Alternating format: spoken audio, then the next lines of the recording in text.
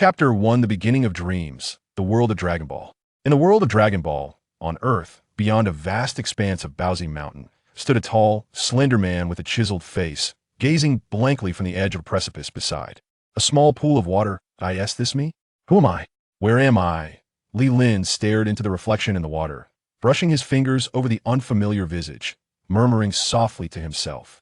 He distinctly remembered staying up late to play Honor of Kings, engrossed until the early hours of 3 or 4 in the morning, succumbing to exhaustion only when fatigue overwhelmed him. His astonishment. He had awoken in an entirely unfamiliar realm. Not only was his surroundings alien, but his very form had transformed into that of a different individual. What on earth is happening? Li Lin had never encountered such a situation, and he couldn't help but voice his bewilderment. As he pondered this perplexing turn of events, a grand voice resonated within his mind. The program is ready. The talent system is now activating. This voice, akin to a celestial melody, instantly solidified the confusion on Li Lin's face. System? His eyes widened, and a tempest of emotions surged within him that he was both familiar and unfamiliar with this term. Familiar, in that it frequently appeared in online novels, often serving as the crucial key to the protagonist's rise to greatness. Unfamiliar, in that he had encountered it many times in literature, but had never genuinely interacted with one. He had often fantasized about such scenarios, yet he never anticipated that the scenes of his imagination would materialize before him. Gulp. Li Lin swallowed hard, then cautiously inquired, "Excuse me, are you truly my system?" After his words hung in the air, a moment passed without any reply from the grand voice. Li Lin's expression faltered slightly, and he mused, "Why is there no response? Could that have been a figment of my imagination?" Just as he was enveloped in doubt, the system's voice resounded once more. "First stage talent has been fully activated." Li Lin exhaled deeply upon hearing the system's voice again. The tension in his heart finally eased. It seemed that none of this was an illusion, but rather a tangible reality. Surely one cannot experience a second hallucination. Can they? With newfound conviction, Li Lin cautiously asked, System, can you hear me? Where exactly am I? Could you enlighten me?"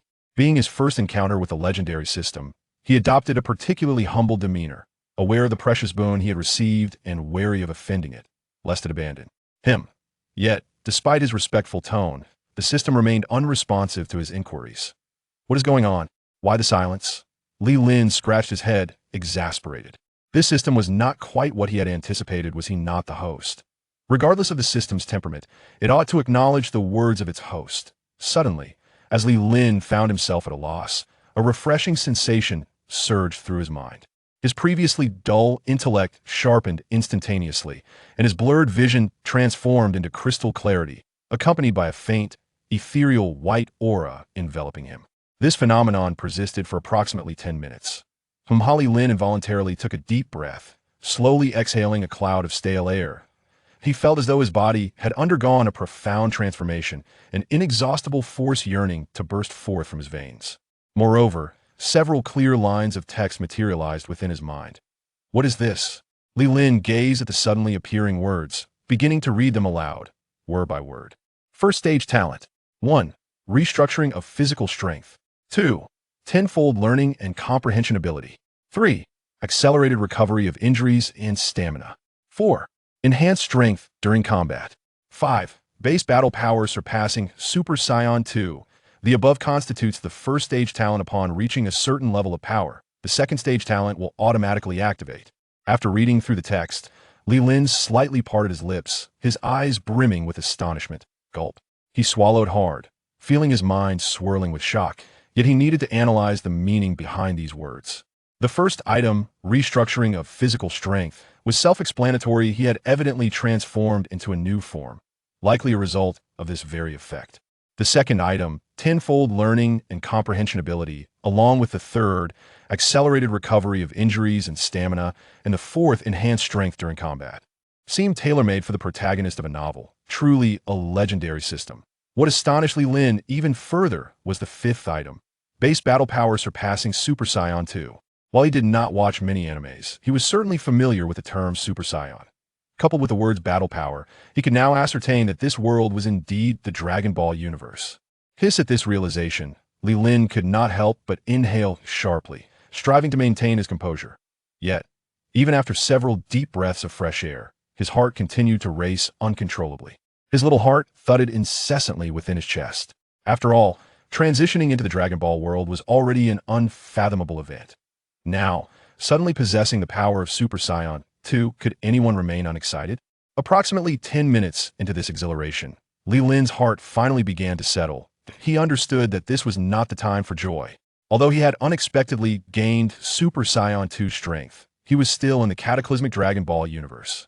What mattered most now was to ascertain the current timeline. If it were the early stages of Dragon Ball, the power of Super Saiyan 2 would be more than sufficient, perhaps even allowing him to stride confidently. However, if the current timeline falls within the later stages of Dragon Ball, the situation would be rather dire. Such a level of strength would be utterly inadequate. In the eyes of the formidable beings of that era, one might as well be indistinguishable from an ordinary person. Perhaps I should seek out a populated area to gather some information, Li Lin mused, stroking his chin thoughtfully. After all, this desolate expanse offered little in the way of insight, and it would be far more prudent to pursue the threads of urban civilization. Yet, before he could even take a step forward, several meteors suddenly streaked across the sky. Li Lin looked up, only to observe that the meteors were moving at an astonishing speed. In an instant, those meteors veered sharply downward, hurtling towards the ground below the cliff. Chapter 2. The plot unfolds upon witnessing the unfolding scene. Li Lin felt a subtle jolt of surprise. He understood that the descending objects were certainly not meteors, but rather formidable beings from the Dragon Ball universe. Regrettably, the distance hindered his ability to discern the features of this group. Could something significant be about to transpire here? Li Lin pondered, stroking his chin in contemplation. Although he had watched Dragon Ball, it had been quite some time, and many specific plot details had faded from his memory. He truly could not conceive of what events might transpire next. Just as he was lost in thought, the sky suddenly darkened with ominous clouds. A colossal spaceship obscured the sun, casting a vast shadow upon the ground below. Li Lin observed the unexpected turn of events, feeling a flicker of recognition. At that moment, the individuals perched on the cliff suddenly ascended into the air. Li Lin quickly turned to gaze back, and there they were, familiar figures materializing before him. Vegeta, Piccolo, Tien, Krillin, Gohan. All the warriors from Earth had gathered here. Vegeta and his comrades noticed Li Lin almost immediately, yet they paid him little heed. Their attention was entirely focused on Frieza's spaceship. To them, Li Lin, an ordinary Earthling, seemed utterly insignificant. Boom. As Li Lin continued to survey the scene, the spaceship descended slowly. Creak. The hatch opened, and a throng of diverse extraterrestrials surged forth. Li Lin's gaze was drawn to these beings. As they emerged, two figures appeared at the rear, one large and one small. Haha, it seems we have arrived, father. Frieza, whose upper body was largely mechanized, grinned wickedly. Heh, King Cold, standing beside Frieza, let out a cold chuckle and nodded indifferently. As Li Lin observed the two figures, a sudden clarity washed over him. He comprehended the essence of the unfolding narrative. Upon seeing Frieza and King Cold, the warriors from Earth felt a surge of anxiety. Tien and Yamcha, in particular, were on edge, having never set foot on Namek. Today marked their first encounter with Frieza, compounded by the presence of the enigmatic King Cold, heightening their trepidation. It's over. The Earth is doomed. I never anticipated that King Cold would return as well. Vegeta clenched his fists tightly, gritting his teeth as he spoke. Confronting Frieza alone was already overwhelming. The arrival of King Cold was an unforeseen calamity. Vegeta, who is King Cold? Krillin inquired, his voice laced with anxiety. Having witnessed Frieza's terror, he mustered immense courage just to be present today. Unexpectedly, not only has Frieza appeared, but also a larger version of Frieza. Vegeta, with a vigilant gaze fixed ahead, awkwardly explained that King Cold is Frieza's father, rumored to possess even greater strength than Frieza himself. After finishing his statement, he cast a glance at those beside him and continued, declaring that this time, Earth is certainly doomed. If any of you wish to escape, now is the time to make your move. Upon hearing Vegeta's warning, the group exchanged glances, eyes wide in disbelief. Though they were eager to flee, as Vegeta had pointed out, Earth was on the brink of destruction. Even if they attempted to escape, it was uncertain where they could run to. Ultimately, death would still await them. Frieza and his entourage had also taken note of Vegeta and the others. He cast a cold, sweeping glance around, failing to detect Goku's presence. Father, it seems the one who sought to kill me has not shown up, Frieza remarked icily. His purpose for coming today was to eliminate Goku, to avenge the grievances from Namek. The absence of Goku was, to his dismay, rather disappointing. King Cold crossed his arms and let out a derisive snort. There is no need for such complications. If we simply eradicate all the inhabitants of this planet, that individual will undoubtedly reveal themselves. Upon hearing King Cold's words, Frieza nodded with a cold smirk. He and his father were completely in sync. Even if they were to kill Goku, they would not spare this planet. Since they had come this far, it would be prudent to eliminate everyone on this world. Perhaps they could even fetch a good price for it. Krillin, witnessing the fierce expressions of Frieza and King Cold, suddenly panicked and quickly turned to Vegeta, asking, Vegeta, it seems they are about to strike. What should we do?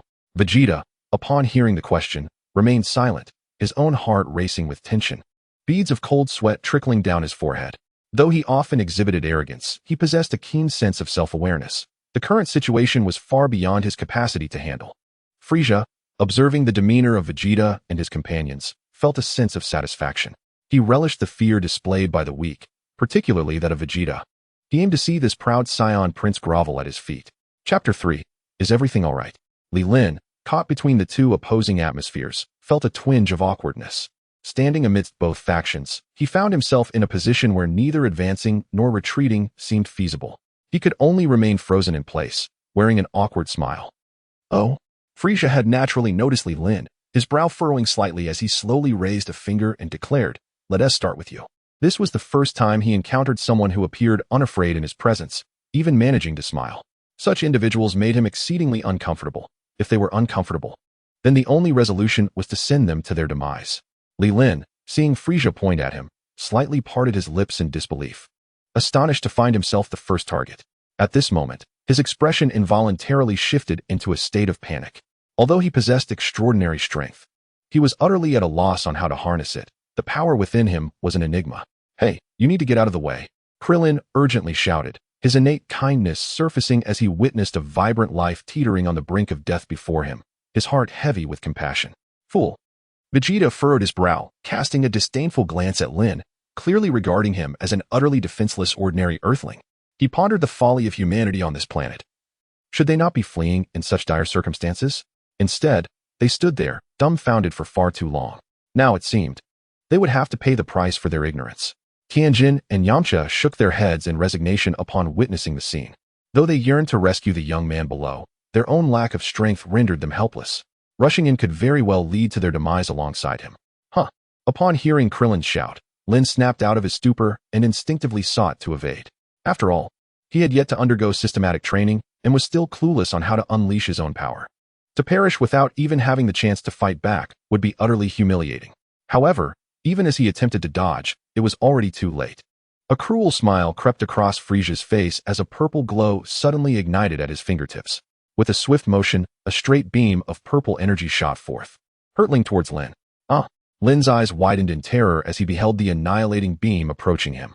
He cried out in sheer fright. As the ray neared, he instinctively lowered his head and crossed his arms defensively across his chest. Boom! An explosion erupted, and a thick cloud of smoke began to rise. The area where Lin had stood was now engulfed in a haze of debris. Damn it! Krillin exclaimed, his rage boiling over at the sight. The others could not help but feel a pang of sorrow. Though they did not know Lin personally, the outcome was likely to be the same for them all. Indeed. Frieza, seeing his attack hit its mark, licked his lips with satisfaction.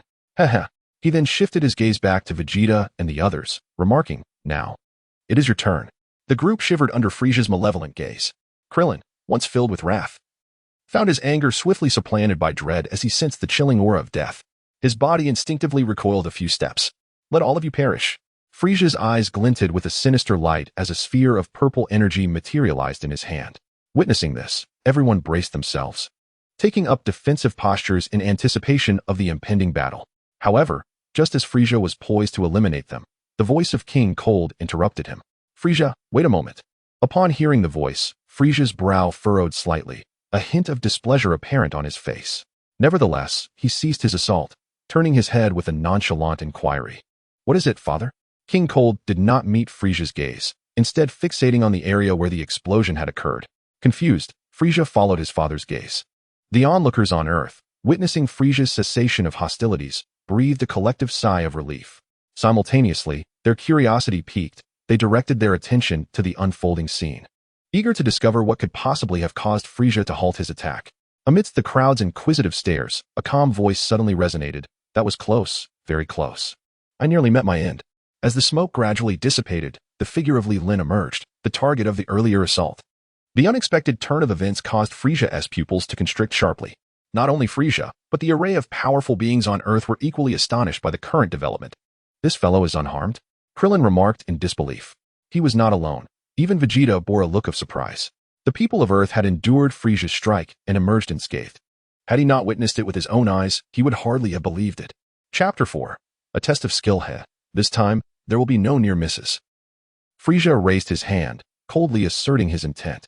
A purple energy sphere materialized in his palm, the very weapon he had intended to unleash upon the crowd. With a swift motion, he hurled the energy sphere like a bolt of lightning. Boom! A thunderous sound erupted, the force of this attack significantly greater than the last. This time, it struck the man's body with full force.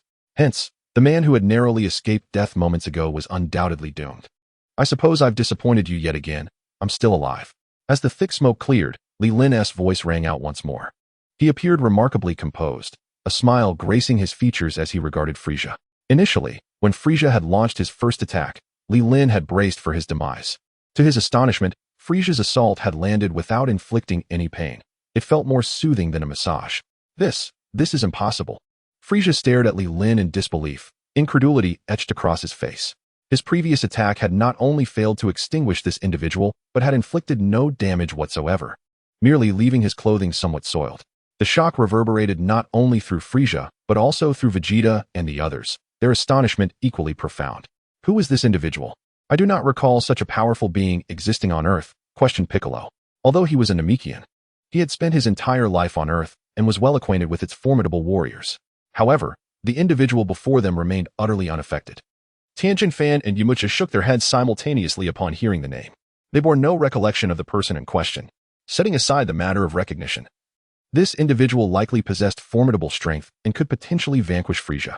Krillin clenched his fists, his face alight with joy. The others were stirred by his words. Yet, at that moment, Vegeta doused their enthusiasm with a frigid dose of reality.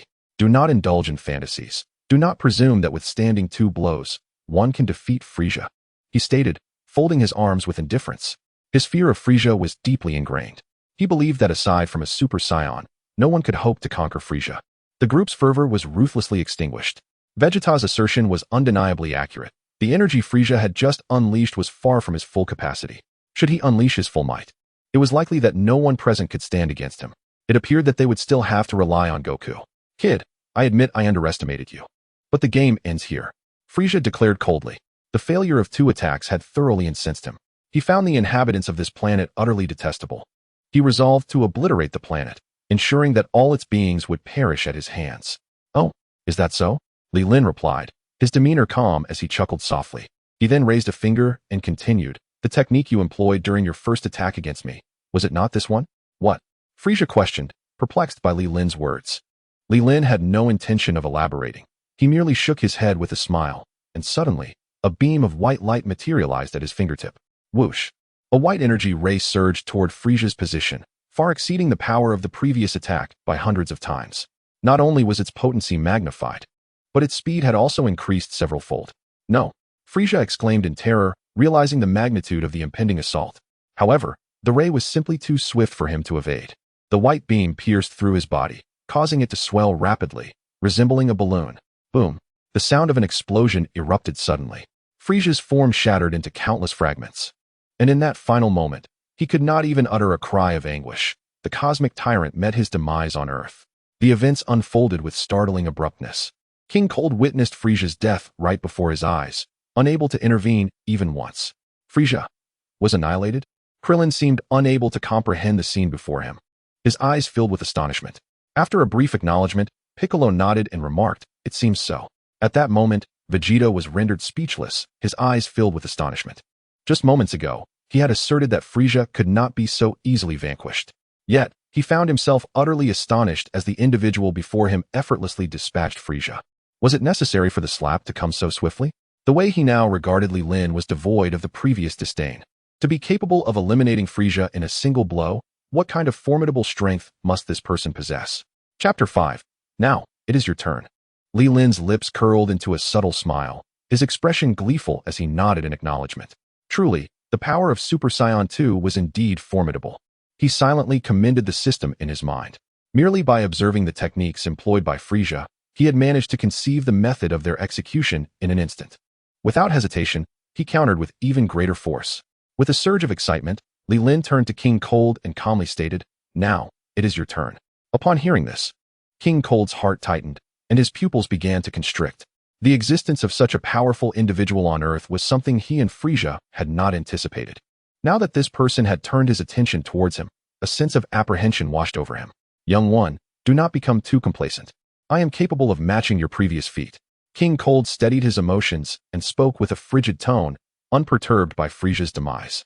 Though they were father and son, he was acutely aware of Frieza's treacherous ambitions. Frieza, with his rebellious nature, would have long since replaced him had his strength not surpassed that of his progeny. He would not have treated him with the same reverence as before. "Oh, is that so?" Li Lin raised an eyebrow, his tone laced with curiosity. "Indeed," King Cold replied, a hint of confidence in his demeanor. He believed his combat prowess exceeded that of Frieza, albeit by a narrow margin. Yet, under circumstances where Frieza was unguarded, he could replicate identical results. Upon hearing King Cold's proclamation, Vegeta, Piccolo, and the others were taken aback. They had initially thought that with the arrival of Li Lin, their savior, they would be rescued, and Earth would be spared from this crisis. Little did they realize that this King Cold beside them possessed a terrifying strength as well. Moreover, judging by his demeanor, it appeared he was not speaking in jest. Li Lin, however, remained unfazed. Such words might intimidate others, but they held no sway over him. As a traveler in the Dragon Ball universe, he possessed a considerable understanding of its narrative. This King Cold might indeed be slightly stronger than Frieza, but he was certainly not on the same tier as himself. After all, in the typical storyline, this individual was merely felled by a single blow from Trunks. As the Kurdish king observed Li Lin's silence, a triumphant expression crept onto his face. He extended an olive branch, his tone laced with temptation. "Ah, to encounter a young powerhouse like you is indeed a rarity. How about it? Would you be interested in taking Frieza's place?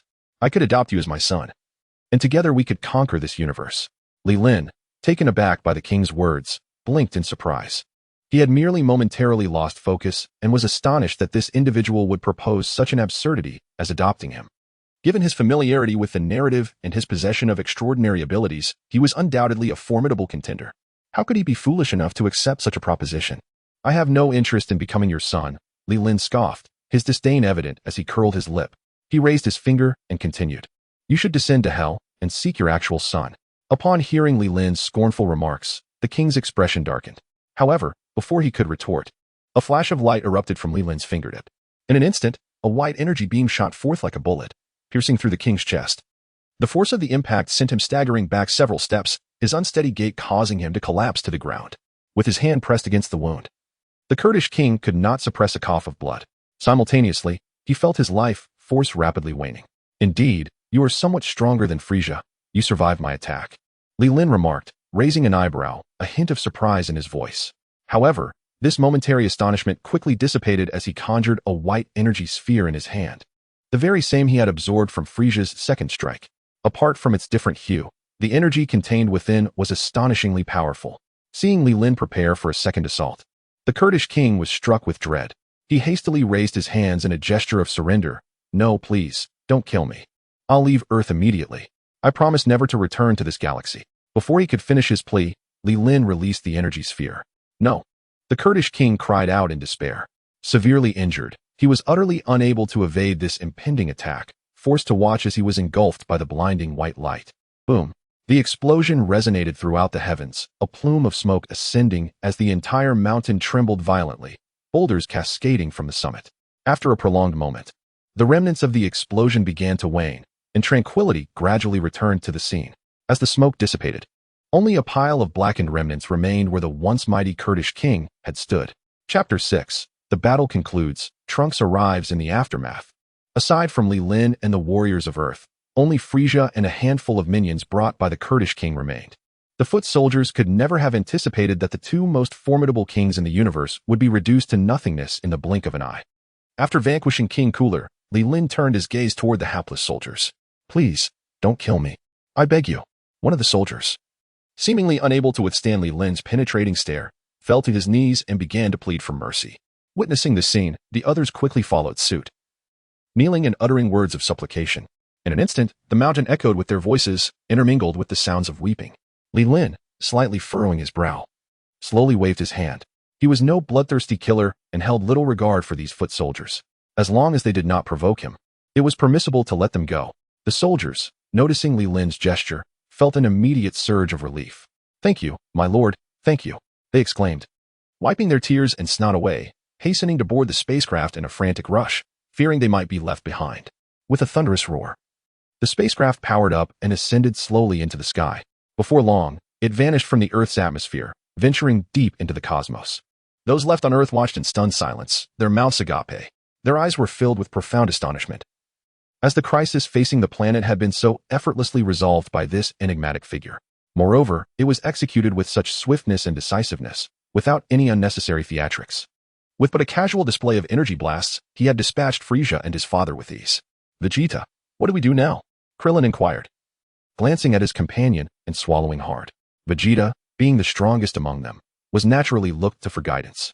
With Frieza now eliminated by this mysterious individual, the next course of action required deliberation. Vegeta, still reeling from shock, found himself at a loss for words. The perceived threat had been effortlessly neutralized before him, and he was bewildered by the emergence of such a powerful being on Earth. He recalled that during his last visit, this individual had not been present at all. "I don't know," Vegeta finally replied after much contemplation. At this moment, he was uncertain of the best approach. Although this person had assisted them in defeating Frieza and his father, their true intentions remained shrouded in mystery. In the absence of clarity regarding whether he was friend or foe, it was prudent to observe from a distance and refrain from making any rash moves. After all, this was someone capable of obliterating Frieza with a single blow. Provoking him could yield catastrophic consequences. The others exchanged glances, unsure of how to proceed. If even Vegeta was at a loss, they certainly lacked the courage to approach this formidable being. They all wished to live for a few more years, not desiring to meet an untimely and inexplicable demise. However, while they did not wish to provoke a confrontation, their sentiments were ultimately unilateral and self-imposed. "Hello, how are you?" Li Lin turned around, his hand raised in an exuberant greeting. In that moment, he resembled someone who had just encountered an old friend, his expression radiating sincerity and excitement. After all, these individuals were once only figures he had seen in films and animations. To meet them in person today inevitably stirred a flicker of exhilaration within him. Yet, although he recognized everyone present, they, in turn, did not know him. Upon noticing his sudden turn, a chill ran through the crowd, and they instinctively took a couple of steps back, their hair standing on end. "Hi," Clint said, leaning back slightly, his hand raised awkwardly in reply.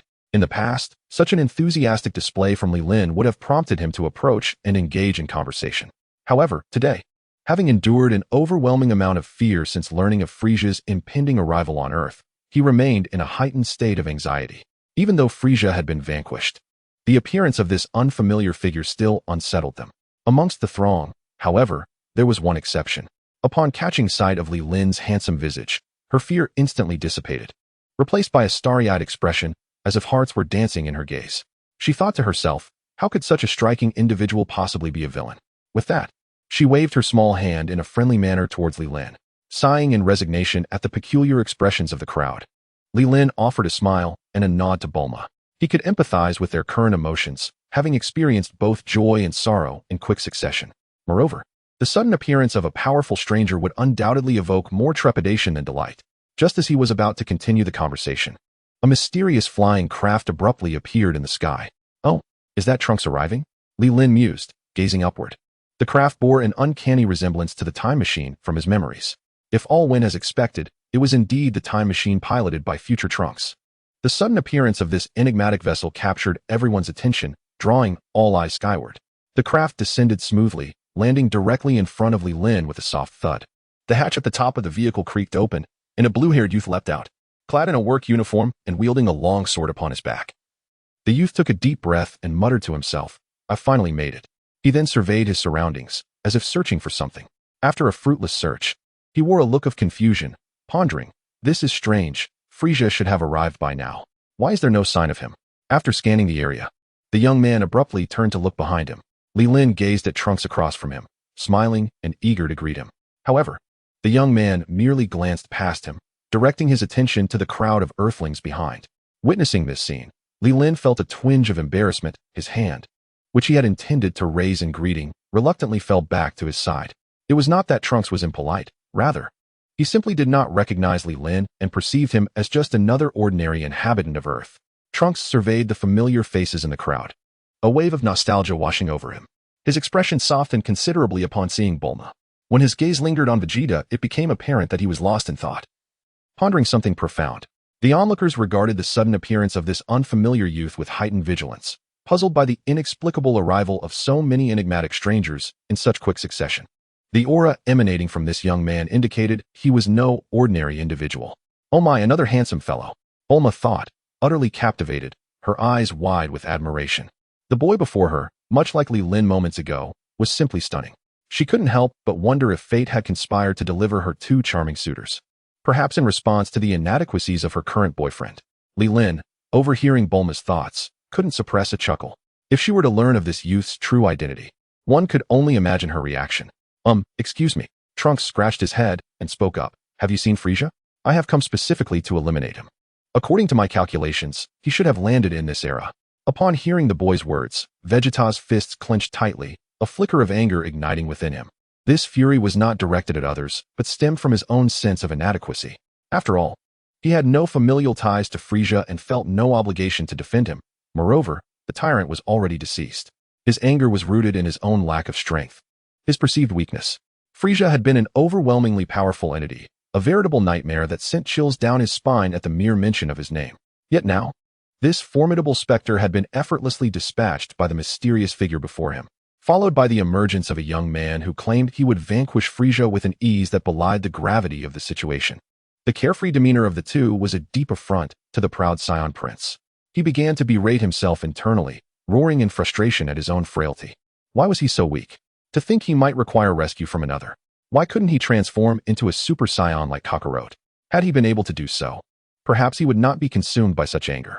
The others were oblivious to Vegeta's turmoil, but Trunks' bold inquiry struck a chord of surprise within their hearts. They had not anticipated that this youth would audaciously seek out trouble with Frieza right from the outset. Observing the situation, it was clear that this individual was no ordinary person. Well, it appears that Frieza has already been vanquished by this gentleman, Krillin stammered, gesturing towards Li Lin. Upon hearing that Frieza had been defeated, Trunks felt a momentary jolt of surprise. He pondered quietly. Could it be that Goku has returned to Earth and preemptively eliminated Frieza? With a gaze filled with curiosity, he turned towards the direction indicated by Krillin. Trunks looked over and saw Li Lin smiling and nodding at him. Realizing that the person Krillin pointed to was someone he had previously overlooked, Trunks' eyes widened in disbelief. What is going on? Trunks displayed a mixture of astonishment and confusion, repeatedly questioning himself. He endeavored to recall any information regarding this individual. Yet after a considerable effort, he found himself at a complete loss. In his memory, there was no trace of this person. Bewildered, Trunks approached Li Lin cautiously and inquired. May I ask if you are the one who defeated Frieza? The current situation was entirely beyond his comprehension, and all he could do was seek confirmation. Li Lin, seemingly aware of Trunks' confusion, remained silent, merely smiling and nodding slightly. After witnessing the affirmation from this individual, Trunks' perplexity deepened. According to his understanding, Frieza in history should have been defeated by the returning Goku. At this juncture, the powerful beings on Earth ought not to have been capable of confronting Frieza. So, may I ask your name? Trunks inquired politely. I am Li Lin, a resident of Earth, Li Lin replied nonchalantly. Chapter 8. Who is this person? Li Lin. Trunks murmured this unfamiliar name, shaking his head slightly. No, this name is entirely new to me. If there were such a formidable individual on Earth, there should be historical records of him.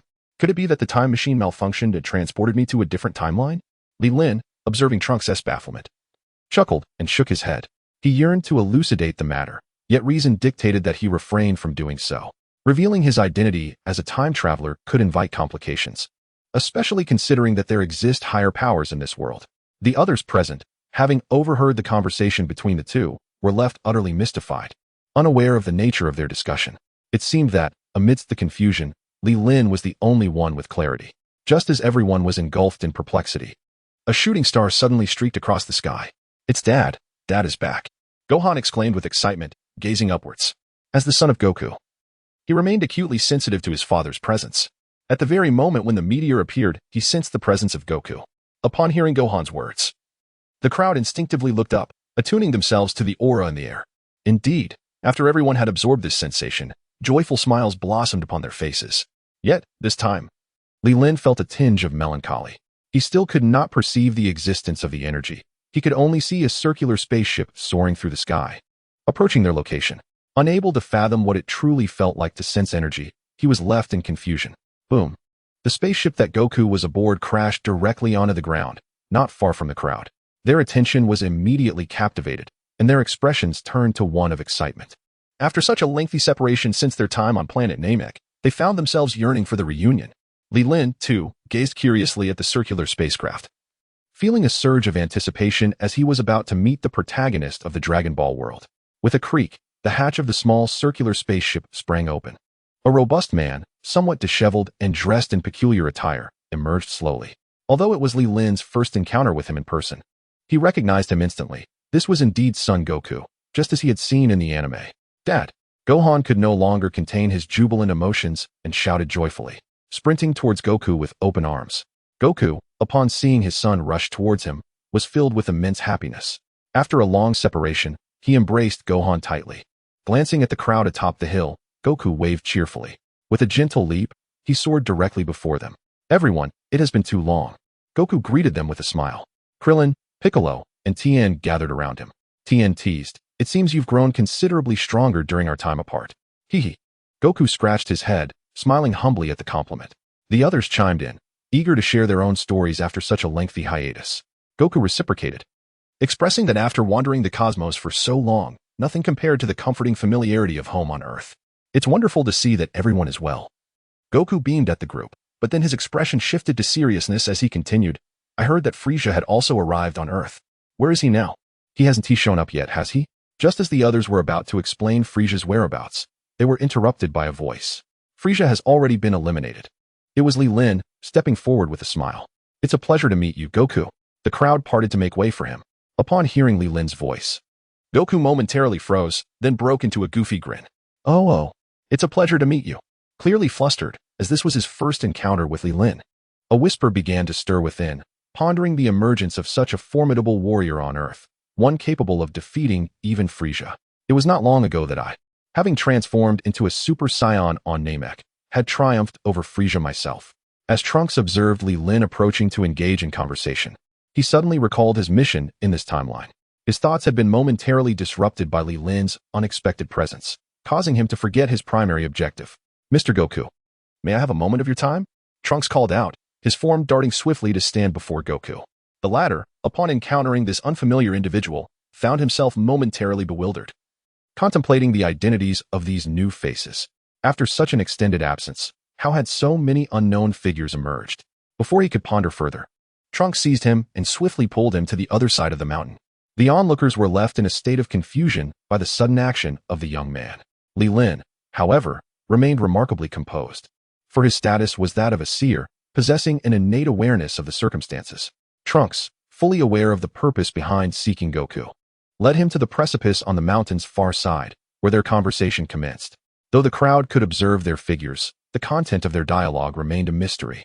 Yet, one individual, Piccolo, was an exception. His unique ear structure allowed him to absorb every word exchanged between them. What could that boy want with Goku? Krillin mused, squinting into the distance, clearly perplexed.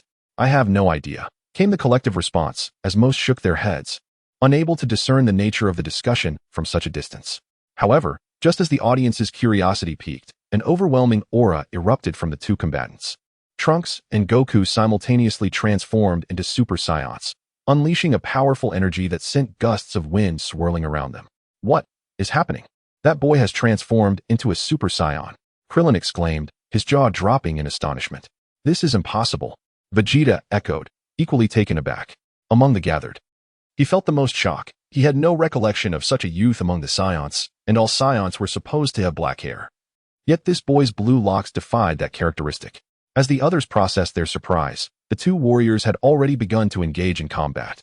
Trunks drew his long sword, launching a series of strikes at Goku, who deftly countered with merely 2 fingers, effortlessly parrying each attack.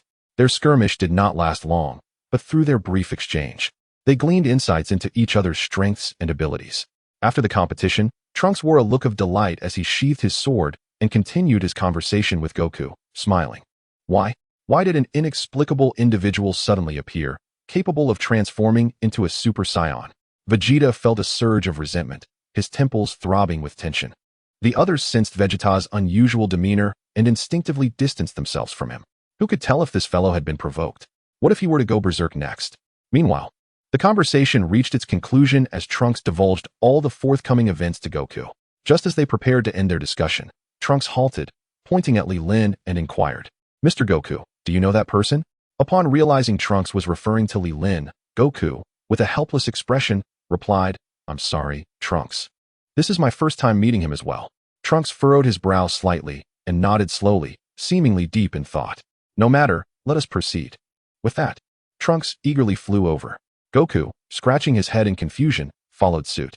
Upon their return, the people on Earth immediately surrounded the two, bombarding them with questions. Goku scratched his head again, unsure of how to explain the situation. Noticing that Trunks had not departed, he hoped he would articulate the details himself. However, Trunks had no intention of addressing the crowd and directly approached Li Lin, smiling as he introduced himself. "Hello, Mr. Li Lin. I am Trunks." Li Lin responded with a gentle smile, politely nodding. "Greetings, how may I assist you?" Trunks, cutting to the chase, asked, "If it's convenient, could we speak privately?" The onlookers were instantly captivated by the young man named Trunks.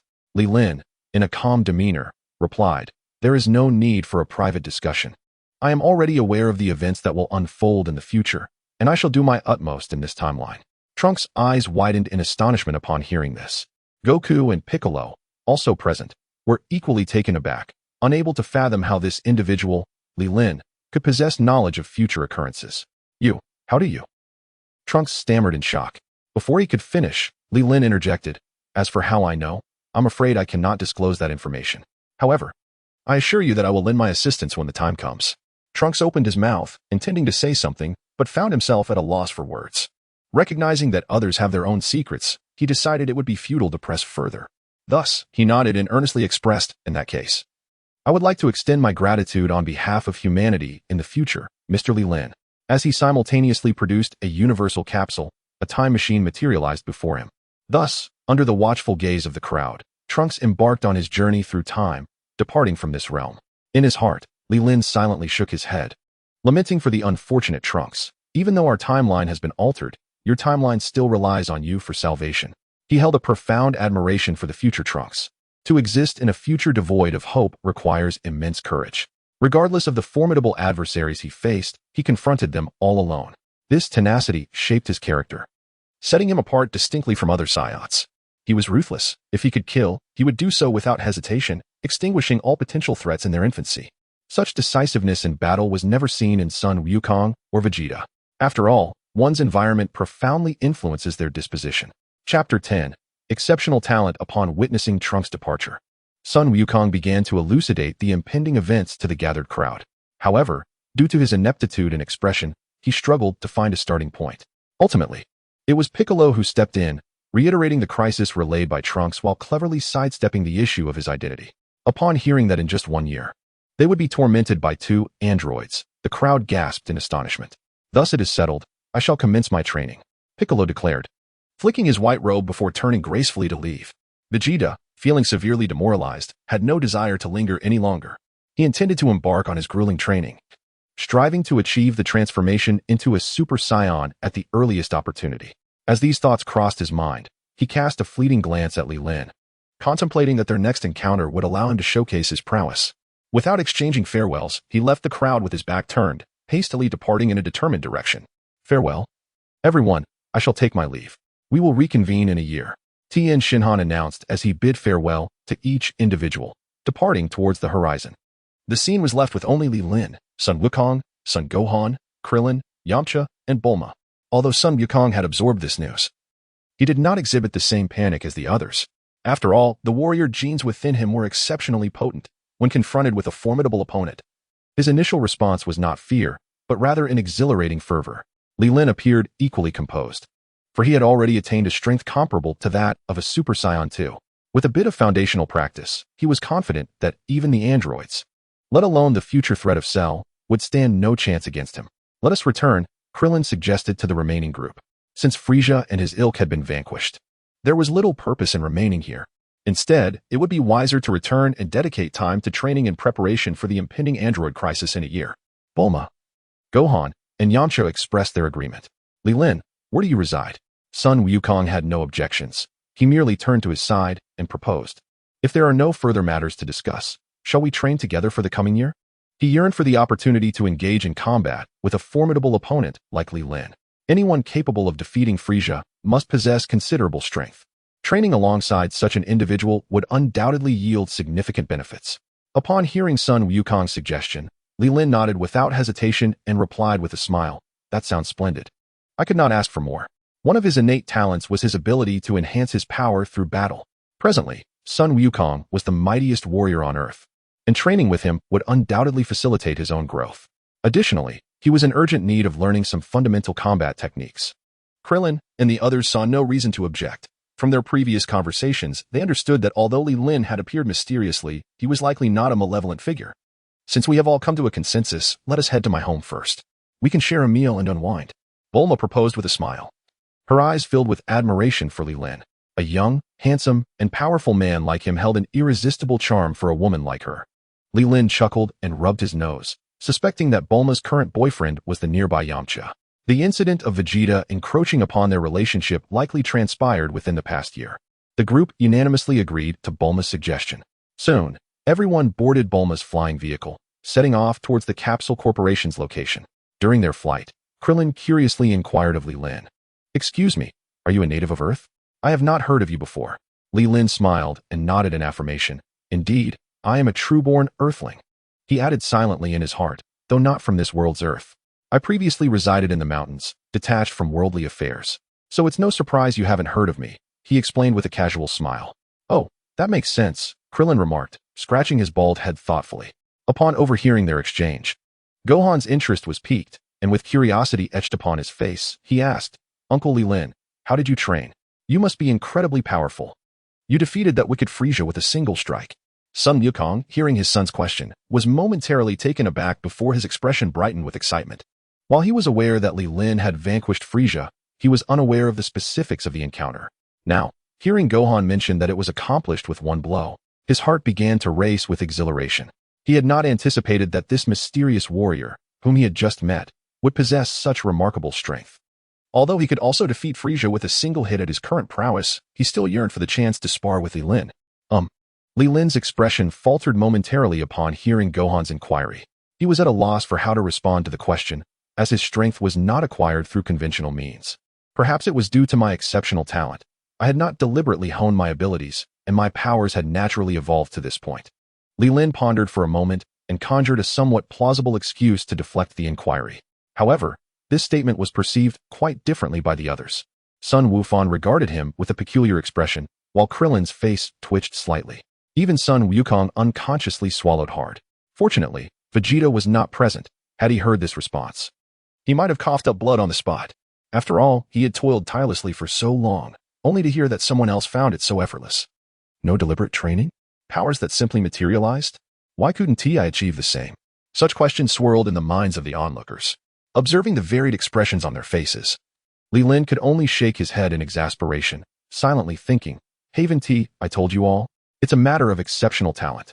Why is it still so hard to believe?" While the crowd was still reeling from Li Lin's prowess, they had already landed at the Capsule Corporation.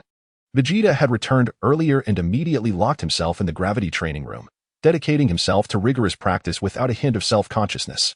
This was the advantage of Bulma. For Yamcha seemed somewhat intimidated by Vegeta. Had it been anyone else, they might have long since approached to shoo him away. Chapter 11. Attention-grabbing after dinner. The sky had darkened. Sun Wukong, accompanied by his son, prepared to head home and warmly invited Li Lin to join them. After all, they had agreed to train together in the days to come, and if the distance were too great, it might become inconvenient. Li Lin contemplated for a moment before acquiescing to his suggestion. Upon departing, he specifically requested a living quarters capsule from Bulma.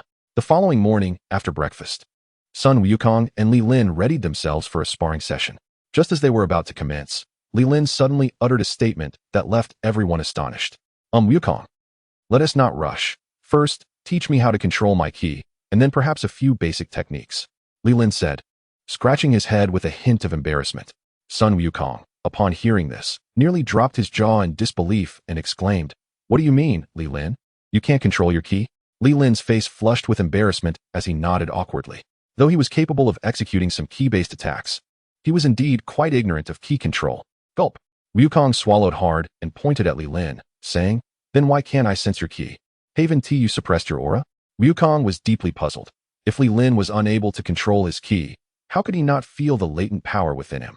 In the past, Vegeta was unaware of the existence of ki, yet he could sense it from great distances.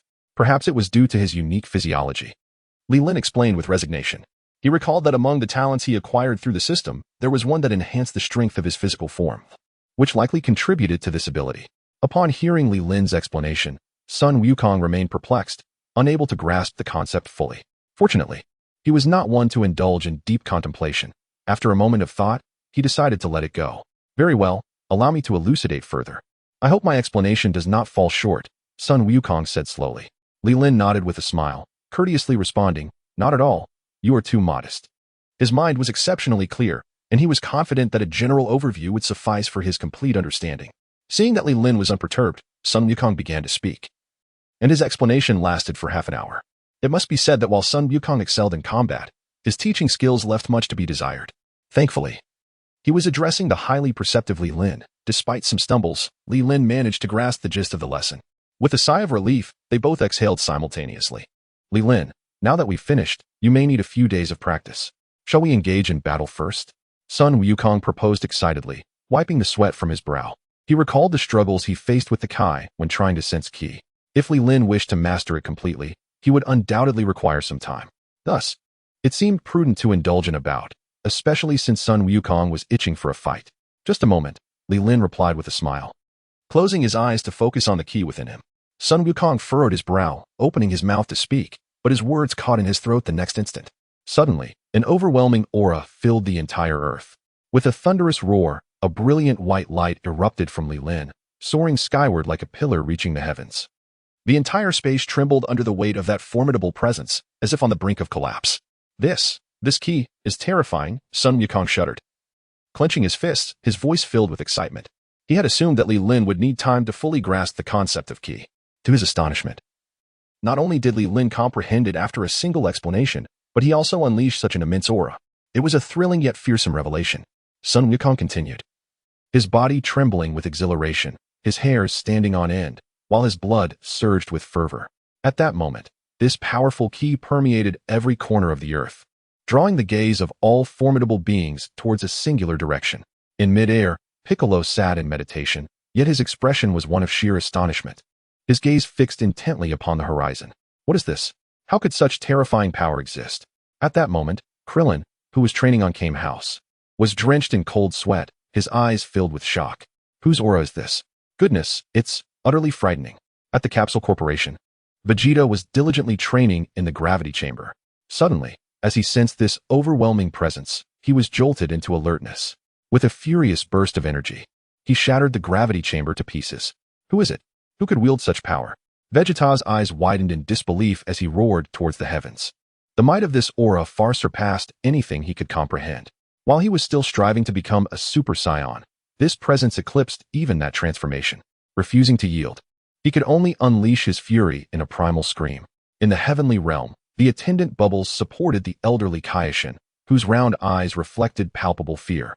The Kaioshin, observing the events below, exhaled deeply and said slowly, "This is astonishing. Goku may not stand a chance against this individual." What should we do?" Bubbles asked, his face stricken with terror, his voice trembling. Ever since the Scions arrived on Earth, every incident had spiraled beyond their control. Now, with such a powerful entity emerging, if it posed a threat to Earth, no one could hope to intervene. Fear not.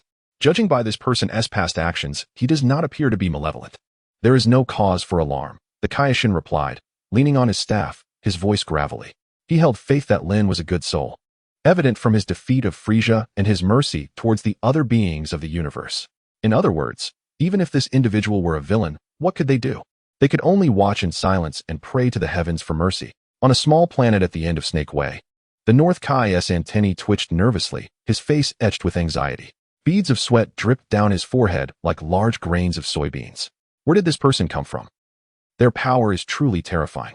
The North Kai breathed heavily, muttering to himself in unease. Chapter 12.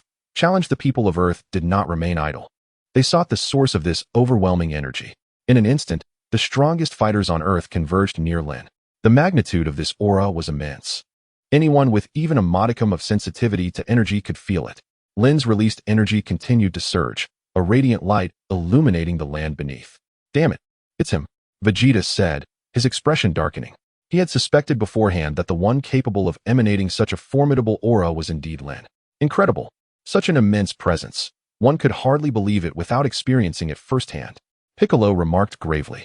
He found it hard to fathom how the figure before him had cultivated to such an extraordinary degree. Krillin, sensing the powerful aura, was not only astonished but also filled with delight. Lin was truly formidable.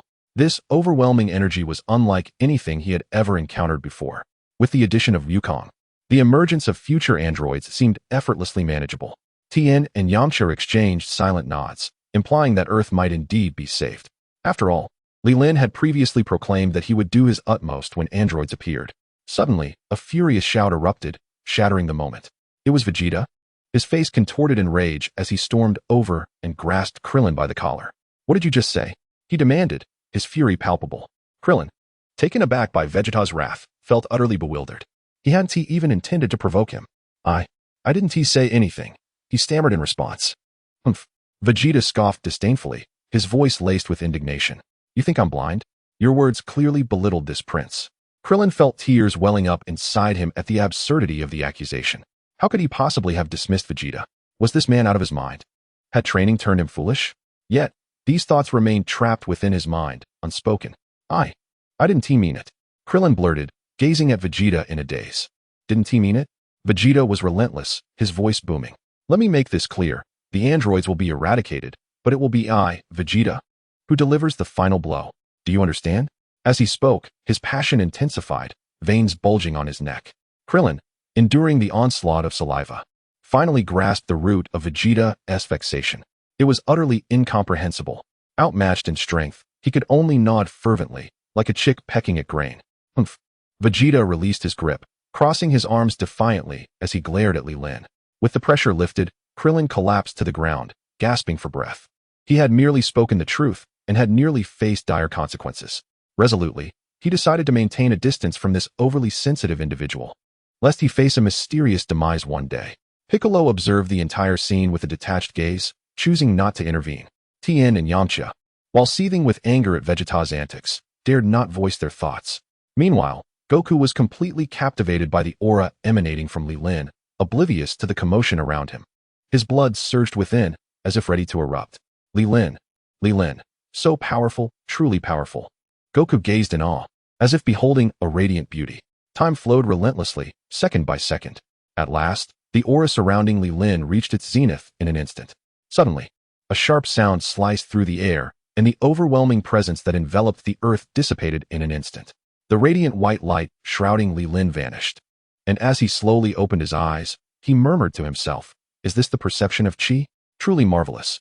He had finally attained the ability to wield his power at will. Even with his eyes closed, he could sense the slightest movements of the wind and grass nearby. Sun Wukong, witnessing that Lin had concluded, resembled a famished wolf, eager to pounce. However, before he could advance, another figure surged forward. Lin observed with interest the individual who abruptly appeared, curious to discern the nature of the interruption.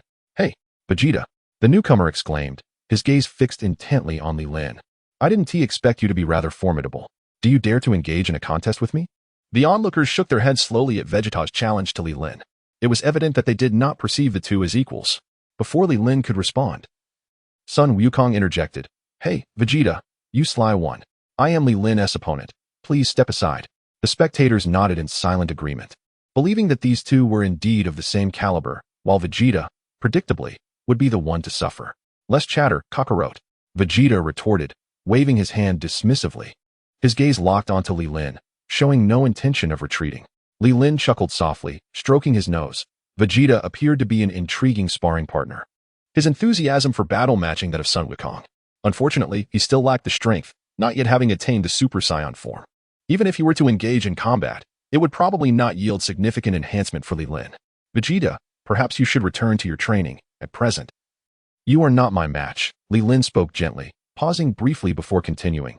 Once you transform into a Super Saiyan, we can have a proper match, shall we? His words were tempered by concern for Vegeta's safety. After all, his combat experience was still lacking, and should he misjudge his strength and inadvertently cause harm, it would be quite unfortunate. Just like Frieza and his father, who had been eliminated by a technique Li Lin had merely imitated, only to discover its overwhelming potency. Even though he had now mastered the use of Qi, he still required time to acclimate. Indeed, Vegeta, you should observe from the sidelines for now. Once you can transform into a Super Saiyan, it would be an opportune time to face Li Lin, Sun Wukong added, slightly furrowing his brow in agreement. He understood Vegeta's desire for battle, yet recognized it to be a futile endeavor at this juncture. The energy contained within Li Lin is astonishing. Even with all his might, one cannot guarantee the ability to withstand a single strike from him. Chapter 13. The first encounter with Vegeta. Upon hearing this, Vegeta's pride was once again wounded, and his expression transformed into one of barely contained fury. Shut your mouth, Kakarot, he spat, clenching his fists so tightly that the veins on his forehead appeared ready to burst. The fact that Son Goku could transform into a Super Saiyan while he could not was a deep-seated anguish for him. To have these two exploit this weakness was akin to rubbing salt into an open wound.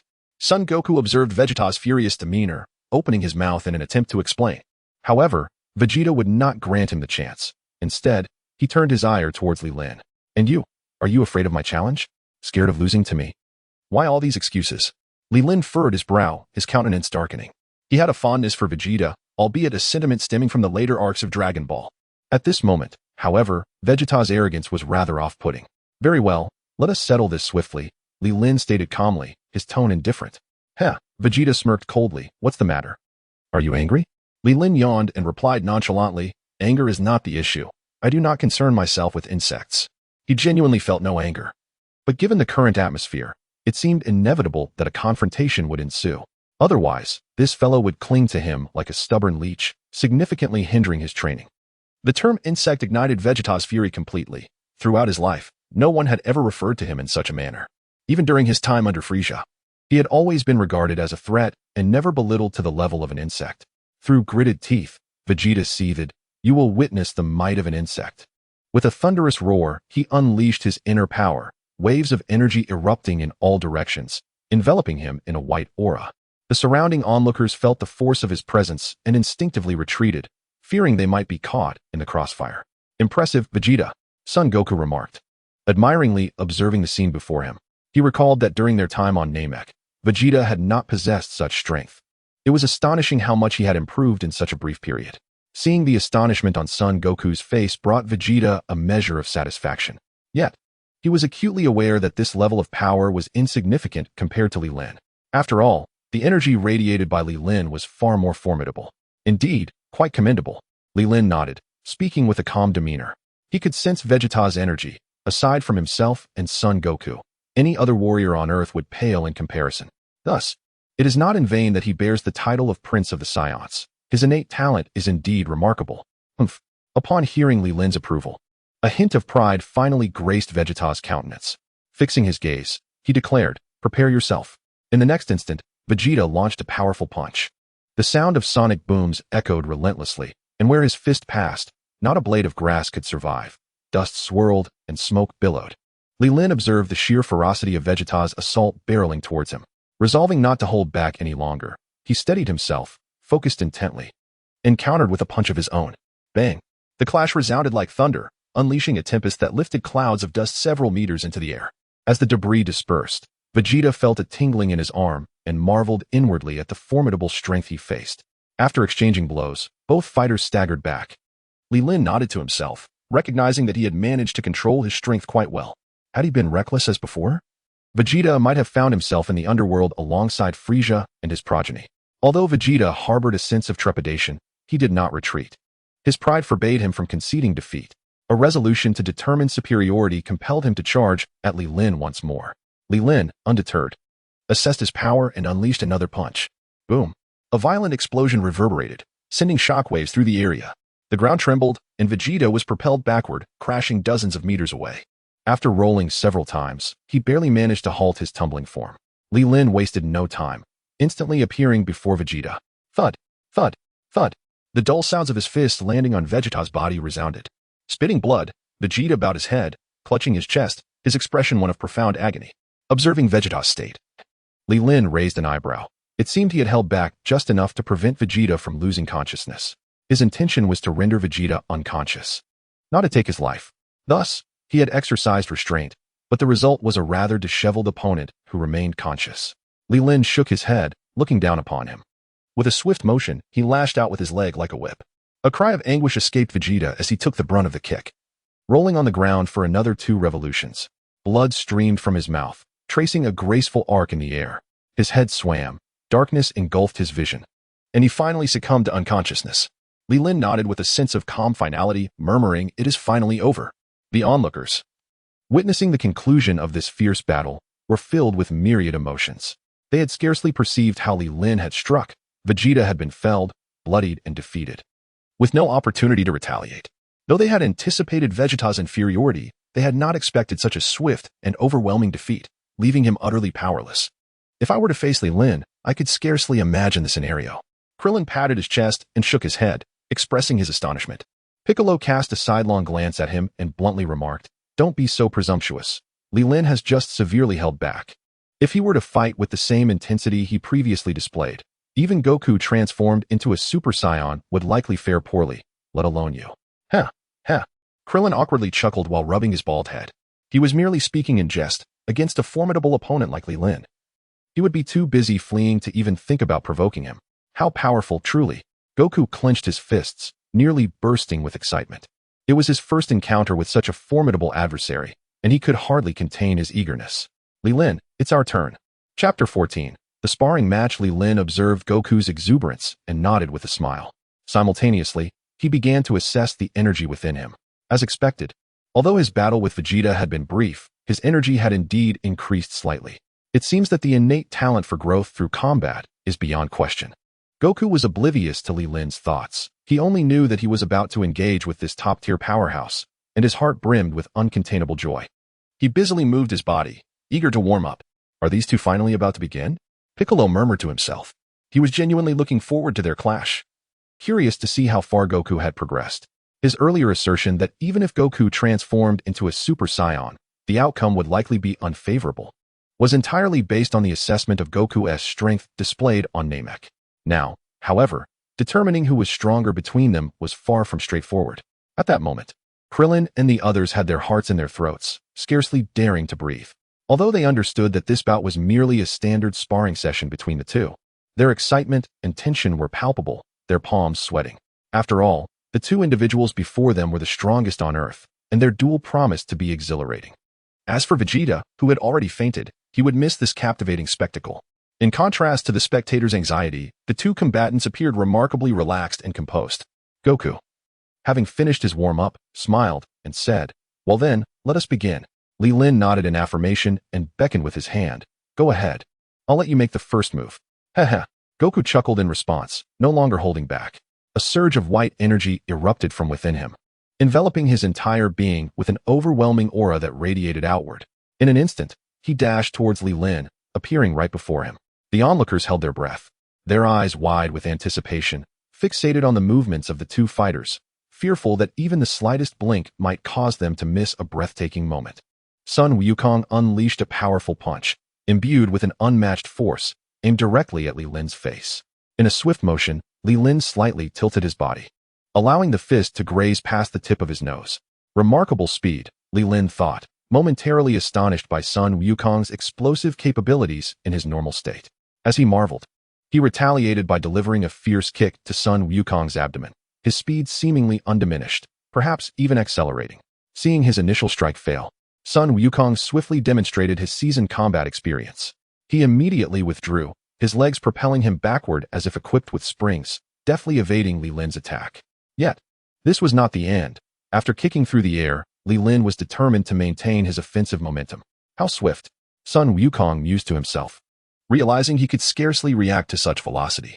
True to his thoughts, Li Lin's right hand lunged towards Sun Wukong's left shoulder with tremendous force, firmly securing him in place.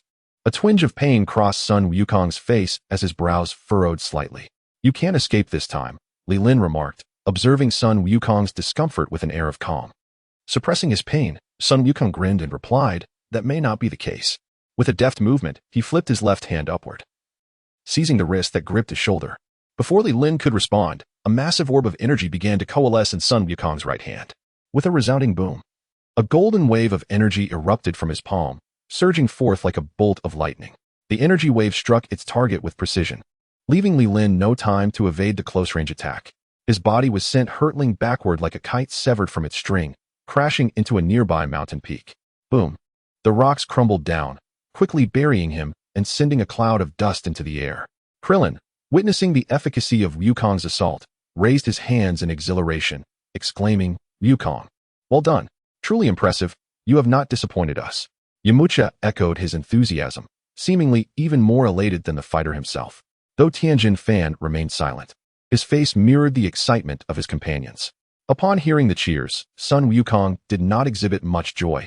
His gaze remained fixed on the distant, collapsed mountain. Piccolo, observing the jubilant crowd, doused their enthusiasm with a cold splash of reality. "Aren't you all celebrating a bit prematurely? Such an attack may not defeat Li Lin, let alone injure him," he remarked. The crowd, however, remained undeterred, dismissing Piccolo's words. While Li Lin was formidable, it was clear that Wukong had not yet unleashed his full potential. Upon his transformation into a Super Saiyan, his aura may indeed surpass that of Li Lin. Krillin chuckled, seemingly brimming with confidence. The others nodded in agreement upon hearing his words. "Fool, idiot," Piccolo muttered, somewhat embarrassed, and ceased to engage in further debate with them. He discerned that Li Lin's recently unleashed power was formidable. The only reason Goku held the upper hand was due to a lack of combat experience. As the battle continued, this disparity would swiftly be eliminated, rendering Goku's advantage utterly null. Nevertheless, he still held a hope that Goku could emerge victorious. After all, upon becoming a Super Saiyan, one's strength escalates exponentially. If he could exploit this to catch Li Lin off guard, victory might still be within reach. As for Krillin's assertion that his aura exceeded Li Lin's, that was nothing short of fanciful thinking, a notion Piccolo could not possibly entertain. Unless Goku could continue to grow exponentially on the foundation of his Super Saiyan form, such a scenario was utterly implausible. It must be said that Piccolo's intellect was indeed remarkable. Had Li Lin heard this analysis, he would undoubtedly commend it. Just as the group was reveling in their excitement, the earth suddenly trembled. Thunderous roars echoed as debris from the collapsed peaks began to levitate. A shock wave surged skyward, with Li Lin's figure standing majestically in midair. An overwhelming force enveloped the earth, and the rubble swirling around him instantly transformed into dust. Chapter 15, Super Saiyan. In an instant, Li Lin reappeared before Goku. Observing Li Lin, unscathed, Goku's lips curled into a smile. "I knew you wouldn't be hurt. You're not so bad yourself, however." Li Lin chuckled, brushing his nose, and replied nonchalantly, "From here on, I shall be serious." Having gleaned insights into combat techniques from their previous encounter, he surmised that such an opportunity would be rare again. Just what I wanted," Goku responded with a grin. They had yet to unveil their true abilities. It would be a pity to conclude the battle prematurely. Then let us engage in combat. Li Lin laughed heartily and charged at Goku. Caught off guard by Li Lin's sudden approach, Goku momentarily faltered. Li Lin moved with a swiftness that far exceeded his previous speed, reaching him in the blink of an eye, leaving no time for a reaction. With a resounding impact, Li Lin's fist connected with Goku's face, sending him hurtling away, crashing to the ground, dazed and bloodied. My heavens! How did he strike so swiftly? Why couldn't I see it? The astonishment of all present was palpable, as none could have anticipated Li Lin's attack to be executed with such incredible speed and decisiveness, rendering his movements nearly imperceptible. Clint inhaled sharply, taken aback. The recent onslaught had left him utterly bewildered. All he perceived was that Li Lin had suddenly dashed in front of Wukong, after which Wukong was sent hurtling backwards. "Ah! It hurts. It really hurts." Sun Wukong groaned, clutching his face as he slowly rose to his feet, grimacing in pain. Had it not been for his slightly superior baseline strength, his fate would likely have been no better than Vegeta's. Yet, despite the pain, a peculiar sense of relief unexpectedly blossomed within him. "Ha ha!" Sun Wukong, blood trickling from the corner of his mouth, erupted into laughter. The spectators around him exchanged bewildered glances, beginning to wonder if Wukong had been rendered senseless by that last blow. Li Lin, seemingly affected by the atmosphere, chuckled softly in response. "Remarkable, truly remarkable," Sun Wukong proclaimed with grandiosity, wiping the blood from his lips. "Now, I shall unleash my full power." Li Lin smiled calmly and nodded. "Very well. Let me witness your true capabilities." In an instant, The atmosphere shifted dramatically as a magnificent aura erupted from Sun Wukong's being. Rippling waves of energy manifested beneath his feet, radiating outward. With a thunderous shout, Sun Wukong's eyes widened, ignited by blazing golden flames. A deafening roar followed, shaking the heavens and stirring the winds. A brilliant light flashed as golden energy enveloped his form, his hair standing erect, transforming into a lustrous golden hue. His formerly black pupils turned into a clear, azure blue, and the muscles on his arms became sharply defined. Is this the Super Saiyan? Li Lin observed keenly, his demeanor unruffled.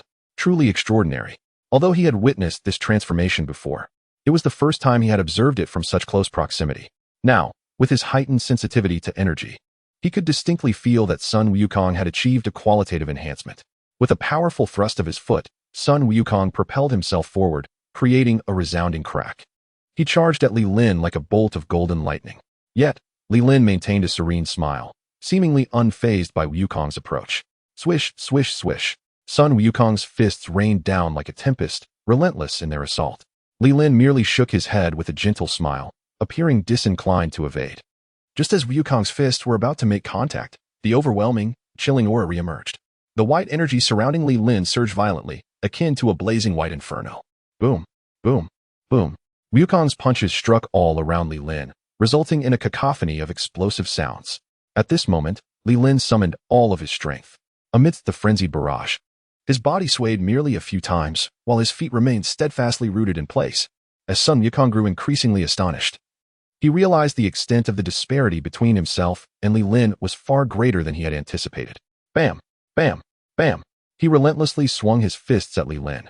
Yet no matter how fiercely he struck, the latter remained unmoved, maintaining an air of serene composure as if he were untouched by the onslaught. How formidable! The onlookers were left utterly speechless, their emotions defying description. Krillin, with a wry smile, shook his head. He had not really believed that once Wukong transformed into a Super Saiyan, he would be able to contend with Li Lin, perhaps even match him. It was now evident that he had been, as Piccolo had remarked, exceedingly foolish. Others bore expressions of bitterness, for they had once brimmed with confidence, only to be so swiftly humbled. They cast a glance at Piccolo, who stood nearby, with a hint of admiration flickering in their eyes. Truly remarkable Piccolo. Had he foreseen such a scenario? Tien Shinhan shook his head, lamenting their own superficiality. It seems we were too naive, Yamcha quipped in self-deprecation. Krillin lowered his head in shame, recognizing that aside from Li Lin, Wukong, and Vegeta, Piccolo was the strongest on Earth. He recalled when Piccolo had once been a formidable adversary, possessing unique insights into battle. Coughing lightly, Piccolo cleared his throat, feeling a touch embarrassed by the praise. A faint blush gracing his green visage. In truth, he had not fully anticipated the current situation either. He had previously assessed that Wukong still held a chance of victory.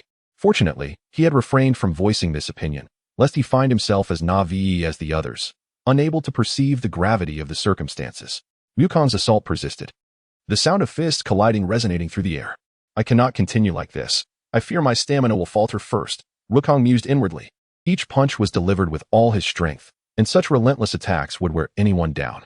After landing another ineffective strike, Wukong decisively created distance.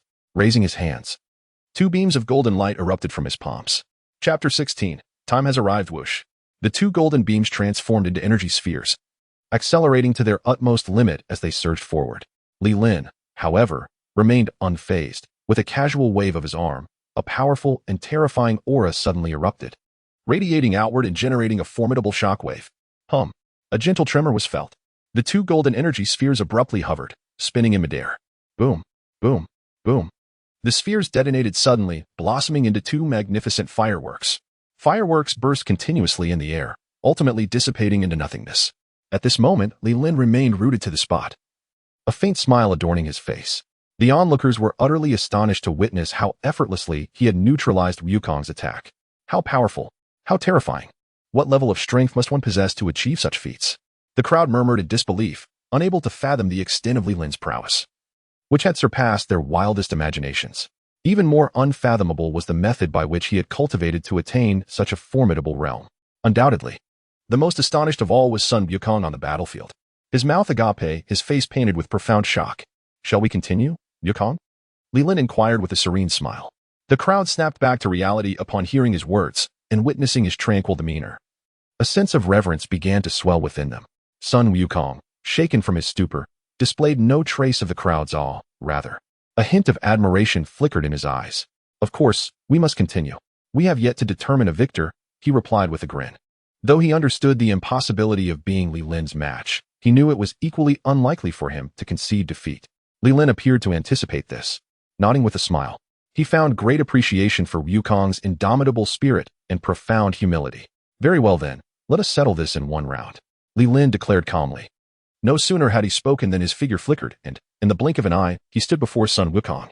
Without the slightest hesitation, Wukong responded with a punch, and the two collided instantaneously. Boom!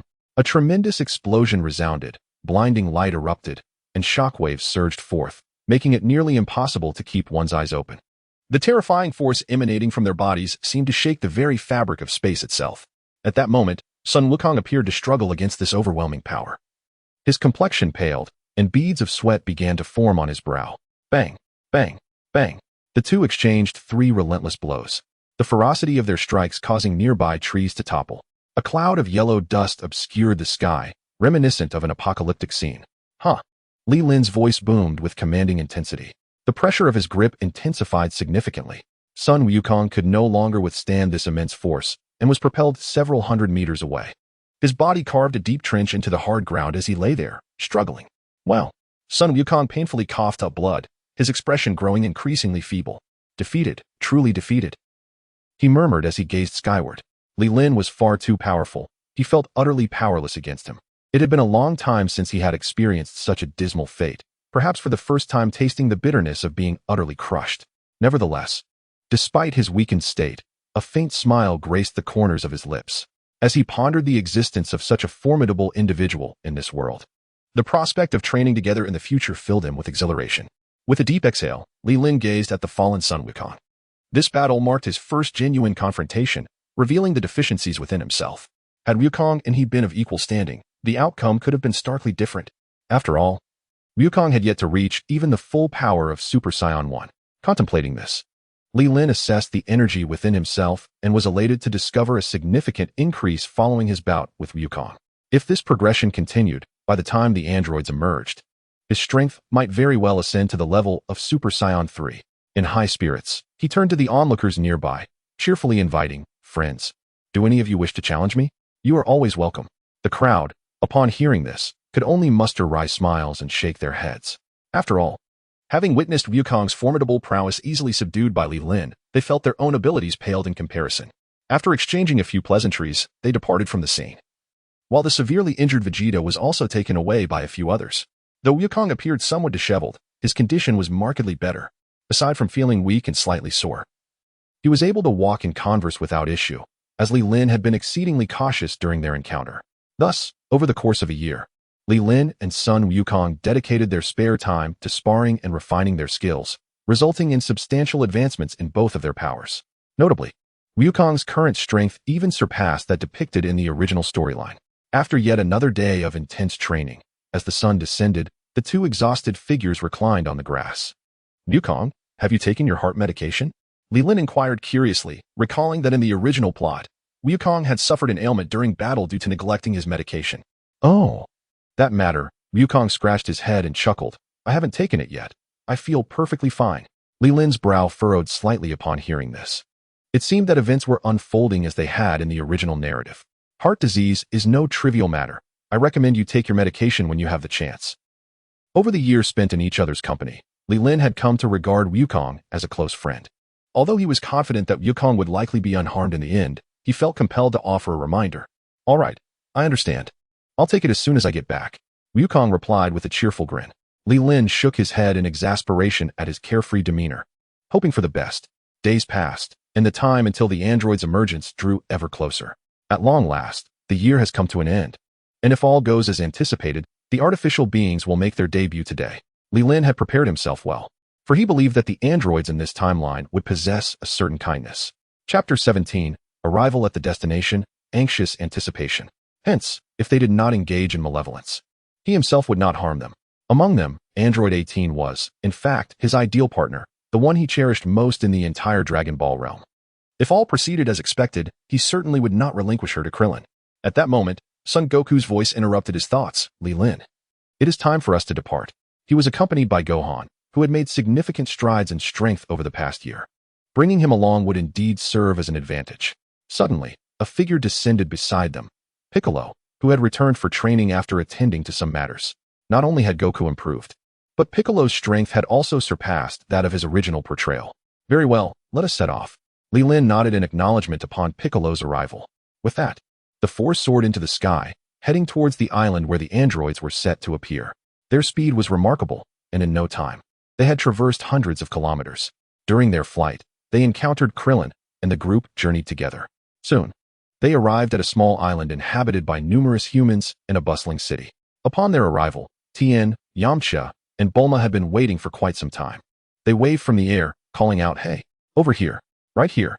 Spotting their figures, the group descended in that direction. Once Li Lin touched down, he immediately noticed Bulma cradling an infant, a smile subtly gracing his lips as he glanced at Yamcha nearby. He mused internally, it seems nothing has changed. Vegeta has acted swiftly. Upon seeing Li Lin, Bulma's expression brightened. She had been profoundly impressed by this powerful and handsome man. Alas, their relationship had not progressed further in the past, and now she had a child. Son Goku, observing Bulma with the baby, furrowed his brow slightly and approached her, saying, "Bulma, this is quite reckless. It's dangerous here. Why did you bring a child?" To this, Bulma replied nonchalantly, "I was simply curious to see what the androids look like. I plan to leave immediately after a glance." As she spoke, she cast a tender look at the baby in her arms. Li Lin lifted his gaze and caught a glimpse of the infant, who sported sparse blue hair and bore an uncanny resemblance to Trunks. "Is this Yamcha's child? How adorable," Gohan remarked joyfully as he stepped forward, unaware of the child's true parentage, mistakenly believing that Bulma and Yamcha were still together. Upon hearing these words, Yamcha's expression darkened considerably as he candidly declared, "This is not my child. We have long since parted ways." If you were to discover the identity of the child's father, you would undoubtedly be astounded. With that, he chose not to elaborate further and silently distanced himself from the gathering. Son Wukong, possessing a glimpse of future events, was aware of the child's true parentage. Unreservedly, he remarked, "Could this possibly be Vegeta's child, Trunks?" The crowd momentarily froze, their expressions betraying a mix of shock and disbelief. Bulma, her curiosity piqued, inquired, "How did you know?" It was then that Wukong realized he had inadvertently let slip a secret, causing him to appear slightly flustered. Piccolo, observing Wukong's inability to articulate a coherent explanation, interjected, "Where is Vegeta? It is unlike him to be absent from such an occasion." "I am not certain. It seems he has gone off to train alone." Bulma pondered thoughtfully before continuing, "I believe he should return soon. After all, with the intensity of his training, it would be a waste if he did not show up." The group nodded in agreement, convinced that a warrior of Vegeta's caliber would not miss this opportunity. As the crowd awaited the arrival of the androids, a distant flying vessel approached. A rotund figure wielding a katana disembarked, tossing a bag of senzu beans to Wukong before departing without a backward glance. Wukong wished to persuade him to join their fight, but his entreaties were met with outright rejection. What a perplexing situation, he lamented, scratching the back of his head while holding the senzu beans. Li Lin observed the unfolding scene with quiet contemplation, recognizing the rotund figure as Yajirobe. However, his primary focus remained on the senzu beans in Wukong's possession. These miraculous beans could restore vitality, ensuring a full recovery as long as one still drew breath. If the opportunity arose, acquiring a few more would be prudent for unforeseen circumstances. After this brief interlude, the group continued to wait. "What is taking so long? Why have the androids not yet appeared?" Piccolo inquired, his brow furrowed in concern. "According to the appointed time, they should have emerged by now. I have no idea." The others replied, their faces betraying their confusion. They were not the future Trunks, after all. Just then, a blinding light flashed across the sky. Boom! A tremendous sound reverberated through the air. The group looked up to witness Yajirobe's vessel exploding in the distant sky. "What is happening?" Wukong exclaimed in shock. Yajirobe was a dear friend, and the sudden explosion of his craft suggested dire consequences. Piccolo, his keen senses alert, shouted, "There are two figures in the sky." His acute hearing and sharp eyesight proved invaluable. The crowd redirected their attention, and through the haze, they indeed discerned the outlines of two individuals. However, it seemed that the two individuals had sensed the gazes of the crowd and swiftly descended, vanishing into the city in an instant. Tianjin Fan approached the edge of the cliff, gazing at the buildings below, and helplessly remarked, "It's futile. I cannot perceive any trace of their energy." Upon hearing this, Wukong and the others began to attempt sensing as well, yet all their efforts proved fruitless. What could be the reason for this? Krillin inquired, his brow furrowed in confusion. Li Lin stepped forward slowly, calmly explaining, "It is likely due to the fact that they are artificial beings. Thus, we are unable to detect their energy signatures." The crowd gasped in astonishment at this revelation.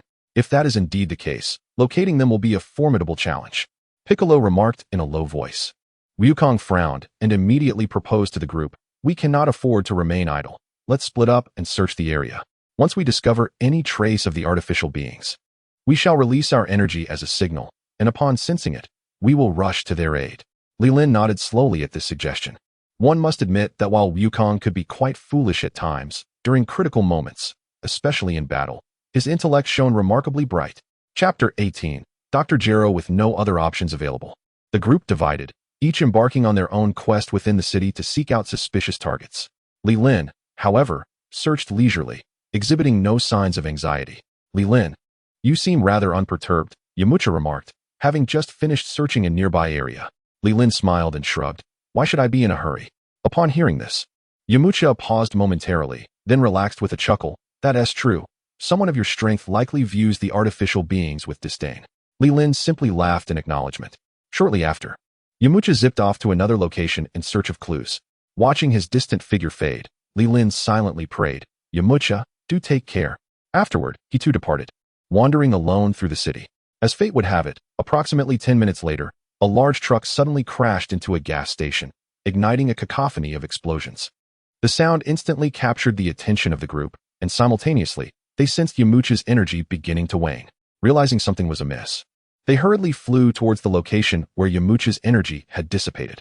Upon their arrival, they discovered Yamcha being held captive by an elderly man, his body pierced by a substantial wound, rendering him unconscious and his energy critically low, teetering on the brink of death.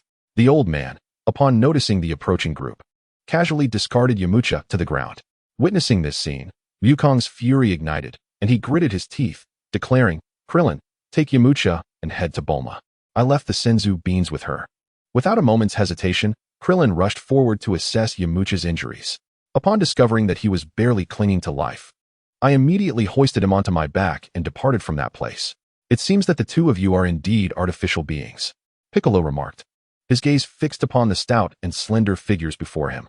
The elderly man, taken aback by the statement, slowly opened his mouth and inquired, "Oh, how did you come to know this?" The others remained silent, their minds intent on swiftly concluding the battle. Li Lin regarded the duo with a calm demeanor, raising an eyebrow slightly as he spoke softly. "Gentlemen, they are indeed artificial beings, yet they are likely not the two that will emerge in the future." The group, previously poised to attack, suddenly froze in place. "Li Lin, what do you mean by that?" Goku asked, bewildered. The others mirrored his confusion. Could it be that they were not the harbingers of disaster from the future? The old man noticed Li Lin, observing a flicker of light in his eyes as a multitude of identities began to surface in his mind. However, after a thorough search, astonishment washed over him. Why was there no information regarding this individual? He had meticulously gathered intelligence on all the powerful beings on Earth, renowned or obscure. Yet this young man's details were inexplicably absent. Although they exuded no aura, I can sense their weakness. They pose no threat to the future. Thus, there can be only one conclusion. There must be another, more formidable artificial being, Li Lin asserted with conviction. He had no time to engage with such trivialities. His primary objective today was to pursue the goddess of his dreams. "What?" Son Wukong and the others gasped in astonishment. Their shock was mirrored by the elderly man. For Li Lin's words rang true. He was none other than the renowned Dr. Gero, who had indeed created more than one artificial being. "Who are you? And how do you know this?" Dr. Gero inquired, furrowing his brow and speaking in a low tone. It was as he suspected. The atmosphere grew heavy with the confirmation of Li Lin's claims. "Heh." Li Lin smiled calmly, making no effort to elaborate, and continued nonchalantly. "I suggest you summon the other artificial beings. Your strength is far too feeble." "Humph." Dr. Gero scoffed defiantly, unwilling to back down. "Then let us see what you can do." He had transformed himself into an artificial being to enhance his prowess, and now he believed that no creature on Earth could rival him. Even if this young man had uncovered his secret, so what? The worst he could do was to eliminate him. "Well then, allow me to escort you on your journey." Li Lin, disinterested in further dialogue, raised his hand, preparing to strike. "Wait, Li Lin." Goku hastily interjected. Hearing Goku's call, Li Lin turned his head with curiosity, gradually lowering his hand. Let us take charge of these two individuals. Your prowess is too formidable, and I fear that should you unleash even a fraction of it, our chances of survival will be obliterated, Sun Wukong remarked with a chuckle, stroking his head. Upon hearing these words, Dr. Gallo's aged visage twitched slightly. The remark was indeed painfully sharp, akin to likening them to ants that could be crushed at any moment. Li Lin, gazing into Sun Wukong's sincere eyes, sighed in resignation. Very well, I shall leave them in your hands. I will observe from the sidelines. Dr. Gallo, unable to contain himself any longer, erupted in indignation, exclaiming, You are utterly arrogant. Your hubris knows no bounds. With that, beams of light radiated from his eyes. Sun Wukong and the others swiftly dodged, yet it appeared Dr. Gallo was not targeting them, but rather the surrounding structures. Boom. The sound of explosions echoed incessantly, and in a matter of moments, the entire city lay in ruins. The inhabitants had suffered grievously, and the scene was most aptly described as a hell on earth. You scoundrel, unforgivable, Sun Wukong cried, rushing forward in fury. With a resounding thud, he delivered a punch directly to Dr. Gallo's face. The impact sent the doctor staggering back, causing his hat to fall off and revealing a transparent brain beneath. At that moment, Li Lin noticed something peculiar about Sun Wukong's condition. The recent punch had been unremarkable. Yet beads of sweat began to form on Sun Wukong's brow, and his complexion was becoming increasingly abnormal. This fellow still hasn't taken his medication, Li Lin thought helplessly. Sun Wukong's physical state was evidently ill-suited for continued combat. However, Li Lin had no intention of dissuading him, for he was well aware of Sun Wukong's stubborn nature. Preventing him from fighting would likely be more agonizing than stripping him of his reputation. Dr. Gallo had donned his hat once more, calmly observing Sun Wukong. If you're eager, we can commence at any time. Chapter 19. Sun Wukong's unusual behavior, then let us begin, Sun Wukong declared in a somber tone, as if genuinely incensed. His expression shifted, golden flames erupted forth, and his hair transformed into a brilliant gold. A formidable aura emanated from him, causing the entire island to tremble. Dr. Gallo, witnessing Wukong's transformation, displayed a fleeting glimmer of surprise, quickly masked by indifference. I did not anticipate your strength to have grown so formidable, but it matters not. Even if it surpasses our expectations, it poses no issue. Number 19, you shall be the first to test him, Dr. Gallo commanded solemnly. A stout, white figure beside him stepped forward at the sound of his voice. Sun Wukong, expressionless, regarded his opponent and addressed the others. Do not interfere. I can handle them alone. The others nodded slowly in agreement, possessing absolute confidence in the transformed Sun Wukong. Upon witnessing the unfolding events, Li Lin's gaze revealed a flicker of concern. Unless unforeseen circumstances arose, it seemed that Wukong would find this battle exceedingly arduous. After Wukong's declaration, the golden flames enveloping him surged dramatically. In an instant, he executed a swift movement, positioning himself behind number 19 just as he was about to close the distance. Number 19, quick to react, engaged in a fierce clash with Wukong. The sound of their relentless collisions echoed through the air. After several exchanges, the artificial being found himself at a disadvantage, completely overpowered by Wukong. Suddenly, Wukong vanished once more, reappearing behind his opponent. For the first time, number 19 failed to anticipate the maneuver, resulting in a devastating elbow strike that sent him hurtling through the air, crashing directly into a nearby hill. With a thunderous roar, the hill crumbled, burying him beneath a cascade of rubble. Well done, Wukong. Finish him off, Tianjin fans shouted exuberantly from the sidelines. At this moment, Wukong held the upper hand. With just a few more exchanges, he could eliminate the artificial being. Piccolo, however, remained silent, approaching Li Lin before inquiring if something was amiss with Wukong. Although he currently dominated the fight, there were noticeable irregularities in his techniques that, given his extensive combat experience, were uncharacteristic. Li Lin glanced at Piccolo and slowly nodded, acknowledging. You are correct. Wukong indeed appears somewhat off today. If I am not mistaken, it must pertain to that heart condition. What? Piccolo frowned, then voiced his displeasure. That fool. He hasn't forgotten to take his medication, has he? That seems to be the case, Li Lin replied calmly. He had previously mentioned this issue, and was taken aback to discover that Wukong had indeed neglected to take his medicine.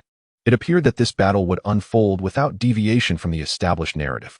On the battlefield, number 19 emerged from the debris, ascending into the air before hurtling towards Wukong. Wukong effortlessly blocked the assault, delivering a kick squarely to his opponent's face, propelling him skyward. Before number 19 could regain his composure, Wukong soared upwards, maneuvering to his rear. Once stable, number 19 launched a counterattack. Wukong adeptly dodged, weaving through the onslaught. Seizing a fleeting opportunity, he landed an uppercut to number 19's chin, followed by a knee strike to his abdomen. A flurry of combination punches ensued, leaving number 19 utterly defenseless. Wukong remains the formidable warrior he has always been. The artificial being stands no chance. Tianjin fan marveled at the one-sided confrontation. Yet, Piccolo's expression darkened with increasing concern as he sensed Wukong's energy becoming erratic. Beads of sweat cascading down his forehead. The battle raged on in the skies above, characterized less by a contest and more by a relentless one-sided thrashing. Dr. Gallo was taken aback by the scene before him. He had not anticipated that Sun Wukong's prowess would be so formidable at this rate. Number 19 would soon be reduced to mere scrap. Anxiety began to creep into his heart as he realized that the two of them alone could not defeat Sun Wukong. Their approach had been rash. Just then, Yamchu, Krillin, and Gohan arrived on the scene. Gohan had not accompanied the main group, but had instead ventured into the ocean in search of a Kyrolope. Let us join forces and bring them down together, Gohan exclaimed, eager to assist upon witnessing his father's battle. Tien turned his head, smiling confidently. No need to worry, Goku should be able to handle this. Just look at how he is currently overwhelming that opponent. However, Gohan, observing the ongoing conflict in the sky, felt otherwise. For some unknown reason, he sensed that his father was not quite himself today. Something is amiss. Dad's condition is off. After transforming into a Super Saiyan, his power should not be this diminished, Gohan asserted. He noted that Goku's current fighting strength was scarcely a third of his usual capacity. Upon hearing his words, the others began to realize the truth of his observation. Previously, when Goku had battled against Lilin, the clash had been nothing short of earth-shattering. After such extensive training, his strength should have seen significant advancement. Yet now, Goku's displayed power was notably inferior to what it had been in his fight with Lilin. Amidst their confusion, Goku executed a powerful strike, sending number 19 crashing to the ground. A thunderous boom reverberated as dust billowed into the air. The onlookers felt a wave of relief wash over them, believing that Goku was merely toying with his opponent and had not yet unleashed his full potential. As the dust began to settle, number 19 rose to his feet, gazing upward. At that moment, Goku was panting heavily, a profound sense of fatigue washing over him. I must finish this quickly. Goku was acutely aware of his physical state, feeling a sharp pain in his heart. If he did not conclude the battle soon, he would surely collapse. With this thought, he held his breath, gathering energy in his hands, a brilliant white light flashing forth. Kamehameha. The Kamehameha wave surged towards number 19. Dr. Gallo and number 19 watched in elation as the wave approached. With a swift motion, number 19 raised his right hand and caught the energy wave single-handedly. The powerful Kamehameha was absorbed into his palm. It's being absorbed? The onlookers stared in disbelief at the unfolding spectacle. Simultaneously, they noted the exhaustion etched on Sun Wukong's face. He seemed to have reached his limit. Chapter 20. The pursuit continues after absorbing the Kamehameha. Number 19 was reinvigorated with energy. In an instant, he propelled himself towards Goku, delivering a crushing blow directly onto Goku's head, sending him crashing down. Sun Wukong endured the agony coursing through his body, managing to stabilize himself and avoid crashing to the ground. He turned around, preparing to unleash the Kamehameha once more. Fool! Do not use the energy wave. He will absorb it, Piccolo shouted in a state of utmost anxiety. Heeding Piccolo's warning, Sun Wukong promptly retracted his attack. Gasping for breath, he clutched his chest, overwhelmed by discomfort. Android 19 was evidently unwilling to relinquish the opportunity to press the attack. With agility, he danced and weaved, his hands creating illusions as he relentlessly assaulted Wukong's form. Sun Wukong cried out in agony, now bereft of any means to retaliate. With a resounding thud, Android 19 delivered a punch that knocked him over. Wukong's body lay utterly weakened, unable to rise from the ground.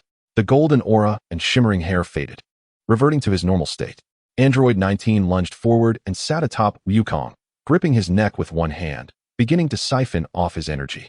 Alas, Li Lin sighed helplessly, murmuring, "It appears it's time for me to intervene." Witnessing this scene, the others hastily prepared to rush in for rescue. Dr. Gero, observing this, soared into the sky, positioning himself before the crowd. If you wish to save Sun Wukong, you must first defeat me. Dr. Gero sneered ominously. Humph, is that so? Suddenly, a voice emerged from behind him. Startled, Dr. Gero turned to see Li Lin's figure, his expression one of sheer terror and disbelief. How? How could you be so fast? Li Lin chose not to respond, his silence deliberate. In truth, he could have eliminated Gero in an instant had he wished. But he refrained, for killing Dr. Gero might prevent the emergence of Android 18. After all, they were unaware of the secret location of the androids. With a swift motion, Li Lin materialized before Android 19, who remained oblivious to his presence. With a grin, Android 19 continued to absorb Yukong's energy. Enough already. You no longer require this much energy. Li Lin's calm voice resonated in his ears. Android 19 whipped around to attack, but Li Lin offered no opportunity. Placing a hand upon his head, he effortlessly lifted him off the ground. In a moment of sheer panic, a glint of light flashed in Android 19's eyes as he fired a laser at Li Lin. Boom. Yet, as the smoke cleared, the assault bore no consequence. Li Lin slowly raised his hand, a brilliant white light shimmering. With a resounding blast, an energy sphere struck Android 19's corpulent form. Instantly, his body disintegrated, leaving only his head, which Li Lin held firmly in his grasp. Li Lin glanced at the conscious number 19 and carelessly tossed him aside. Thud! Dr. Gallo swallowed hard, beads of cold sweat forming on his brow. He had not anticipated that this young man would possess such formidable strength. Not only was he aware of their secrets, but he also effortlessly eliminated number 19. The sudden turn of events left him flustered and uncertain. Clin, Li Lin called out sharply. Upon hearing, Clin cast a wary glance at Dr. Gallo. Noticing that the doctor had completely lost his composure, he maneuvered around him and soared directly towards Li Lin's position. What should we do now? Must we truly release the two of them? Dr. Gallo began to wrestle with his thoughts. Meanwhile, Clin had reached Li Lin's side, his eyes filled with concern for Goku. Clin, Goku is on the verge of collapse. Quickly take him home to get his medicine, Li Lin commanded gravely. Observing Goku in critical condition, Clin decided without hesitation. Remaining here would be futile. Rescuing Goku took precedence. Very well, take care of yourselves. Clin hoisted Goku onto his back and, with a burst of speed, ascended into the sky, heading towards Goku's home. After watching Clin depart with Goku, Li Lin nodded subtly. His motives were somewhat self-serving. Once Clin left, the ensuing events would no longer concern him. Seeing Goku had already left, Dr. Gallo wasted no time. In a flash, he vanished from the crowd and sped towards the horizon. Damn it, don't let him escape. Piccolo snapped back to reality, cursing under his breath. The others, upon hearing this, readied themselves to pursue. However, before they could act, a figure suddenly descended beside them. It was Vegeta, who had now attained the ability to transform into a Super Saiyan. Where are the androids? Show yourselves and face your doom. The onlookers regarded Vegeta's confident demeanor with uncertainty.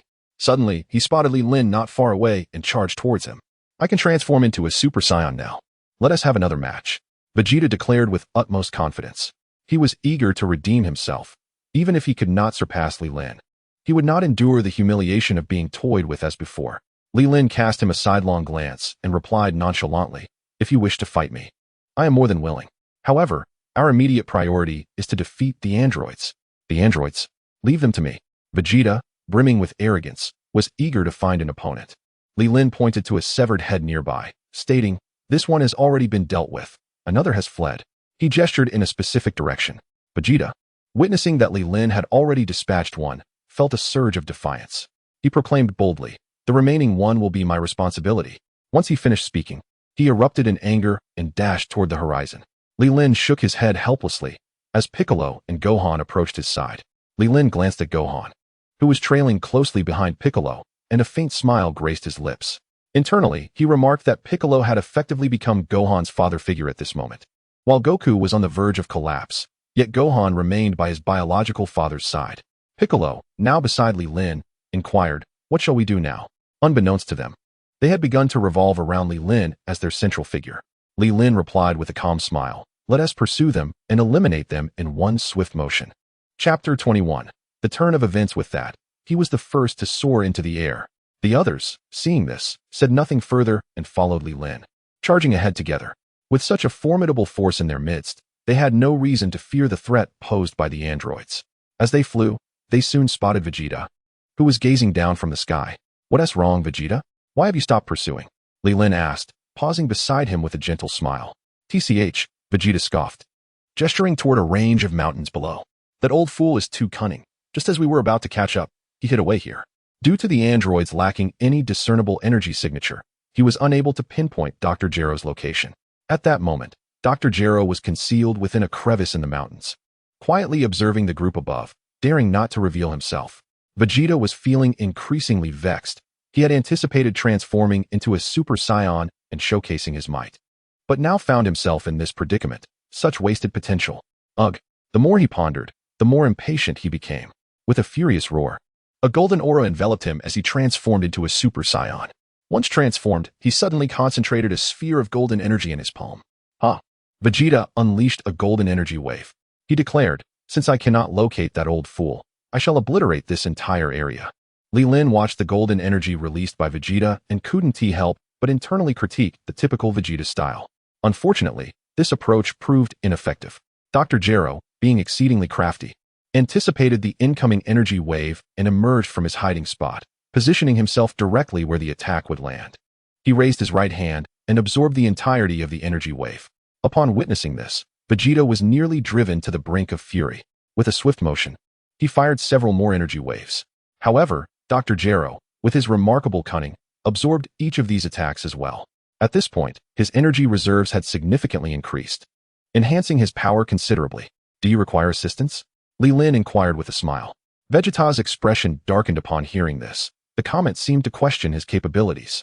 "No, this prince has his own methods," Vegeta coldly retorted, completely ungrateful. He refused to believe that as a Super Saiyan, he could not contend with a mere nuisance.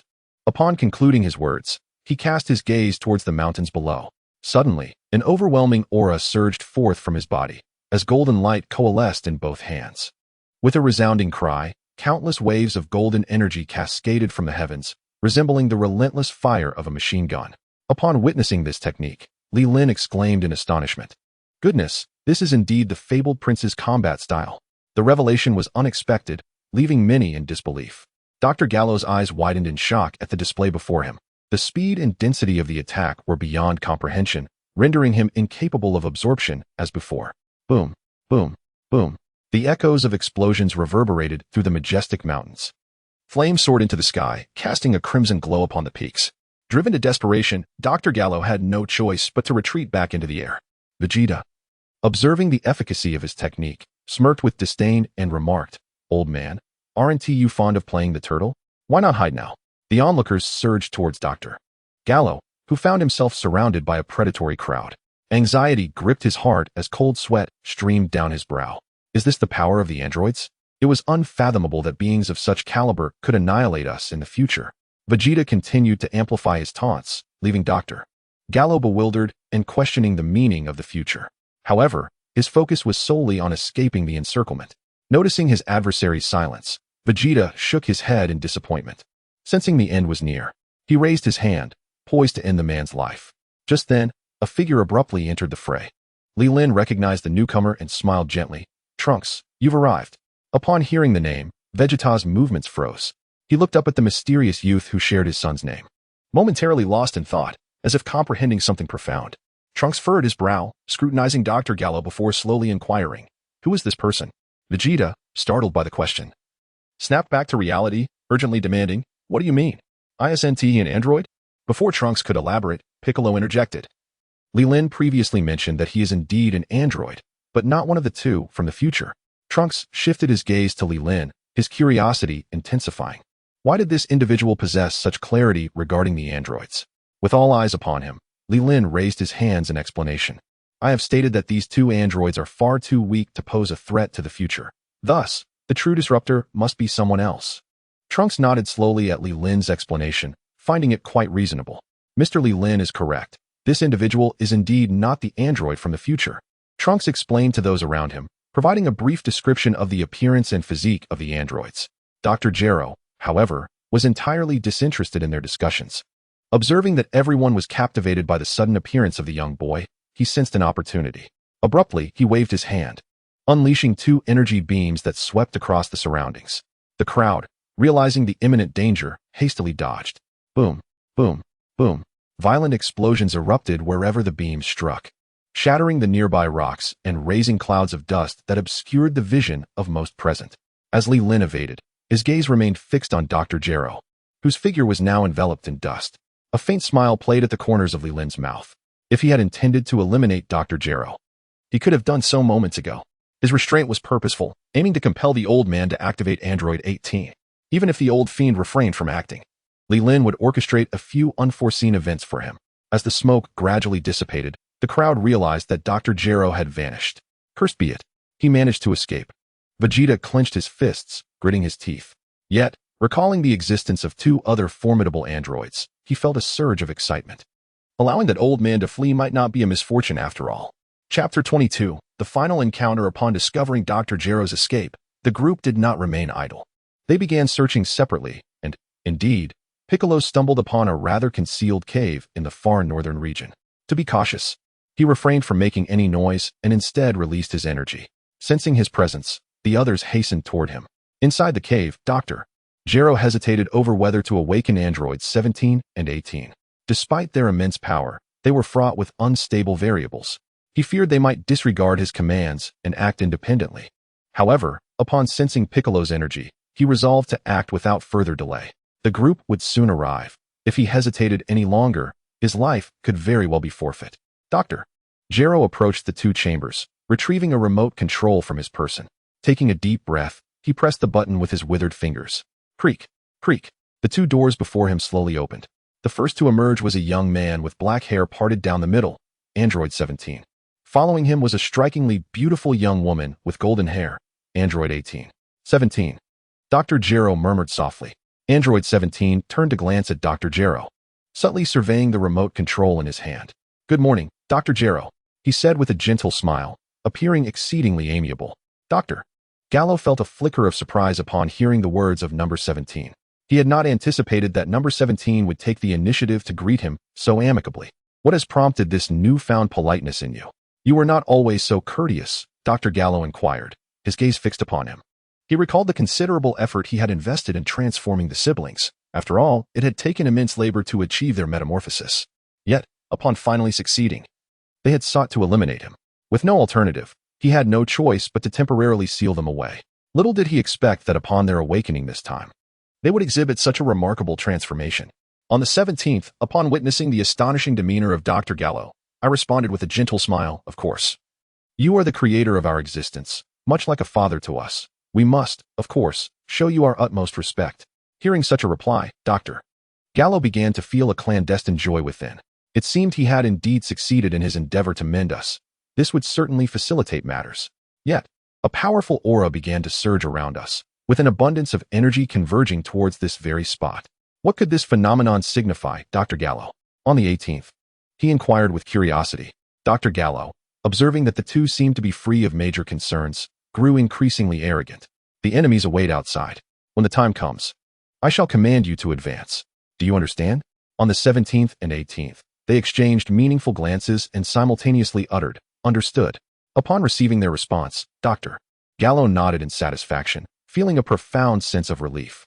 However, just as he was poised to open the door and take the initiative, an unexpected turn of events occurred. Seizing the moment when Dr. Gallo was momentarily distracted, number 17 snatched the controller from his grasp. Dr. Gallo's expression shifted to one of alarm. What are you doing? Number 17? He exclaimed. This remote was his means of controlling the two androids, and without it, he would lose all dominion over them. With a cold chuckle, number 17 retorted, Did you truly believe we were obedient to you? As he spoke, he crushed the remote in his hand into a mere fragment. You have transformed us into this wretched state, and instead of holding you accountable, I have let you off too lightly. On the 18th, she tossed her hair and spoke with an air of disdain. At that moment, those outside had already made their way here. What is happening inside? Li Lin inquired curiously, glancing at Bic. Bic, beads of sweat forming on his forehead, had been vigilantly stationed here. Thus he had overheard the conversations within quite clearly. The androids have been released, Bic declared through clenched teeth. Faced with an unknown adversary, a sense of trepidation inevitably arose within him. Even the former Demon King Bic was not exempt from this fear. Upon hearing that the androids had been unleashed, Vegeta felt a surge of excitement. He noticed an iron door blocking his path and, without hesitation, aimed to blast it open. Trunks quickly intervened. You can't do that. Now that the androids are out, we should retreat and strategize. Observing Trunks' actions, Li Lin smiled lightly. It was evident that Trunks, in comparison to other Scions, exhibited remarkable composure. Had it not been for Goku's sudden illness prompting an unexpected return, Trunks might have been even more anxious than Vegeta. Let go of me. What nonsense about strategizing. I can eliminate them right now. Vegeta was unwilling to heed any counsel, determined to force open the door. However, due to Trunks' obstruction, He found himself unable to harness his power. Li Lin, growing impatient, felt a sense of urgency himself. Yet, his haste was driven by ulterior motives. Not merely for the sake of battle. Boom. An explosion reverberated through the scene. The sounds drew Vegeta and Trunks' attention, halting their familial squabble. As Vegeta witnessed the iron door being blown apart, a smile crept onto his lips. Mr. Li Lin, you. Trunks gazed at him in confusion, uncertain of Li Lin's intentions. Did he not comprehend the peril posed by the androids? Li Lin observed Trunks' puzzled expression but had no intention of clarifying his actions. After all, how could he explain that his motivations were merely to reunite with his beloved wife? As the dust from the explosion gradually settled, Android 17 and Android 18 stood within the cavern, waiting for the others. Li Lin's gaze was instantly captivated by the figure of Android 18, and he inwardly lamented. Truly, she is my goddess. Her real-life beauty surpasses all. The others remained oblivious to his thoughts. Dr. Gero, realizing they had indeed pursued them, lost his composure in the face of so many and commanded, 17, 18, eliminate them. With a disdainful smile, number 17 remarked that their affairs would be managed independently, without the need for your meddling. Dr. Gallo observed the two, disobeying his commands, and felt his aged visage twitch slightly. Upon arriving before another immense chamber, number 18 remarked nonchalantly, "Why is there yet another one, number 16? Dr. Gero, witnessing number 18 approach the chamber, urgently shouted, "Do not go near number 16. Come back." Humph. With a dismissive snort, number 18, herself an artificial being, expressed her disdain for the perpetual confinement of her fellow creations. The more you insist, the more my curiosity grows. Not only will I approach, but I shall also unlock him. Chapter 23. The Birth of the Androids. Damn it. Dr. Gero exclaimed, his fury ignited by the unfolding scene. Trunks stood by, utterly astounded. He could hardly believe that history was indeed being rewritten. In this timeline, not only were there the familiar number 17 and number 18, but also a number 16 he had never known. It appeared that the only course of action left was to fabricate a new controller. Dr. Gero, bereft of options, could only resort to threats. Upon hearing the words, number 17's expression suddenly shifted, and a faint smile graced his lips. In a swift motion, he darted behind Dr. Gero, plunging his hand through the scientist's chest. You. Dr. Gero stared at him in disbelief. Before he could utter much more, number 17 delivered a powerful kick, sending his head flying, which rolled to the entrance. Yamcha, witnessing this scene, was nearly paralyzed with fear. Trembling behind the others, he suggested, "Perhaps we should retreat for now." Vegeta cast a disdainful glance at him and retorted, "If you wish to leave, then go quickly. I can handle this alone." Vegeta's arrogance caused Trunks to furrow his brow, wanting to interject. However, before he could step forward, he was firmly grasped by Li Lin. With a smile, he shook his head at Trunks and whispered, "Your father is in high spirits. Persuasion is futile." Upon hearing Li Lin's words, Trunks let out a resigned sigh. He had come to understand his father's character, helplessly watching one formidable adversary after another emerge, feeling a profound sense of frustration at his own inaction. Though Dr. Gero's head was severed from his body, he retained consciousness, attempting to continue his incessant chatter. Yet, before he could voice anything further, number 17 crushed him with a single, decisive step. Number 17 cast a detached glance at the crowd before him, uttering little in the way of words. At that moment, number 18 discovered the button for the hatch and promptly pressed it. Trunks, unable to contain himself any longer, realized that with number 17 and number 18 still at large, they could not afford to face another adversary. With a fierce roar, he transformed into a Super Saiyan.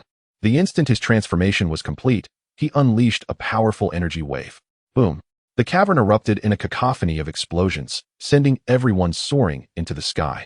Vegeta, observing his son's reckless assault, remarked with calm disdain, "Don't waste your effort, given the feeble nature of your recent attack. All you've accomplished is to obliterate the cave." Trunks, irritated, chose not to engage in conversation with him at that moment. It was against his character to remain passive. As anticipated, the smoke gradually dissipated, revealing three figures standing atop the mountain. Clearly, Trunks' attack had yielded no significant results. The trio exchanged glances with the onlookers and, after a brief conversation, departed the scene. The group felt a surge of confusion, pondering why the androids had refrained from attacking. Surely they haven't gone off to wreak havoc in the city? Piccolo mused gravely. Li Lin, watching the three retreat into the distance, chuckled. Who knows? Perhaps they aim to eliminate Goku. The others, upon hearing this, suddenly grasped the reasoning, finding it quite plausible. Meanwhile, Vegeta seethed with anger. feeling utterly disregarded after waiting for so long. Damn it, he bellowed, transforming into a Super Saiyan, ready to pursue them. Trunks quickly stepped forward to intervene. Don't act rashly. We must first locate Mr. Goku. Charging in alone against 3 foes is tantamount to courting death. The mention of Goku only fueled Vegeta's ire further. With my current strength, how could I possibly be inferior to Kakarot? He fumed. With a swift motion, Vegeta struck Trunks in the abdomen, staggering back in pain. Trunks clutched his stomach, while Vegeta pressed onward without a backward glance. How infuriating. Trunks gritted his teeth, not blaming Vegeta for the blow but lamenting his own inability to effect change, feeling he had only compounded the troubles of this timeline. Do not despair, Trunks, Li Lin said, placing a reassuring hand on his shoulder. With me here, your father will be safe. Trunks paused, looking up at Li Lin. This individual was shrouded in mystery, yet he did not appear malevolent. However, Trunks remained uncertain about his true capabilities. After all, he had once effortlessly vanquished Frieza. What might he be capable of now? Suddenly, Trunks realized something, his eyes widening in surprise as he asked, Mr. Li Lin, why can't I sense your energy? Li Lin, upon hearing the inquiry, smiled nonchalantly and said, Oh, it's nothing. Perhaps my physique is unique, as long as I do not intentionally release my energy. Even in battle, others cannot perceive my presence. Trunks, astonished by this revelation, pondered the existence of such individuals. Suddenly, a thought struck him, and with an uncertain tone, he asked, Mr. Li Lin, you wouldn't happen to be. Trunks hesitated, but the implication was unmistakable. Li Lin, astute as ever, immediately grasped his meaning. With a resigned smile, he replied, I am not an android. As I mentioned earlier, if I do not deliberately emit my energy, it remains undetectable even during combat. Implicitly, he indicated that should he choose to unleash his energy, it would indeed be discernible, something an android could not claim. At that moment, the immense aura within Li Lin began to manifest, causing the currents of energy to accelerate dramatically. Upon sensing this formidable presence, Trunks' expression transformed into one of joy, for the strength was far beyond his expectations. He had assumed that regardless of Li Lin's power, it could not surpass his own by much. Clearly, he was mistaken. The intensity of this aura exceeded his by several folds. No wonder Li Lin had maintained such an air of calmness from the outset. I apologize, Mr. Li Lin. I did not mean to cast doubt upon you. Trunks quickly averted his gaze in contrition. Meanwhile, his elation reached its zenith. With Li Lin's support, androids would pose no challenge whatsoever. Hee, Li Lin chuckled softly, waving his hand gently. It's quite all right. We should hasten our pursuit. Otherwise, Vegeta may find himself in peril. Trunks nodded vigorously, right. With that, the two transformed into streaks of light, racing swiftly into the distance. Observing this, the others ceased their idle waiting and followed closely behind, advancing rapidly. Chapter 24. Android 18 strikes. Vegeta flew with remarkable speed, soon catching up to the androids. The three appeared unhurried, leisurely walking along a narrow path. What are you lot planning to do? Vegeta inquired bluntly. On the 18th, observing the suddenly appearing figure, she candidly declared, of course, it is to eliminate Sun Wukong. That is the purpose for which we were created. Indeed, it was as such. Vegeta smirked and nodded slightly. Then, clenching his fist, proclaimed, there is no need for such complications, for I shall vanquish you here. Upon hearing these words, the 18th and 17th exchanged a knowing smile.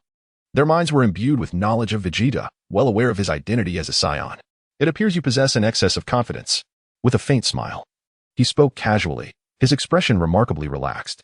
After a brief pause, he continued, it seems that Sun Wukong is rather like this. However, those who are only half-hearted tend to meet their demise swiftly. Upon hearing these words, Vegeta was instantly enraged. Veins bulged on his forehead as he gritted his teeth and exclaimed, you are merely puppets, yet you prattle on incessantly. I shall dismantle you.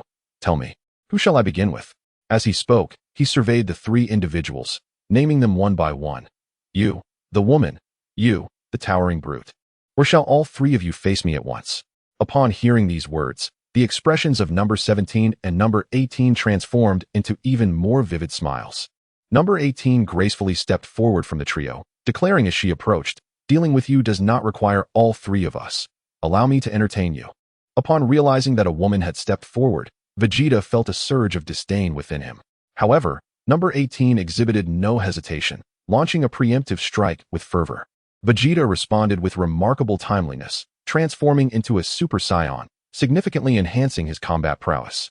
This marked the initial test of his newfound form. Although he harbored contempt, he was nonetheless fully alert.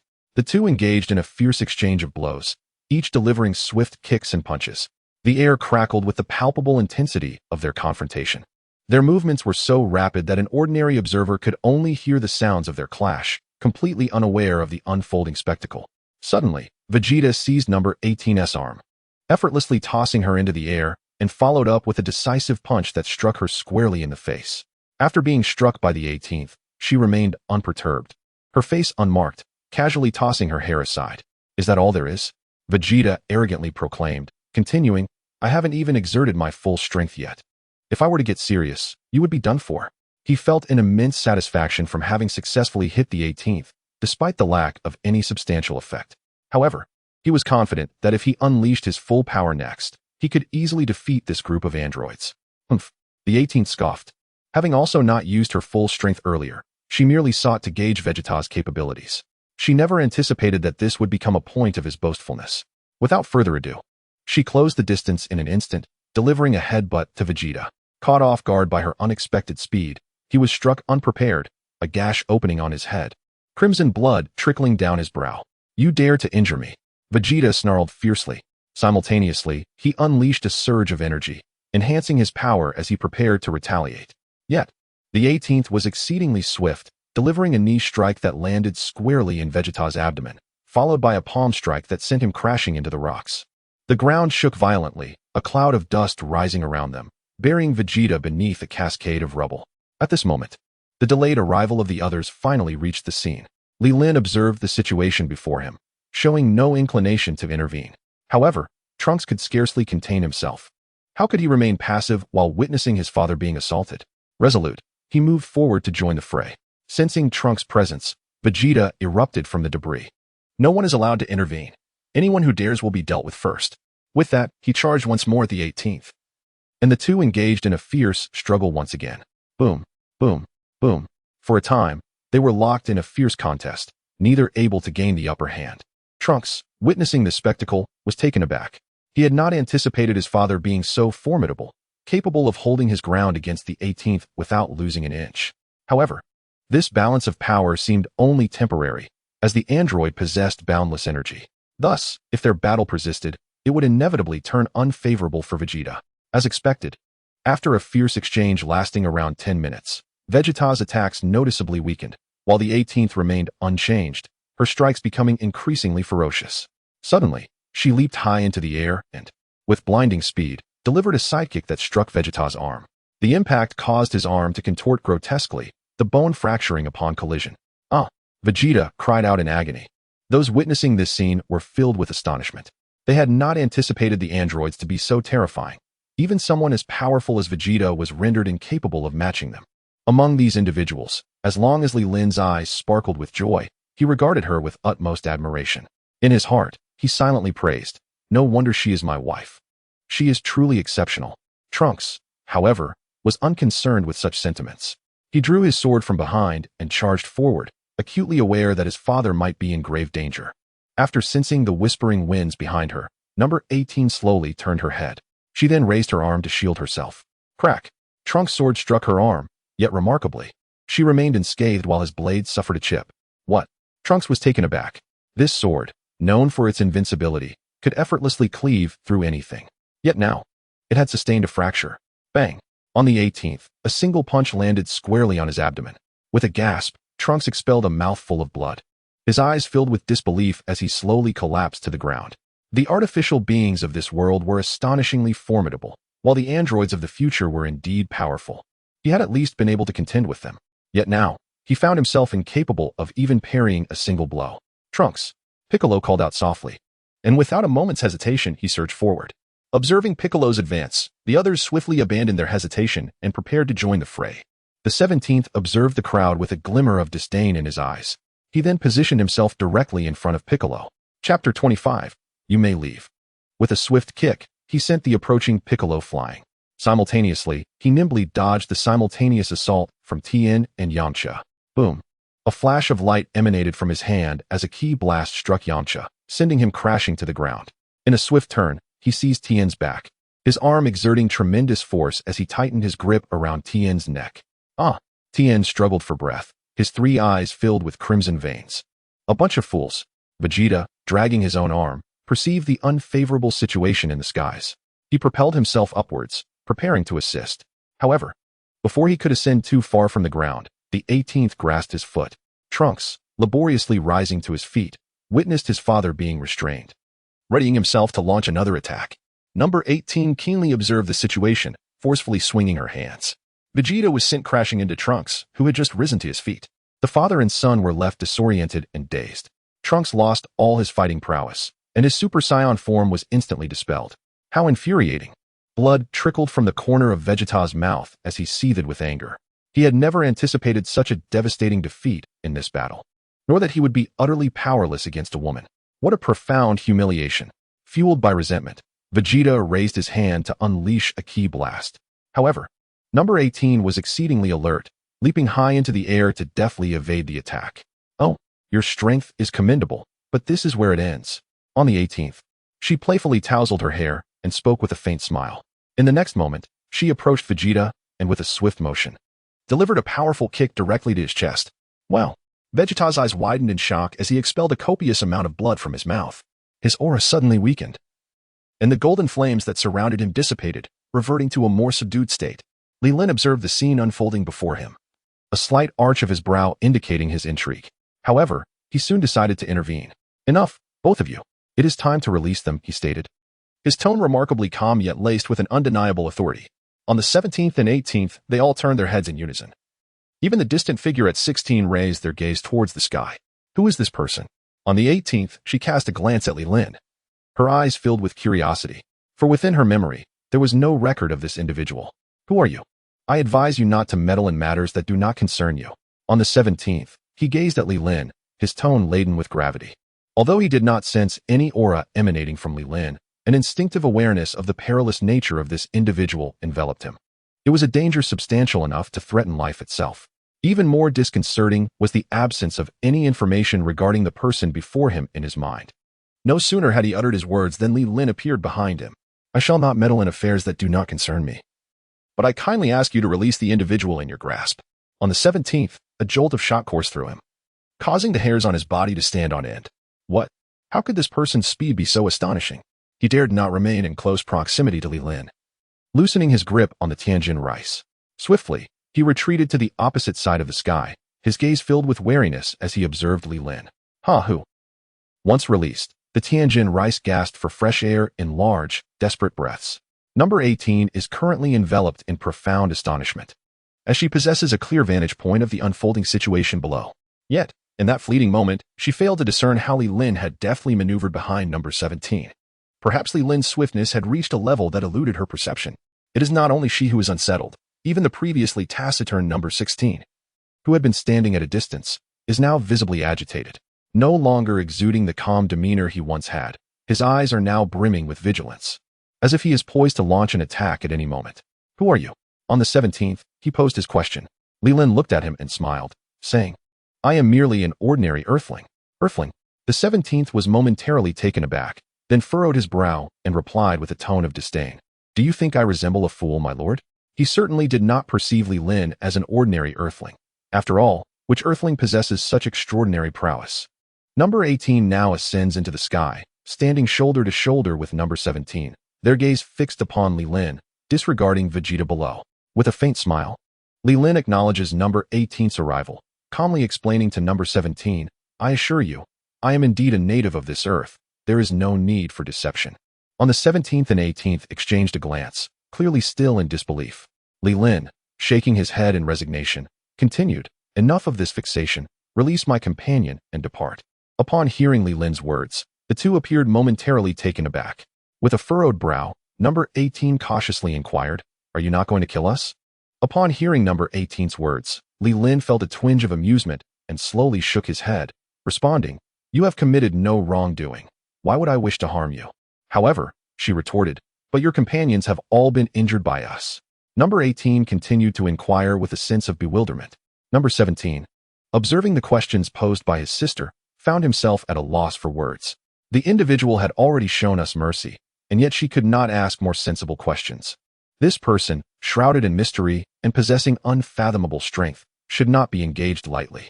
It would be wise to depart while he harbors no intention for combat.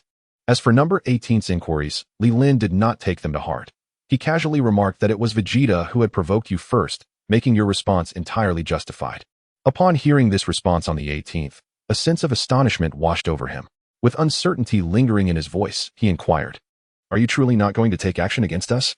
I am neither a virtuous individual nor a malevolent one. At least for now. I do not perceive you as embodiments of wickedness, hence I shall refrain from any aggression. However, the future remains unpredictable." Li Lin continued to elucidate, adding, "Moreover, should you wish to eliminate Sun Wukong, I shall not impede your efforts, provided you possess the strength to prevail against him." On the 18th, Wei Wei nodded slightly, as if she wished to utter something. However, the 17th pulled at her clothing, signaling her to refrain from further speech. At that moment, delaying their escape seemed unwise. The conversation was only intensifying. "All right, you all should leave now, or else I may reconsider," Li Lin declared, feigning profundity as he clasped his hands behind his back. As she departed on the 18th, she glanced back and caught sight of Li Lin, who smiled and nodded at her. "Oh no, I forgot to ask for his name," she thought silently to herself. On the 16th, witnessing the successful escape of two individuals, a wave of relief washed over him, and the vigilance in his eyes diminished significantly. The trio exchanged glances with Li Lin above before soaring into the distance together. Chapter 26. Another time machine. After the android departed, Li Lin began to assess the injuries of his companions. Simultaneously, he retrieved some magical beans from his possession and fed them to each individual, which he had obtained after dispatching Krillin and was now proving to be quite useful. As the group consumed the beans, they gradually regained their strength. "Ah, how infuriating!" Vegeta exclaimed as he rose, his voice directed toward the heavens. After transforming into a Super Saiyan, he had anticipated showcasing his formidable prowess. To his dismay, the first battle had resulted in such a devastating defeat. His pride could barely endure the humiliation. Following his outburst, Vegeta felt that remaining in that place was beneath him and departed hastily. Trunks observed his father's discontent and felt an urge to pursue him, yet prudently reconsidered. Their relationship was not yet close enough for him to offer any counsel. He then turned to Li Lin, expressing his frustration. "Mr. Li Lin, given your strength, why did you allow the androids to escape?" Though Trunks had been bested by Android 18, his injuries were not severe. He had overheard the conversation between Li Lin and the androids clearly. In his view, letting them go was a foolish decision. If he possessed such power, he would never have made that choice. Li Lin, noticing Trunks' discontent, smiled and gently shook his head, responding with calmness.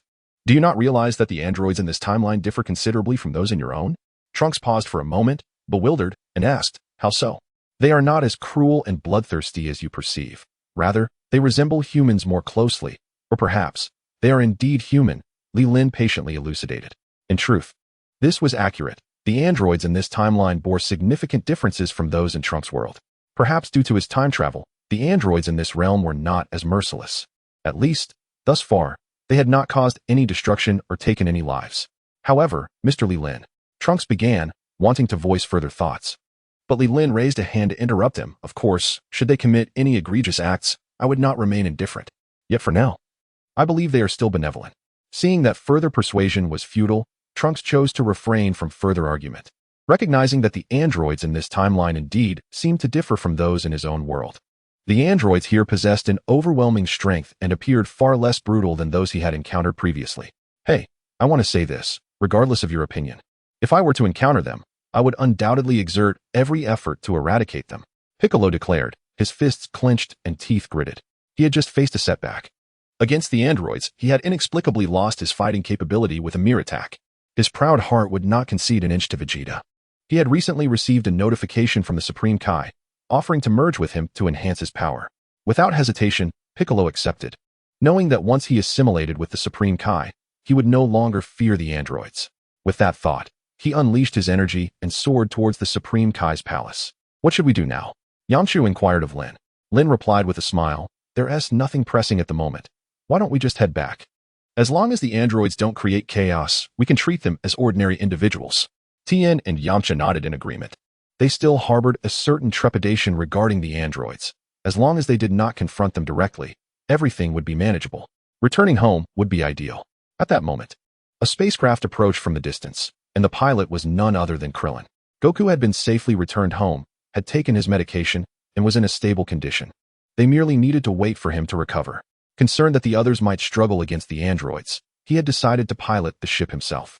Where are the androids? Is everyone all right? Krillin hurriedly asked as he disembarked from the spacecraft. Upon seeing Krillin, Lin smiled and reassured him, everyone is fine. The androids have departed and pose no immediate threat. Let us head back. Krillin, scratching his bald head in confusion, felt as though he had missed something, though he could not quite pinpoint what it was. Thus, the group boarded Krillin's spacecraft, preparing to leave. Suddenly, during their flight, Bulma called, "Can you hear me? There's breaking news that you should listen to." The group immediately gathered around to hear the latest update. On the other end of the line, Bulma remarked, "We just discovered a peculiar spacecraft in the mountains. The patrol team informed the Capsule Corporation that it bears our company's insignia and requested our attention. However, upon reviewing the images sent over, while I can confirm the presence of our logo, the signal from this spacecraft is not one that we developed." The group was left bewildered. What relevance did this have to them? They were not involved in such matters. Only Lin, leaning against the side of the spacecraft, wore a mysterious smile. If all went as expected, this spacecraft should have also traversed from the future. The visitor was likely the external entity, Cell? Bulma, are you mistaken? What does this have to do with us? Krillin asked, puzzled. Bulma, with an air of calmness, remarked, "Do not rush. Allow me to finish my explanation. Although this flying device was not constructed by our company, I have previously witnessed Trunks utilizing it. It must be his time machine." Upon hearing this, Trunks was engulfed in confusion and promptly retrieved a capsule he had on his person. Furrowing his brow, he stated, "No, my time machine has always been with me. That one cannot possibly be mine." Bulma remained unfazed, for she recognized that this time machine had likely languished in that spot for quite some time. Simultaneously, she transmitted a photograph to the flying vessel piloted by the others. Upon viewing it, Trunks' expression shifted to one of astonishment. This is indeed my time machine. What is happening?" Bulma nodded reassuringly. "No matter the specifics, we shall ascertain the truth upon our arrival. Hurry over, and let us investigate together." Chapter 27. When posturing, consider the feelings of others upon receiving the news. The group wasted no time and hurried towards the Capsule Corporation. After picking up Bulma, they journeyed to the base of the mountain, where the time machine was located. Trunks, upon seeing the dust-covered time machine, took out his own and placed it alongside it. "Ah, they are indeed identical," exclaimed Krillin, staring in disbelief at the two spacecrafts. "What is going on?" Trunks queried, perplexed. There should only be one time machine from the future. How could there be another? Moreover, it appeared to have been stationed there for an extended period. Trunks' confusion deepened, prompting him to leap onto the time machine and examine its travel logs. Suddenly, his eyes widened in shock. To his astonishment, the machine had records indicating it had traversed time 4 years prior to his own journey. While the group remained bewildered, Krillin unexpectedly spotted a mysterious shell nearby. This discovery startled everyone considerably. It seems that history has truly been irrevocably altered. Trunks murmured to himself. He understood that even if this artificial being from another timeline were to be eliminated, the future world would remain unchanged. Yet, he had resolutely chosen to traverse this timeline, driven solely by Bulma's will from the future. Just as the group was engrossed in studying the shell, the small television in their craft abruptly activated, broadcasting an urgent news report. According to the report, residents of a small town had mysteriously vanished, and an investigation was underway. Citizens were urged to minimize their time outdoors in order to avoid potential dangers. Following the announcement, the television displayed scenes from the scene of the incident, revealing a deserted town strewn with abandoned clothing. The whereabouts of the missing individuals remained unknown. Just as the group focused on the news, a tremendous force suddenly surged from the skies above. Li Lin gazed upward at the sky, murmuring to himself, "It seems that Piccolo has completed his assimilation. What shall we do now?" Krillin inquired of Li Lin. They were aimlessly adrift, reliant upon the guidance of the strongest amongst them, Li Lin. Stroking his chin, Li Lin slowly articulated, "The disappearance of these individuals must be intricately linked to this creature that has traversed from another realm." The group nodded in agreement. Even without Li Lin's words, they could surmise the connection. Furthermore, since this creature had arrived from the future, it signified that it had yet to reach its full potential in this time. Thus, I suggest you all visit Dr. Jero's laboratory. There may be clues to uncover. If you find anything, eliminate it on the spot. Li Lin calmly instructed the group. He continued, "I shall seek out this creature's whereabouts. If I locate it, I will handle it myself."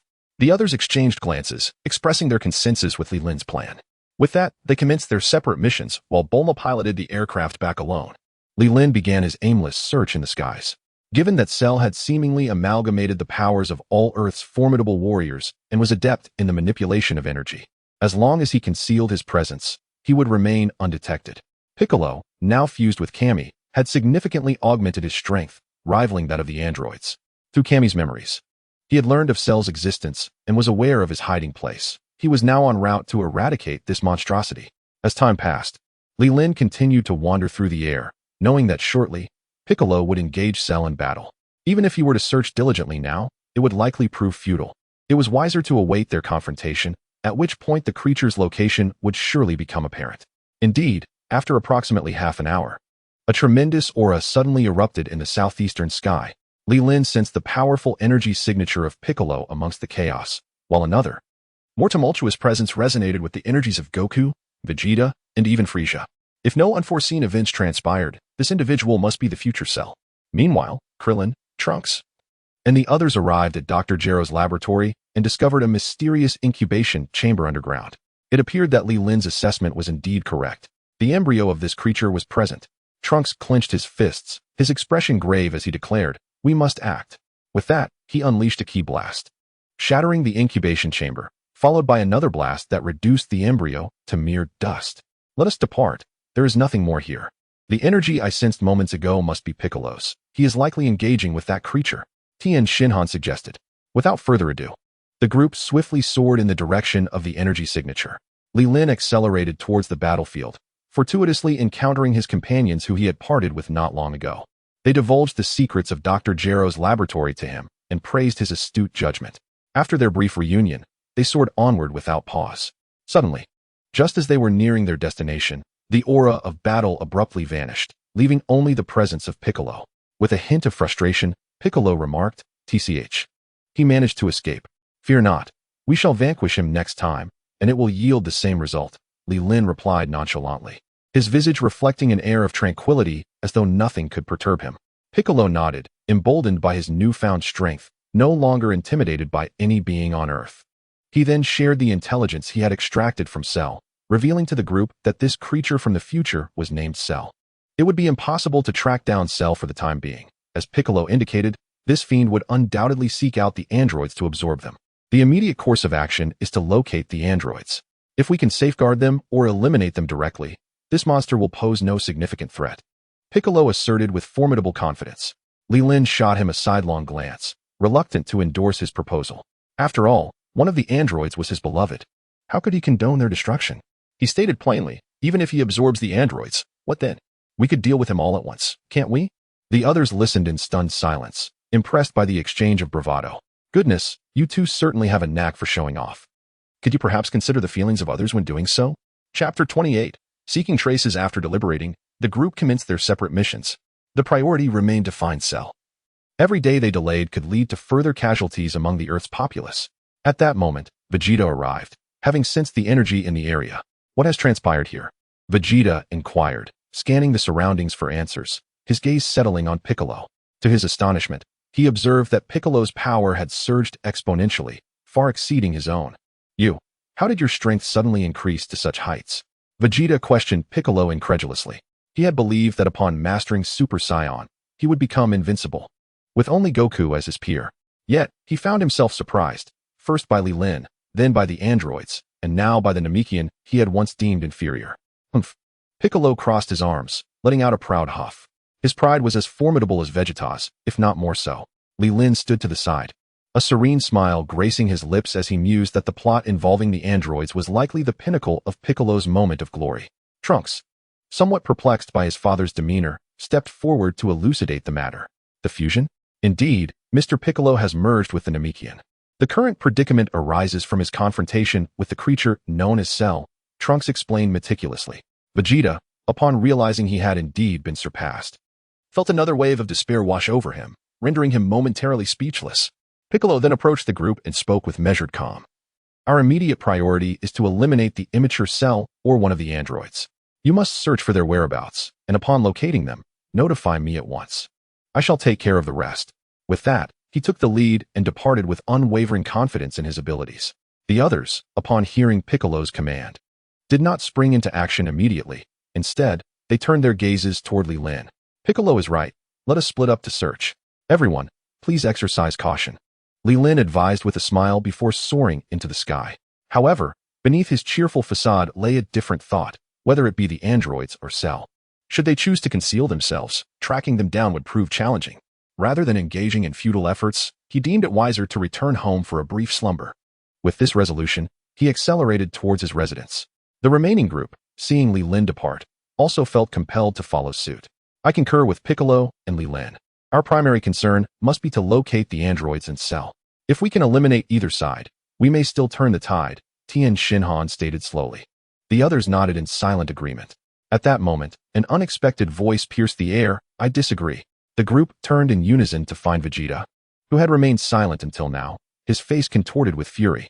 Clenching his fists, he bellowed, a single punch from a coward, and you're all afraid of this minor crisis? Let me tell you, even if Cell were at full strength, I would ultimately vanquish him. If the power of Super Saiyan is insufficient, then I shall transcend it. With that, Vegeta unleashed his energy, soaring into the sky, disappearing from view. The others exchanged bewildered glances, uncertain of what had just transpired. They were aware that Vegeta's bravado often preceded a less than favorable outcome, leaving them to wonder what fate awaited him this time. In light of this, we must hasten our search. For every day we delay, Cell grows stronger, Krillin urged the group. Upon hearing this, they took to the skies, each heading in different directions. As Krillin prepared to take his leave, he noticed Trunks standing still, lost in thought. What is wrong, Trunks? Aren't you coming with us? Curious, Krillin inquired. Trunks slowly shook his head, his tone heavy as he declared, I intend to train alongside my father. What? Krillin responded, a look of confusion crossing his face. By this time, everyone was aware that Trunks was the son of Vegeta. However, they were taken aback by his decision to train with Vegeta. It was well known that Vegeta was currently in a state of madness, and should he truly lose control, he might inadvertently harm his own son. Trunks solemnly nodded, affirming, Indeed, I will train with my father. Krillin, the task of locating Cell is now in your hands. With that, he soared into the air, pursuing the direction in which Vegeta had departed.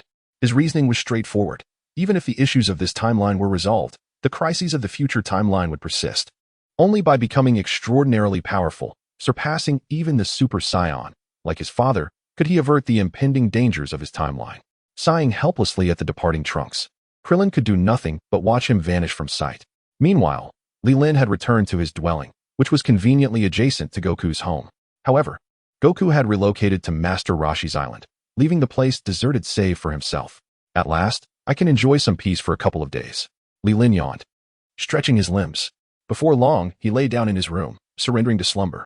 3 days later, a violent earthquake erupted on Turtle Island. Master Roshi, engrossed in a magazine, was startled to the point of nearly dropping it. Trembling, he exclaimed, What is happening? Have the androids attacked? Chi-Chi, Goku's wife, had been tending to him throughout this time. Upon feeling the unmistakable tremors, she too was engulfed in panic. However, when she stepped outside to investigate, relief washed over her. Goku, she cried, rushing towards him. Goku embraced her with a smile. The recent tremors had not been caused by the androids, but rather by his own awakening. He had suddenly regained consciousness. His body brimming with power, and in a moment of exuberance, had executed a few moves upon the ocean's surface. On the other side, the group had been searching for Cell for 3 days. They had encountered him several times, only for him to cunningly evade capture, which left them disheartened. Just then, they sensed Goku's energy. After concluding their last search, the group reconvened at their original starting point. The situation is dire. Cell's strength should now be on par with mine. Piccolo spoke gravely to the others. He had noticed that with each encounter, Cell's power dramatically increased. It was likely that during these 3 days, he had harmed numerous innocent lives. Chapter 29, The Hyperbolic Time Chamber. What should we do now? Krillin asked, panic-stricken and at a loss. No need for concern. Goku should have fully recovered by now. Can you not sense his energy? Piccolo addressed the gathered crowd, who nodded slowly in acknowledgement. The only piece of good news at that moment was that Goku had recovered, which should serve as a significant encouragement to everyone. As they discussed Goku, 2 figures, a large one and a small one, descended from the sky. The newcomers were none other than Son Wukong and his son, Son Gohan. Greetings, everyone. It has been quite a while. How have you all been? Goku cheerfully waved at the crowd. Goku, it's really you. The mood lifted instantly upon his arrival. While Goku greeted everyone, his eyes scanned the surroundings. Where's Li Lin? Where has he gone?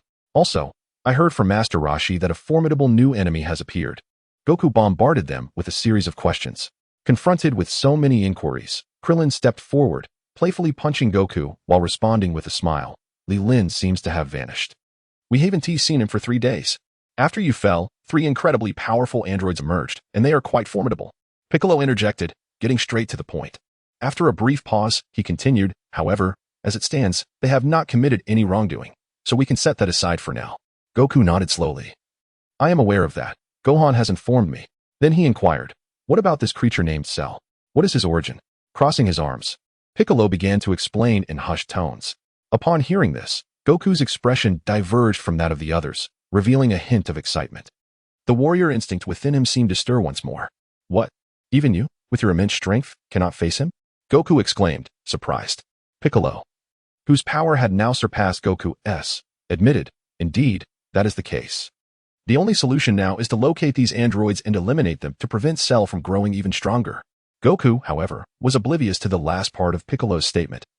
He was solely focused on the fact that Cell was indeed a formidable adversary. Noticing Goku's expression, Krillin approached him, tugging at his sleeve with a curious look. Goku, what is going on? You seem rather pleased, huh? Goku snapped out of his thoughts, scratching the back of his head. Do I?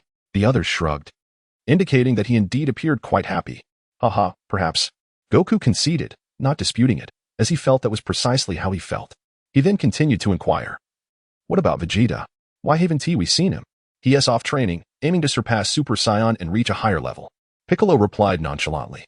Upon hearing this, Goku grew increasingly intrigued. To surpass Super Saiyan, if possible, he too wished to achieve that, as he was quite dissatisfied with his current strength. Moreover, aside from Sheru, there exists the enigmatic Li Lin, whose true strength remains an enigma. Although the latter is a friend, he does not wish to linger in the shadows. Very well, everyone. I must now commence my training. I shall entrust the situation here to you for the time being. Sun Wukong addressed the crowd. With Li Lin's whereabouts currently unknown, reliance upon him is not feasible. One must depend solely on one's own efforts to vanquish the adversary.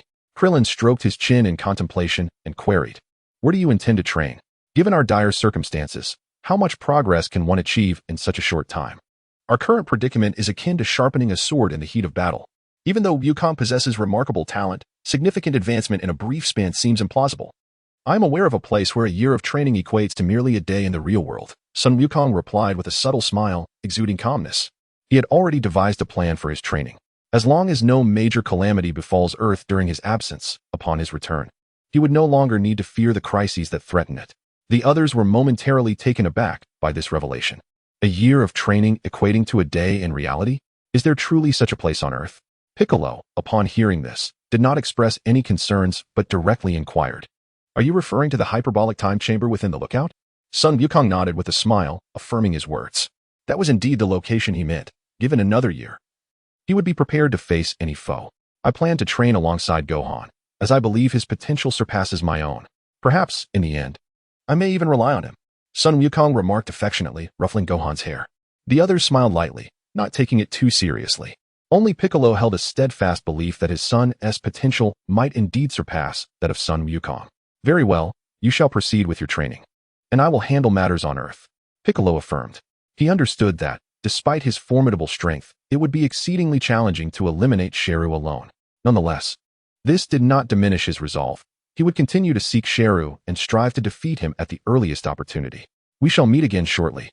Sun Wukong waved to the group before utilizing instant transmission to depart. As they watched him leave, the group fell into a prolonged silence. Eventually, Krillin broke the stillness, exclaiming, I truly wonder where Li Lin has gone. If he were here, we certainly would not be enduring such hardship. Piccolo concurred with Krillin's sentiment. He no longer felt surprised.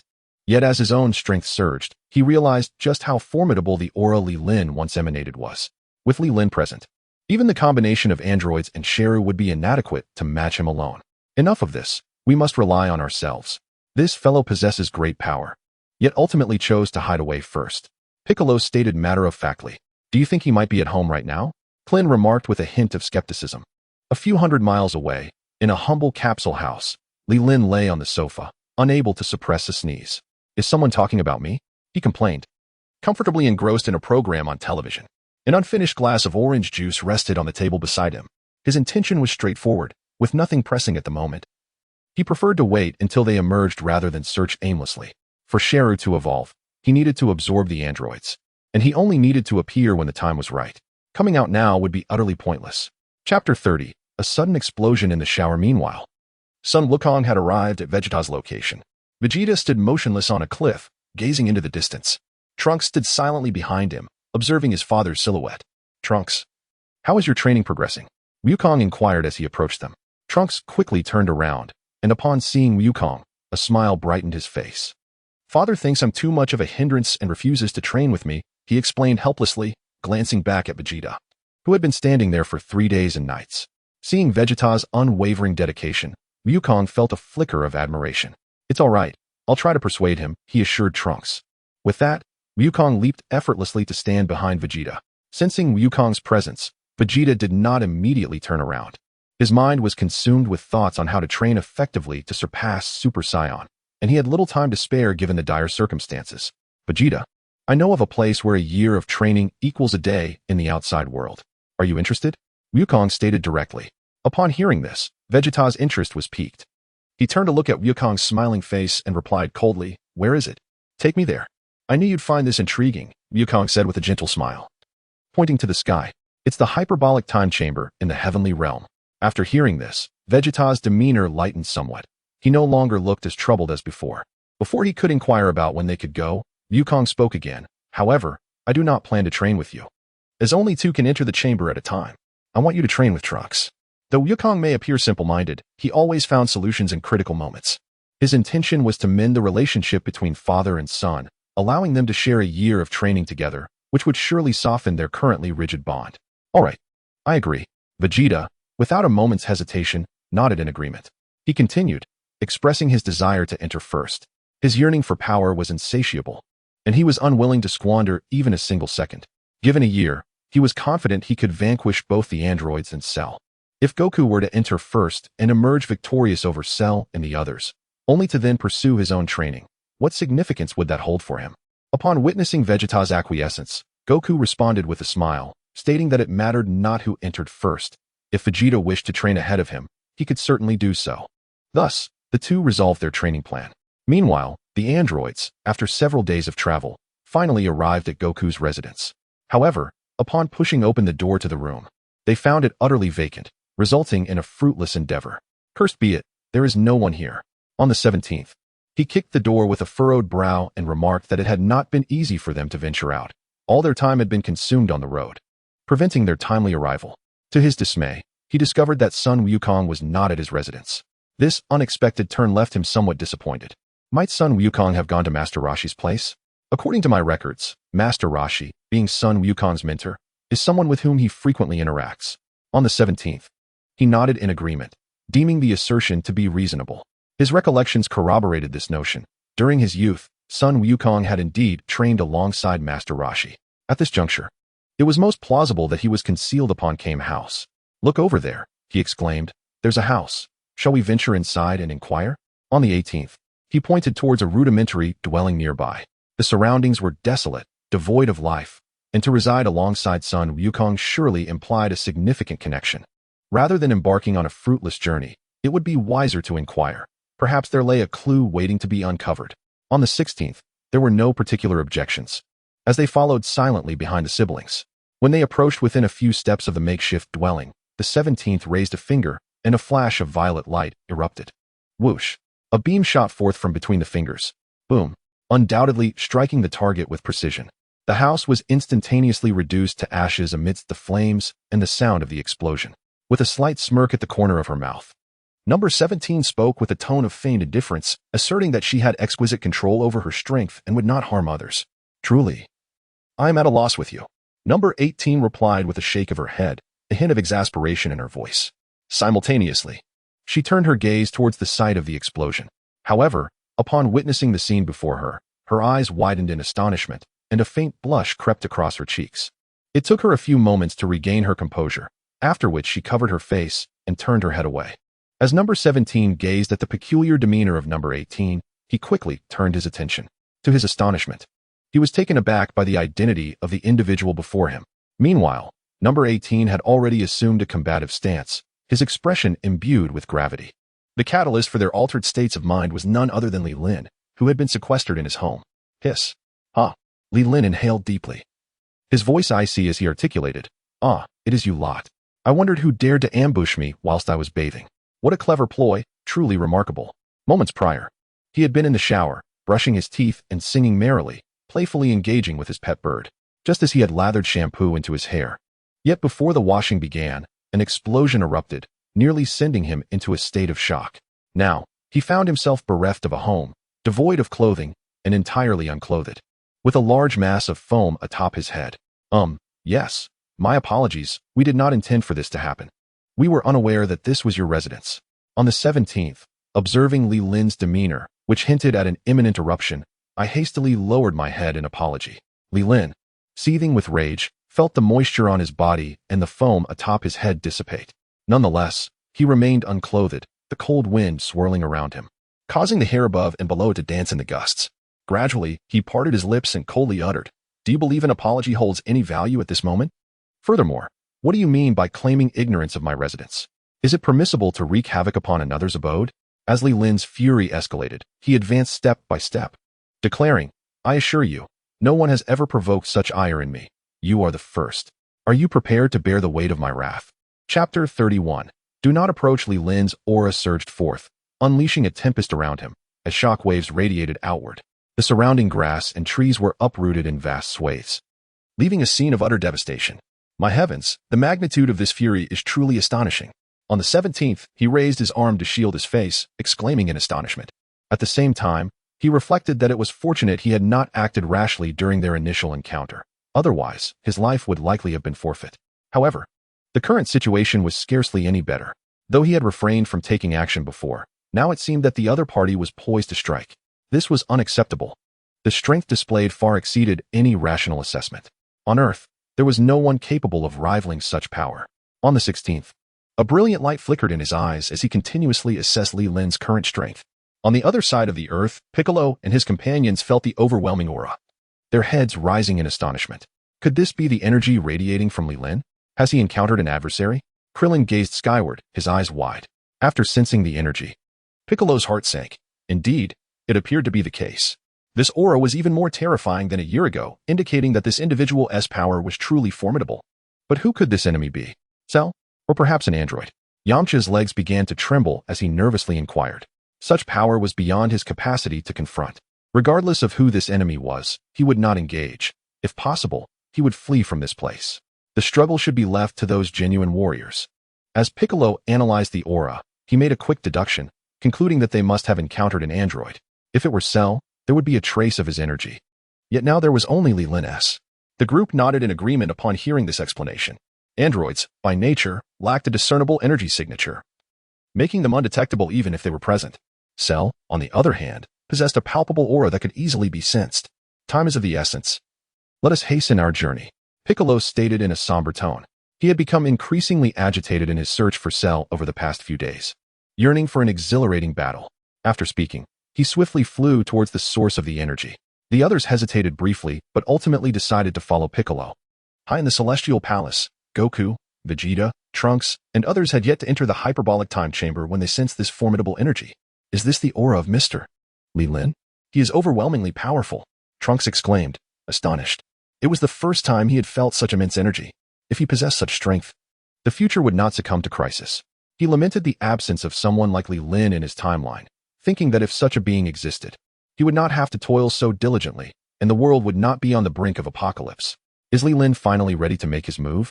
Goku said, his face alight with excitement. He vividly recalled Li Lin's prowess. As long as that extraordinary individual took action, the crisis on Earth could be resolved in an instant. Yet, amidst his enthusiasm, he harbored a flicker of hope that Li Lin would not annihilate all adversaries at once. Ideally, he would delay for a couple of days. Otherwise, what would he have left to engage with? That insufferable guy? Vegeta clenched his fists as he entered the hyperbolic time chamber, silently vowing that upon his emergence, his strength would undoubtedly surpass Li Lin's. Trunks remained enveloped in astonishment as he realized that his father had already entered. He swiftly regained his composure and hurriedly followed suit. The divine servant, Bubbles, noticing that the two had stepped inside, casually closed the door behind them. Father, we must go and observe. The direction of the energy seems to be emanating from our home, Gohan exclaimed with unbridled joy. He had watched countless battles between his father and Li Lin, each encounter igniting a thrill within him. for Li Lin's strength was undeniably formidable. Upon hearing his son's words, Goku pondered deeply. While he yearned to witness the confrontation, reason whispered to him that there were more pressing matters at hand. Gohan, remain here, we shall not go. Vegeta and the others could emerge at any moment. Our primary objective is to enhance our own strength, Goku spoke slowly. His rationale was straightforward. Rather than relying on the aid of others, it was far more dependable to cultivate one's own power. This time, they might navigate through their predicament with Li Lin's might. But what of the next time? Or the time after that? What if Li Lin were to depart and no longer assist them? Though Gohan felt a twinge of disappointment, he nodded in understanding and murmured, I understand, father. On the ground, Li Lin unleashed a tremendous aura, causing the clouds above to seemingly lose their color in that moment. On the 16th and 17th, a profound sense of tension enveloped their hearts, as they fervently hoped that Li Lin would not advance any further. Enough. Please do not come any closer. Could you not first don your garments before continuing this conversation? Number 18, covering her face, shyly exclaimed. However, her hands did not completely obscure her gaze. A narrow gap remained, through which she could faintly discern the blurred outline of Li Lin. This realization caused her cheeks to flush an even deeper shade of crimson. Li Lin halted momentarily, his aura diminishing slightly. The anger that had surged within him was abruptly quelled by her delicate outcry. Observing number 18's bashful demeanor, he glanced down at his own form and suddenly comprehended much. He had been so enraged moments ago that he had entirely overlooked her presence. Now, as clarity returned, he realized she had been there all along, and it seemed she had seen him in his entirety. Phew. Number 17, witnessing Li Lin cease his advance, gradually exhaled in relief. The pressure he had exerted was utterly overwhelming, leaving him breathless. Clothes? My house has been blown to smithereens by you lot. How could I possibly have any clothes? Li Lin coldly retorted. Yet, the fury within him had dissipated, replaced by an unexpected sense of delight. He had not anticipated that number 18 would catch a glimpse of his imposing physique, and a peculiar thrill coursed through him. I will compensate. I will compensate. I will compensate. On the 17th, he hastily waved his hand, asserting the necessity of offering comfort at this moment. After all, having just emerged, he was not yet prepared to meet an untimely demise. While speaking, he meticulously observed Li Lin, inwardly astonished by the latter's physique, the contours of his form, and that. Simply remarkable. Chapter 32. Rounding up to 100 million, Li Lin placed his hands before his chest and remarked nonchalantly, Very well. If it comes to incurring losses, then that is easily resolved. Upon hearing these words on the 17th, a weight was finally lifted from Li Lin's heart. It appeared that the other party was not unreasonable. Now it remained to be seen how compensation would unfold. Look here, Li Lin began, counting on his fingers. My capsule house is valued at approximately 350,000 yuan in the current market, and the various household appliances within it are worth around 100,000 yuan. Moreover, the clothes I am wearing cost several thousand yuan each. Li Lin meticulously calculated, adhering strictly to the prevailing market prices. Listening attentively on the 17th, he nodded. Although these prices were not inexpensive, they were certainly preferable to losing one's life. However, the subsequent words of Li Lin left him utterly stunned. Moreover, factoring in various miscellaneous expenses, you will owe me 100 million, Li Lin stated nonchalantly. Upon hearing the price on the 17th, his jaw nearly dropped in astonishment. He had never encountered such an extraordinary figure, which had just been calculated in thousands. How could it round up to 1 billion? On the 17th, she was rendered speechless. Yet upon hearing the price on the 18th, her displeasure became instantly apparent. It remains a mystery why she possesses an innate sensitivity towards money, bordering on a certain avarice. Hey, what is wrong with you? Are you trying to swindle me? On the 18th, she lowered her obstructing hand and gazed directly at Li Lin, declaring her stance. She no longer cared about feelings of embarrassment. Although her face still bore a rosy hue, she began to ardently argue her point to Li Lin. Unyielding, Li Lin retorted without hesitation, asserting that it could not be deemed extortion, for it encompassed a substantial amount of compensation for emotional distress, something that money could not replace. Asking for 100 million is already a modest request, he proclaimed. Upon hearing the news, the individual designated as the 18th felt a surge of anger. Her face flushed with indignation as she exclaimed, You appear quite normal to me, even if it were a matter of compensation for mental distress. One cannot simply demand an exorbitant sum. They had only just emerged and possessed not nearly enough funds. Even if they did have such wealth, they would never willingly bestow it upon this individual. Humph. I shall no longer concern myself with this matter, Li Lin replied with a nonchalant air. His intention was not to extort them, but rather to impart a lesson. He was aware they could not muster such an amount, and in due course, he would deal with them accordingly. A cold chuckle escaped the lips of the 18th as she arrogantly retorted, "In any case, we lack the funds, so let it be." She was not one to disregard reason. It was entirely just to compensate for damages inflicted upon another's property. In fact, paying a little extra would also be considered fair, and she would not hesitate to do so. However, this individual was simply too unreasonable, akin to taking advantage of a calamity. Observing the 18th's obstinate demeanor, Li Lin found it somewhat amusing, and, perhaps influenced by his own desires, he felt a slight physiological response. He quickly endeavored to regain control, maintaining a facade of irritation as he declared, "If that is the case, prepare to endure the brunt of my wrath. Who shall face me first? Or will you all confront me together?"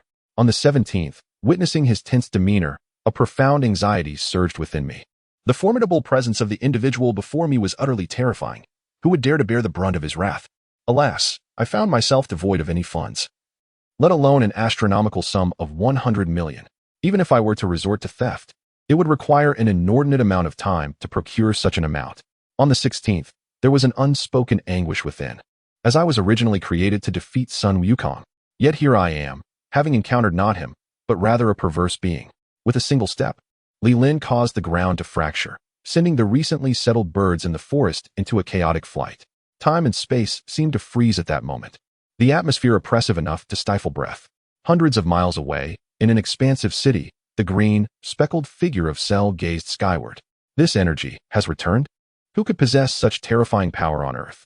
He trembled, having thought himself impervious to any foe on this planet. With the absorption of androids 17 and 18, he believed he would become invincible. However, the current situation exceeded all expectations. The overwhelming energy was so formidable that even in his perfect form, he doubted his ability to contend with this individual. "This place is far too perilous. I must retreat for now," Cell resolved, intending to distance himself before contemplating the absorption of the androids. Yet, scarcely had he taken 2 steps when he halted, sensing something peculiar.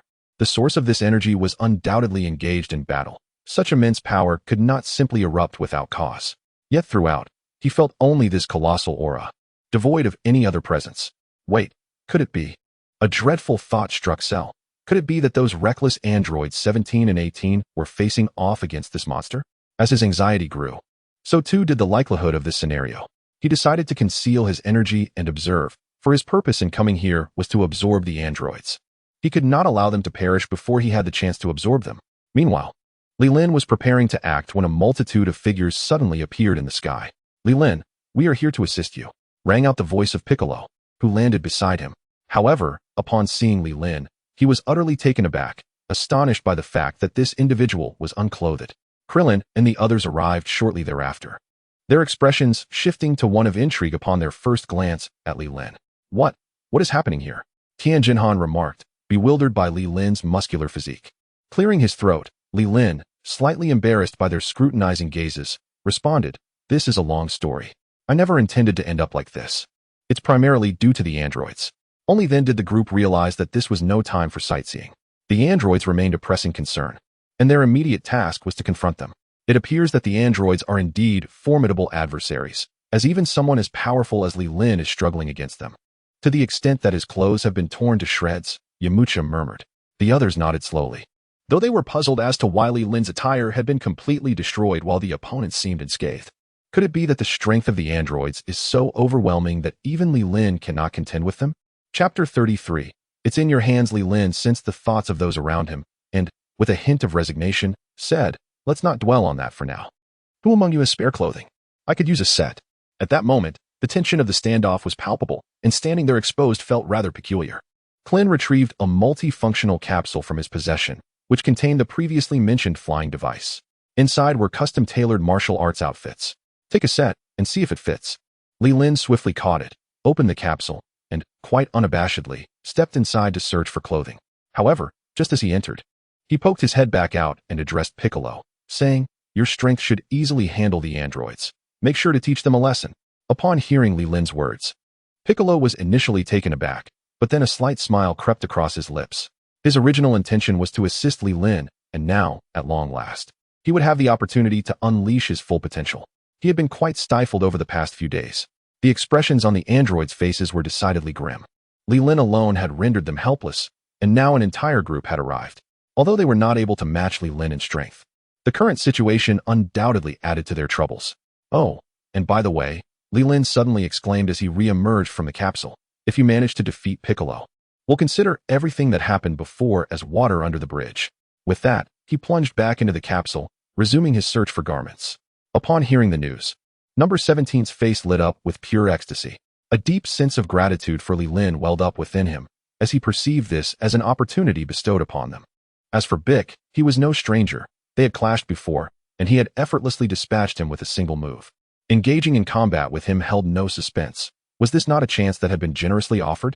After the initial excitement subsided, Number 17 regarded Bic with a calm demeanor, assuring him, rest assured, I shall be gentle, I will not inflict harm upon you. To this, Bic responded with a cold chuckle, derisively retorting, harm me? You think you are worthy of such an endeavor? On the 17th, he remained unconvinced, believing that Bic was merely engaging in idle chatter. After all, just a few days prior, he had been incapacitated by a single strike. Even if he had exerted himself to the utmost in his training over the past few days, how much improvement could he possibly achieve? Given your unwavering confidence, let us commence. Let it be a swift and decisive encounter. On the 17th, a weight settled upon him as he assumed an aggressive stance. Piccolo regarded him with a detached demeanor and spoke in a low tone, suggesting that it would be prudent to relocate, lest they disturb others. Although this area was sparsely populated, there were still a few households in close proximity. Ever since merging with the Supreme Being, Piccolo's heart had softened considerably. He harbored no desire for his battle to impact any innocent bystanders. Very well. The 17th's intention was to resolve matters swiftly, eager to depart from this place. Furthermore, with Li Lin present, he was uncertain about unleashing his full force. Without further ado, they swiftly departed, their forms barely a blur as they left. Their speed was remarkable. In just a minute of flight, they had traversed nearly 100 miles to a small island. Would he come? On the 18th, as it gently descended, I gazed towards the approaching direction, contemplating within. Today holds profound significance for her. In all my years of existence, it is indeed the first time I have encountered a man, entirely unclothed, standing before me. Number 16 stood serenely to one side, exuding an air of tranquility.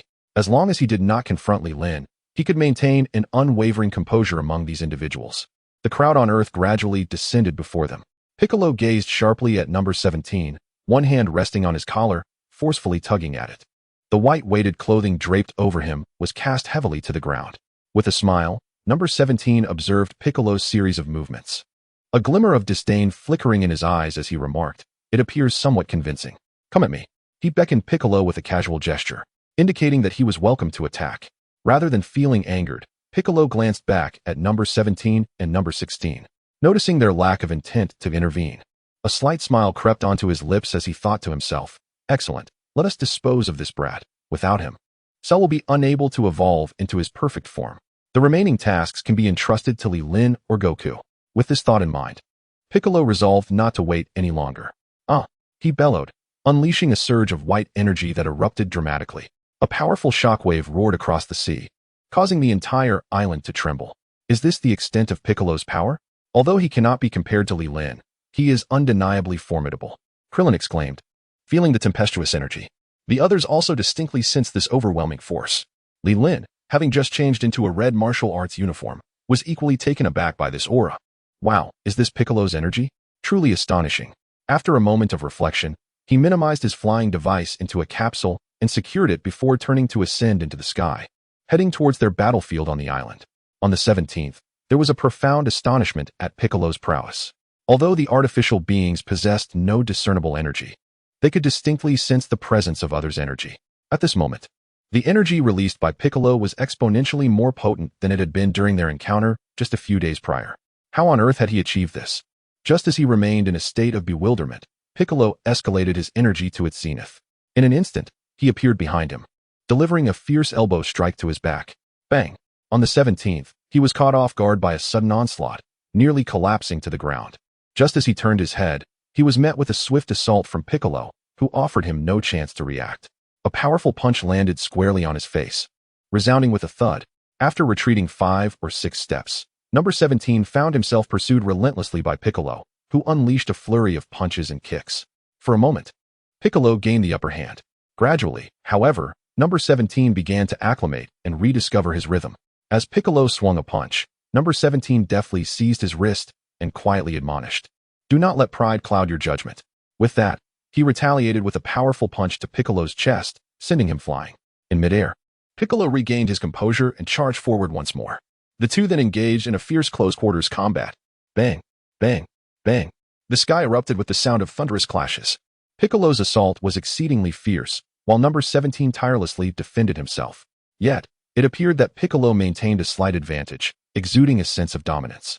In the next moment, Piccolo unexpectedly delivered a swift kick to Number 17.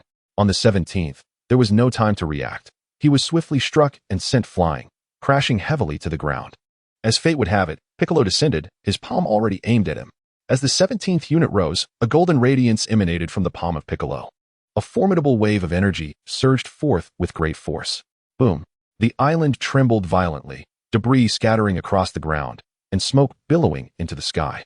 Once the explosion subsided, the 17th unit was nowhere to be seen on the ground.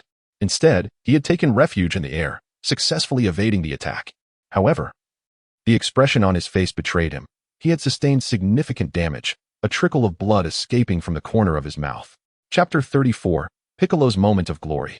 Number 17 wiped the blood from the corner of his mouth and remarked with a cold smirk, "It appears I have truly underestimated you." Piccolo reacted swiftly, immediately turning and soaring into the sky to continue his assault. The two engaged in combat once more, but this time, Number 17 appeared noticeably more at ease. Clearly, he was now exerting his full strength, prepared to treat this battle with utmost seriousness. Bang! After exchanging a punch, the two quickly separated. Seizing the opportunity, Piccolo raised his right hand and unleashed a golden energy wave. With a gentle smile, Number 17 slightly tilted his body, effortlessly evading the attack, and began to mock. "Such strikes cannot reach me." Piccolo, undeterred and silent, resolved that if one was insufficient, then he would unleash several. With both hands raised, golden light flickered continuously from his palms. A barrage of energy waves surged forth like a torrential downpour towards Number 17, showcasing a refined technique reminiscent of princely combat. On the 17th, it moved with a leisurely grace, darting and twisting through the sky as if engaged in a celestial dance. TCH. Piccolo, witnessing his multiple attacks evaded with ease, felt a twinge of frustration. "Let me see how you evade this." He clenched his right hand tightly, then suddenly released it, unleashing a wave of energy that was faster and more powerful than before. As Number 17 observed the wave of energy, he understood that evasion was futile, and thus chose to embrace the confrontation. He crossed his arms defensively before his face. With a sharp sound, the energy wave was halted by his barrier, and he forcefully thrust his arms outward. Boom! The golden energy burst was deflected, exploding above him. This is quite intriguing," Number 17 exclaimed with excitement. Seeming to relish the battle, Piccolo coldly retorted, "The most intriguing part is yet to come." With that, the two launched themselves towards each other once more. Bang!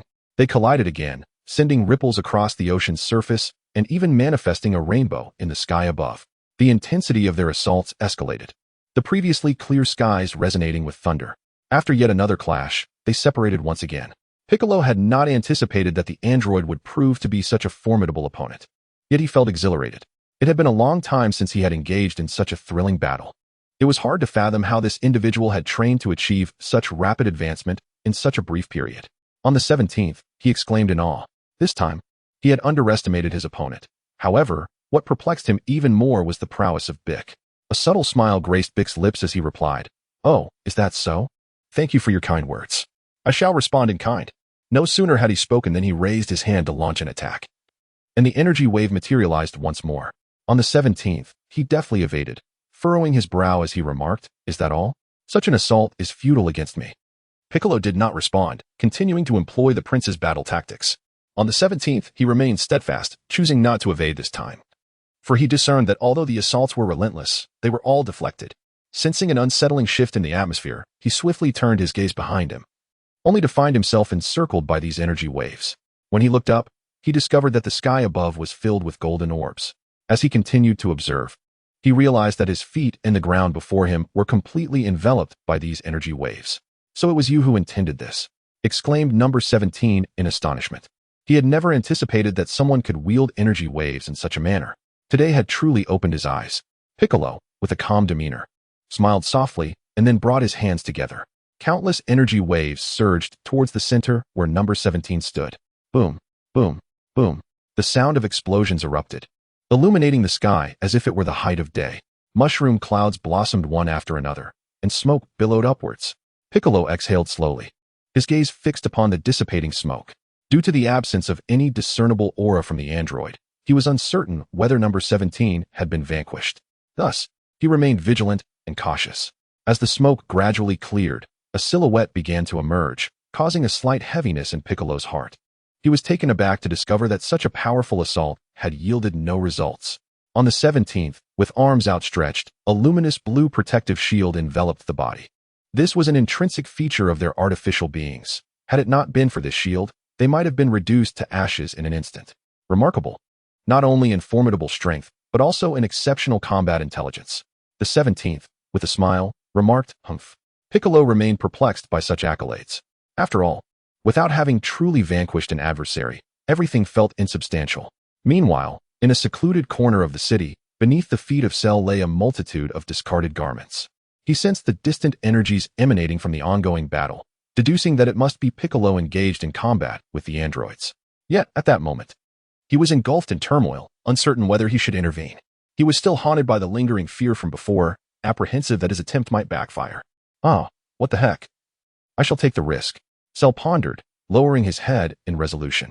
He had arrived in this era with the singular purpose of absorbing the androids to achieve his perfect form. Such an opportune moment was too precious to squander.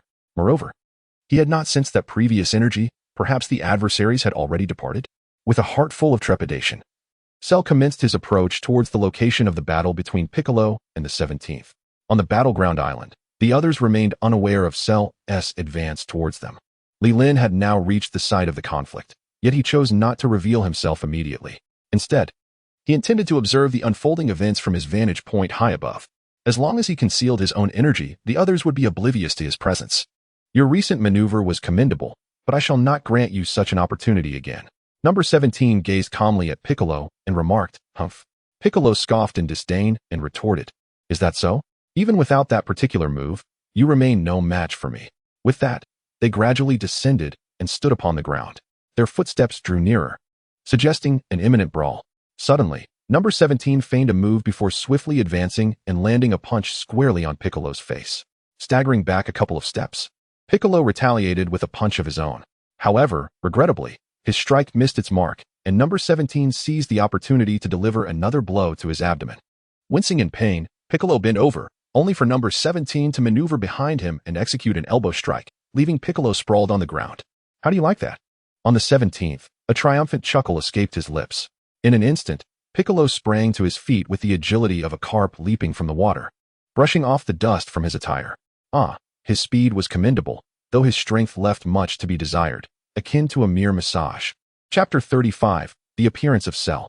Upon hearing those words, number 17 felt a surge of displeasure and retorted without reservation, "It seems your words carry quite a bite." Immediately after, number 17 charged forward, executing a spinning kick that connected directly with his opponent's neck. Enduring the impact of this maneuver, Piccolo retaliated with a swift backhand strike to his adversary's face. Simultaneously, he attempted a high sweeping kick, though regrettably, it missed its mark. On the 17th, seizing the opportunity, he delivered a powerful punch to his face.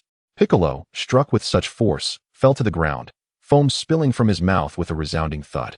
On the 17th, with a sudden surge of determination, he propelled himself forward with a powerful thrust of his legs, resembling a streak of lightning.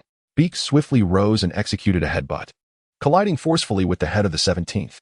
On the 17th, after being struck, a sense of dizziness enveloped him, causing him to stagger several paces backward before regaining his balance. Thus, the two adversaries entered a turn-based engagement, trading blows with fists and feet.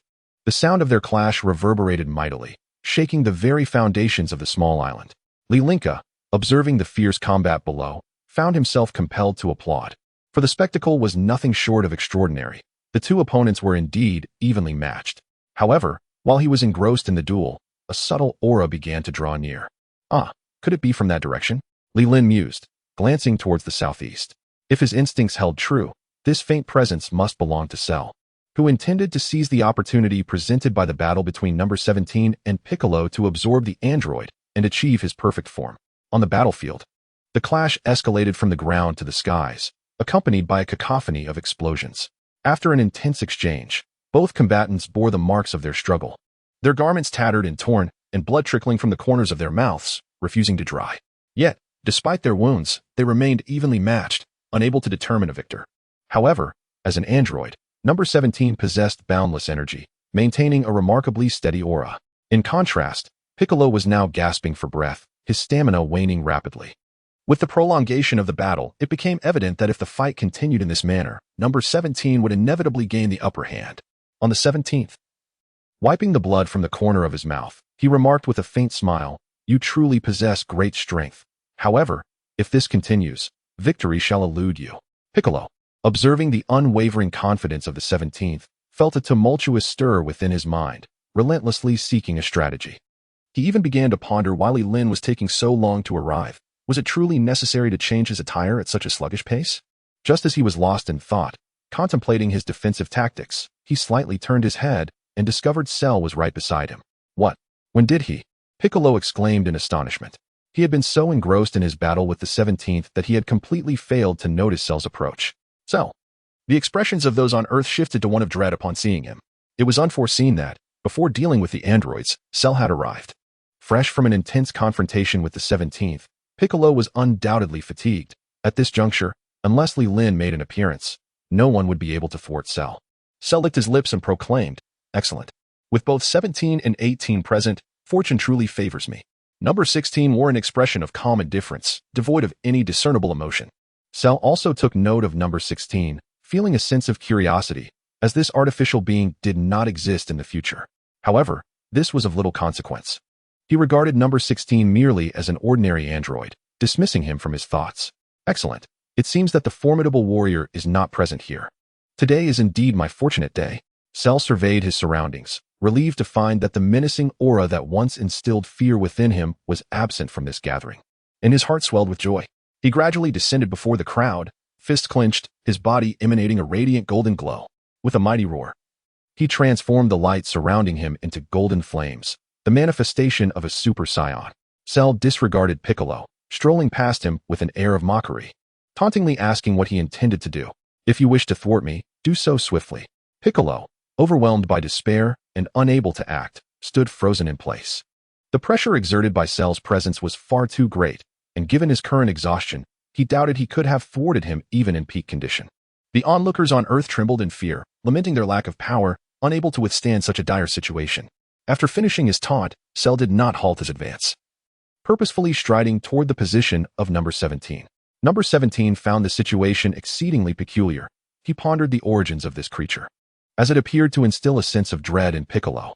Within the recesses of his mind, there were no records of such a being, likely indicating that it was merely an obscure entity. Suddenly, Piccolo whirled around and shouted at number 17, urging him to flee, exclaiming, "Run. This fiend intends to absorb you." Number 17 was momentarily taken aback, feeling somewhat at a loss. "Absorb me? What does that mean?" Just as he pondered these questions, the tail behind Sheru, resembling a syringe, suddenly transformed and lunged towards number 17. Upon witnessing the event on the 17th, a swift reaction ensued, allowing for a hasty evasion. After realizing that his strike had missed its mark, Sheru's tail launched a series of rapid assaults from behind. On the 17th, he deftly evaded every attack. In that fleeting moment, Cell seized the opportunity and clamped down on his right hand. With a surge of strength, he forcefully slammed 17 to the ground. Cell stood upon his body, rendering him immobile, while his tail began to stir behind him. Witnessing this, Piccolo recognized the dire situation and understood that he could not allow Cell to prevail. In a flash, he appeared before Cell and delivered a powerful kick. Cell was sent flying by Piccolo's strike, allowing 17 to swiftly regain his footing, and he leaped to stand shoulder to shoulder with Piccolo. "What did you just say? What do you mean by absorbing me?" On the 17th, he inquired softly. Piccolo, unable to divert his gaze from Cell even for a moment, succinctly conveyed that this creature was the creation of Dr. Gero, and that he had yet to reach his complete form. "You and Android 18 serve as a sustenance. Once he absorbs you both, he will grow stronger, evolving into his perfected state." Cell slowly rose, a sinister smile gracing his lips. "You should feel elated. Once we merge, we shall become invincible. Is this not what you desire?" Upon hearing these words, number 17's countenance darkened. Who would desire to merge with such a grotesque creature? His resentment towards Dr. Gero intensified as he realized that even in death, that old fiend continued to scheme against him and number 18. Chapter 36. The appearance of number 16 merge with you? Do you truly believe you are worthy? Number 17 scoffed, pointing his thumb at himself. I am the strongest warrior. Do I need to fuse with you? Upon hearing this, Cell merely shook his head with a sinister smile. He had never intended to absorb them peacefully. It seemed that violence was now the only solution. In that case, I shall take matters into my own hands, Cell declared outright, disregarding the imminent danger. Number 17 casually beckoned with his hand, inviting a confrontation. Witnessing number 17's refusal to flee and his audacious provocation, Piccolo inwardly cursed him for his foolishness. Cell, now poised for battle, brimmed with confidence, believing he could not only defeat number 17 but also absorb him. Just as tensions escalated between the two parties, the usually silent number 16 finally spoke, urging, Number 17, you must flee. According to my calculations, this creature known as Cell is extraordinarily powerful. You cannot hope to match him. Furthermore, it is evident that his intentions extend beyond merely eliminating Goku. He aims to annihilate the Earth itself. On the 17th, he regarded the words spoken on the 16th with disdain, for he was a proud warrior. Anyone possessing even a modicum of strength harbors a heart filled with pride. To suggest that he would flee is utterly incongruous with his character. Is it not so? I refuse to believe that this hideous creature is superior to me. On the 17th, he declared with audacity. Simultaneously, he charged forward, launching a fist as large as a sandbag towards Cell. Cell leapt upward, evading the attack in an instant, and then descended with a powerful elbow strike that sent him crashing to the ground. Witnessing this, Piccolo hurried to provide assistance. He threw a punch, which Cell effortlessly blocked, followed by a swift kick. However, these assaults proved utterly ineffective, leaving Cell unscathed. In response, Cell spun around and delivered a kick that landed squarely on Piccolo's chin, sending him flying through the air. On the 16th, with a calm demeanor, he gazed ahead and slowly elucidated. The reason lies in the fact that this creature's power has surpassed that of both of us. Now, while this monster remains oblivious to our presence, you must flee swiftly. Seek out the individual we encountered earlier. Only he possesses the ability to vanquish this beast, even if he is reluctant to assist. Remaining in his vicinity will ensure your safety from harm. On the 18th, upon hearing about the individual from the 16th, a faint blush swiftly appeared on his face. He murmured to himself, is that so? Meanwhile, Piccolo, struggling to rise, inhaled deeply the fresh air. It seemed that Cell was less inclined to deal with the 17th and more intent on eliminating the troublesome individual who had caused him repeated distress. Gathering his energy, Piccolo positioned his hands before his chest, and suddenly, a brilliant golden light erupted. A powerful energy wave was unleashed in an instant. On the 17th, sensing impending danger, I turned and fled. A tremendous rumble resonated as a colossal golden wave of light erupted instantaneously, causing the entire island to lose half of its mass. On the 16th, the scene of the battle was vividly captured. Slowly shaking his head, he murmured, not only was he not defeated, he wasn't even injured. Indeed, in the next moment, Cell soared from the sea, his body adorned with golden flames. On the surface, it appeared he had sustained no harm at all. Now, both the androids and the gathered people of Earth found themselves utterly helpless. Piccolo, gasping for breath, watched as Cell approached him step by step. Suddenly, he shouted, 17, run. Cell delivered a powerful punch directly to his face, causing Piccolo to collapse heavily to the ground. As Cell lifted him, it became evident that his neck had been snapped by his own hand. A chilling laugh escaped Cell's lips as he raised another hand, unleashing a ki blast that pierced through Piccolo's body. With a casual toss, he discarded him into the ocean. After eliminating Piccolo, Cell turned his attention towards Android 17, intent on absorbing him. On the 17th, he resolutely launched a counterattack, charging forward with a powerful punch. However, Cell's speed was astonishingly swift, allowing him to evade the blow in an instant. In that fleeting moment, the 17th was left disoriented, unsure of Cell's whereabouts. Suddenly, Cell descended from the sky, delivering a devastating punch that sent the 17th crashing to the ground. Then, he pinned his head down and commenced a relentless assault. Without turning back, number 16 spoke calmly. As long as you leave, Cell will be unable to transform into his perfect form, rendering him incapable of dominating the world. And what about you? Number 18 inquired with concern. Upon hearing the words of the 16th on the 18th, a surge of alarm coursed through him. He could hardly believe that he intended to retain the presence of such a monstrous entity. He hastily inquired, let us rescue the 17th and flee together. We are no match for him. In the current predicament, it was evident that a solitary confrontation would not suffice. The only viable course of action was for her to ally with the 16th to first liberate the 17th, and then devise a more comprehensive strategy thereafter. Number 16 slowly shook his head, revealing that his primary purpose of creation was to restrain the two of them. However, after Dr. Gero transformed himself into an artificial being, he sealed me away. Throughout this journey, I have come to realize that both of you are fundamentally good individuals. Now, before I confront Sun Wukong, I must first eliminate this cell. With that, Number 16 stepped forward with determination. On the 18th, she stood frozen in place, utterly astonished to discover that the 16th had been created by Dr. Gero to control both herself and the 17th. This implied that his power surpassed that of both herself and the 17th. Meanwhile, Cell seized the 17th by the collar and lifted him, while his tail unfurled, revealing a gaping maw, poised to engulf the 17th. Number 17 struggled desperately, his hands pressed atop his head. Hee, Number 17, cease your resistance. It is futile. Surrender and merge with me. Cell cackled maliciously, sensing that he was one step closer to achieving his perfect form. However, just as he reveled in his triumph, he suddenly felt a tap on his shoulder from behind. Huh? Cell turned his head slowly, perplexed, and beheld the figure of Number 16. Number 16 offered him a faint smile before delivering a swift punch directly to his face. Sheru struck hard. Felt stars dance before his eyes as he was sent careening along the ground. Infuriated, Sheru quickly regained his footing, and upon recognizing his assailant as Number 16, he disdainfully remarked, "Another fool who does not know the peril they face." On the 17th, as he collapsed to the ground, he gazed at the approaching 16th and urgently implored, "You must take 18th and flee. You are no match for him." Engaging in battle now would only lead to certain demise. Above in the sky, Li Lin silently observed the unfolding events below. Upon witnessing the emergence of 16th, he murmured to himself, "It seems my turn to enter the fray is imminent." Chapter 37, Evolution. On the 16th, this individual typically appeared unassuming, his strength seemingly comparable to that of his peers. Little did anyone know, he boldly proclaimed that his prowess was on par with that of this formidable creature. Thus, he calmly stated, "I shall hold him off. You and the 18th must seize the opportunity to flee. We cannot afford to allow him the chance to transform into his complete form." With those words, he advanced alone, gradually closing the distance. Then, with a sudden burst of force, he propelled himself forward like a bullet. Humph! Cell scoffed at the sight of the 16th, seemingly courting his own demise. The two then engaged in combat.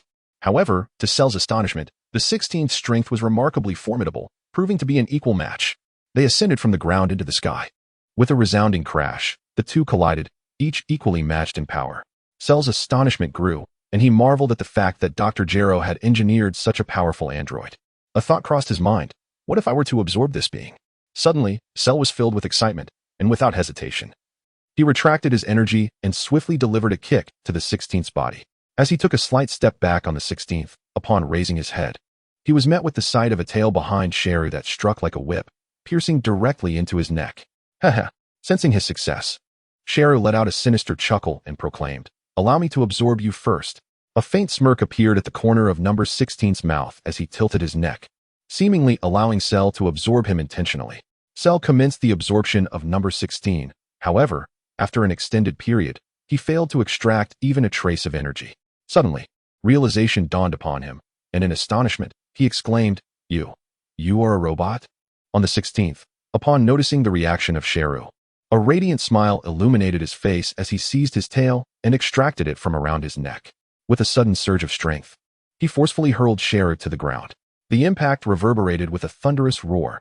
Sheru was left dazed and disoriented, his body nearly in disarray. Taking advantage of his momentary breath on the 16th, he stepped upon his tail.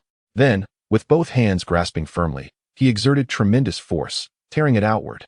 With a sharp sound, the tail of Sheru was effortlessly wrenched from him by the 16th. On the 16th, I grasped that segment of the tail and casually discarded it onto the ground. After a couple of flutters, the severed tail fell still, rendering it impossible for you to absorb it, wouldn't it? On the 16th, he calmly addressed Cell. Cell lay on the ground, gritting his teeth, his demeanor exceedingly fierce. However, he soon regained his composure, a faint smile gracing his features. Slowly, he rose to his feet and faced the 16th, inquiring, "Is that so?" After uttering these words, the severed end began to writhe, and suddenly, a new tail sprouted forth. Upon witnessing the scene, Number 16's eyelids flickered momentarily before he slowly uttered, "It appears that there's no other option but to eliminate you." A derisive chuckle escaped from Cell, who retorted, "Then by all means, come and give it a try." Suddenly, a dazzling golden aura enveloped him, and an overwhelming surge of energy erupted forth. With a swift and powerful kick, he sent number 16 reeling, followed immediately by a forceful punch that struck him squarely in the face. On the 16th, he was struck down and left unable to rise by this combination of two moves. Shala did not grant him a moment's respite, propelling himself forward with explosive speed, charging ahead. Suddenly, after the 16th count, he turned around and extended a clenched fist. In a flash of brilliance, the fist was propelled forward. Bang! Cell was struck squarely by this remarkable flying punch. On the 16th, the arm was swiftly reattached. Without hesitation, I charged forward, delivering a powerful punch that sent Cell crashing down. Seizing him with both hands, I hoisted him aloft before slamming him forcefully into the ground, where he was driven deep into the unforgiving earth. On the 16th day, 16 transformed his arms into twin cannon muzzles, aiming at the buried Cell beneath the earth. "Hell's flash," he intoned softly. In an instant, a radiant golden light emanated from his cannon barrels. Boom! Two formidable beams of light erupted, striking downwards into the ground. A brilliant golden beam surged upward, transforming the surrounding hues into a shimmering gold. The entire surface began to fracture, resembling a spider's web. Before long, the small island became riddled with countless wounds, as columns of energy continually surged forth from the ground. At last, after an indeterminate passage of time, the terrifying energy began to gradually dissipate. On the 17th and 18th, they now stood frozen in place, unaware of the formidable strength that the 16th possessed. Under such an impact, even Cell would likely be reduced to mere fragments. Upon hearing the reminder on the 18th, I snapped back to reality and gazed at the 16th, who spoke with ease. "Surely, there is no need for such concern. With such formidable energy, it is likely that this creature cannot survive. That is simply impossible." "Do not be foolish," the 16th retorted softly. He was acutely aware of the magnitude of his own assault. A being like Cell could not possibly be vanquished by such an attack. Upon hearing the words spoken on the 16th, a sense of unease began to envelop the heart on the 18th, prompting the intention to persuade the 17th to depart. However, the present 17th, undeterred and unrelenting, having just endured a severe beating, must certainly seek retribution. Injured, it seems, transforms him into a foe no longer capable of standing against me. With a dismissive tone, number 17 continued to shout, "Cell, aren't you supposed to be formidable? Come out. Come and absorb me." He resolved that should Cell dare to appear, he would pounce on him and deliver a thorough beating. However, his taunts went unanswered, as Cell's presence had vanished from the scene. Just as he was scanning the surroundings in search of a shadow, Cell emerged slowly from the pit behind him. His eyes glowed a menacing red, and his tail suddenly expanded dramatically, lunging toward number 17. Upon witnessing the incident on the 16th, he hurriedly rushed to the scene for rescue. However, he arrived just a moment too late, as Android 17 had already been consumed by Cell. In the instant Cell devoured Android 17, he began to tremble violently, and then a brilliant flash of light enveloped him. His entire appearance underwent a remarkable transformation, most notably characterized by a prominent black nose and a mouth resembling a sausage.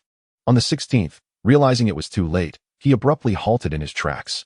Then, turning around, he grasped 18's hand and desperately fled backwards. Chapter 38, Apologies. I have arrived late. Sheru observed the two as they dashed past him, a peculiar smile flickering at the corners of his mouth. In an instant, he surged forward, positioning himself directly in their path. "You cannot take 18 away. Surrender is your only option," Sheru declared with unwavering confidence. Now endowed with enhanced powers, he was in high spirits. After proclaiming his words, he turned around, gazing into the reflection cast by the ocean, nodding slowly in satisfaction with his current strength and appearance. When he turned back, 16 had already lunged forward, delivering a colossal punch straight to his face. Bang! Sheru did not flinch, accepting the blow with a smile. However, his body did not waver in the slightest. "Too weak, 16, your strength is feeble," Sheru remarked, shaking his head.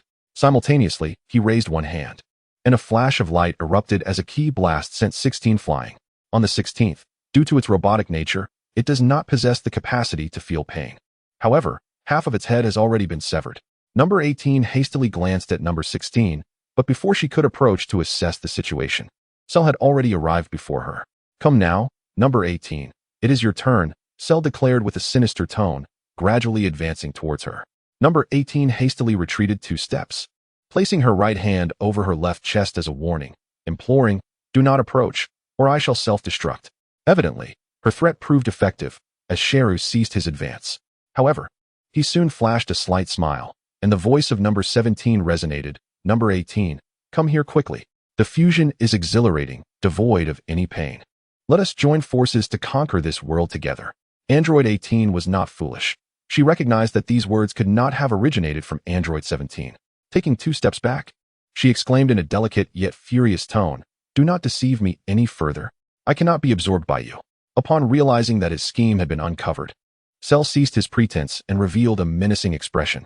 "In that case, I shall resort to my power and forcibly absorb you." He was indifferent to the possibility of Android 18 self-destructing, as such an explosion would require a moment to prepare. His current speed far surpassed her ability to react. As long as he could absorb her before the detonation occurred, he would succeed. High above, Li Lin observed the unfolding crisis and prepared to intervene. He could have descended to assist when Android 17 was absorbed, but he refrained, wishing to teach this intruder, who had destroyed his home, a lesson. Just as he was ready to strike, Tian Xinhan suddenly leaped into action. With his hands clasped together, he aimed through the gap at Cell below and shouted, "New Kamehameha?" Cell was caught off guard by this unexpected intervention. Before he could react, a beam of golden light struck him, sending him deep into the ground. "Ah!" Cell cried out. His body thrust into the earth's depths. "Damn it!" he shouted in frustration, rapidly readjusting himself to ascend. Panting heavily, Tian Xinhan felt the toll of the Kamehameha. His body was drenched in sweat. This technique demanded a tremendous amount of energy and drained his vitality. However, the urgency of the situation left no room for hesitation. "Huh!" he bellowed once more, and the golden light flared again. Just as Cell resurfaced, he was once again driven back underground. "You wretched creature!" Cell seethed through clenched teeth, desperately attempting to ascend. Although the Kamehameha's power was not overwhelming, its controlling effect was profoundly strong. Before he could rise, he found himself slipping back down yet again, repeatedly plummeting into the depths of the pit. "Run quickly!" As number 18 regained her composure, she hastily assisted number 16, preparing to flee from the perilous situation. Although Cell was buried underground, he inherited the lineage of Piccolo, granting him exceptional hearing. He faintly detected number 18's intent to escape. Channeling all his strength, he withstood a powerful energy blast before swiftly ascending from the depths of the pit. With labored breaths, Tian Xinhan, now severely exhausted, witnessed Cell's uncontrollable wrath. Gathering his remaining focus, he shouted, "New Kikaho." However, as Cell emerged from the pit, he barely took a couple of steps before being forcefully plunged back underground. At that moment, Tian, teetering on the brink of collapse, could no longer sustain himself and plummeted heavily from the sky. Once again, Cell broke free from the pit and, noticing that number 18 had successfully fled, a torrent of rage surged within him. He raised his hand and bellowed, "Damn it! You will perish, Tian." The onlookers on Earth screamed in terror, paralyzed by their own weakness, too frightened to intervene. In the nick of time, a figure suddenly descended into the fray, retrieving Tian's body and swiftly pulling Piccolo from the sea, vanishing before their eyes. "What?" Cell exclaimed in surprise. The mysterious figure was none other than Son Goku. Though Cell was baffled by how he had appeared and disappeared so swiftly, Li Lin had initially intended to join the fray but, upon witnessing Goku's incredible speed, decided to wait a little longer. In his heart, he resolved that he must learn the art of instant transmission from Goku at the earliest opportunity. "You bastards, then perish!" roared Cell, furious at having witnessed someone rescue his prey, seeking to unleash his wrath upon Krillin and Yamcha. What did we do? What about Krillin?" Yamcha expressed his fear, dreading for his life. Krillin, his mind blank, realized that their situation appeared to be one of inevitable demise. Just as Cell was about to strike, a tremendous energy enveloped the area. Krillin's eyes widened in shock, and with a glimmer of hope, he exclaimed, "Li Lin. It's Li Lin's energy. He is here."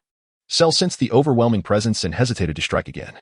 Despite having evolved into his second form, he recognized that he could not contend with this newfound power. Understanding the wisdom of retreat, he resolved to pursue number 18 without delay. Transforming into a streak of light, he raced towards the horizon. At the very moment Cell departed, Li Lin appeared before the group. With Cell gone and Li Lin arriving, Krillin could finally breathe a sigh of relief, his voice trembling as he said, "Li Lin, you've finally arrived. If you hadn't come, we would have been killed."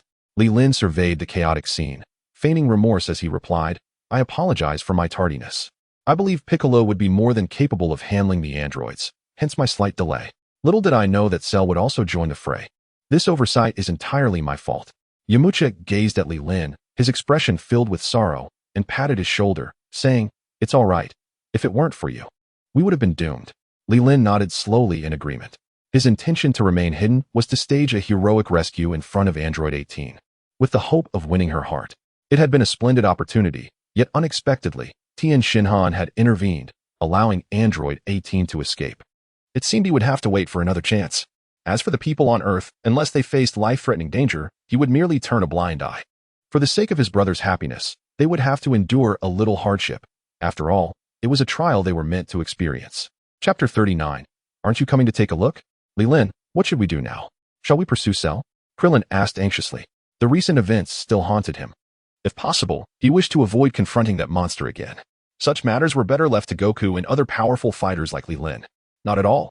Li Lin waved his hand dismissively, speaking calmly. You all should stay back. It's too dangerous. I will take care of that monster myself. He noticed the fear in Krillin and Yamcha's eyes. Given the current circumstances, it was time to bring this to a conclusion. Krillin and Yamcha exchanged glances and nodded. All right, then take care, Krillin said. Indeed, Li Lin replied nonchalantly before vanishing from the island in an instant. In the Heavenly Temple, Goku had rescued Tien Shinhan and Piccolo. He first made a trip to Korin Tower, procuring 2 sins of beans and feeding them to the pair, restoring them to full strength. The 3 of them then made their way to the Heavenly Temple. Before long, a shadowy figure approached Goku, announcing, "They have completed their training." Oh, really? Goku raised an eyebrow, expressing his delight. As his words faded, the door to the hyperbolic time chamber slowly opened, emitting a faint glow. 2 figures gradually emerged, Vegeta and Trunks. Their attire was tattered, yet their energy had significantly intensified. Wow, you 2 have really become much stronger, Goku exclaimed excitedly.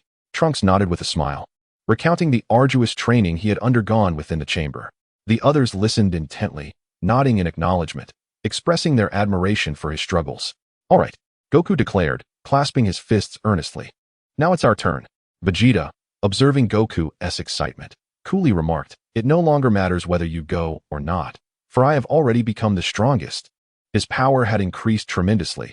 He believed he had surpassed Super Saiyan, confident that he could single-handedly handle any foes threatening Earth. Humph. Beck gazed at Vegeta's haughty demeanor with palpable disdain. He had no desire to offer counsel at this moment. He merely hoped to impart a thorough lesson to Cell upon their inevitable encounter. After changing into a fresh set of attire, Vegeta prepared to embark, boasting confidently that the time had come for him to showcase his formidable prowess. With that declaration, he unleashed his energy and swiftly set off in the direction of Cell. Trunks intended to accompany him, and after Goku provided him with 2 sins of beans, he hurriedly followed suit. Observing their departure, Goku turned to Gohan and remarked, "Let us proceed." Gohan. Indeed. Gohan nodded in agreement, and the 2 subsequently entered the hyperbolic time chamber. Out on the vast ocean, Vegeta sensed Cell's energy approaching at full speed. Cell, in pursuit of Android 18, had arrived at a cluster of scattered isles, incessantly circling the area in search of her whereabouts. Given the current circumstances, he could not afford to be leisurely. The energy he had just sensed might soon be upon him. Moreover, in the distance, 2 equally formidable energies were racing towards him.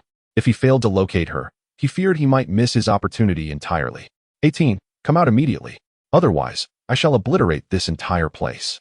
Cell bellowed, activating his loudspeaker mode over the expansive ocean. Growing increasingly anxious, he saw no response to his calls and decided not to waste further breath. Waves of energy emanated from his hands, striking the nearby islands. Boom, boom, boom. The waters erupted with the sounds of explosions. In an instant, smoke billowed, and numerous islands were reduced to mere dust. Vegeta, sensing Cell's energy not far off, allowed a slight smirk to grace his lips, thinking that Cell was hardly impressive. In a flash, his white aura transformed into a golden blaze, propelling him towards Cell with remarkable speed. By now, only 1 island remained. And if all went according to plan, androids 16 and 18 were likely concealed there. Cell narrowed his eyes as he observed the rapidly approaching Vegeta and calmly stated, "If I am not mistaken, you must be Vegeta. What brings you here to seek your demise?" Vegeta disdainfully retorted, "Seek my demise? I believe you have it wrong. I am here to send you to your end." Huh, excellent. Cell chuckled, recalling that Vegeta's strength paled in comparison to that of the androids, thus rendering him no match. With only 1 island left, it was certain that 18 was hidden there. However, while Vegeta may be easy to handle, a powerful foe lurked nearby. So it was imperative to resolve this swiftly. The two gradually descended onto the island. Leaning against the rock, number 16 gazed upwards at number 18 and inquired, "Who has arrived? Is it that individual?" "No, it is Vegeta." Number 18, well aware of whom number 16 was alluding to, slowly shook her head and remarked, "I truly do not understand how this fellow has made his way here. Just a few days ago, I thoroughly defeated him. What purpose does his presence serve now?"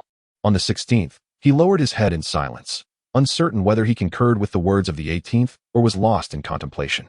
As they continued their discourse about Vegeta, a familiar and magnetic voice resonated in their ears. "Do not underestimate Vegeta at this moment. Cell is no match for him now." No sooner had the words been spoken than another figure emerged beside them. The two of them, akin to startled birds, immediately assumed a posture of vigilance, though their movements remained restrained due to the presence of Cell nearby. As the figure turned around on the 18th, a look of terror swiftly transformed into a crimson flush upon their face, as if a sudden realization struck them. With a gaze that wandered in confusion, they inquired, "How could it be you?" The visitor was none other than Li Lin, who had intended to intervene during Sheru's obliteration of the small island. However, with Vegeta's unexpected arrival, he chose to relinquish that opportunity. He had directly traced their hiding place. "Why could it not be me? I came specifically to safeguard you upon witnessing your peril," Li Lin remarked with a gentle smile. Upon hearing Li Lin's words on the 18th, her cheeks flushed a deeper shade of crimson. For a moment, she found herself at a loss for words. The fluttering of her heart grew tumultuous, and she began to entertain the thought, could it be that he harbored feelings for her, prompting such a remark? Unbeknownst to her, Li Lin was oblivious to the musings swirling within her mind. He playfully perched himself upon the rock that concealed them and cheerfully invited, "Why not come up and take a look? The show is about to commence." Chapter 40, The Swift Encounter with Vegeta. On the 18th, gazing at the other person's confident smile, a sense of assurance seemed to blossom within her, dispelling much of her fear. "Very well," she declared, as she leapt onto the stone and settled down beside Li Lin, their shoulders touching. Due to an injury that rendered him unable to move comfortably, he decided to remain by the stone and continue resting. "By the way, may I inquire your name?" asked the figure known as 18, turning her gaze. Li Lin smiled gently and replied with an air of tranquility, "My name is Li Lin," as she silently repeated the name in her mind. 18 observed Li Lin's composed demeanor and arched an eyebrow, questioning, "Do you believe Vegeta can defeat Cell?" This inquiry lingered in her thoughts, particularly since Vegeta had recently endured a significant defeat at her hands. Was it truly feasible for him to engage in battle with Cell now? Indeed, the current Vegeta is markedly different from the one you encountered a few days ago. If all goes as anticipated, Cell is likely to face a devastating defeat. Li Lin responded with a serene smile. Having spent considerable time within the hyperbolic time chamber, while he had not attained the level of Super Saiyan 2, he was confident in his ability to dominate the present Cell. Just as their conversation unfolded, Trunks descended from the sky, having accompanied Vegeta to this small island. As number 18 observed the gathering crowd with a hint of concern, she inquired, "Is it truly safe for us to remain here?" Li Lin chuckled softly and shook his head, reassuring her, not to worry. "We are at a considerable distance from them, and they cannot sense our presence, so we are quite safe." The stone upon which they perched was not situated on level ground, but rather in a hollow, allowing only the upper halves of their heads to be visible. Had one not been particularly observant, they would have been oblivious to the existence of any individuals here. Moreover, at this moment, both Vegeta and Cell were engrossed in their confrontation, making it rather difficult for them to notice their hiding spot. Noticing the furrow in number 18's brow, Li Lin discerned her lingering fear for her safety. He murmured, "Even if they were to perceive us, what could they do? Anyone who wishes to harm you must first step over my body." Indeed, upon hearing this, number 18 felt a significant weight lift from her heart, her frown easing. She cast a glance at Li Lin. Though she said nothing, she was profoundly moved. The sentiment that anyone who wished to harm her would have to pass over him was a first for her, stirring a deep emotional response within. Meanwhile, Vegeta and Trunks stood side by side, gazing ahead. "Ah, another one approaches," Cell scoffed, continuously sensing the energies around him. The earlier aura that had instilled fear in him had vanished without a trace, offering him a sense of relief. He began to wonder if perhaps the pressure had induced an illusion. Regardless, Cell regained his arrogant demeanor, challenging, "You two can come at me together." Vegeta retorted with pride, "One of me is more than enough for you. You are merely an observer." With that declaration, a golden wave of energy erupted from him, distorting the very fabric of the surrounding space with its overwhelming might. "Ah!" Vegeta roared, unleashing a torrent of crackling electricity that enveloped him. In an instant, his muscles expanded dramatically, doubling in size. Lin watched Vegeta with keen interest, silently acknowledging, "It appears Vegeta's potential is quite commendable. He has certainly touched the threshold of Super Saiyan 2 yet he remains distanced from truly attaining it." On the battlefield, Vegeta had optimized his state to perfection. Suddenly, he launched a powerful punch directly into Cell's abdomen. "What?" Cell exclaimed in disbelief, stumbling back several paces. But that's not all. Vegeta charged forward again, delivering an uppercut that sent Cell flying. Before Cell could regain his senses, Vegeta leaped once more, connecting with a knee strike. Cell, taken aback, gaped in astonishment, wondering why this version of Vegeta was so formidable. Alas, his question remained unanswered as Vegeta seized his ankle and forcefully hurled him downward. Sharu's face was thrust downwards, crashing heavily against the ground. Infuriating, he lay there, grasping at the sand with fervent hands. Suddenly, he surged upwards into the sky, resuming the battle with renewed fervor. Consumed by rage, Sharu transformed his hands into fists, relentlessly attacking. Yet, no matter how fiercely he struck, Vegeta effortlessly evaded every blow. As Vegeta dodged, he gradually closed the distance toward Sharu. In an astonishing turn of events, the aggressor found himself unable to land a single hit, instead being forced to retreat repeatedly. Damn it! Sharu, feeling a sense of helplessness, quickly created space after a failed strike. With a swift motion, he opened his grotesque mouth, unleashing a crimson energy wave. Boom! The attack found its mark. Had he succeeded? Sharu, witnessing his hard-earned strike connect, was momentarily elated. However, before he could bask in his fleeting triumph, Vegeta, like a bolt of lightning, landed a punch squarely upon his face. "Ah!" Sharu cried out in pain, his body crashing to the ground. Vegeta, hovering in the air, folded his arms and descended gracefully, adorned with a smirk of disdain. "What other tricks do you have up your sleeve?" Sharu, refusing to be defeated, rose once more. Gathering strength, the energy within him surged to new heights. With a powerful dash forward, he landed a punch on Vegeta's face. Vegeta stumbled slightly, taking 2 steps back, a trickle of blood escaping from the corner of his mouth. Huh. He wiped the blood away yet maintained his arrogant grin. Sharu, filled with dread, retreated 2 steps. He had exerted all his strength into that punch, and yet, the result was merely pushing Vegeta back a couple of steps with a mere trickle of blood. Is this truly Vegeta? Sharu's voice trembled with disbelief. Possessing such might, this was not the person he had envisioned. Vegeta, pointing at himself with an expression of utter arrogance, declared, "Indeed, I am not just Vegeta, I am Super Vegeta." Far off, sitting on a stone, Lin could not help but chuckle at this proclamation. How had he come up with such a name? Was this the legendary Super Vegeta? Sharu, unwilling to accept defeat, recalled that in the future, Vegeta had been slain by Android 17. Now that he had absorbed 17, why could he not overcome him? Anger boiled within him, and his hands clenched tightly, purple blood seeping from his veins. Chapter 41. Discovering the target. Witnessing Vegeta's arrogant demeanor, Sharu's fury reached its zenith, and he unleashed another energy wave. Humph!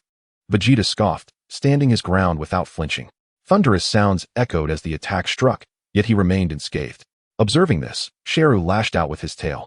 Vegeta leapt high, swiftly appearing behind him, delivering a powerful kick that sent him flying. Before Sharu could even touch down, Vegeta was upon him again, launching him into the sky. With a swift motion, Vegeta soared above, hands clasped together, striking down towards Sharu's head. Bang! As Cell fell to the ground, a cloud of dust was stirred up. Trunks, witnessing this scene, likely grasped the unfolding situation. If the battle proceeded without any unforeseen circumstances, it was evident that his father would emerge victorious, and without a doubt. Vegeta landed beside him, gazing at Cell's disheveled state, and began to taunt. "Is this all you are capable of? I am thoroughly disappointed." Cell, stung by the mockery, felt a surge of indignation. Vegeta gestured towards Trunks, who stood not far away, saying, "Do you see him? Although he may not possess my strength, he far surpasses you." The revelation that Cell was nothing more than a pathetic entity was truly infuriating. Left speechless by Vegeta's disdain, Cell found the verbal assault more painful than a physical blow. Deep within him resided Saiyan cells, instilling an arrogance rivaling that of Vegeta. Yet, after being relentlessly belittled, his spirit was undeniably wounded. Cell, drenched in cold sweat, stubbornly retorted, "What a pity, truly a pity. I was so close to achieving my perfect form. If I could attain it, you would stand no chance against me. I would annihilate you all." Vegeta, intrigued by this proclamation, nonetheless sent Cell flying with a kick, crashing him into a distant mountain. "Do you even need to attain a perfect form, you worthless trash?" Vegeta declared haughtily, confident that even in a perfected state, Cell would never rival him. Thus, his words were rendered utterly meaningless. Unwilling to concede, Cell pressed on, "Allow me to attain my perfect form. And that so-called Super Vegeta would be nothing but a mere speck, utterly beneath me. You are courting death." Vegeta's eyes glinted with a cold light upon hearing this. With one hand poised, he gathered an energy wave, ready to unleash at any moment. Cell, gripped by terror, yet feigning composure, retorted, "It seems your capabilities have reached their limit, lacking even the courage to fight me. If it were Goku, he would eagerly seek to battle the strongest version of me." Having absorbed the cells of many powerful beings, Cell embodied their traits. Mentioning Goku's name was undoubtedly a powerful weapon. Humph. Vegeta's expression soured at the mention of Goku. Retracting his hand, he donned a smug smile. "Indeed, you are far too weak now to present any challenge. Go ahead, strive to grow stronger. I am curious to see what you can achieve." Seeing Vegeta relent, Cell's face lit up with elation. He could hardly believe Vegeta, in his foolishness, had agreed to his request. Yet, this was fortuitous. He was now certain that Android 18 was somewhere on this island. If he could find and absorb her, that so-called Super Vegeta would be nothing more than a mere wretch in his presence. "No, I refuse to accept this." Trunks shouted loudly at Vegeta. Humph. Vegeta did not even glance in his direction, pondering inwardly how he could have such a cowardly son. Fortunately, his current son had just been born.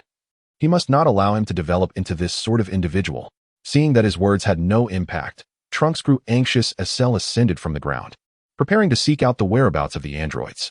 In a moment of desperation, Trunks swiftly dashed forward and positioned himself directly in front of Cell.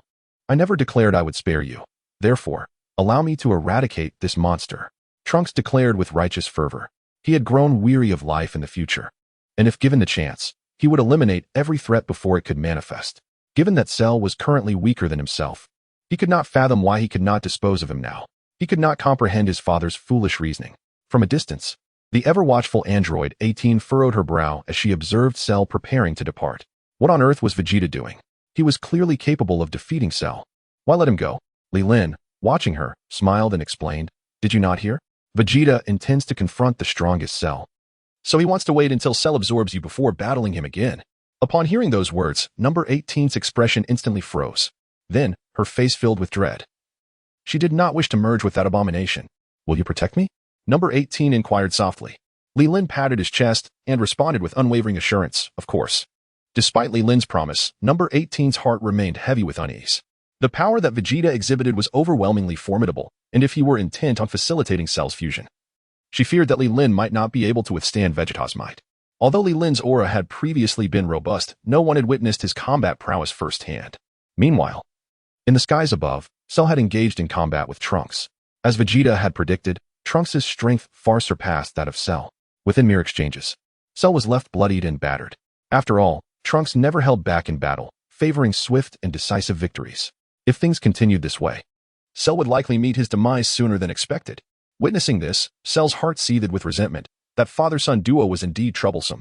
Once he achieved his perfect form, he would relish the opportunity to torment them thoroughly. However, the immediate concern was to extricate himself from Trunks. "Hey, Vegeta, can't you manage your son? How am I supposed to transform into my perfect form like this?" Cell shouted towards Vegeta below. Yet, in that fleeting moment of turning back, he found himself immobilized. As if ensnared by a spell, his gaze, fixated like that of a lovesick fool, fell upon a figure perched upon a boulder in the distance. "No, 18, she was here," Cell murmured to himself. Li Lin, standing beside him, was entirely disregarded, for Cell sensed no energy emanating from him. As for why no, 18 was seated on the stone, openly revealing herself. Cell had lost interest in understanding. He merely knew that he was on the cusp of achieving his perfect form. Chapter 42. A reunion of fatherly affection. Vegeta cursed inwardly, useless.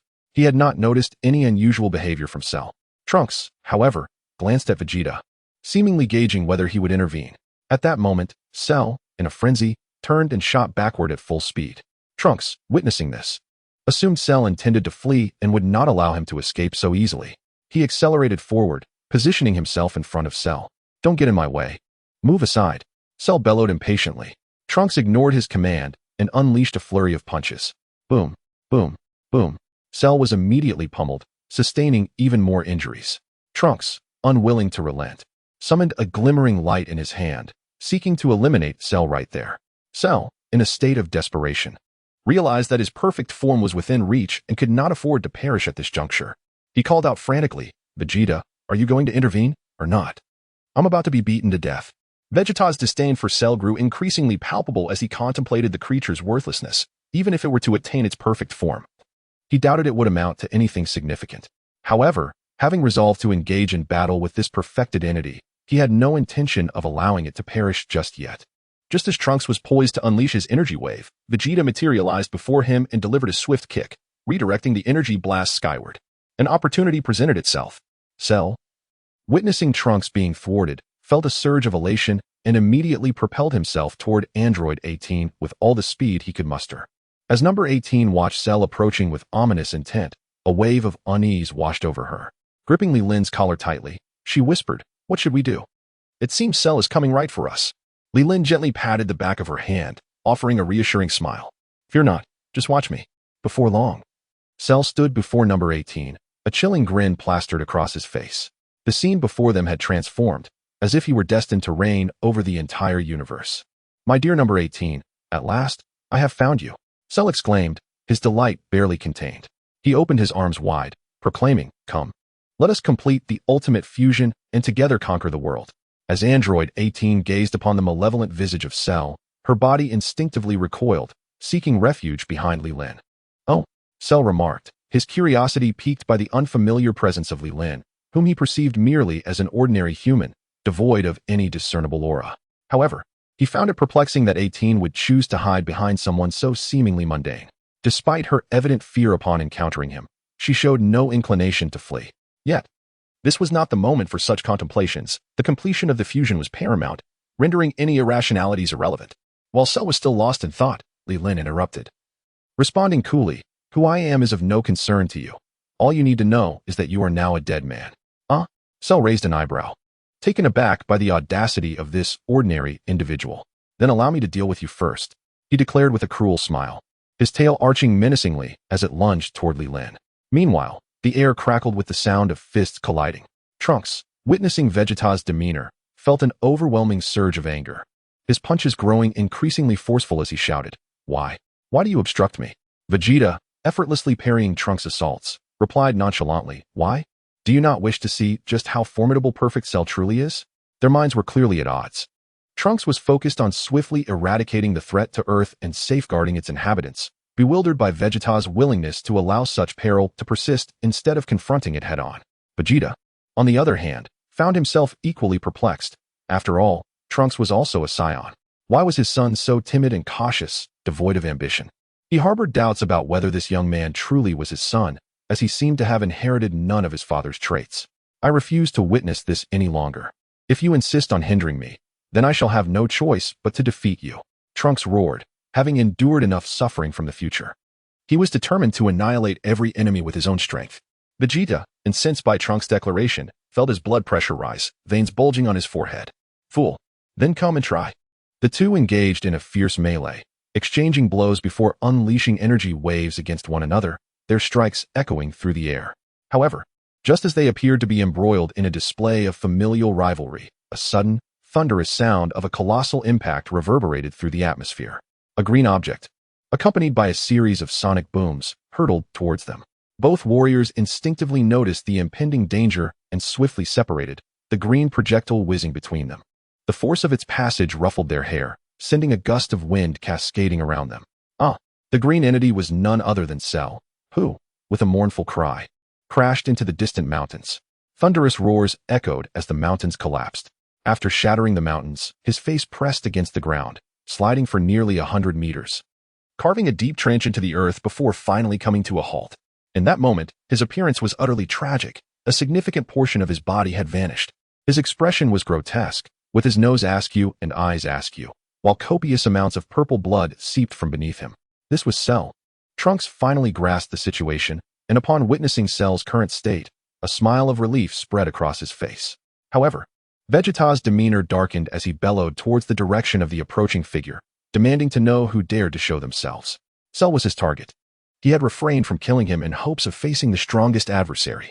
Yet now it seemed another formidable opponent lurked on the island. One who had reduced Cell to such a state. His anger stemmed not from concern for Cell, but from the disruption of his own enjoyment. Li Lin heard Vegeta's voice and frowned slightly, taking Android 18's hand as they ascended into the sky. At that moment, 18 was astonished, her lips parted in disbelief. Unable to utter a word as Li Lin led her by the hand. The preceding scene had utterly surpassed her understanding. Such a powerful cell had been effortlessly sent flying by a mere flick of his fist. When she looked at Li Lin again, a glimmer of admiration shone in her eyes, accompanied by an inexplicable sense of pride. "You are still as insufferable as ever," Li Lin remarked calmly, appearing before Vegeta. Upon seeing Li Lin, Vegeta's pupils constricted, and much of his fury dissipated in an instant. Trunks, witnessing the gradual emergence of Li Lin, felt a surge of joy. It was Mr. Li Lin. This enigmatic man had finally made his move. "It's you." Vegeta fixed a steely gaze upon him. Li Lin responded with a tranquil smile, releasing 18's hand and walking slowly towards him. "Indeed, it is I." Vegeta felt a sense of discomfort at Li Lin's composure, recalling the fear he had once endured at his hands. Despite his considerable power enhancement, he still hesitated to provoke Li Lin. "What are you doing here?" Vegeta inquired directly. Without preamble, Li Lin smiled and replied, "I am here to eliminate Cell, of course." At this, Vegeta's heart sank, and he murmured, "I can handle Cell myself. There's no need for your assistance here." He had finally ascended to a level of strength where he could prove himself before everyone. There was no way he would allow his hard-won victory to slip away. "Oh, is that so?" Li Lin responded coolly, raising his hands in a gesture of acquiescence. "Very well, I have no issue leaving Cell to you." Vegeta was momentarily taken aback, but then joy illuminated his face, a smile creeping at the corners of his mouth. His gaze towards Li Lin seemed to take on a lighter, almost frivolous tone. He did not believe that Li Lin had relinquished Sheru out of kindness. Rather, he perceived Li Lin's acknowledgement of his own strength, which rendered him devoid of confidence, thus retreating without complaint. This was his interpretation, and in the presence of Li Lin, he seemed to rediscover a long-lost sense of self-assurance. "Mr. Li Lin, this cannot be allowed," Trunks exclaimed loudly from behind Vegeta. "We absolutely must not permit Sheru to attain his perfect form, otherwise, the Earth is doomed." Li Lin, upon hearing Trunks' words, remained entirely unfazed. "I can hold my father back. You take care of Sheru," Trunks urged, his anxiety evident as he continued to shout. He seemed to believe that Li Lin's hesitation to act and his willingness to let Sheru's head slip away was a sign of fear towards Vegeta's power. Thus, he took it upon himself to restrain his father, leaving Sheru for Li Lin to handle. For it was clear from their previous encounter that Sheru was no match for him. Vegeta, upon hearing this, grew increasingly enraged. "Good heavens! Are you truly intent on opposing your father? Assisting an outsider against your own kin?" He genuinely wished to cry out, "Are you my son, or his?" Li Lin gently shook his head and calmly addressed Trunks. "There is no need for haste, Trunks. If Vegeta wishes to confront Sheru alone, let him do so. I shall refrain from intervening." Upon hearing this, Vegeta's expression softened somewhat.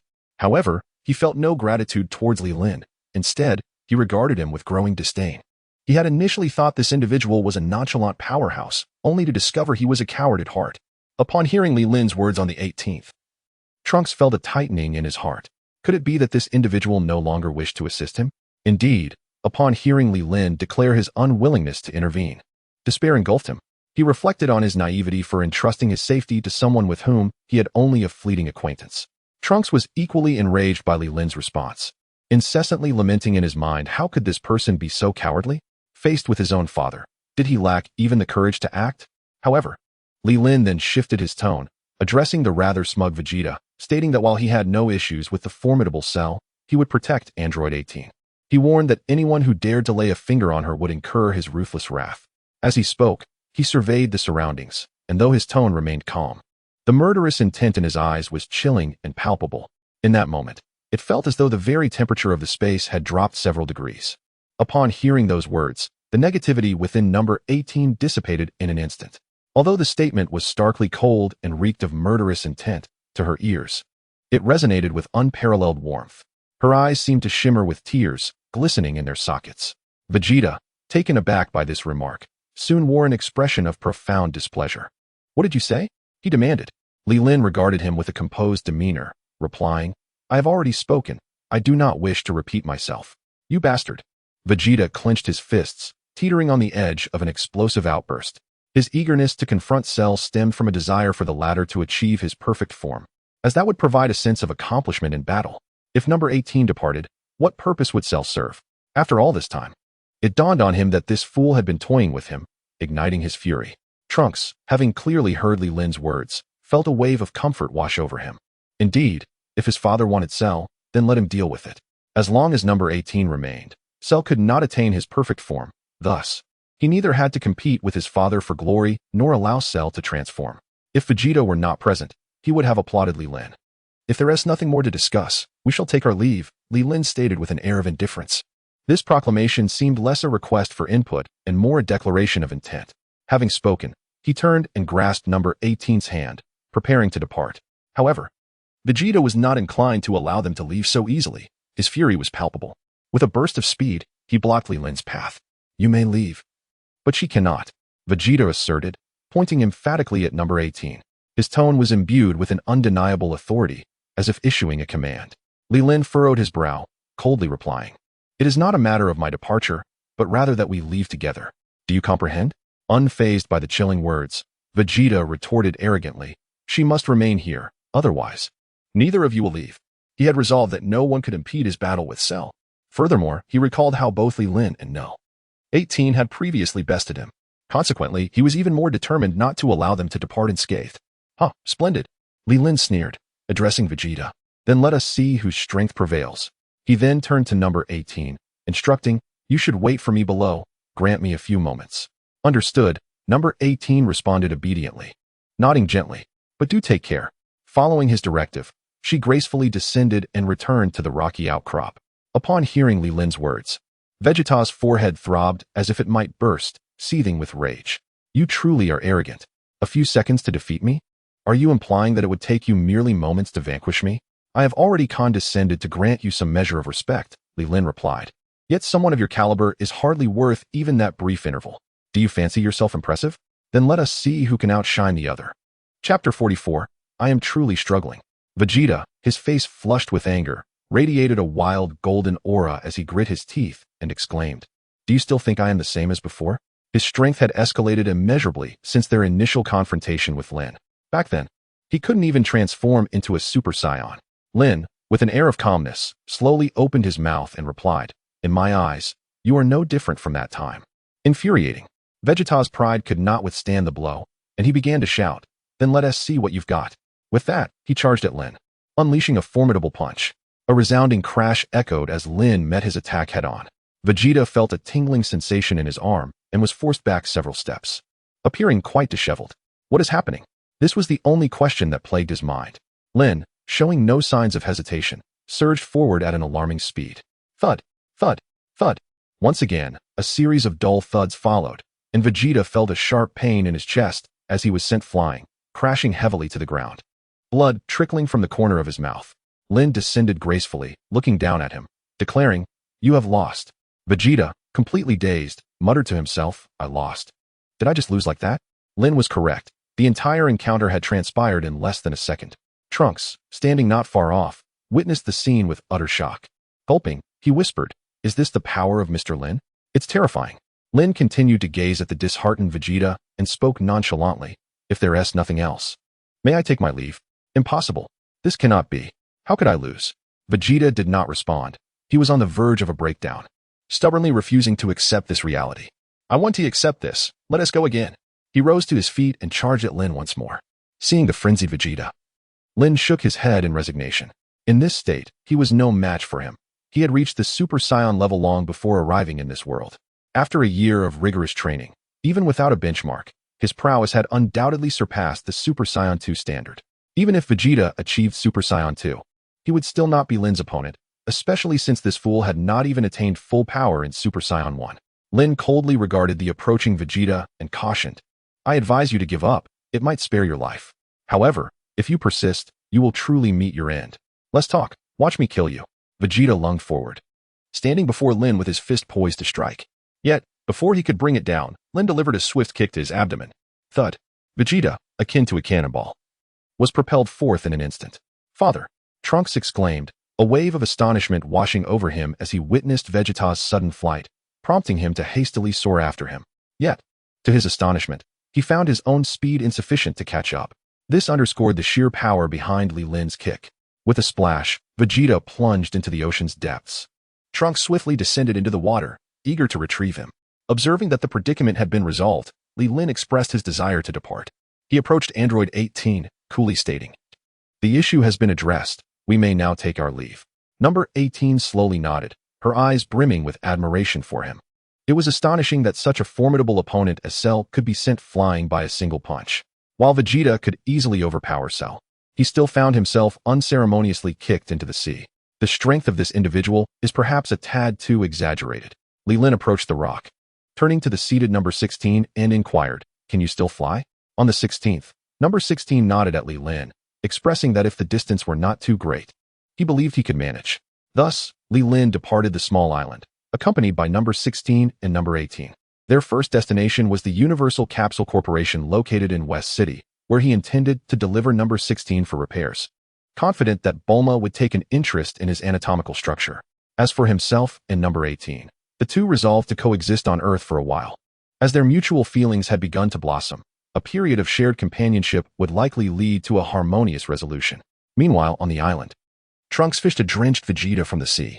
After being washed by the salt water, the blood that marred Vegeta's face had nearly vanished, yet his vitality remained alarmingly feeble.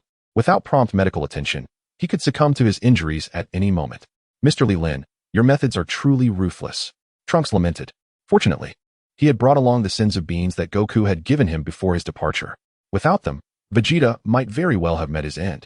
Unbeknownst to Trunks, Lin had exercised restraint during his assault, sparing Vegeta from a fate that could have rivaled that of Cell. After all, while Cell had lost half his body, he possessed Piccolo's cells, allowing for regeneration. In contrast, Vegeta lacked such capabilities. Had he lost a similar portion, he would have likely perished instantly. After a brief moment, Vegeta consumed a senzu bean and instantly regained his strength. However, his countenance was dark and foreboding, his fists clenched tightly, emitting a creaking sound.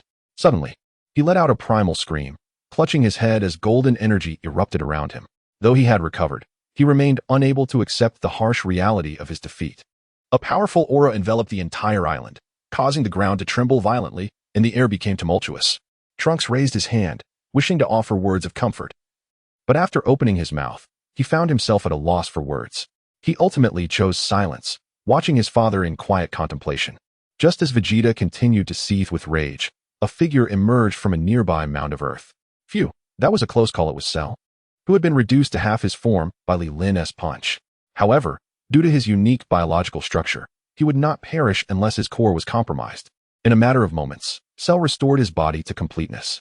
He had also confirmed that Lin was indeed the formidable presence he had sensed earlier.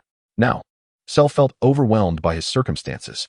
In the future, he had aspired to absorb the androids, only to be thwarted by Trunks, forcing him into this timeline.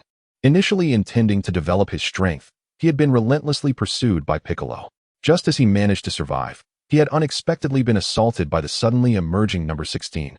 And even after absorbing number 17, he had been brutally defeated by Vegeta.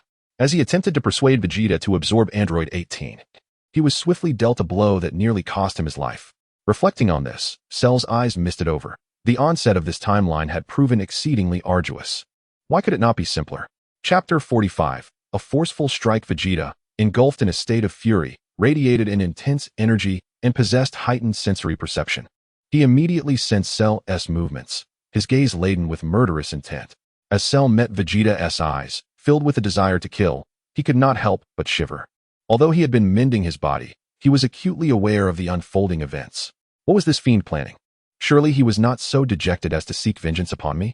Terror struck Cell as an ominous premonition gripped his heart. Indeed, his suspicions were entirely correct. Vegeta harbored a fury that had no outlet but to unleash upon Cell. In an instant, he appeared beside him, his gaze akin to that of a venomous serpent. What do you intend to do? You promised not to kill me. You wanted me to evolve into my perfect form. Do you not remember? Cell stammered, retreating in haste. Vegeta regarded Cell's words with indifference, responding coldly, "Are you prepared to bear the brunt of my wrath?" Upon hearing this, Cell was drenched in cold sweat, his mind racing with invectives. "You cannot defeat him. Yet, why must I be ready to endure your fury? I refuse. I am unprepared." Just as he was about to plead his case, Vegeta's fist collided with his face. "Ah!" Cell screamed, his visage instantly marred by streaks of purple blood. "Ah! Ah! Ah!" The cries echoed across the small island. Vegeta's blows were merciless. While they would not immediately prove fatal, they were certainly excruciating. Trunks furrowed his brow. pressing his forehead as he observed the scene before him. For a fleeting moment, he felt a twinge of sympathy for Cell. However, he quickly shook off the thought. Though Vegeta's actions were brutal, they were indeed justified, for Cell had slain countless innocents. To allow him a swift death would be too lenient. A measure of punishment was certainly warranted. Meanwhile, Li Lin had delivered Android 16 to Bulma for repairs. Unsurprisingly, as a scientist, she displayed immense interest in 16's construction. Of course, Li Lin refrained from divulging the details of his altercation with Vegeta. After all, they were married, and revealing such information could lead to dire consequences. Once the arrangements for Android 16 were completed, Li Lin departed with Android 18. Strolling through the bustling city, he held 18's soft hand, his expression radiant as they wandered along the vibrant streets. Number 18 did not mind at all, allowing Li Lin to take her hand. Having experienced the critical moments of life and death, her feelings for Li Lin had deepened in understanding. "Why did you save me?"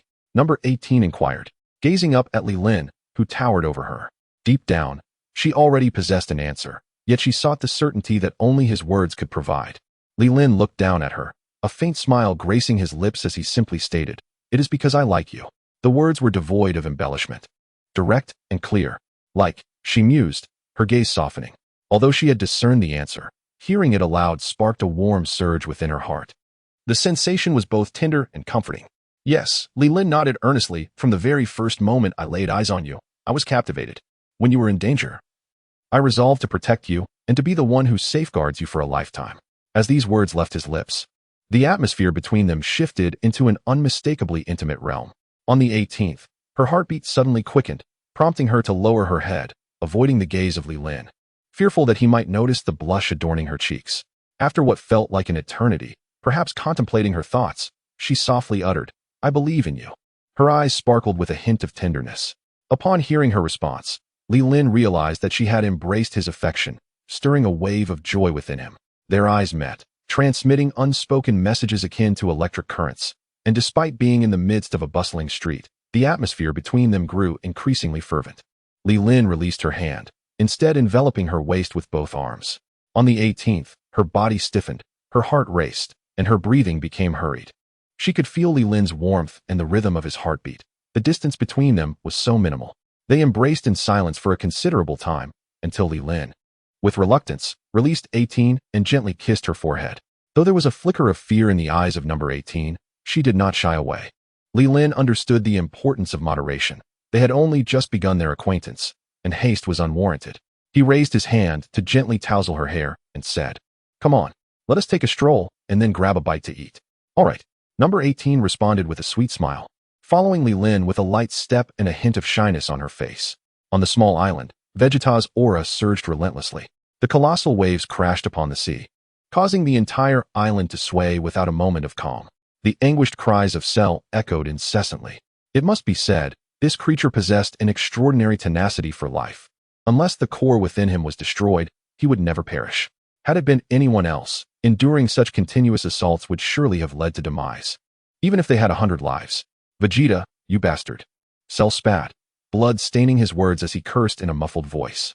His body had undergone countless rebirths. Now, both his physical and mental states were subjected to excruciating torment. Bang! Vegeta delivered a powerful punch, driving Cell deep into the ground. "Shut your filthy mouth, you worthless trash." Bang! Bang! Bang! He unleashed several more punches, questioning as he struck, Why are you so weak? Why do you lack the strength to fight back?" Cell, on the verge of tears, retorted, "You ask me? Who the hell should I ask? If you have the ability, let me transform into my perfect form, and then we can talk." In the face of the earlier foe, why didn't you strike with full force? In truth, while Vegeta addressed Cell, most of his inquiries were directed inwardly. Trunks, observing the situation, quietly approached Vegeta and suggested, "That's enough. Continuing this fight serves no purpose. Just finish him off." Upon hearing his son's words, Vegeta cast a glare back at him. His son had noticed, but whether he was truly his by blood remained a matter of debate. However, seeing Cell in such a pitiful state extinguished his interest. Since you can no longer achieve your perfect form, you have no reason to exist. With that, Vegeta raised his hand. A golden radiance shimmering as a wave of energy was prepared. Yet, before he could unleash it, Cell's battered body suddenly twisted. Chapter 46. The evolution to perfect form. His entire being radiated light, blowing away the clouds in the sky with a tremendous force. Vegeta was unaware of the transformation Cell was undergoing, but the energy in his hands gradually dissipated. With arms crossed, he observed the unfolding scene with keen interest. Recognizing that Cell's energy was rising ceaselessly, Trunks stared intently, equally oblivious to the situation Cell was experiencing. However, an ominous premonition stirred within him, a feeling that was not unfounded. It was not merely a result of years of life and death trials that forged him. He understood that if he allowed Cell to continue his rampage, the Earth would undoubtedly plunge into peril.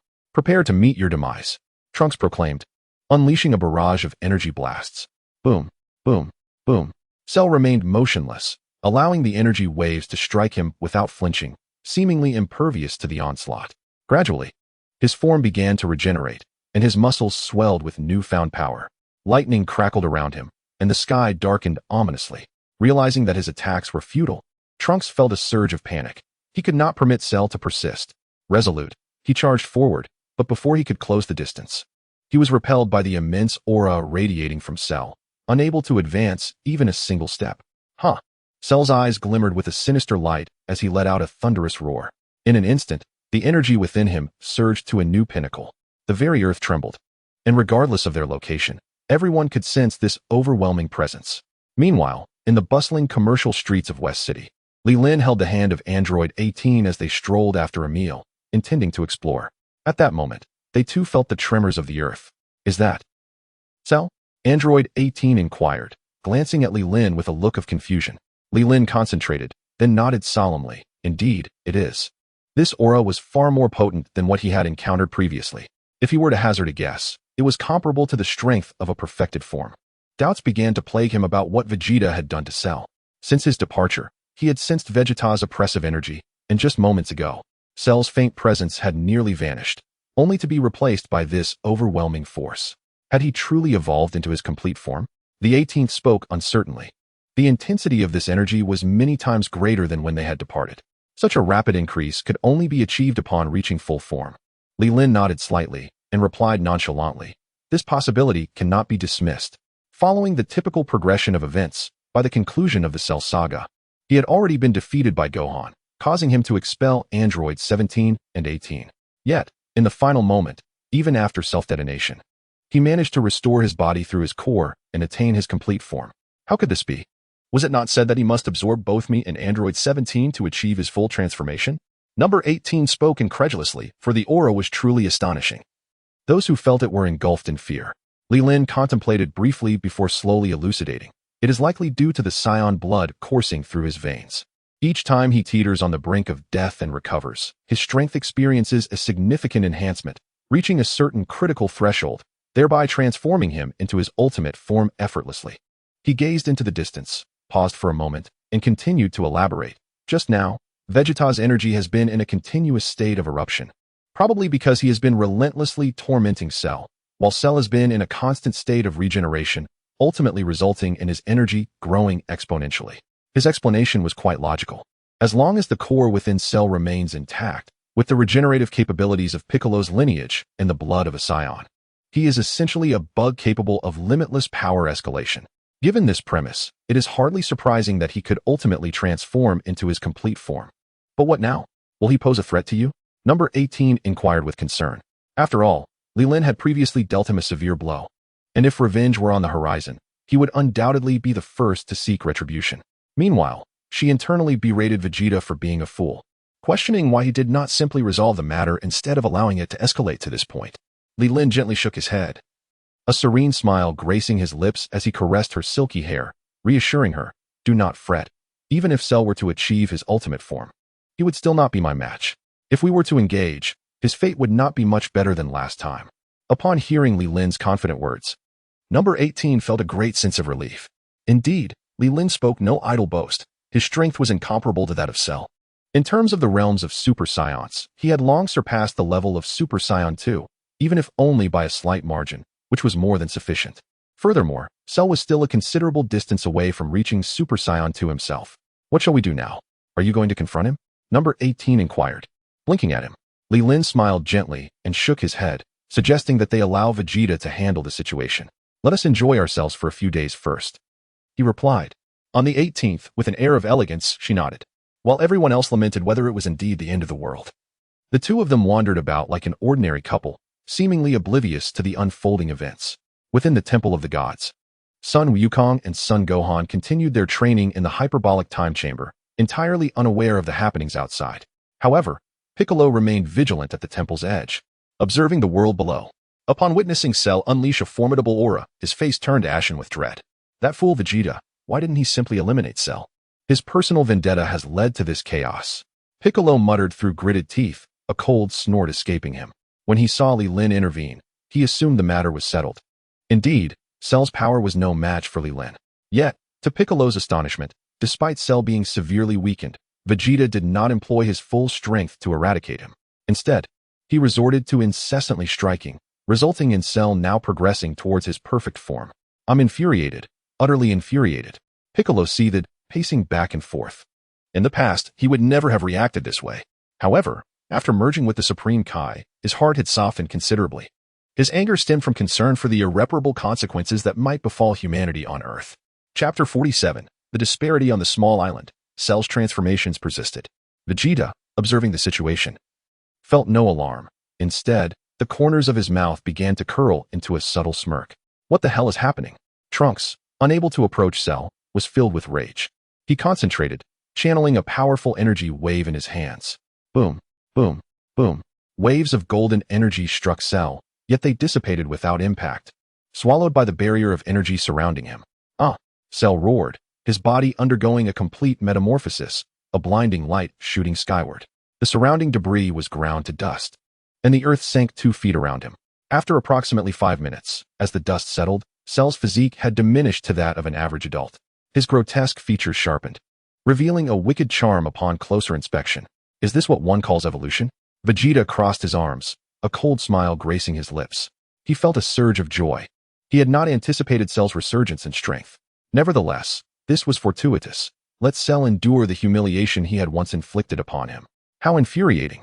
Trunks, witnessing Cell's transformed visage, realized he had achieved evolution and, in frustration, struck the air with a punch. Cell's demeanor had calmed significantly, his eyes fixated on his hands, seemingly absorbing the newfound power coursing within him. Is this the complete form? It indeed feels different. Cell examined his body intently and remarked. Yet it seems something is still amiss.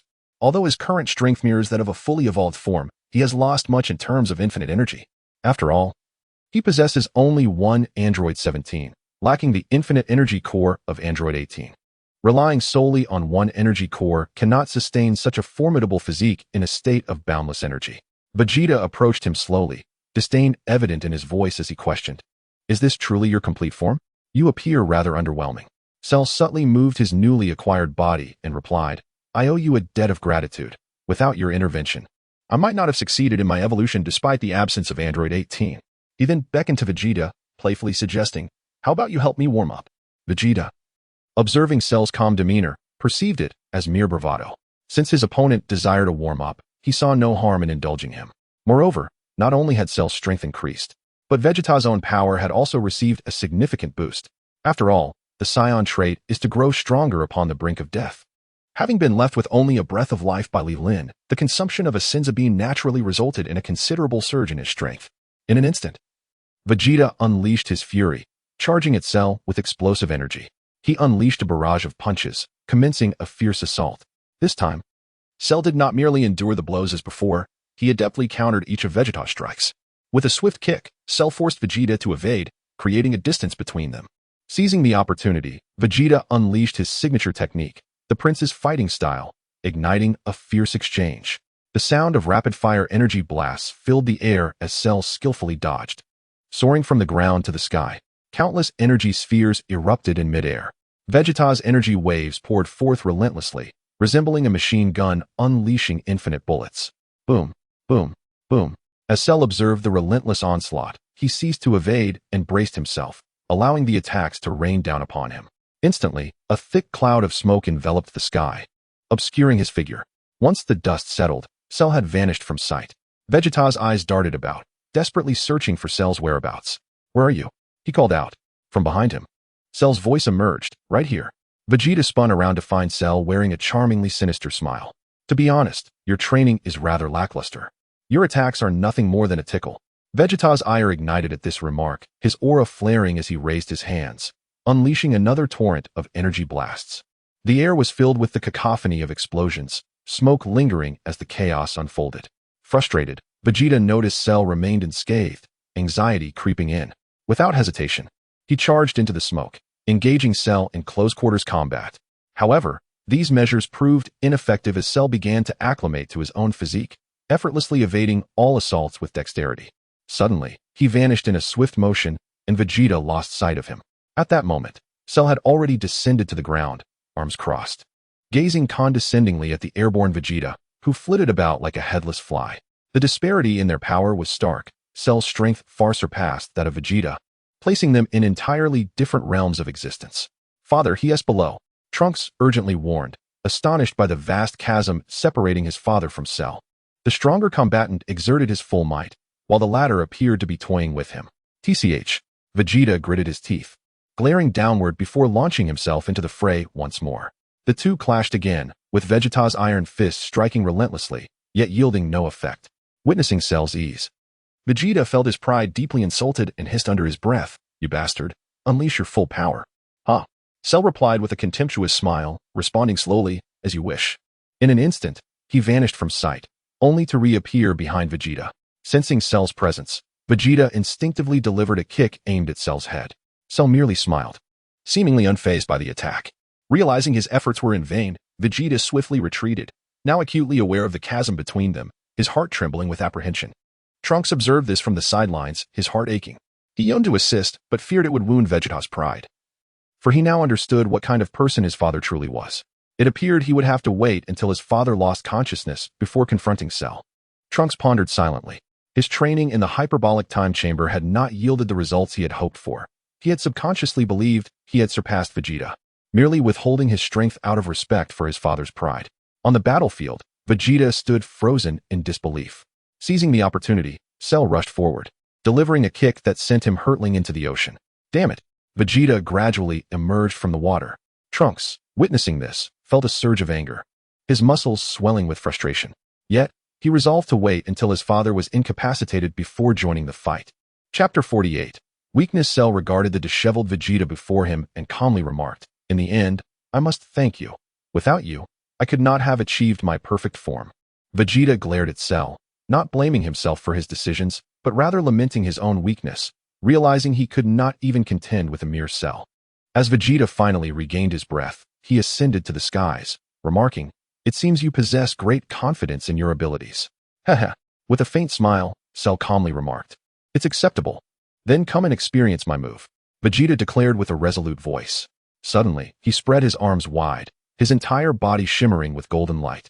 The energy emanating from him surged, causing the surrounding air to seem to retreat.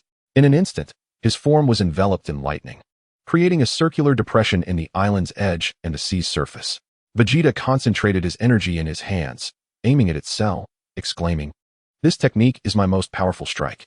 If you truly are invincible, do not evade. Face it head-on and see."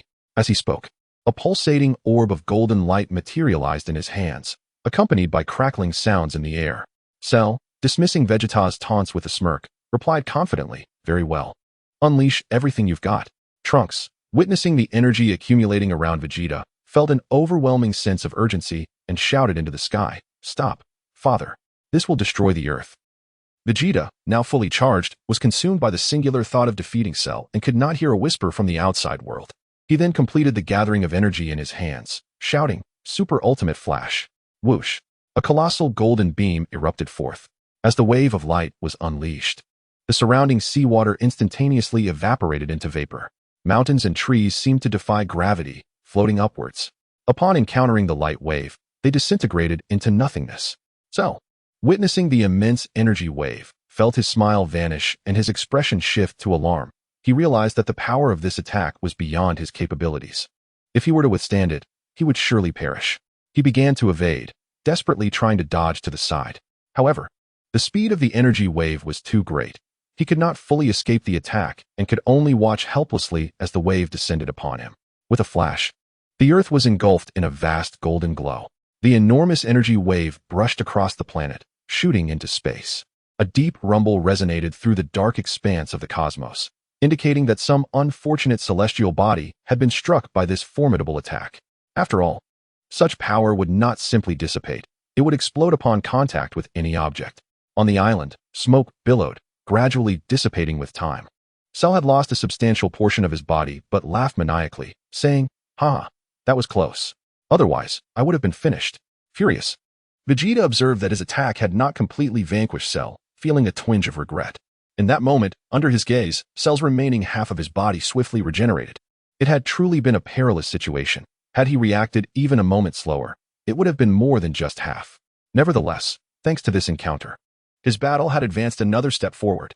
Vegeta, now filled with a mix of humiliation and rage, gathered energy in his palms and unleashed a tremendous wave of force. The earth trembled. Unfazed, Cell charged directly into the oncoming energy wave. He landed a powerful punch squarely on Vegeta's face, swiftly followed by a kick that sent him soaring into the air. In an instant, Cell appeared above him, delivering a devastating elbow strike. "Ah!" Vegeta cried out in agony as he plummeted to the ground. The golden aura surrounding him dissipated, and he instantly lost his vibrant colors.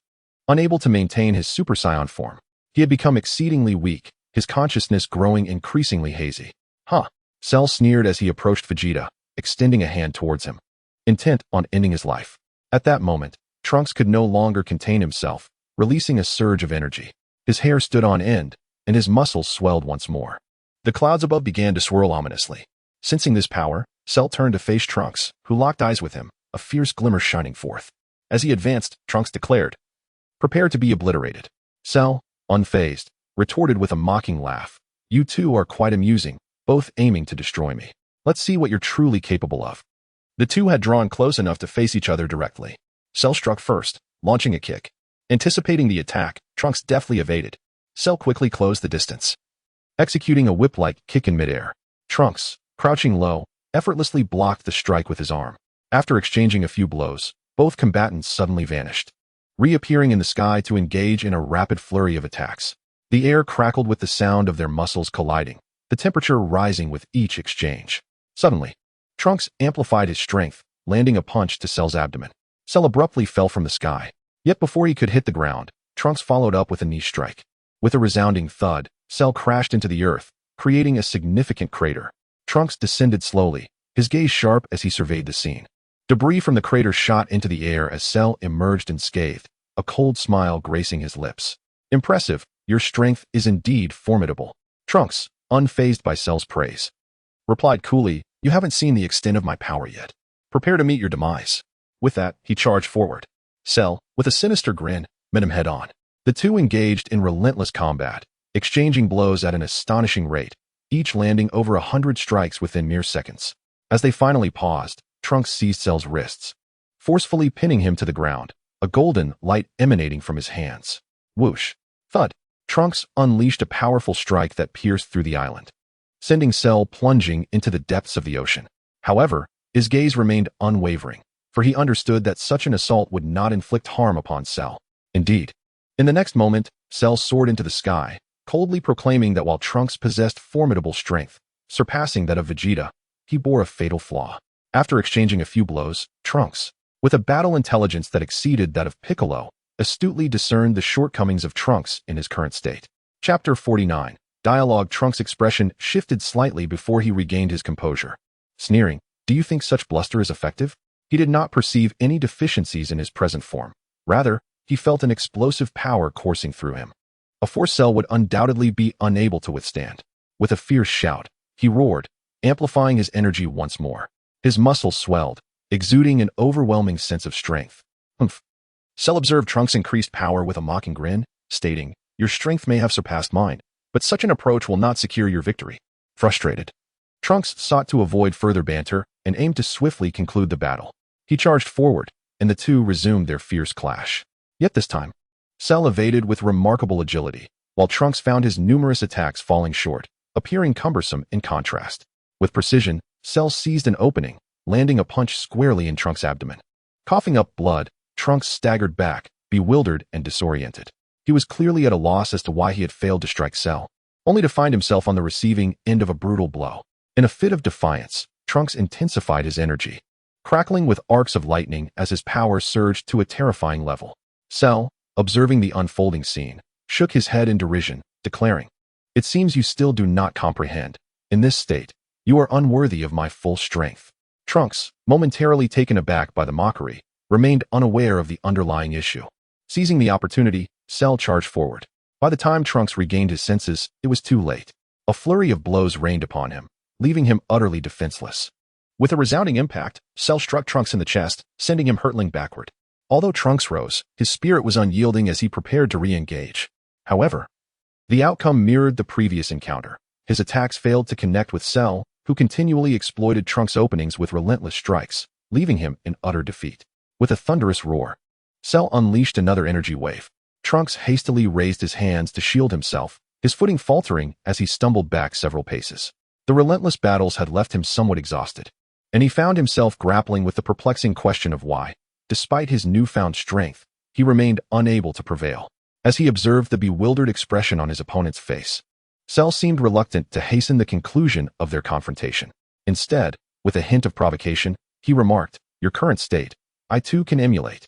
Upon uttering these words, debris around him began to levitate, energy coalescing as his muscles expanded instantaneously. Trunks was left speechless, astonished to find that Cell's transformation mirrored his own.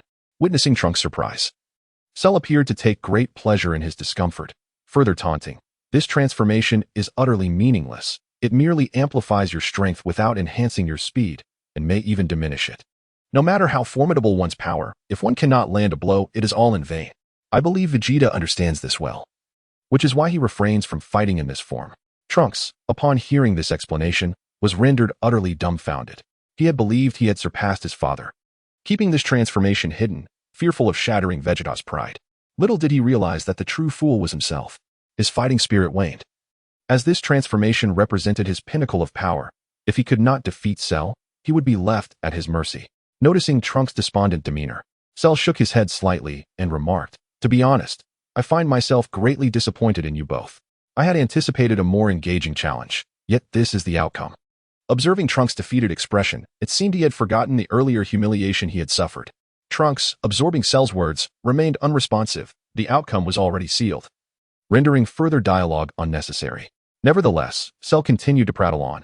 "I am genuinely curious as to how you both managed to improve so rapidly in such a short span. Given more time, you could potentially grow even stronger." Trunks, lifting his head slowly, replied in a flat tone, "I cannot say for certain if I can grow stronger still." Cell appeared dissatisfied with this response, yet he had already formulated an answer in his mind. If granted additional time, they could indeed advance further. And what of Son Goku? Why has he not arrived? Cell inquired, probing like an inquisitor. He had yet to lay eyes on Goku since arriving in this world, and was intensely curious about how his strength would compare to Vegeta's. Clenching his fists, Trunks retorted fiercely, "Mr. Goku is still training, and when he completes his training, it will be your demise." At this, Cell's eyes lit up. Perhaps it was the Scion blood coursing through him, but he suddenly found himself intrigued. "Excellent." Cell nodded in satisfaction, extending a finger. "One final question. Who was the one that took Android 18? What is his name?" Instantly, Trunks perked up at the mention of this name. He had just been engaged in a fierce battle with Cell, completely oblivious to the existence of such a formidable force on Earth. Li Lin's strength was unfathomable. No one had ever witnessed the full extent of his power. However, whenever he chose to intervene, there remained an undeniable glimmer of hope to vanquish Cell and save the planet. His name was Li Lin, the mightiest individual on Earth, who had long lived in seclusion within the mountains, emerging only in recent years. Trunks spoke solemnly, a newfound confidence shimmering in his eyes. "Huh, the strongest?" Cell scoffed derisively. "If you manage to locate him, do inform him that the strongest being on Earth is none other than I, Cell." He harbored some doubts regarding Li Lin's identity. If he were indeed a hermit of unparalleled prowess, why then was the future world still ravaged by androids? Yet, he chose not to dwell on such thoughts any longer. Fueled by self-assuredness, he dismissed the notion of fear. No matter how potently Lin's strength, it was of no consequence to him. Upon hearing this, Trunks momentarily faltered, pondering the implications of Cell's words. What does he mean by that? Is he suggesting I convey a message to Mr. Li Lin, perhaps indicating he intends to spare me? Before he could contemplate further, Cell continued, "I am organizing the Ultimate Martial Arts Tournament, commencing in 10 days. The format will be a round-robin challenge. You may take turns in facing me." Chapter 50, Live Broadcast. Trunks felt perplexed at this revelation. However, before he could voice his queries, Cell had already departed the small island. Cell's motivations were rather straightforward. He harbored no particular desire for murder or world domination. Instead, he sought to engage in combat with the strong, aiming to instill panic among humanity. This inclination may be significantly influenced by the cells of Goku and Vegeta residing within him. Observing Cell's retreat, Trunks was engulfed in a tumultuous swirl of emotions. Unsure of how to process the situation, after a considerable time had passed, he suddenly remembered his father, still lying on the ground. He hastened over, relieved to find that he still possessed a senzu bean. After Vegeta consumed the bean, his consciousness began to awaken, and he returned to a state of health. Surveying the surroundings, and noting the absence of anyone except Trunks, he inquired softly, "Where is Cell?" He did not believe his son could defeat Cell. The only conceivable explanation was that Cell had chosen not to eliminate them but had instead departed. "I'm sorry, I couldn't defeat Cell. He has already left," Trunks confessed, his head bowed in remorse. Vegeta crossed his arms, gazing into the distance, and replied coolly, "I knew it. With your limited skills, how could you possibly hope to overcome Cell?" Trunks, feeling even more ashamed at his father's words, buried his face deeper in shame. He had thought he had surpassed his father, yet realized he had been overly presumptuous. Where did he go? Vegeta shot him a sidelong glance, speaking matter-of-factly. Trunks shook his head, admitting his ignorance of Cell's current whereabouts. He then relayed the news of Cell's upcoming Ultimate Martial Arts tournament. Cell intends to challenge all the strong fighters on Earth. Damn it! Upon hearing Trunks' account, Vegeta did not bask in the relief of survival. Instead, he was overwhelmed by a profound sense of shame. After a considerable pause, Vegeta uncrossed his arms, his voice low yet resolute as he declared, "I must re-enter the hyperbolic time chamber. Just allow me one more chance, and I shall defeat Cell." Trunks, witnessing his father's unwavering determination, felt a surge of hope ignite within him. He resolved to train alongside his father, facing Cell together. In West City, Lin gazed at the sky, observing the dissipating energy, and with a faint smile remarked, "It seems the battle over there has come to an end." On the 18th, she fixed her gaze upon him, curiosity evident in her voice as she inquired, "Who emerged victorious?" Just moments ago, Trunks' energy had surged, seemingly surpassing that of Cell. Surely, he must have won, right? Lin smiled gently and shook his head. Had he been unaware of the narrative, he might have arrived at the same conclusion based solely on the aura. However, it was likely that Cell had triumphed. Although Trunks exuded a formidable presence, Cell was not so easily vanquished. I tend to believe that Cell did not annihilate them, but rather chose to depart on his own accord, Lin calmly elucidated to her.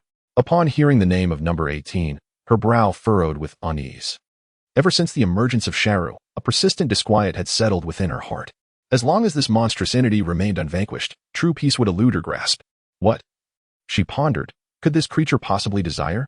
Number 18 voiced her concerns, yet Lin chose not to divulge any information. He merely shrugged and remarked, "Who knows? That being has absorbed the cells of so many individuals. Its thoughts may diverge significantly from those of an ordinary person." On the 18th, she heard this explanation and helplessly shook her head. In any case, she was now by Lin's side, and she firmly believed that this man would protect her always. As the sky grew darker, the number of pedestrians on the street dwindled. With nowhere to go, the two decided to find refuge in a luxurious hotel. However, when Lin proposed sharing a room, he was met with refusal. The reason being that she was not yet prepared and needed time to accept the situation. Reluctantly, Lin acquiesced. Indeed, it had only been half a day since they had truly come to know each other and established their relationship, so the progression felt rather swift. She certainly required some time to acclimate. Yet, this left Lin in a predicament, for a beautiful woman was by his side, yet he could not touch her, which was quite torturous for him. Alas, it seemed that tonight, he would have to settle for the company of the fifth lady. Lin sighed. In the divine realm, Sun Wukong and Sun Gohan were diligently training in the hyperbolic time chamber. Outside, Piccolo wore a worried expression, knowing that Cell was planning to host the World Martial Arts Tournament. He had resolved that once Goku emerged, he too would enter the chamber to train. Regardless of how his training progressed, he needed to be prepared to help. The following morning, Cell discovered a barren wilderness. With a slight wave of his hands, explosions erupted, leveling the chaotic pile of rubble. He then gathered several large stones and arranged them on the ground. In less than a minute, a colossal arena had been constructed. Yes, this will do. Cell nodded in satisfaction, coldly chuckling as he thought to spread the news. Within the world television station, people moved about as usual, preparing for the morning news and subsequent programming.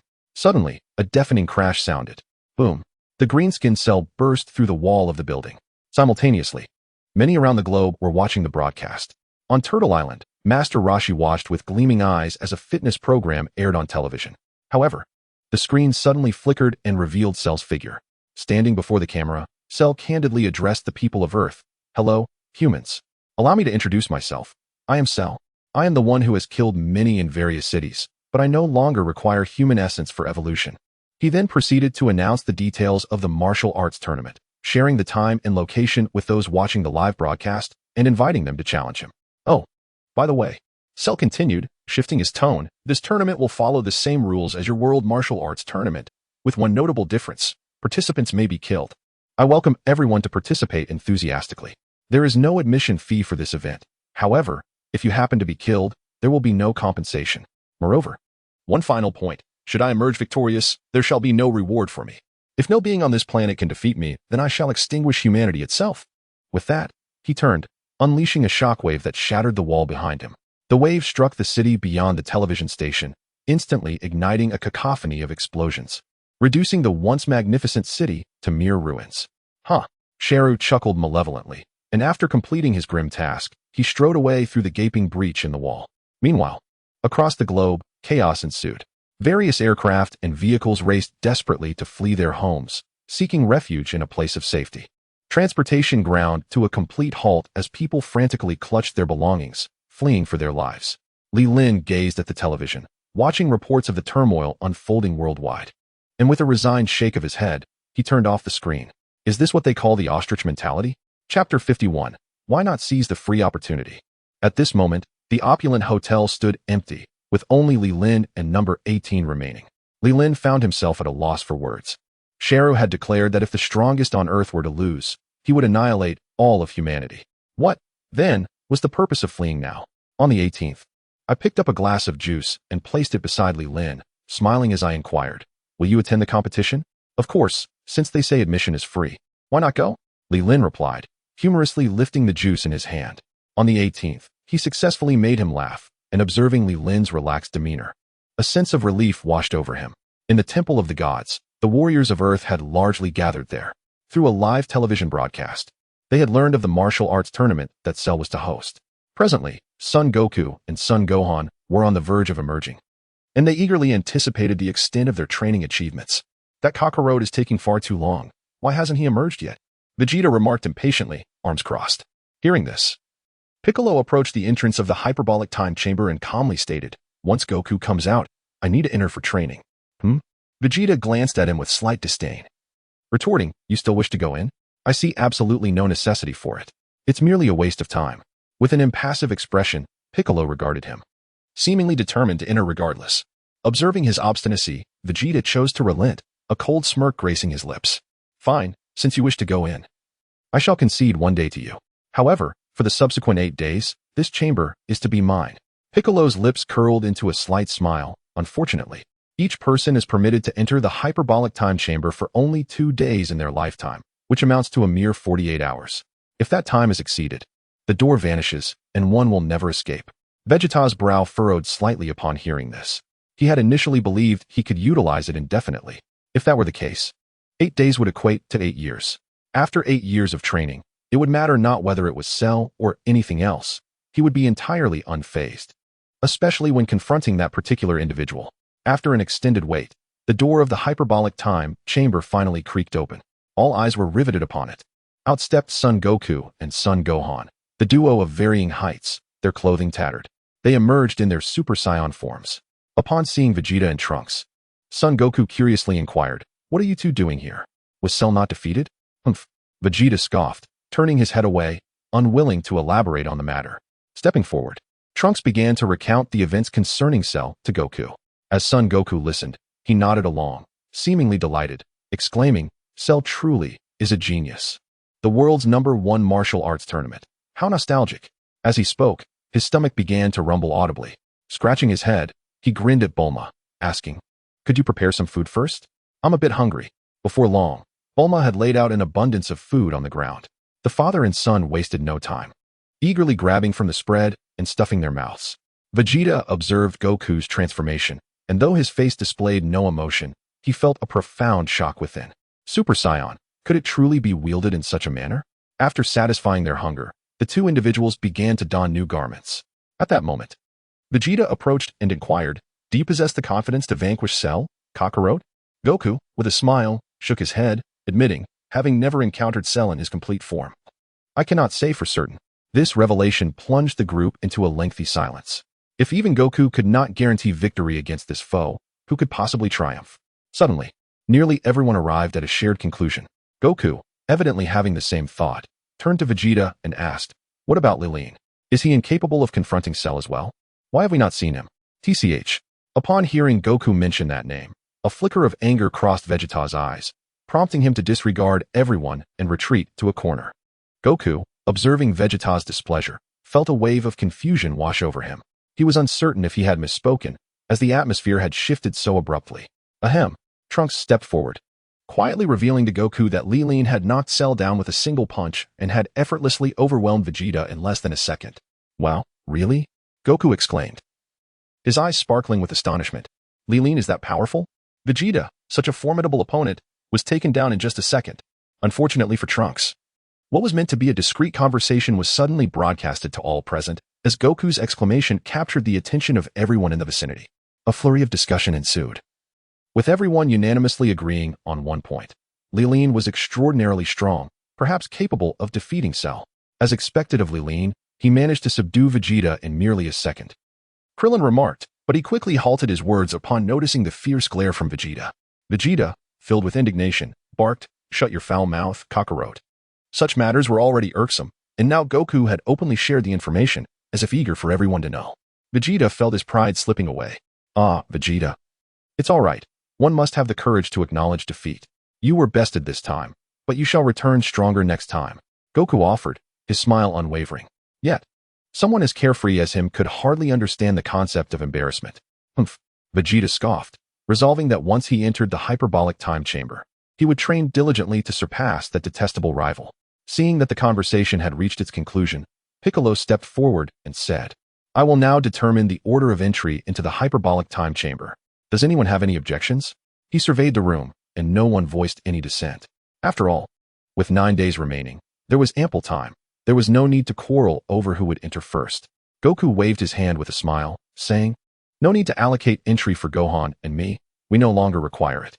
In the coming days, we will train independently." They had already achieved the full power of Super Saiyan 1, and further arduous training would serve little purpose. What lies ahead is to seize the moment and indulge in a brief respite. Following this, we shall engage in a vigorous battle, which will undoubtedly yield swifter results than mere solitary training. Upon concluding his thoughts, he soared downward towards the temple with Gohan by his side. Observing Goku's confident smile, Vegeta realized that Goku had undoubtedly surpassed him significantly, which explained his reluctance to engage in training. This realization struck Vegeta anew, fueling his resolve to train diligently, determined to surpass those rascals once and for all. Chapter 52, Prelude. The 10-day interval swiftly elapsed, and the time for the Cell Games had arrived. Lilin arose early, stretched languidly, and, after refreshing himself, prepared to embark on his journey. On the 18th, the early riser prepared to accompany Lilin. 1,000 kilometers away, in the desolate wilderness, Shalu stood silently on the arena, eyes closed.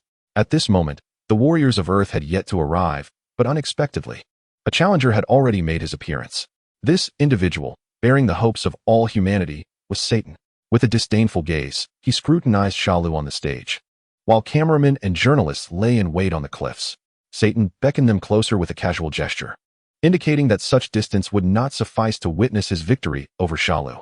Gathering their courage, the cameramen and reporters approached cautiously. One journalist posed the question, "Mr. Satan, what are your thoughts on this battle?" With a scoff, Satan crossed his arms and dismissively replied, "As long as I am here, this monster shall be defeated." The journalist exhaled in relief upon hearing such confidence from the strongest being on Earth. There was no need for anxiety. However, another query arose. What about the explosions that occurred when the military attempted to encircle Shalu a few days ago? The journalist inquired earnestly, microphone in hand. Satan shook his head, already possessing the answer within. With a calm demeanor, he responded, "Merely a minor trick. They had purchased explosives in advance, and the military, failing to detect the danger, recklessly advanced, falling into an ambush that resulted in the explosion." "Oh, I see." The journalist nodded slowly, finding this explanation quite credible. Viewers at home, engrossed in the live broadcast, also nodded in agreement. as the rationale seemed logical and reasonable. The journalist began to extol Satan's virtues, boasting of his immense strength and the multitude of opponents he had vanquished. With him around, Earth faced no peril. Just as they were caught up in their praises, a figure suddenly descended from the sky. It was Vegeta, who had long awaited this day.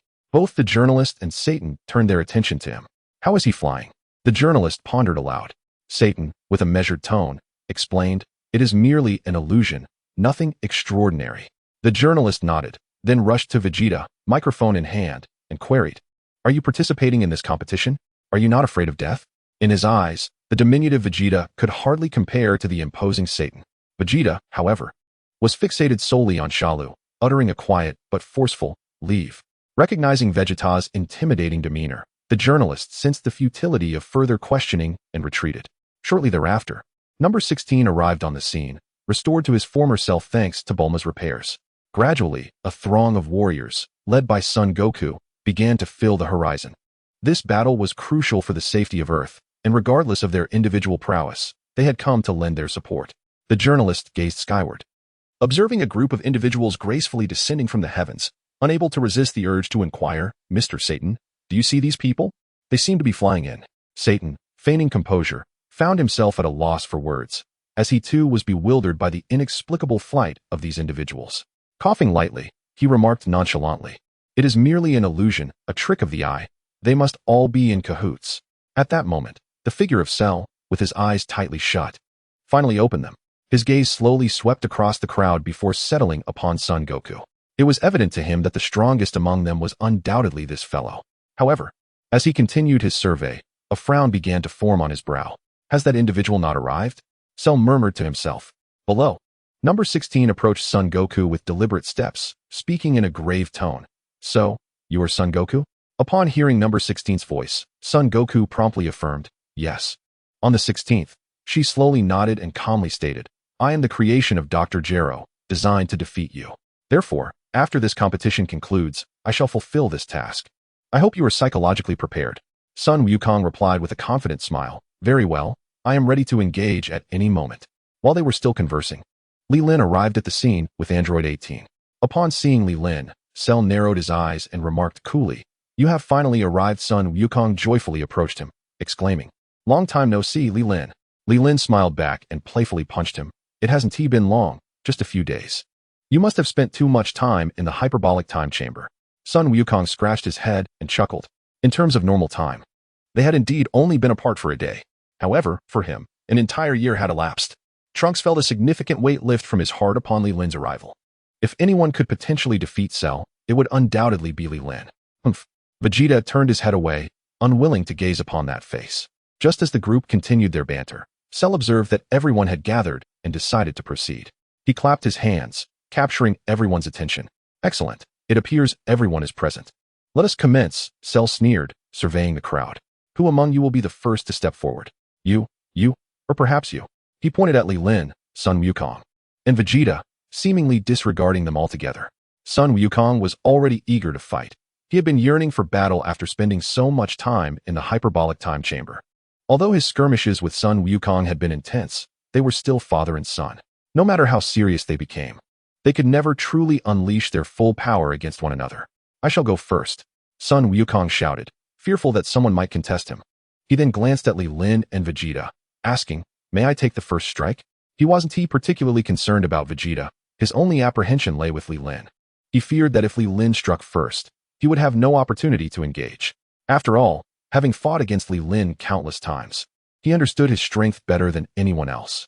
Even though he had reached the full power of Super Saiyan 1, he felt acutely aware that this level of power would be insufficient against Li Lin. Li Lin nodded with a smile. "All right." As friends, he was willing to yield the first opportunity to Sun Wukong. Vegeta spoke in a low tone. "I have no objections, but when it comes time to determine the victor, I must be the one to step in." Under different circumstances, he would never concede. However, he was now quite curious about the extent of Sun Wukong's progress. To uncover this, he might as well play the role of an observer. Chapter 53, Sun Wukong vs. Cell noticed that Sun Wukong appeared ready to be the first to engage, a slight smirk gracing his lips. He had no objections to the order of combatants. After all, it mattered little who went first. Moreover, he had yet to engage in a formal confrontation with Sun Wukong, which filled him with eager anticipation. Standing upon the arena, Satan observed that both the formidable Cell and the gathered spectators completely disregarded him, igniting a deep fury within him. Upon noticing that Sun Wukong was poised to enter the fray, he dashed to the edge of the stage. "You fools, this place is perilous. Do you think this is merely child's play?" Satan thundered in admonition. As the mightiest warrior of Earth, he felt it was his solemn duty to safeguard the planet. A reporter, accompanied by a cameraman, hurriedly approached Sun Wukong, inquiring, "Are you certain you wish to participate in this battle? It could be fatal." Sun Wukong, with an air of nonchalance, responded with a smile, "Of course." This declaration immediately irked Satan, who could not fathom why such an array of individuals felt emboldened to challenge the gravity of the situation. He brusquely shoved aside the cameraman and reporter, bellowing, "Young man, you are far too naive. You have no comprehension of Cell's might. This battle is fraught with peril, and a moment's lapse could lead to your demise." Krillin, unable to endure the scene any longer, interjected, "We have come to accept this challenge, fully aware of the immense risks involved." In essence, their arrival was to protect humanity on Earth. Yet, it was disheartening to witness such ignorance as others sought to dissuade Wukong. Krillin regarded the man before him with disdain, asking, "May I inquire who you are?" Upon realizing that someone was unfamiliar with him, Satan straightened his posture and launched into a self-aggrandizing introduction, listing his accolades as a world champion and the strongest on Earth. The televised broadcast continued, captivating the attention of humanity across the globe. As Satan's introduction concluded, the crowd erupted in a considerable cheer, attesting to his popularity. However, the very next moment, events transpired that left them utterly bewildered. Cell, having been prepared to engage, found his patience wearing thin as Satan continued his incessant prattling. "I am here to fight, not to listen to your bluster." With a swift motion, Cell unleashed a powerful energy wave that struck Satan, causing him to evaporate into a pile of charred remains in an instant. "Enough of your incessant rambling," Cell remarked coldly. The reporter, the cameraman, and the viewers at home were left in stunned silence. They could scarcely comprehend that the so-called strongest human, Satan, had been so effortlessly obliterated, leaving no trace behind. Across the globe, those witnessing this event were plunged once more into panic. If their supposed savior was so easily vanquished, who could possibly stand against Cell? In an instant, chaos erupted anew on Earth. Damn it! Sun Wukong seethed upon witnessing this scene. While Satan may have been verbose, he had not committed any wrongdoing. Regardless of the strength of the opponent, the very act of daring to confront Cell speaks volumes about one's courage. It is a testament to their desire to contribute to the welfare of Earth. Viewed from a different perspective, this individual exhibits a greater sense of justice than most inhabitants of this planet. Why, then, must one resort to violence before the competition even begins? Goku, filled with indignation, questioned vehemently. His inherently benevolent nature could not bear witness to such a scene. Though a scion by birth, having been raised on Earth, he regarded its people as his kin. "Huh," Cell scoffed derisively, remarking nonchalantly, "As the initiator of this contest, I possess the authority to establish the rules. The moment one steps onto this arena, the challenge is officially underway. Whether one lives or perishes hinges entirely on one's own capabilities." Upon hearing this, the reporters and cameramen, noticing that only the two remained on stage apart from Cell, hastily vacated the arena, fearful of becoming the next casualties should they linger too long. While Li Lin felt a measure of sympathy for Satan, he found merit in Cell's reasoning. The world, after all, is a realm governed by the principle of the survival of the fittest, where strength reigns supreme. Only those with sufficient power can dictate absolute rules. Consider the future. When Beerus obliterates a planet, the beings inhabiting those worlds are undeniably more innocent, yet none dare object to him.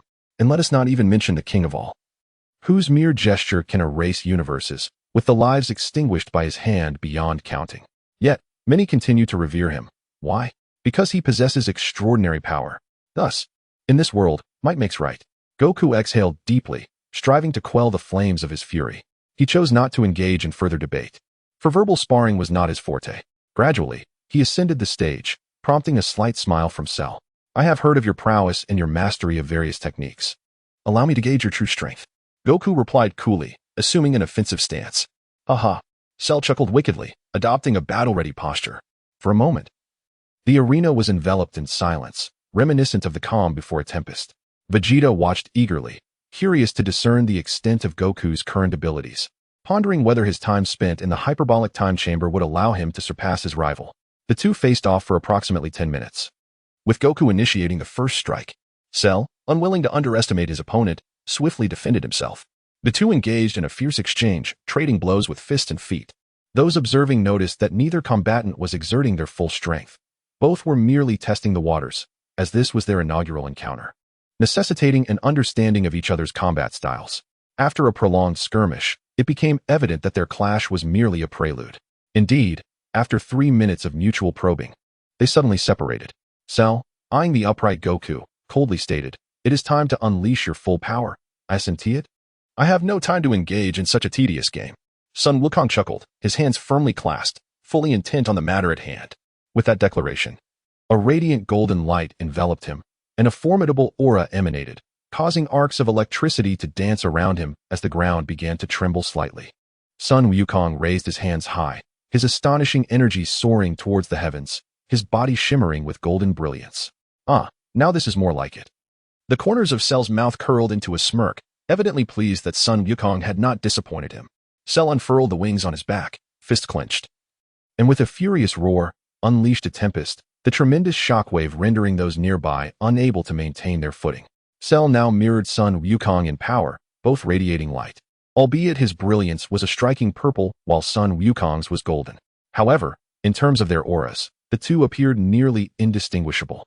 Chapter 54, The Dazzling Battle. Vegeta, witnessing the spectacle, was utterly astonished, never anticipating that Sun Wukong's strength could be so formidable.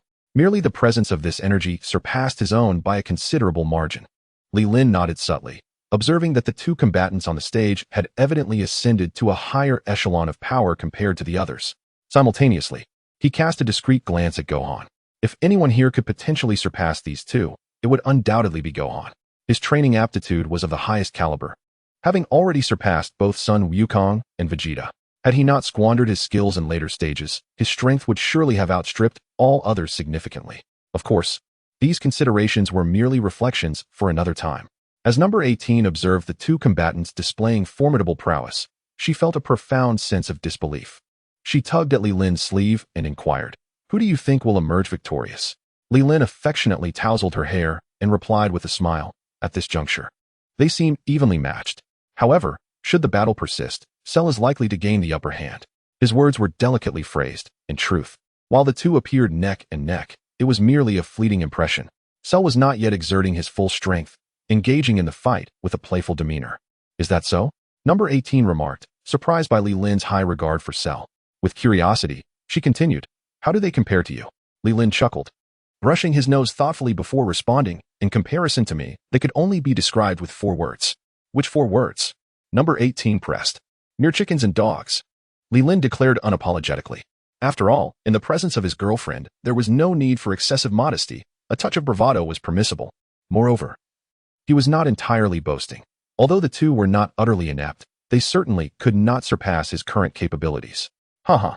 Number 18's laughter chimed like silver bells as she softly remarked, "Then I can rest easy."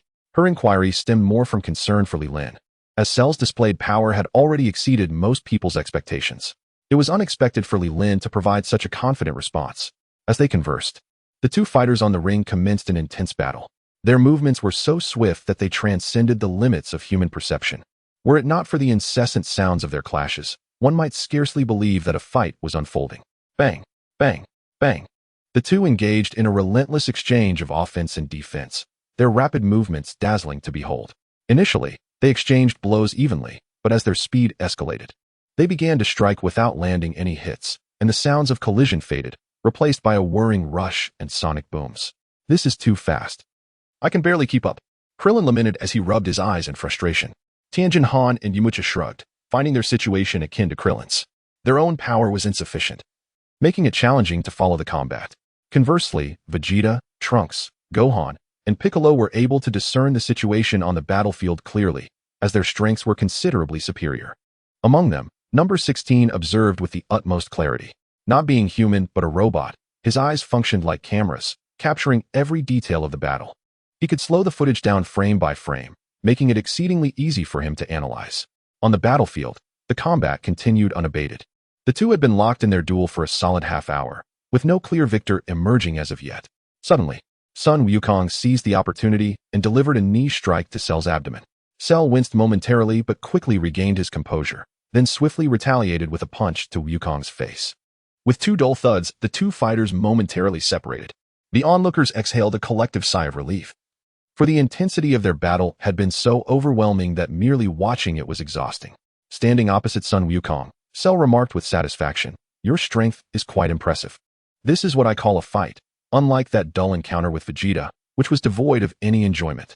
His voice, though not loud, was distinctly heard by all.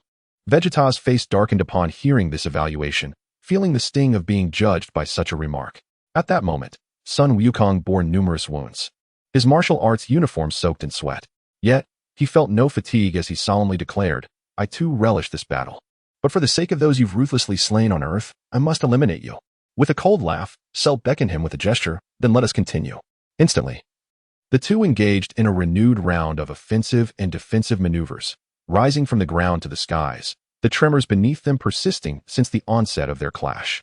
The spectators watched in trepidation, anxious that Sun Wukong might falter and succumb in any given round. As it stood, there was no one else present, apart from Wukong, who could rival Cell. Even if Li Lin were still in the arena, uncertainty lingered regarding his ability to triumph over Cell, who had evolved into a far more formidable foe than the creature he had previously dispatched with a single punch. Gohan, observing his father's struggle, remained composed, confident in his own transformed strength. Should his father falter against Cell, he would be ready to step in. The sound of their collisions echoed continuously as they transitioned from the air back to the ground. With a fierce shout, Sun Wukong unleashed a wave of energy. Cell, caught off guard, raised his arms defensively. The force of the energy wave was tremendous, propelling him backward several meters. Had he not twisted his body to deflect the blast, he might have fallen from the arena, which, according to the rules he had established, would have resulted in his defeat. Sun Wukong harbored a sliver of hope that Cell would abide by the rules, sparing humanity upon his loss. Yet, he was overly naive. Cell, perceiving this naivety, smirked slightly and slowly proclaimed, "This arena is far too restrictive. It hinders my full potential." He then moved to the center of the arena and announced, "Now, I shall change the rules and lift the restrictions of this arena." With that, a golden light radiated from his body and immense energy erupted forth. Boom! A mushroom cloud ascended into the sky, and shockwaves radiated outward. The people around swiftly crouched down, shielding their arms before their eyes. As the shockwave surged towards him on the 18th, he quickly shielded himself. Li Lin spoke gently, reassuring him, "Do not worry." With a casual wave of his hand, he unleashed a shockwave of equal pressure, instantly neutralizing both storms. While others were left disheveled and unable to open their eyes, they remained unscathed, with the airflow around them perfectly normal. This showcased Li Lin's remarkable precision in controlling energy. Chapter 55. I surrender. As the echoes of the explosion faded, the colossal storm dissipated. The crowd, shielding their eyes, gradually opened them to find the arena had been obliterated, reduced to rubble. Sheru nodded in satisfaction and remarked coolly, "Now I can truly showcase my skills." Sun Wukong fixed his gaze intently upon him, unperturbed by the sudden alteration of rules.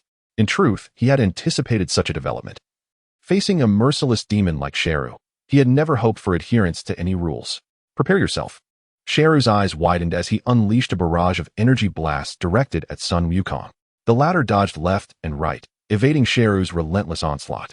Seizing an opportunity, he raised both hands, countering with several simultaneous energy waves. The two began to exchange blows in a fierce display of martial prowess. The immense force of their conflict caused those nearby to struggle to maintain their footing. After their initial exchange, Sun Wukong launched the first counterattack, while Sheru adeptly defended himself. They ascended from the ground into the sky, and then plummeted back down, causing debris around them to float as if gravity had ceased to exist. Ha! Ha! Their strikes landed with palpable force, each shout more thunderous than the last. Sun Wukong sensed his stamina waning. If the battle prolonged, he risked defeat. Resolute, he concentrated all his strength and propelled Sheru away with a mighty blow, following up with a kick that sent him soaring into the air. As Sheru ascended, Sun Wukong did not immediately pursue. Instead, he clasped his hands together, bellowing, Kamehameha. A brilliant beam of light surged upward. Sheru, witnessing the immense wave of energy, was struck with horror. He had not anticipated Sun Wukong's sudden surge of power and the ferocity of such a technique. Boom! The Kamehameha struck Sheru with pinpoint accuracy, triggering violent turbulence in the air and causing the very fabric of space to tremble, with small fissures appearing. Panting heavily, Sun Wukong felt beads of sweat cascading down his face. Did it work? Krillin clenched his fists, his gaze fixed intently on the sky. Everyone held their breath. eyes glued to the spectacle. Thud. Sherry's lower half plummeted to the ground, stirring up a cloud of dust, while his upper half had completely vanished. Wonderful! Sharu has been defeated, Tianjin Han exclaimed joyfully. With such a devastating blow, there was no doubt he would not survive, even if only half of his body retained consciousness. It posed no significant threat. Sun Wukong remained vigilant, for he sensed a formidable aura emanating from the lower half of Cell. Suddenly, an astonishing scene unfolded before their eyes. Cell, with just half of his body, performed a remarkable leap and stood upright. This was bad. Cell was not dead. Piccolo realized this in an instant. Indeed, before the watchful eyes of all, the severed flesh of Cell began to tremble. In the blink of an eye, Cell's upper body surged forth, regenerating at the sight of his injury. Huh, you truly are impressive. You almost had me, Cell remarked, twisting his head and testing his newly formed body. This rebirth, albeit from just half his form, drained a considerable portion of his energy. However, due to the Scion's inherent traits, his power had once again ascended. In stark contrast, Sun Wukong had exhausted all his strength with that last attack. At this moment, he was merely a spent force. Can you continue? Cell sneered, recognizing that Sun Wukong had reached his limits. Even if the battle were to persist, defeat was simply a matter of time. Of course, Sun Wukong replied, forcing a fade of ease. With that, the two commenced a new round of combat. The sound of their clashes reverberated. As the surrounding mountains had long since been reduced to rubble, Sun Wukong finally hit his breaking point. His movement slowed, and the force behind his punches became feeble. Seizing the opportunity, Cell struck with a powerful blow, sending Wukong flying, then swiftly followed up with a key blast. Boom! Sun Wukong crashed into the ground, though he survived. His aura was no longer as formidable as it had been. As the dust settled, he emerged from the crater, panting heavily, struggling to rise. His body had not sustained severe injuries. Rather, it was the prolonged and intense battle that had drained his stamina. Observing Wukong's state, Cell disdainfully remarked, "It seems you have reached your limit." Sun Wukong did not feign strength. He nodded in acknowledgement. He was indeed at his breaking point. If the fight continued, death would be inevitable. To be frank, I am nearly at my limit as well. Why not consume a Senzu bean to recover, and then challenge me once more? Perhaps you might even defeat me, Cell suggested with a sinister smile. He appeared to find little satisfaction in simply killing Sun Wukong. Hearing Cell's proposal, Trunks regained his composure.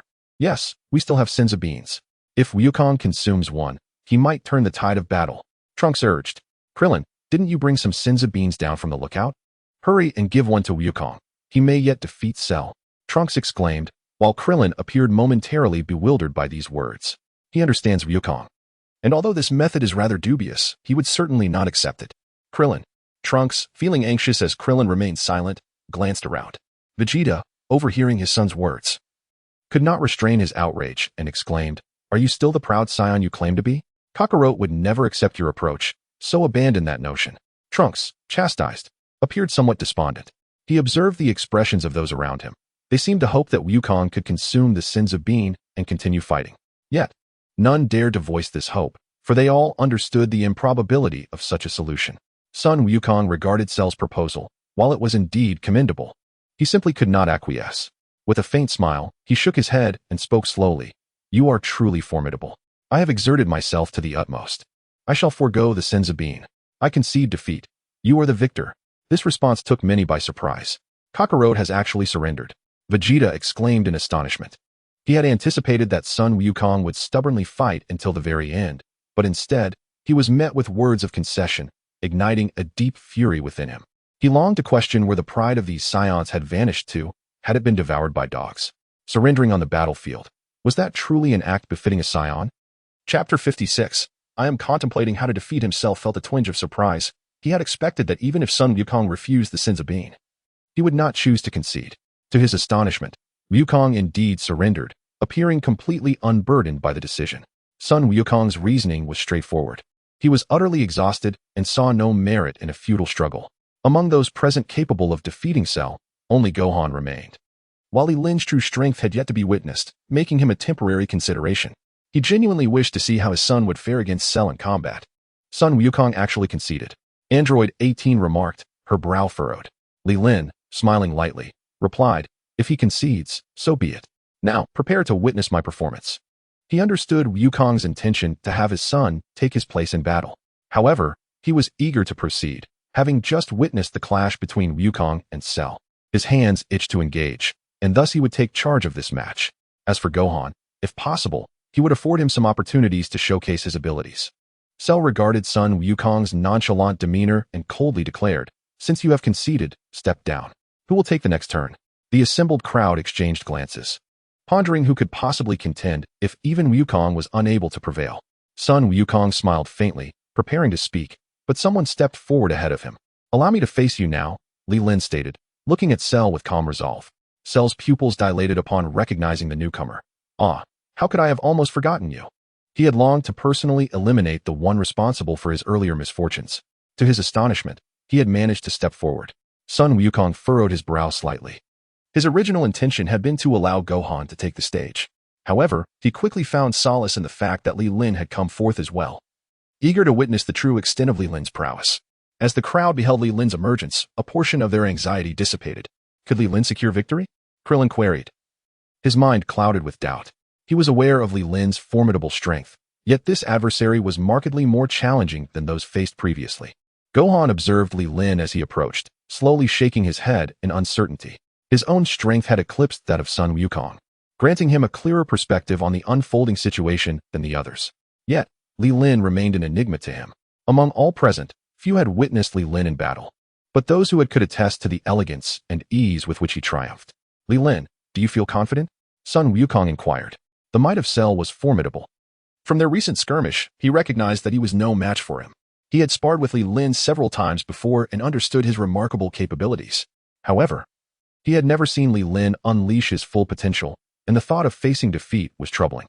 Thus, he preferred to have Gohan take the lead, for he was well aware of Gohan's abilities and believed him capable of overcoming the current threat posed by Cell. Were these thoughts to reach others? They would undoubtedly ridicule Sun Wukong, questioning his paternal instincts. If it were Piccolo, he would certainly never allow Gohan to step onto the battlefield. Hearing Wukong's words, Li Lin pondered for a moment before gently shaking his head. Observing this, Sun Wukong's heart began to race with anxiety. The crowd, too, felt a surge of panic. Ever since Li Lin's arrival, he had been regarded as a savior. Little did they expect that Cell's strength would rise to such a level that even he felt uncertain. On the 18th, Li Lin shook his head, his brow furrowed in concern. He was perplexed by Li Lin's reaction, especially since he had clearly stated that Cell was not a formidable threat and could be easily dealt with. Observing Li Lin's dismay, Cell's lips curled into a subtle smile, a sense of pride swelling within him. It seemed that this individual was not as impressive as he had initially thought. Perhaps it was a testament to his own prowess. "Since you cannot contend with Cell, it would be wise for you to step aside. I have already made my choice for combat," Son Goku declared amiably, though deep down, he harbored fears for Li Lin's safety. After all, the two had shared a period of cohabitation and training, forging a strong friendship. Any misfortune befalling Li Lin would cause him profound sorrow. The spectators, upon hearing that Son Goku had selected a combatant, turned their gazes towards Vegeta, for among them, only he possessed strength comparable to Son Goku's. If anyone were to take the next turn in battle, it would undoubtedly be him. Under the scrutinizing eyes of the crowd, Vegeta began to perspire. A sense of dread enveloped him as he realized that Son Goku's chosen fighter likely referred to himself. Yet, he felt woefully unprepared, particularly in light of the overwhelming power Cell had displayed. He knew he was no match for Cell, and Son Goku's actions felt akin to casting him into the flames. "You worry for this fellow's life. Can you not spare a thought for my own?" In truth, Vegeta was overthinking, as Son Goku had meant his son, Gohan, not him. Li Lin, upon hearing Goku's counsel, paused momentarily, recognizing the anxious expressions of those around him and understanding their misunderstanding. With a smile, he raised his hand dismissively and said, "I am not without confidence. I am merely contemplating the most effective method to defeat Cell. After all, there are myriad approaches, and it may take a moment to devise the right one." Son Goku's mouth fell slightly agape at his words. He wished to respond, but found himself at a loss for words. To defeat Cell? With so many options? Was he truly that self-assured? The crowd, taken aback, shared a collective gasp. Is it truly so? That defeating him would be no more challenging than slaughtering a chicken? You still need to deliberate on the manner of his demise. Cell's smile vanished in an instant, replaced by a scowl of fury. His face flushed a deep shade of green with rage.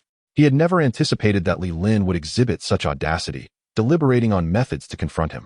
Therefore, he resolved to demonstrate through sheer power that Li Lin would not have the luxury of employing any strategy. The inevitable outcome would be his own demise. Thus, "You need not worry. You may take your leave to spectate," Li Lin continued with a grin. Against an opponent like Cell, He felt confident enough not to exert his full strength. Although Cell was on the verge of surpassing Super Saiyan 2, the chasm in power remained profound. Even should he achieve that breakthrough, Li Lin would harbor no fear, for his own strength had already transcended Super Saiyan 2. Engaging in battle may require some effort. But he was prepared. As she observed Li Lin's confident demeanor, she finally felt at ease. After all, she had come to regard him as her own man. Any misfortune befalling him would truly break her heart. Chapter 57. I too admit defeat. Sun Wukong wisely withdrew to the side. Li Lin stretched his body. Wearing an expression of utmost composure, he beckoned to Cell, saying, "You may strike first. I fear you shall miss your opportunity otherwise." Upon hearing Li Lin's words, a flicker of malice crossed Cell's face as he coldly retorted, "You remain as arrogant as ever, but that is well. Defeating someone like you will give me a sense of accomplishment." After declaring this, he vanished from sight, only to reappear before Li Lin in the blink of an eye. With a powerful thrust, he unleashed his right fist, stirring up a fierce gust of wind that exuded an aura of immense destructive potential. Li Lin, unfazed, chuckled lightly at the incoming punch. With a slight shift of his body, he evaded the strike with a perfectly timed maneuver, neither defensive nor offensive, as he wished to engage in a genuine battle to enhance his own combat prowess. Upon realizing his attack had missed, Cell's expression darkened instantly. He swiftly launched a second assault, his fists generating heat as they sliced through the air towards various points on Li Lin's body. Li Lin remained unperturbed, his form agile, as though he melded seamlessly with the atmosphere. Each tempestuous strike fell short of its mark. What? Cell thought, astonished. His current attack rate surpassed that during his duel with Wukong, yet how could he fail to land a single blow? "Can you move any faster?" Li Lin remarked casually, nonchalantly slipping his hands into his pockets, suggesting he was still holding back considerable strength. This statement and gesture pierced Cell's heart like a thorn. "You arrogant fool," he growled, his golden aura doubling in intensity. At that moment, he unleashed all his power, crackling with electricity. This state was perilously close to Super Saiyan 2, merely a step away. However, that step was exceedingly difficult to traverse. "Behold, this is my full strength," Cell proclaimed triumphantly, as if to flaunt his prowess. "Oh, is this all you have?" Li Lin raised an eyebrow, a smile gracing his lips. "Can you not elevate it further?" Cell, incensed by this dismissive remark, believed Li Lin was merely attempting to intimidate him psychologically, hoping to provoke a mistake in battle. However, with his vast cellular intelligence, he would never commit such a fundamental error. "Let me see what justifies your words," Cell said, furrowing his brow. Then, with a sudden movement, he propelled himself off the ground like a cannonball, launching into action. Li Lin bent his body downward, evading the onslaught of Sha Lu. Sha Lu surged forward but abruptly halted, pivoting to transform into a phantom once more, intent on charging ahead. Just as he was about to make contact, an explosive energy emanated from Li Lin, propelling Sha Lu away. The spectators were left astounded, rendered speechless. They had assumed Sha Lu was formidable enough, believing even Li Lin would struggle to challenge him. However, it now appeared they had gravely misjudged the situation. Li Lin's power exceeded their wildest imaginations. A mere display of explosive energy had sent the ferocious Sha Lu flying. What would the outcome be if Li Lin were to strike? As Sha Lu was cast aside, a look of trepidation slowly crept into his eyes. He hesitated to advance, feeling a twinge of fear.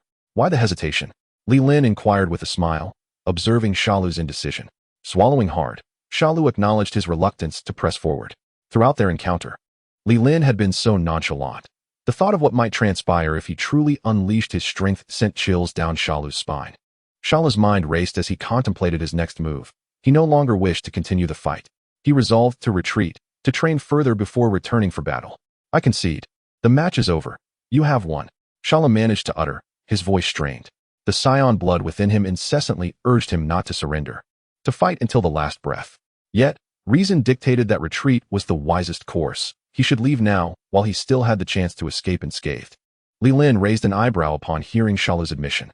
Clearly, he had not anticipated Sha Lu would concede. He had not yet tired of the contest. He yearned to seize this opportunity to further enhance his prowess. The onlookers exchanged glances, struggling to believe their ears. Did Sha Lu just say he concedes? Did you all hear that? Krillin asked his companions. The consensus was unanimous. Although Sha Lu's voice was soft, it was undeniably clear. They confirmed that Sha Lu had indeed chosen to surrender. Damn it! Vegeta clenched his fists, still reeling from his earlier fear of Sha Lu's might. He was astonished to witness this individual choose surrender in the face of Li Lin's strength. Was Li Lin's power truly that terrifying? "Ah, he concedes?" Goku scratched his head, appearing somewhat disappointed. "I was just getting into it. Why did he give up? Piccolo and Trunks, more cautious in their demeanor, were taken aback by Shalu's decision to concede, yet felt a sense of relief. However, the pressing concern remained. What would happen now that Shalu had surrendered? After all, he had previously threatened to annihilate humanity if he were to lose. Yet, now that he had been defeated, he offered no solution. If he is allowed to leave, he may pose a significant threat in the future. I concede, Li Lin replied softly. Sharu nodded earnestly, a smile gracing his lips as he conceded. Indeed, I admit defeat. You have won. As a consequence, I shall no longer take the lives of humans. May I take my leave now? At that moment, he felt a surge of self-satisfaction, praising his own cleverness for having left himself an escape route from the very beginning. With a few years of dedicated cultivation, he would be able to deal with that insignificant Li Lin effortlessly. Very well, I accept your surrender, Li Lin replied after a brief moment of contemplation. Sharu's smile blossomed, but in the next instant, it froze upon his face. However, the cost of surrender was not so simple for a monster like you. Choosing to concede only leads to death. Li Lin's gaze narrowed, his voice sharp as a blade. He had intended to engage in a straightforward battle, without the intention of killing him, as he believed Gohan would ultimately resolve the matter. Yet, the sudden declaration of surrender felt like an insult to his intelligence, something he could not tolerate. Upon hearing the veiled threat in Li Lin's words, Sharu panicked and hurriedly waved his hands, exclaiming, No. No. That rule does not exist. Li Lin, unwilling to grant him the opportunity for further explanation, had already materialized before him in an instant. With a resounding thud, he delivered a powerful punch that pierced through Sharu's chest. Sharu expelled a copious amount of purple blood, his aura plummeting dramatically. He had not anticipated that Li Lin would strike so suddenly, nor that his strength would be so formidable. Leaning close to Sharu's ear, Li Lin spoke with a calm demeanor. I assumed you had prepared yourself for death by organizing this competition. Chapter 58. Playing dead. Sharu's face contorted in terror. It was evident that his adversary truly intended to kill him. Enduring the excruciating pain, he forcefully retreated. Blood gushed from the gaping wound in his chest. He cried out in agony. The gaping hole in his body instantaneously healed, yet he no longer possessed the will to continue fighting. For Li Lin's displayed prowess far exceeded his expectations. His attacks could not reach Li Lin. Conversely, a single punch from Li Lin could obliterate his form. The disparity in strength was so pronounced that even a fool would recognize the futility of resistance. I must flee, as long as I survive.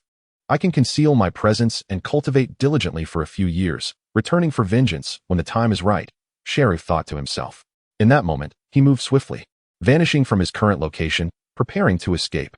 However, Li Lin had already anticipated his intentions and would not allow him to depart so easily. Suddenly, Li Lin too disappeared from sight, and in less than a second, Sharu's body crashed heavily to the ground. Li Lin descended slowly, remarking nonchalantly, What is the matter? Still contemplating your escape?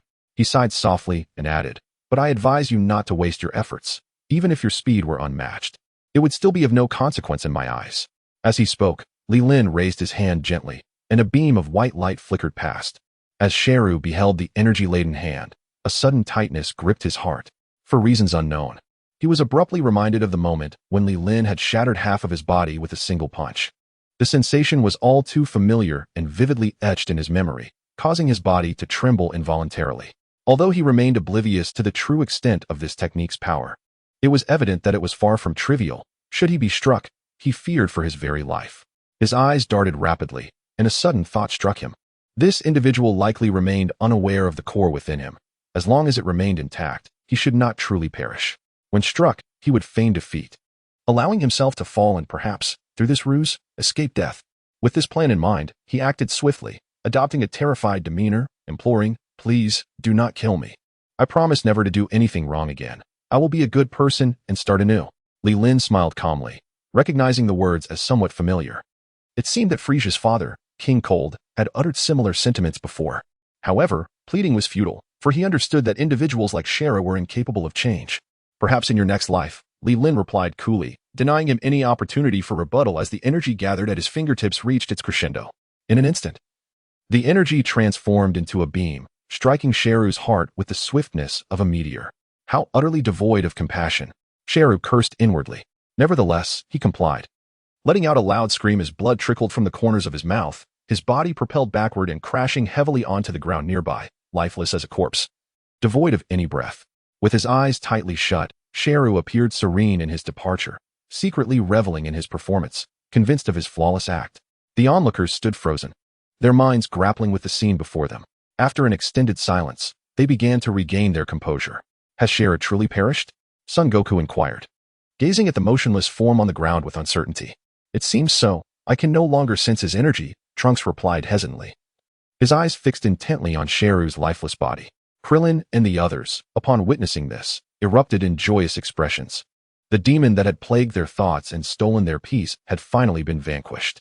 Although the process had been somewhat swift, the threat to Earth had been neutralized at last. Let us not celebrate just yet. My instincts tell me that matters may not be so straightforward. Piccolo warned solemnly to those around him. While Li Lin's displayed power was indeed astonishing, the ease with which he had defeated Sharu left a lingering doubt.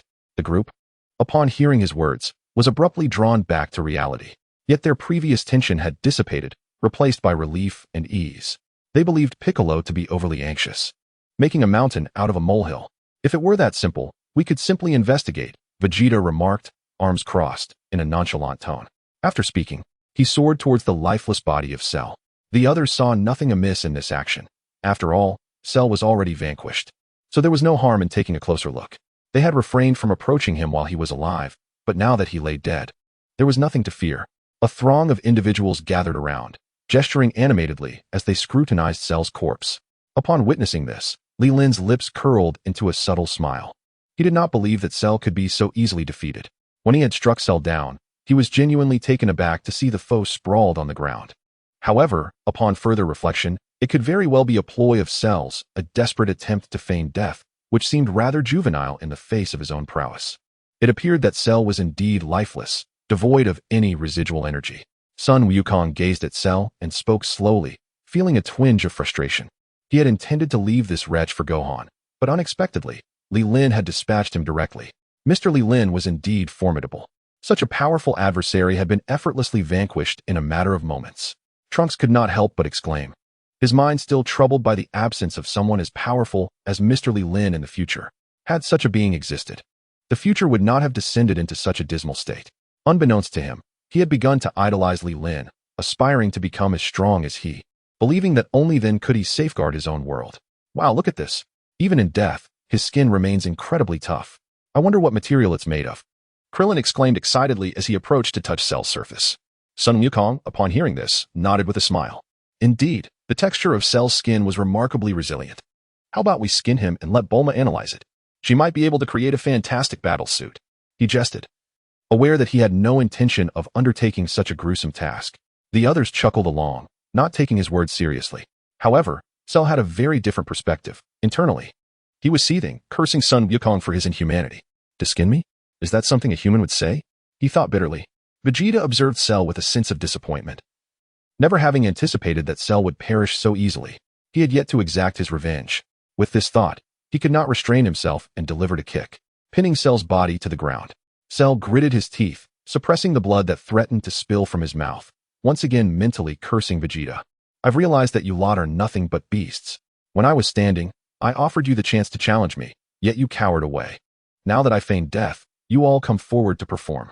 His blood pressure surged with indignation, wishing nothing more than to obliterate them all. Chapter 59. The Transformation of the Living Dead. What shall we do with this fellow's corpse? Shall we simply leave it here? Vegeta remarked, standing over Cell. Sun Wukong pondered for a moment before slowly suggesting, perhaps we should bury it. Leaving it here is not ideal.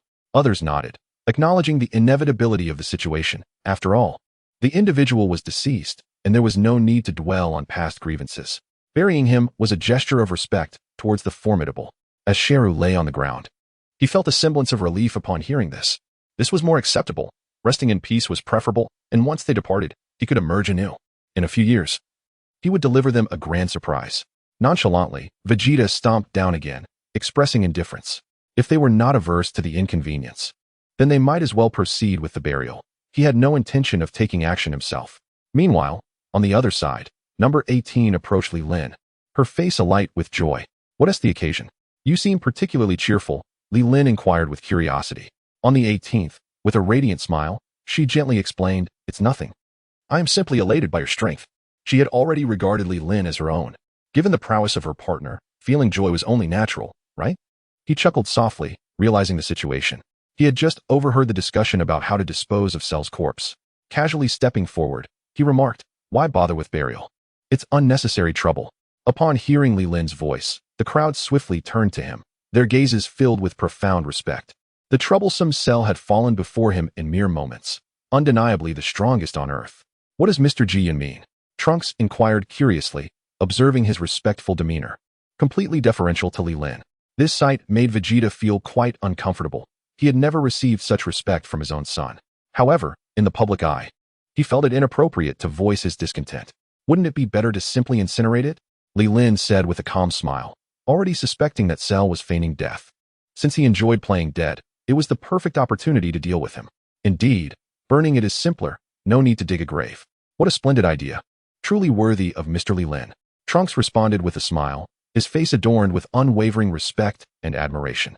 Li Lin had completely conquered him with his prowess. Everything he did seemed infused with wisdom and uniqueness in Trunks' eyes. Vegeta, observing his son's fawning demeanor, felt a wave of embarrassment wash over him. Burning the corpse, was that truly such a brilliant idea to boast about? Li Lin's suggestion is rather good. I concur. Sun Wukong nodded slowly, indifferent to the corpse's disposal now that Cell had been vanquished. He merely echoed Trunks' praise of Li Lin's idea. Vegeta's facial muscles twitched in frustration. Good grief. You can make a grand affair out of handling a corpse. At that moment, Cell seethed inwardly, cursing Li Lin for his apparent lack of humanity. Was it not possible to leave a complete corpse after death? Yet, he consoled himself with the thought that his body was resilient enough. Mere flames would pose no significant threat. A mysterious smile crept across Li Lin's lips as he gently blew, causing sparks to ignite in the air, which fell upon Cell's form. Suddenly, flames erupted, engulfing Cell entirely. Cell inwardly cursed. Though his body remained intact, the searing heat was unbearable. Nevertheless, he gritted his teeth and refrained from uttering a sound. After about several seconds, the flames gradually extinguished. Cell's body was left charred, yet unscathed. Heh! Vegeta couldn't help but scoff, declaring, "I told you, this fellow's body is exceptionally tough. Mere flames cannot harm him." Upon hearing Vegeta's words, the crowd felt a twinge of embarrassment. Trunks gazed at Li Lin and slowly remarked, "Mr. Li Lin, you see." Vegeta, observing his son's sycophantic demeanor, was filled with irritation. Before Li Lin could respond, he interjected, "If you cannot handle such a trivial matter, where has your intellect wandered off to?" While directed at Trunks, the remark subtly alluded to Li Lin as well. "Oh." Li Lin raised an eyebrow with a smile and replied, "It appears that Prince Vegeta possesses quite a keen insight into the handling of the deceased. What do you suggest then?" Vegeta, upon hearing this veiled insult, felt a surge of resentment.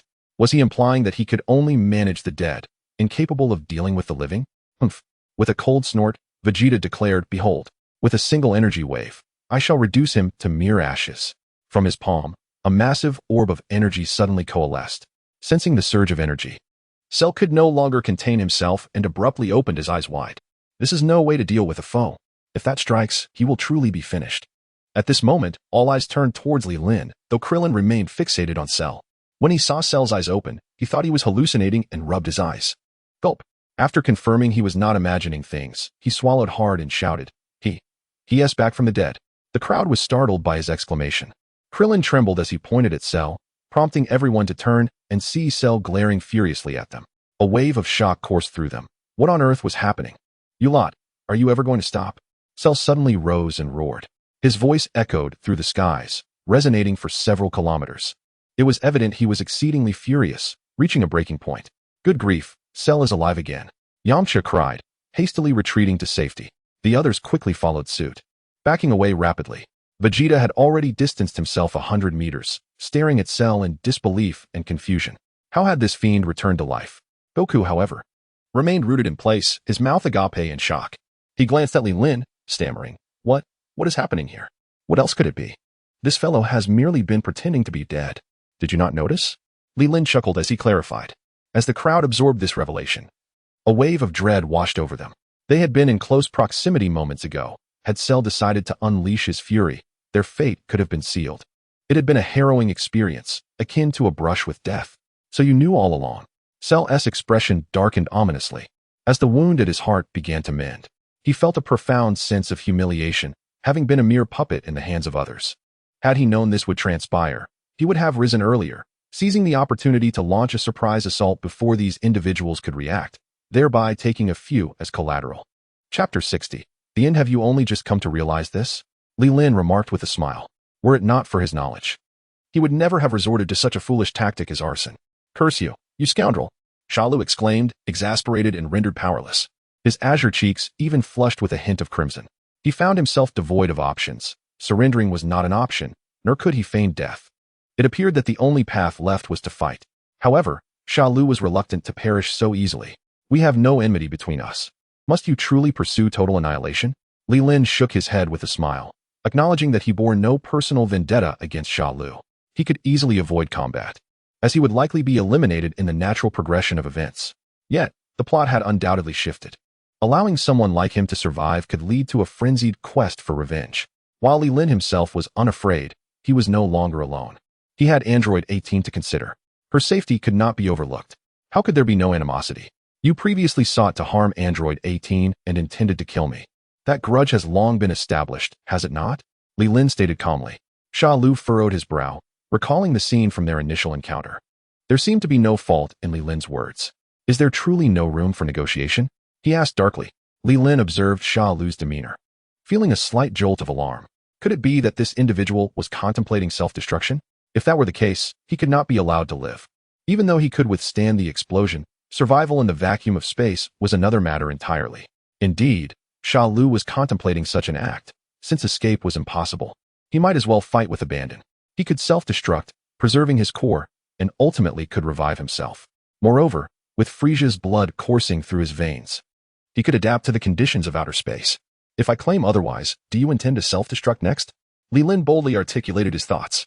Sha Lu paused, momentarily taken aback that his intentions had been discerned. However, it mattered little. He confirmed, indeed, I plan to self-destruct. I possess a core within me, and as long as it remains intact, I can restore myself. At this juncture, there was no need for subterfuge. He openly declared his plan, willing to face mutual destruction if necessary. As expected, upon his declaration of self-destruction, the expressions of those present shifted to one of alarm.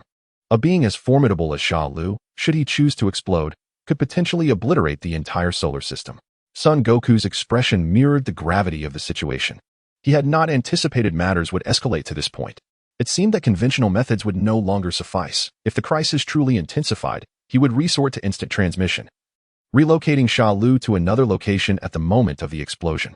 As Sha Lu observed the dismal expressions of the crowd, a sense of satisfaction washed over him. He continued to threaten. Some of you may withstand the force of the explosion, but what of the inhabitants of Earth?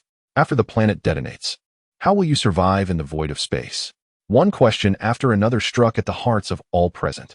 Faced with Sha Lu, they could not help but adopt a more cautious demeanor. At that moment, Li Lin erupted into hearty laughter. Sha Lu, confronted by this cheerful outburst, felt a flicker of displeasure. What was there to find amusing? Li Lin composed himself and replied with calm assurance. I laugh because you fail to discern the gravity of the situation, or perhaps you have yet to truly grasp the chasm that lies between us. What do you mean?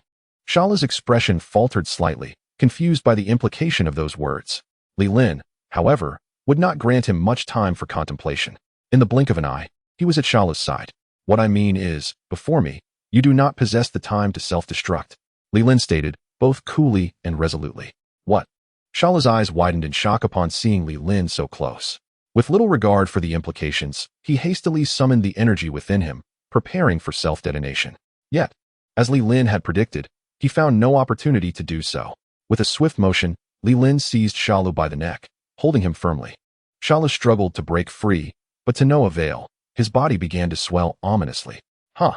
Li Lin bellowed, casting Sha Lu high into the air, while simultaneously shouting to the surrounding crowd, everyone, focus your attacks on Sha Lu above. Give it your all. With that, he was the first to act, channeling all his energy to unleash a terrifying wave of light. In truth, his power alone was sufficient to obliterate Sha Lu. However, to ensure absolute certainty, he felt it prudent to involve everyone, lest any unforeseen circumstances arise. Initially taken aback, the crowd quickly regained their composure upon witnessing Li Lin's cataclysmic wave of light. Kamehameha! Sun Wukong unleashed the last remnants of his energy, sending forth a beam of white light. Huh! Krillin and Yamcha followed suit, launching their Kamehameha to bolster the attack. Ultimate Flash. Vegeta raised his hands skyward, transforming into a Super Saiyan, and unleashed a golden wave that soared into the heavens. Special Beam Cannon. Son Gohan crossed his hands at his forehead, releasing an energy wave that rivaled Li Lin's. Piccolo and Trunks likewise summoned their full might, sending forth twin artillery-like assaults into the sky. On the 16th, she extended her arms towards the heavens, invoking the brilliance of hell. "Huh," the 18th exclaimed, unleashing an attack of her own. A multitude of beams ascended into the sky, propelling Cell's body beyond the atmosphere. The intertwining hues ignited a cacophony of explosive sounds in the pitch-black void of space. Boom! A colossal mushroom cloud surged upward, the ensuing inferno sweeping through the starry expanse, annihilating everything in its path, reducing all to the profound depths of the universe. The solar system, indeed the entire galaxy, began to tremble, on the brink of collapse. Under the immense shockwave, Cell was reduced to remnants smaller than cosmic dust. On Earth, the explosion's vibrant colors painted the sky, drawing all to witness this spectacle. The radiant sun appeared dim in comparison to the brilliance of the explosion. "Phew, it's over." Li Lin exhaled, relieved. It was not the defeat of Cell that posed the challenge, but the fear of suffocating in the void alongside the 18th.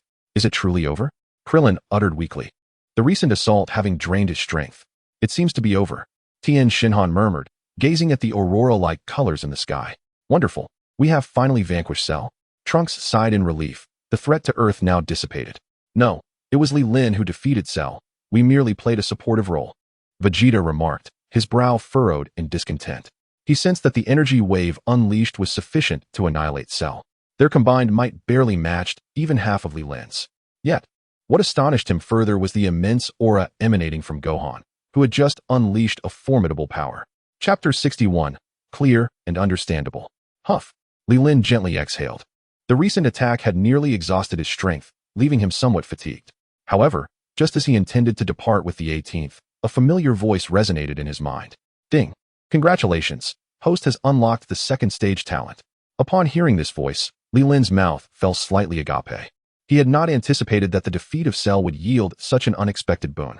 He had assumed it would be a considerable time before he unlocked the next phase of his talent. Following this announcement, a series of words appeared before him, reminiscent of the initial revelation. Unlocking the second stage talent. 1. Ability to survive in any environment. 2. Significantly enhanced lifespan.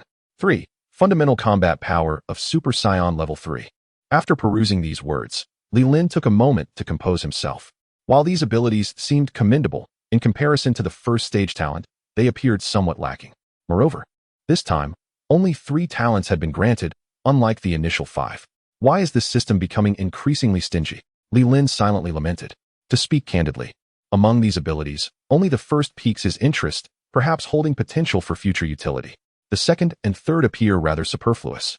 The significant extension of lifespan can, in fact, be achieved through the Dragon Balls. Although they cannot grant immortality, they certainly suffice to enhance one's longevity. As for the foundational power of the Super Saiyan 3, it seems even more futile.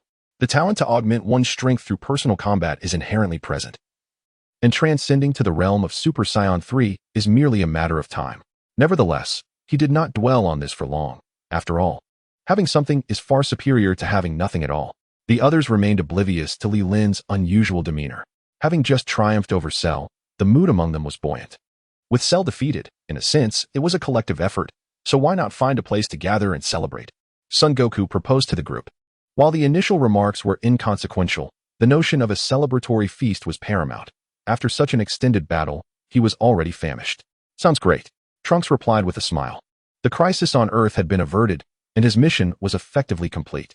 All that remained was to return and eliminate the androids from his timeline. A moment of relaxation would not be amiss. The group expressed their agreement, though Vegeta indicated his disinterest. "Li Lin, will you join us?"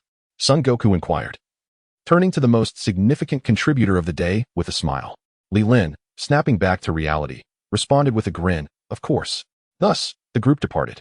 The venue for the celebration was the Capsule Corporation, familiar territory, making it convenient for all. After the group had left for some time, the initial reporter and cameraman returned, emboldened by the absence of energy fluctuations. Upon finding the site deserted, they exchanged puzzled glances. Has Cell truly been vanquished? The cameraman wondered aloud, gripping his equipment uncertainly. The reporter pondered briefly, recalling Cell's assertion that if no one on Earth could defeat him, he would annihilate humanity. Now, With those individuals departing unscathed and Cell nowhere to be found, it seemed plausible that he had indeed been defeated by that very group. Yes, it must be so, the reporter exclaimed, clapping his hands together. He then instructed the cameraman, "Quick, start the broadcast. I must convey the news of Cell's defeat." The cameraman, unfazed, hoisted the equipment and activated the lens, resuming the live coverage. "Dear citizens of Earth, Cell has been defeated by the brave warriors just moments ago," the reporter proclaimed, his voice resonant and magnetic.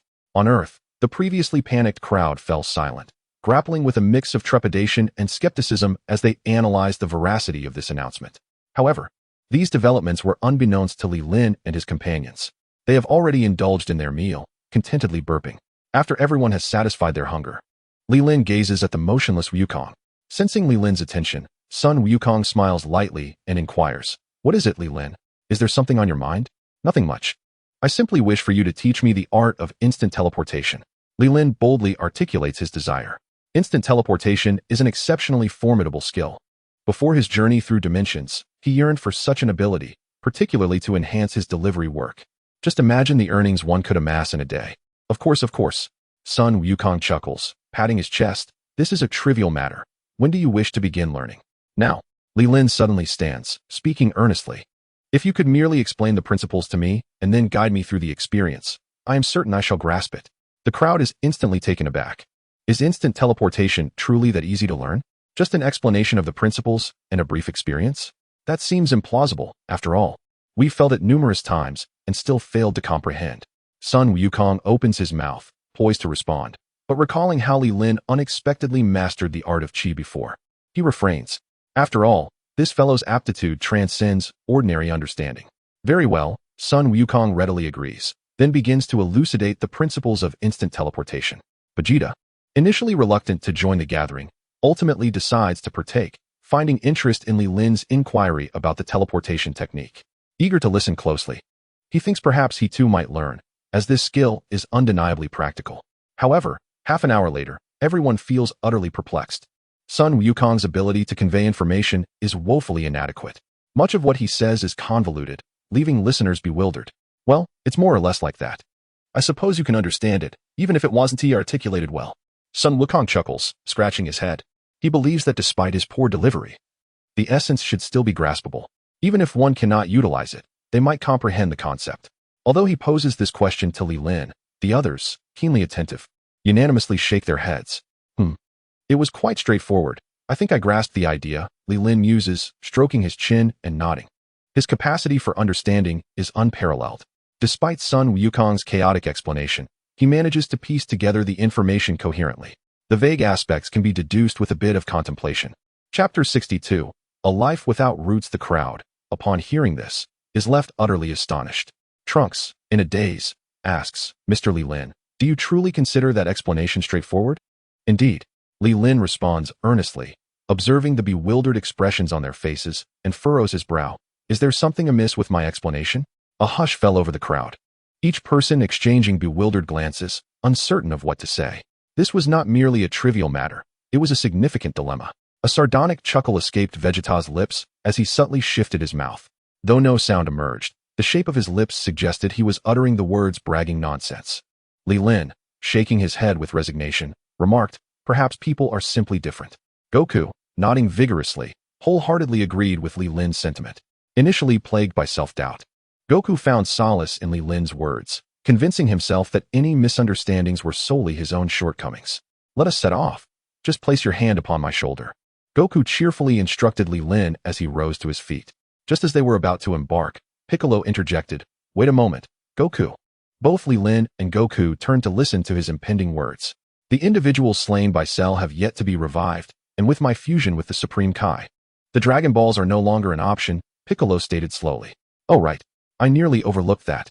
Goku scratched his head in realization. So many lives lost at the hands of Cell must be restored. Piccolo continued, "If you intend to use instant transmission, could you visit Namek and find a Namekian to become the new guardian of Earth?" This was his objective.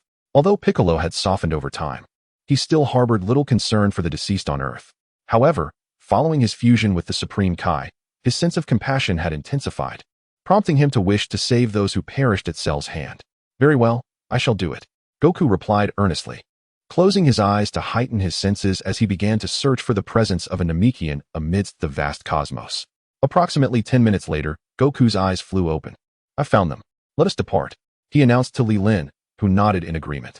In an instant, their figures vanished, leaving no trace of Goku and Li Lin on Earth. As time passed, half an hour slipped away. Suddenly, two figures materialized once more. Accompanied by a considerably shorter Namekian, Li Lin and Goku had returned. However, their positions had switched. Previously, Li Lin had rested his hand on Goku's shoulder. But now it was Goku's hand upon Li Lin's shoulder, indicating that Li Lin had utilized instant transmission for their return. Vegeta, keenly observant, noted this detail with a mixture of astonishment and disbelief, pondering how this individual could be so exceptionally skilled as to grasp such absurd theories from Kakarot and learn through mere experience. No one paid heed to his thoughts, for the crowd recognized the Namekian he brought along. It was none other than Dandy. Krillin and Gohan quickly gathered around him. It had been quite some time since they last met, and naturally, there was much to discuss, having once shared life and death experiences on the Namekian planet. Piccolo offered him a warm smile. His initial intention had merely been to find any Namekian to serve as the guardian, but he was surprised to discover that it was Dandy he had found. "Very well, everyone, I shall not impose any longer. We will take our leave," Li Lin announced as he approached Android 18, taking her hand in his, bidding farewell to the group. As Li Lin prepared to depart, everyone waved their goodbyes. Son Goku stepped forward, grinning as he said, "Let us train together sometime." "Indeed," Li Lin replied with a gentle smile. After all, he was merely seeking a place to stay for himself and Android 18, not intending to leave Earth. With a final wave, Li Lin utilized the instant transmission technique he had recently mastered and vanished from the scene. After bidding farewell to Li Lin and Android 18, he too rose to take his leave.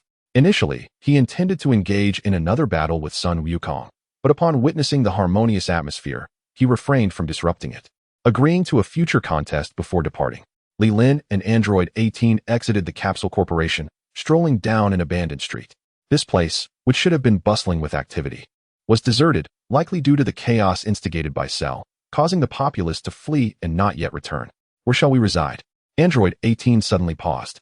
Li Lin's buoyant steps faltered, and the smile on his face froze. Indeed, where would they stay? Their former abode lay in ruins, and it was impractical to live in a hotel indefinitely. He lamented, "I should have anticipated needing a few more capsules," rubbing the back of his head in embarrassment. He realized their finances were limited, making it challenging to find suitable accommodation. "What shall we do? Surely, you can't expect us to wander the streets?" Android 18 spoke with a hint of despair. Truth be told, apart from their formidable abilities, they possessed little else. In a world that revered strength, financial resources were equally indispensable. "Wait a moment, let me devise a plan." Li Lin scratched his head, acknowledging the age-old adage that a lack of money could thwart even the most heroic of figures. He had initially considered returning to Bulma to request a capsule, to continue dwelling in a modest shelter. Yet, given that they were now two, such an arrangement felt rather meager. Why not seek employment? Perhaps you could find a job? On the 18th, with a hint of jest, a suggestion was made. Upon hearing this proposal, Li Lin immediately shook his head and, with utmost conviction, declared that working for others was simply out of the question. After all, what was his current standing? He had certainly become a formidable figure, and it was inconceivable for him to engage in menial labor. Suddenly, a spark of inspiration ignited within him, as if a brilliant idea had dawned. "We lack a place to stay. Why not construct one ourselves?" Li Lin exclaimed, clapping his hands in enthusiasm. On the 18th, he nodded with a smile. "All right. I'll follow your lead." Thus, they soared over the vast ocean and discovered a picturesque island, reminiscent of the turtle hermit's abode. Above the sea, the scenery was breathtaking, with gentle sea breezes making it nothing short of a paradise. Boom! Li Lin unleashed his energy waves to construct his new home. Hills vanished, transformed into a sprawling plain. The stones morphed into neatly arranged bricks, forming an enormous castle. Clap, clap, clap. Li Lin applauded. The entire process took less than 5 minutes. Now, only the decoration remained before it could be inhabited. Chapter 63. Prophetic Dream in the Depths of the Universe, within the enchanting realm of the God of Destruction. Beerus lay soundly asleep. Suddenly, he opened his eyes, cold sweat dampening his sheets. "Whis, Whis, where are you? Come out quickly," Beerus exclaimed loudly. In another room, Whis, holding a delicacy, was about to indulge when he was abruptly interrupted by the urgent voice.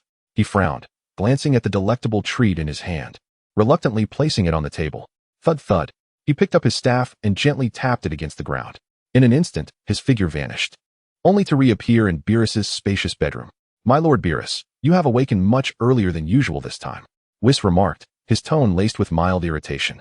After all, it was rather unpleasant to have one's meal interrupted. Beerus, oblivious to Whis's discontent, continued, "Whis, I just had a dream." "Oh," Whis raised his eyes and surveyed him. "Pray tell, when do you not dream while asleep?" This was indeed a valid point. As long as he was not disturbed, Beerus rarely awakened naturally. He would only rouse from slumber when a dream concluded, often speaking of trivial matters upon waking. Whis had long since grown accustomed to this scenario.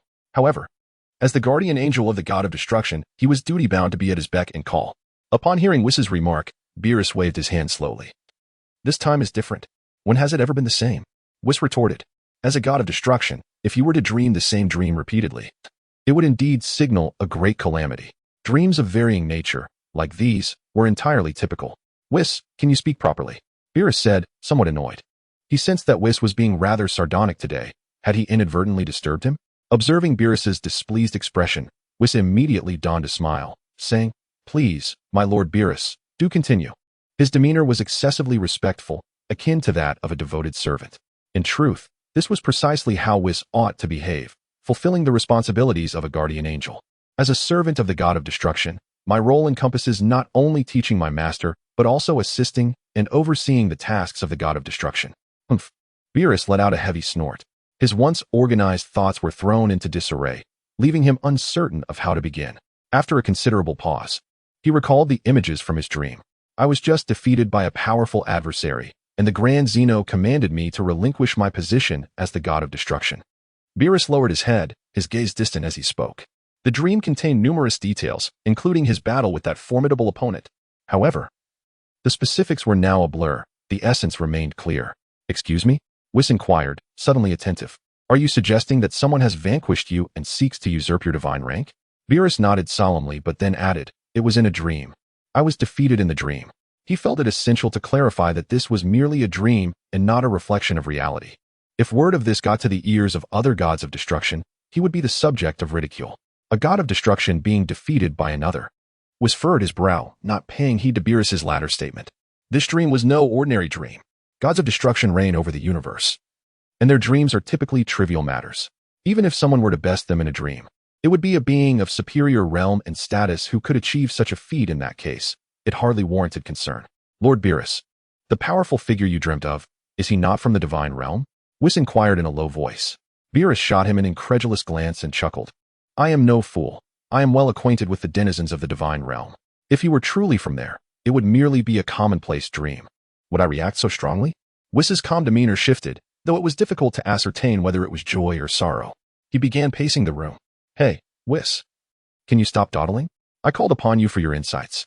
Beerus remarked bluntly, observing Whis's silence. Upon hearing Beerus's words, Whis halted his steps, slowly responding. "If that is the case, what you experienced was a prophetic dream." "Prophetic dream?" At this revelation, Beerus leaped from his bed. He had heard of such a concept before. A prophetic dream, as the term suggests, foretells the future. In essence, the dream he had might someday materialize into reality. Reflecting on the moment when the Grand Zeno commanded him to relinquish his position, a shiver ran down his spine. He felt a surge of fear. He had held the title of God of Destruction for so many years, and now the thought that someone could threaten his position was chilling. Gulp. Beerus swallowed nervously and asked, "Whis, do you think this prophetic dream could indeed become reality?" He remained uncertain about the phenomenon of prophetic dreams, as no one had truly encountered such occurrences. Whether these dreams would indeed manifest in reality remained unverified. After a moment of contemplation, Whis articulated methodically, "I cannot say for certain if they will become reality. However, the fragments of dreams inevitably play out in the real world one day. The specifics of whether the outcomes align with those in the dreams remain unknown." Upon hearing this, Beerus felt a wave of dismay wash over him. Could it be that his tenure as a destroyer was truly coming to an end? Observing Beerus' troubled demeanor, Whis continued to inquire, "But, Lord Beerus, do you recall the outcome of the dream fragments you mentioned?" Beerus paused briefly, murmuring to himself, "The outcome, yes, the outcome," Whis affirmed solemnly. He noted the intense concentration on Beerus' face and gently prompted, "You previously mentioned that the king commanded you to relinquish your position as a destroyer. Did you acquiesce? And did that powerful figure accept your title, or did you ultimately remain a destroyer?" Whis, with his vast experience, discerned the crux of the matter effortlessly. The process was of little importance. The future would undoubtedly unfold. What truly mattered was the outcome. If he could recollect it, perhaps he could devise a strategy to cope. As Beerus delved deeper into contemplation, the imagery from his dream seemed to replay vividly in his mind. "Oh, I remember," he exclaimed suddenly, his eyes sparkling with a newfound joy. Whis observed the upward curve of Beerus' lips and nodded slightly, murmuring to himself, "It seems the outcome should be favorable, however." At that moment, Beerus' joyful expression abruptly froze, his purple visage twitching in an odd manner. Whis noted the shift in Beerus' countenance, his heart racing with unease. Pondering the implications, was the outcome good or ill? After a couple of minutes, Beerus exhaled slowly, his gaze settling on Whis, yet his expression had grown increasingly peculiar. Witnessing this, Whis felt a sinking sensation in his chest, wondering if the dream might somehow involve him. "Lord Beerus, what is the situation? What was the outcome?" Whis inquired delicately. "Ahem." Beerus cleared his throat, hesitating as he stammered. "Well, how should I put this? Just say what you saw. It would suffice," Whis responded with exasperation.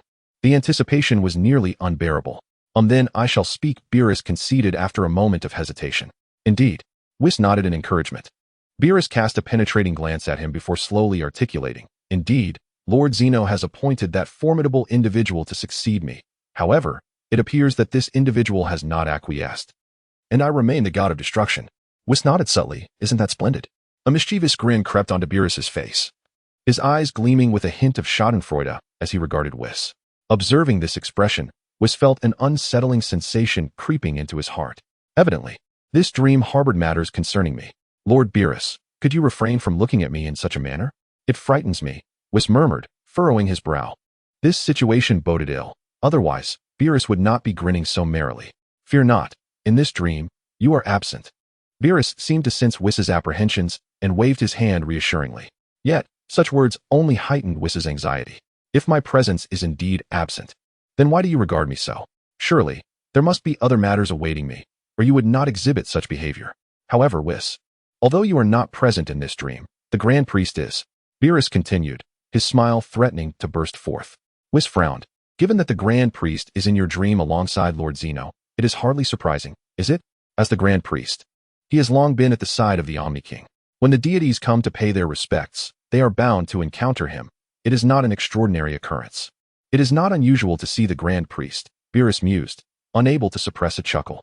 Yet, what the Grand Priest uttered is quite intriguing. Whis's curiosity deepened at Beerus's words. The Grand Priest, with his serene demeanor and authoritative presence, what could he possibly say? After contemplating, Whis found himself at a loss. "Please, Lord Beerus, do not keep me in suspense." His impatience grew. Typically, he delighted in toying with Beerus, yet today he found himself on the receiving end of the teasing. Finally relenting, Beerus recounted his dream, revealing that the Grand Priest seemed quite taken with that powerful individual, insisting on forming a brotherly bond. Whis's mind abruptly echoed with disbelief. "Form a brotherhood? Surely you jest. The Grand Priest has lived for countless eons. What tumult has he not witnessed? How could he possibly forge such a bond with another? It is preposterous." In truth, Beerus, too, found the notion utterly ludicrous. Nevertheless, it was indeed the vision he beheld in his dream. Ignoring Whis's current state of agitation, he continued, "The Grand Priest affectionately referred to that individual as little brother, and the individual, without hesitation, reciprocated by calling the Grand Priest big brother. They appeared remarkably close. Had I not known better, I would have assumed they were true siblings." Upon concluding, Beerus could no longer contain himself and erupted into laughter. Whis, however, wore a displeased expression, his mouth agape as if capable of accommodating an egg. He could never have anticipated that such an extraordinary tale awaited him. Now he harbored doubts, wondering if the subsequent events were merely a fabrication spun by Beerus, for they were indeed beyond comprehension. The Grand Priest is his father, and that man referred to him as little brother. Does this not imply that he must address him as uncle? Goodness, this was far from amusing. After all, he was a guardian angel, having existed far longer than the god of destruction. The thought of referring to a mortal warrior as uncle felt profoundly unsettling. "Lord Beerus, are you certain you are not jesting with me?" Whis inquired, his brow furrowed. At that moment, Beerus was still chuckling heartily. Upon hearing Whis's words, he ceased his laughter, a remnant smile lingering at the corners of his mouth as he slowly replied, "Why would I jest? I truly witnessed this in a dream. If I were to deceive you, may I never find sleep again." This oath carried significant weight, especially from Beerus, who was notoriously fond of slumber. It was evident that he was not fabricating tales, but had genuinely seen something in his dream. Whis sighed deeply, resigned. "Well, This is quite remarkable indeed. Although the event had yet to unfold, Whis had already begun to silently chastise his father. Could we not exhibit a modicum of restraint? Why must you indiscriminately claim kinship? Now it seemed that not only he but a multitude of angels had been assigned an uncle of sorts. How would they address him upon their next encounter? To call him by his name felt disrespectful, yet to refer to him as uncle would be a blow to their dignity. Would they still have any standing in the divine realm? Beerus glanced at Whis with a knowing smile, aware of his thoughts. An unexpected addition of an uncle, albeit in the future, was bound to stir feelings of imbalance within him. The angels, with their haughty demeanor, often surpassed the gods of destruction in pride. After all, the god of destruction bows at a 90-degree angle before the Omni-King, while angels merely nod to fulfill their ceremonial obligations. Whis, shall we pay a visit to this individual of yours? Beerus suggested with a grin. Initially intending to say your uncle, he refrained, fearing it would provoke Wiss's ire. Whis lifted his eyelids slightly, took a breath, and asked in a subdued tone, "Is this person from our seventh universe?" Upon hearing Beerus's words, he immediately discerned the individual's origins. If he were from another universe, Beerus likely would not have proposed such a meeting, as interuniversal relations were often competitive. A direct intrusion would surely incite discontent among others. Given Beerus's relaxed demeanor, it was clear that this person belonged to their own universe. Indeed, in my dream, this fellow even invited the Grand Priest for a visit to Earth in the seventh universe, Beerus stated nonchalantly. As he recalled this memory, the dream scenario grew increasingly vivid. However, Whis pondered, what was this Earth? Whis, do you happen to know? Beerus continued. Whis has now regained his composure, for this matter is beyond his control. Upon hearing Beerus's inquiry, he shrugged his shoulders and, with a hint of resignation, replied, How should I know? The seventh universe is vast. Who can say which one is called Earth? Chapter 65. Kula, if that is the case, then we are in trouble, Beerus remarked, crossing his arms and glancing around. He was quite eager to meet this individual who posed a threat to his status. If he could locate and cultivate a relationship with this person beforehand, he might gain a significant ally for the future, which would also provide him with a point of pride among other destruction gods. It is not troublesome. There are always more solutions than difficulties, Whis countered, shaking his head. He was also deeply intrigued by the person Beerus dreamed of, wishing to discover who this figure was that could one day be on equal footing with the Grand Minister. Upon hearing Whis's words, Beerus looked up at him and asked, What do you propose? You know many individuals throughout the universe. Why not inquire with them? Whis replied nonchalantly, Indeed, this fellow, upon awakening, scours the universe for delicacies. Thus he has quite a number of acquaintances and equally numerous adversaries he has eliminated. Whom should I ask? Beerus inquired. Although he was a tyrant in the universe, he spent most of his time in slumber. There were only a few he had encountered, leaving behind a vague impression, and after sleeping for decades, or even centuries, he would forget most of them. Whis chuckled softly and said, Frieza. Frieza? Beerus's eyes lit up at once. How could I have forgotten about that little rascal? Whis nodded, stating, his influence spans various territories, controlling 70% of the seventh universe. If we can find him, we should be able to ascertain the location of Earth. Frieza's dominion over 70% of the universe is, in part, due to the backing of Beerus, the god of destruction. Beerus, in his role, is meant to eliminate excess planets from the universe. However, he is inherently lazy and prefers not to exert himself unnecessarily. Thus, Frieza serves as his most effective agent. One with ambition and the other with a need, they are nearly perfectly matched. Right, let us locate him quickly, Beerus urged slowly. Without needing further prompting from Beerus, Whis had already employed his staff to search for Frieza's whereabouts. However, after searching for quite some time, he found not even a trace of him. Seeing Whis remain silent after a lengthy search, Beerus furrowed his brow and asked, What is the matter? Can't you find him? Frieza has done business with us before. Given your abilities, you should be able to contact him with ease. Yes, there seems to be a problem. I have not located him, Whis replied calmly. He had already surmised the likely reason for Frieza's absence. What is going on? Is he hiding? Beerus queried, lacking the understanding of an angel's capabilities. It is merely a subjective belief that Whis has been unable to locate him. With a scoff, Whis slowly shook his head, asserting that even if he were to flee to another universe, finding him would be but a fleeting moment. Upon hearing this, Beerus raised an eyebrow slightly, pondering the current situation. There are only two possibilities. Whis gazed at him with a smile, elucidating, either he has perished, or his power has surpassed mine, deliberately obscuring my search. Contemplating this, Beerus stroked his chin, murmuring, Has he truly met his demise? How unexpected. As for the second possibility, He did not even entertain the thought. Surpassing Whis? That is simply implausible, given Frieza's mediocre prowess. A mere flick of his finger could annihilate him. Perhaps it was the formidable being from your dreams who ended his life, Whis remarked with a gentle smile. Although Frieza may seem insignificant to them, he remains a top-tier entity within the 7th universe. Otherwise, even with Beerus's backing, he could not have amassed such power. Without competence, one would inevitably be eliminated. After a moment of contemplation, Beerus slowly stated, I cannot dismiss this possibility.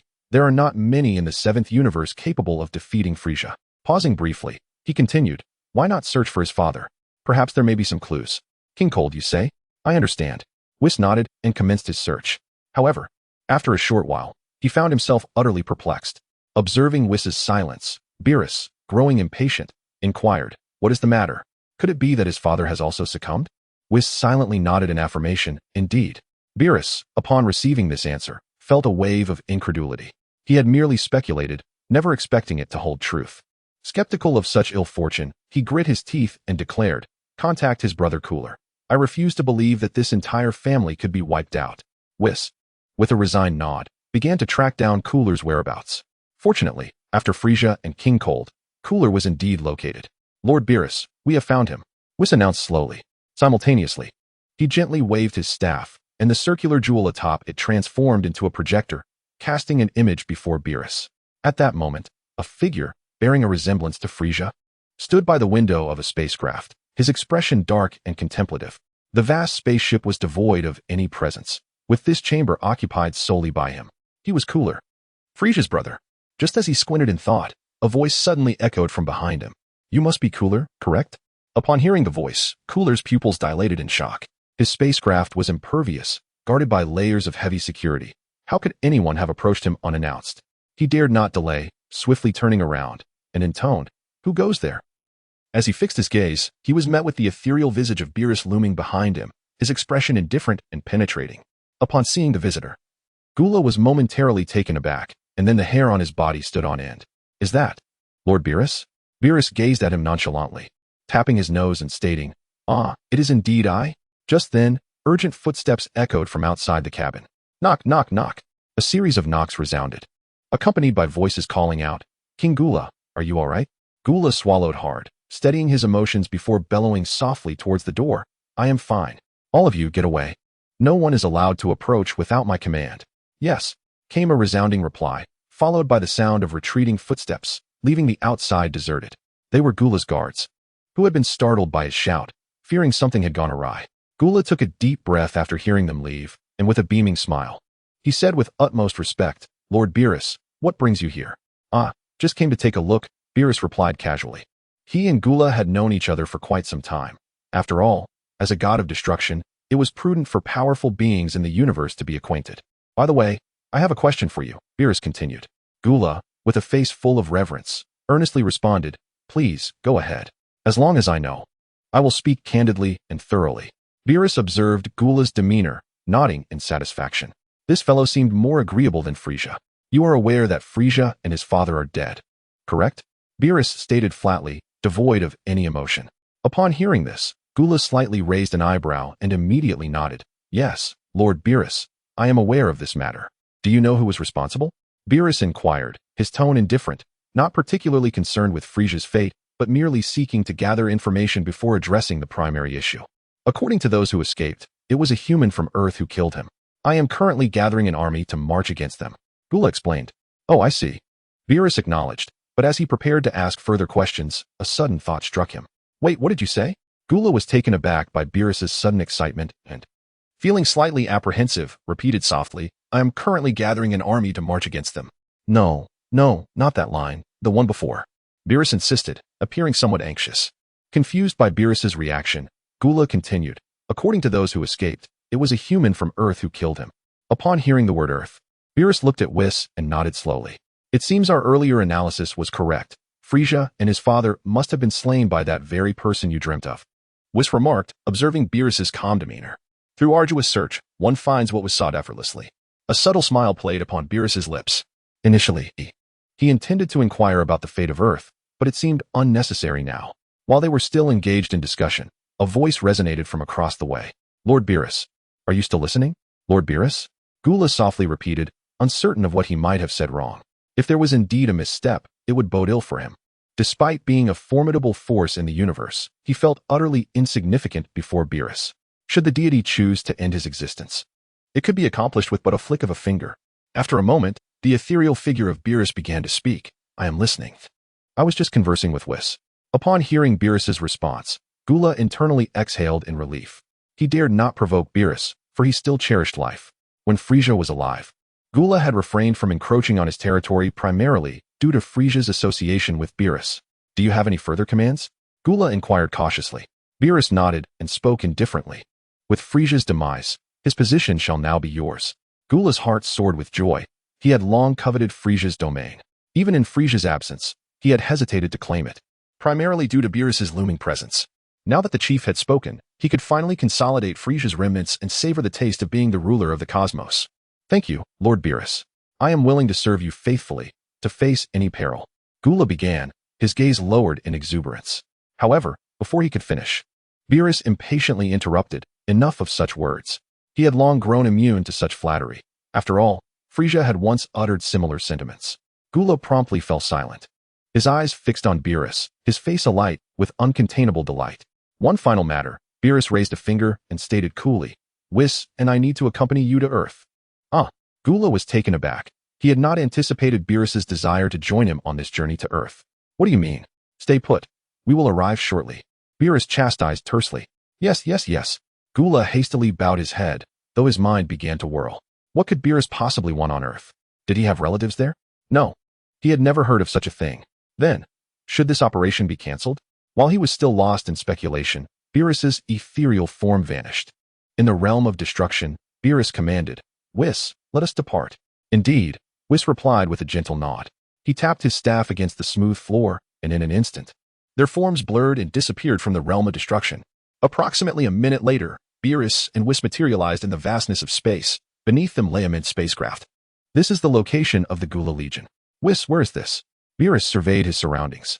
Although he was aware that Gula's army lay beneath, he was uncertain about which galaxy they were in. After contemplating for a moment, Whis replied, This is the edge of the Milky Way, to be precise. The northern edge. It has been quite some time since I last visited. Beerus mused, then inquired, Is it managed by that cockroach in this area? Cockroach. Whis expressed confusion upon hearing Beerus's words, unsure of what he meant by cockroach. Noticing Whis's puzzled expression, Beerus replied nonchalantly, The North Kai. The North Kai. Whis hesitated momentarily, then recalled the image of the North Kai, finding it somewhat familiar. He then chuckled softly. Beerus shook his head in resignation and continued. This area shouldn't have been under Gula's jurisdiction before. How did he end up here? Whis laughed for a while, seemingly reluctant to stop, yet he explained. Did he not mention wanting to go to Earth? Perhaps. Earth is located within the Milky Way? That makes sense. Beerus nodded, then said to Whis, Let us proceed inside. Later, you can inquire about that cockroach. Upon hearing the term cockroach, Whis couldn't help but laugh again. However, he did not forget Beerus's instructions. After locating Gula's energy, he waved his staff. Their figures vanished, only to reappear in Gula's solitary chamber. Chapter 67. Inquiry in the vast chamber. Gula was alone. As he slowly lifted his head and noticed that Beerus's ethereal form had vanished, he finally exhaled in relief. Phew, that was nerve-wracking. I'm glad he's gone. Gula wiped the sweat from his brow, feeling a lingering sense of dread. Although his strength surpassed that of Frieza by a slight margin, he still felt woefully inadequate when facing Frieza. Just as he began to relax, two figures materialized before him. Gula's pupils trembled slightly as he immediately lowered his head. Lord Beerus, you have arrived so quickly. He hadn't expected Beerus to act with such swiftness. They had only spoken moments ago, and yet he had already arrived. Yes, I am here. Beerus replied in a flat tone, then casually inquired, Where exactly is this? Gula hastily responded, Reporting to you. Lord Beerus, we are at the edge of the northern Milky Way. In a few days, we will reach the outskirts of the galaxy. It had taken him several years to arrive at this place. After all, his previous territory was quite distant from here. Had it not been for the sudden deaths of Frieza and Cold, he might have never set foot in this region. Beerus nodded slightly and continued. You mentioned that Earth is within the Milky Way? Gula promptly replied, Indeed, Lord Beerus, Earth lies within the solar system of the northern galaxy. According to Frieza's subordinates who escaped, it is merely a primitive planet. Upon hearing this, Beerus exchanged a glance with Whis. Their suspicions had proven correct. Earth was indeed situated within this galaxy. However, he felt a slight surprise upon learning that Earth was classified as a lowly planet. Beerus winked at Whis, who understood immediately and nodded slightly. They had previously discussed consulting that cockroach. Whis began to establish a mental connection with the North Kai. Meanwhile, Beerus continued to inquire about the details of Earth. You claim Earth is a lowly planet. How then did your brother and father meet their demise there? Gula leaned in and slowly recounted the information he had acquired. They had initially been defeated by a super scion on Namek, and subsequently, after being transformed into cyborgs, they were eliminated by a mysterious figure on Earth. A scion? Beerus responded, somewhat taken aback, and said in a deep voice, Did I not instruct Frieza to eradicate them all? A flicker of disdain crossed Gula's eyes as he slowly replied, My foolish brother failed to eliminate every scion. To my knowledge, Prince Vegeta is thriving on Earth.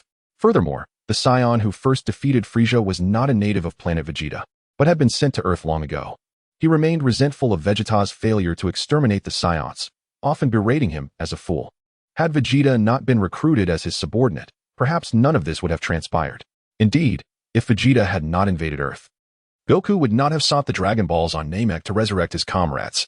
It is conceivable that Goku would still be an ordinary scion with a mere combat power of a few hundred, and the eventual defeat of Frieza would never have occurred. I see, Beerus said nonchalantly. Although the notion of scions transforming to enhance their power was astonishing, it had not yet reached a level of significance worthy of his attention. He was certain that the individual he envisioned in his dreams was not a scion. It was likely the mysterious figure Gula mentioned. When can we arrive at Earth? Beerus inquired, casting a sidelong glance at Gula. Gula respectfully responded, It will take approximately 1 week. Upon hearing this, Beerus frowned and said discontentedly, Why is it so slow? Gula, upon hearing Beerus's words, instinctively recoiled and cautiously replied, Lord Beerus, we too desire to expedite our journey, yet the speed of this spacecraft necessitates such a duration. Our Legion possesses the highest technological advancements in the universe. A week's journey to Earth is remarkably swift by any civilization standards. Beerus, however, did not share this sentiment. He seldom travels by spaceship. It is always Whis who accompanies him, regardless of the distance, even if it involves traversing back and forth across the 7th universe. It hardly takes a day. All right, I understand. Beerus waved his hand dismissively, his impatience palpable. In truth, he need not journey alongside Gula. His choice to do so stemmed from Gula's notable strength. He wished to gauge the prowess of the formidable being on Earth through Gula. As for why he did not engage directly, it was due to his uncertainty regarding the true extent of that being's power. Should the individual prove overwhelmingly powerful and defeat him, his own reputation would be irreparably tarnished. Conversely, if the individual were too weak and he inadvertently caused their demise, it would represent a significant loss for the 7th universe. Ultimately, as long as the individual did not encroach upon his territory, it would be prudent to establish a favorable relationship in advance, which could serve as an advantage in the future. Moreover, he could utilize Gula to temper Whis' arrogance. An opportunity too good to pass up.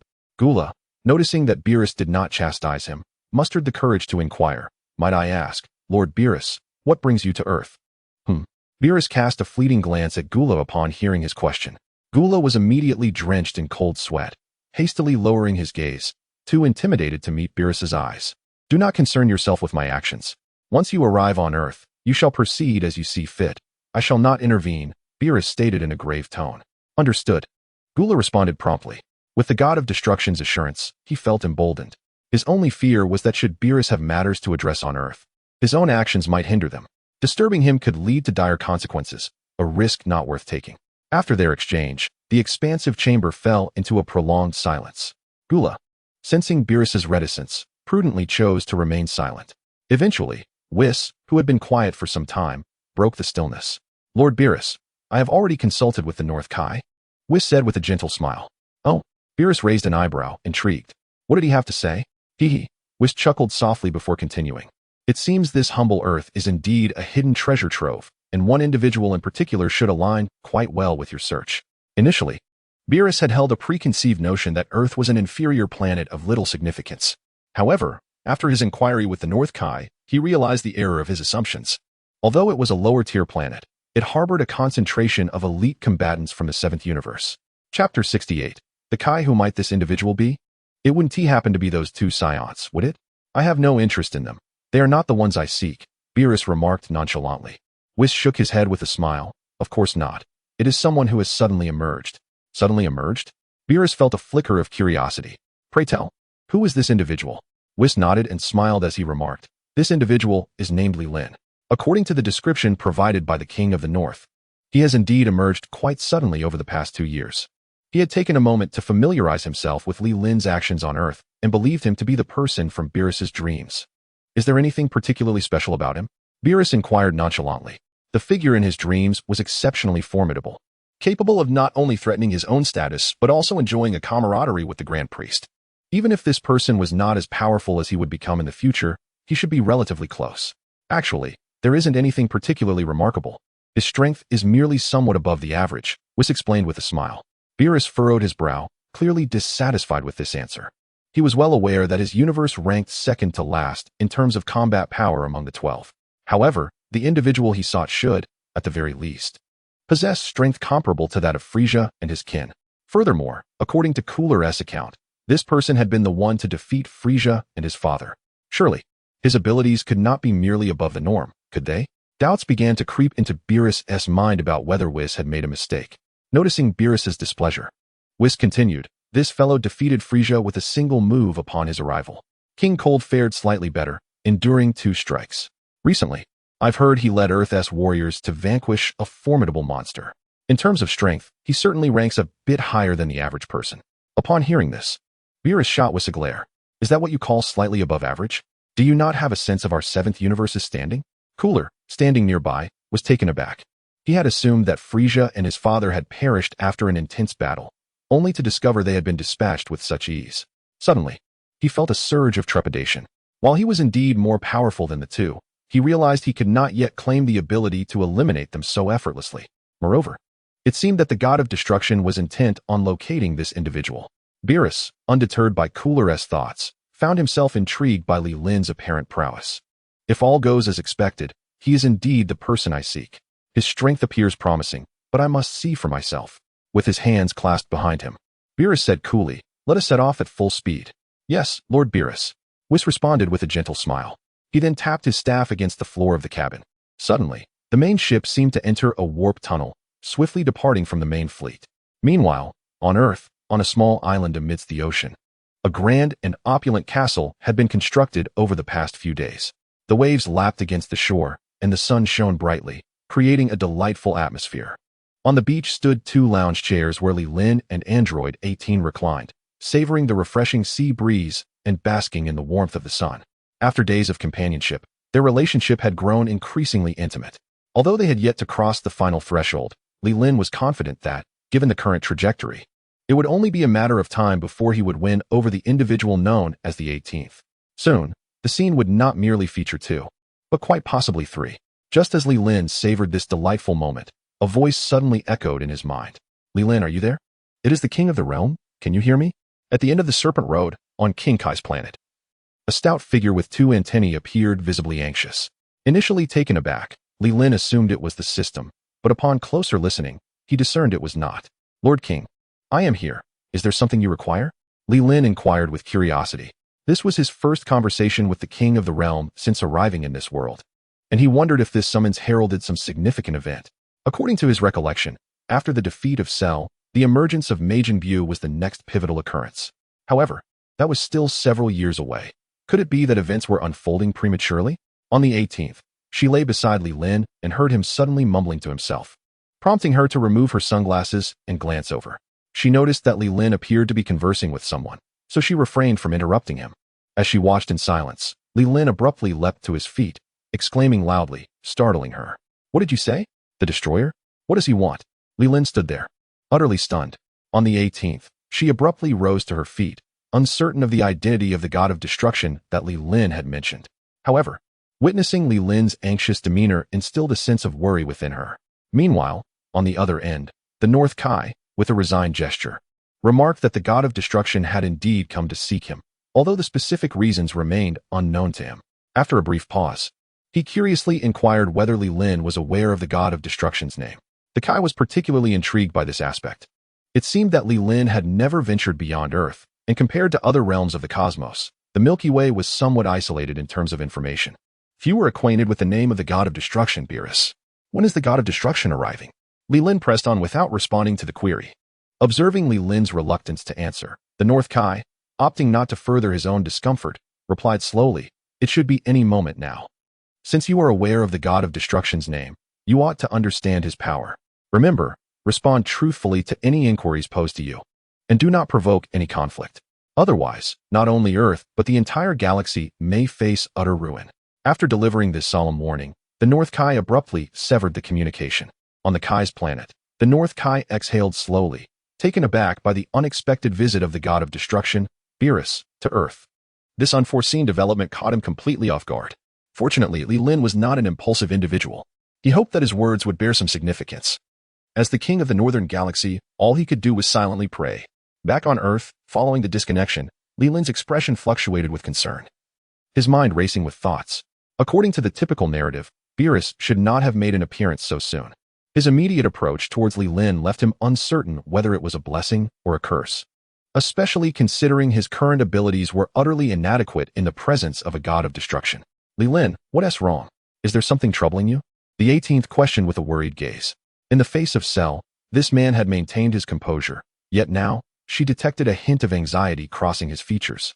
Chapter 69. The Reunion. Upon hearing the voice of the 18th, Li Lin regained his composure. Noticing her concerned expression, he forced a semblance of a smile and replied, "It's nothing. I just have a matter to attend to shortly. Why don't you go find number 16 for now?" Since that day they departed from the Universal Capsule Company, number 16 had sought out Son Goku, and after an exchange of blows, Goku had emerged victorious with ease. On the 16th, realizing he was no match for Sun Wukong, he chose not to linger any longer. He returned to the Universal Capsule Company, where he assisted Bulma with her research. "No," Android 18 pouted, furrowing her brows. "You wish to send me away, don't you? I heard everything you just said. Who is the god of destruction? Why do you want me to leave? Is there danger looming?" Her keen intellect quickly discerned that something was amiss with Li Lin's words. Typically so composed, his current anxiety suggested that something significant was about to unfold. Sighing helplessly, Li Lin was uncertain whether Beerus' visit to Earth was a blessing or a curse. If a confrontation were to ensue, he would undoubtedly be in peril. His own demise mattered little. The crucial concern was Android 18's safety. He wished to shield his beloved from any risk. If possible, it would be best to distance themselves from this location. The god of destruction was the most formidable deity in the entire universe. Tasked with destruction, Li Lin gradually revealed Beerus' true identity and background, aiming to make Android 18 aware of the associated risks. As expected, upon hearing his account, her lips parted in astonishment, reflecting her surprise at such a powerful existence. Observing her astonished expression, Li Lin paused briefly before continuing. "Thus, you should comprehend the extent of his danger. While he is yet to arrive, it is imperative that you leave this place immediately." After listening to Li Lin's account, "No." 18 slowly closed her mouth, her gaze unwaveringly fixed on him. "No, if that is the case, then I cannot leave. I must face this danger alongside you." Upon hearing these words, Li Lin lightly tapped his forehead, feeling somewhat speechless. The peril posed by Beerus could not be diminished by merely the presence of one or two additional individuals. His intention to have number 18 depart was, in essence, a precautionary measure. Should he meet his demise, she could utilize the Dragon Balls to bring him back to life. Just days prior, Dandy had restored the Dragon Balls on Earth, reviving those who had fallen to the hands of Cell. If the two of them were to perish here in obscurity, their bodies would rot away without a soul to pay them heed. The North Kai had been monitoring Earth. He was certainly aware of the situation. Yet, in the face of Beerus, would he dare to resurrect them both without permission? It was quite possible that they would end up as mere shadows of a couple on the road to the underworld. Li Lin opened his mouth, preparing to voice these thoughts. However, before he could utter a sound, a colossal spaceship materialized in the radiant sky. "This is it. It seems we have arrived," Li Lin murmured, gazing upward. On the 18th, he similarly gazed upward, fixating on the colossal ship. However, what struck Li Lin as peculiar was that, in his recollection, Beerus was supposed to appear alongside Whis, without the aid of any vessel. Furthermore, within the ship, there existed numerous auras. These auras were not particularly potent, at least not in his presence. The only one that captured his attention was the uppermost layer, where a relatively strong aura resided. Yet, even this aura was not overwhelmingly powerful. A team could easily contend with it. Aside from this, there were no other formidable auras present. Of course, he was aware that both Beerus and the Angel Whis possessed no detectable energy. Even in combat, they would not emanate any aura. Perhaps this was a manifestation of the god's abilities. "Ah, is that Li Lin?" Whis remarked, gazing down with an air of nonchalance. Beerus lifted his eyes, scrutinizing Li Lin closely, then shut them momentarily, recalling the figure from his dreams. Suddenly, he opened his eyes wide and declared, "Indeed, he is exactly as in my dreams." The image and countenance of Li Lin resonated perfectly within his mind. Discounting the premise of physical resemblance, it must certainly be him. Whis observed Li Lin below and nodded slightly. In terms of appearance alone, he was indeed quite striking. Li Lin's visage had undergone systematic enhancement, rendering it flawless: his nose's height, the proportion of his eyes, the symmetry of his physique. Even the most meticulous plastic surgery could not yield such results. Noticing Whis's approving demeanor, Beerus mischievously chuckled, "It seems you are rather pleased with your future nephew."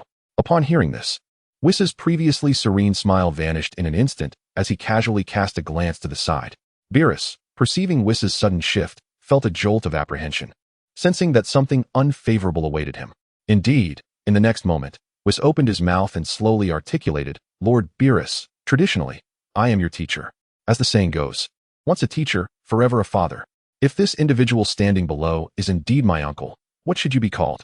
Beerus furrowed his brow, momentarily rendered speechless. Although he wished to retort, he found himself at a loss for suitable words. Whis had no intention of letting him off easily, casually continuing, "You could call him grandfather or elder, that shouldn't be too much to ask, right?" Instantly, Beerus's expression darkened, clouded with dismay. He had not anticipated Whis to be so quick-witted. How did the discussion devolve into him being assigned a grandfather? Gula stood respectfully behind the two, initially perplexed by their conversation.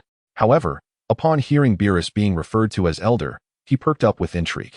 Goodness, there truly were relatives of Beerus on Earth? Moreover, they seemed to be of an elder status.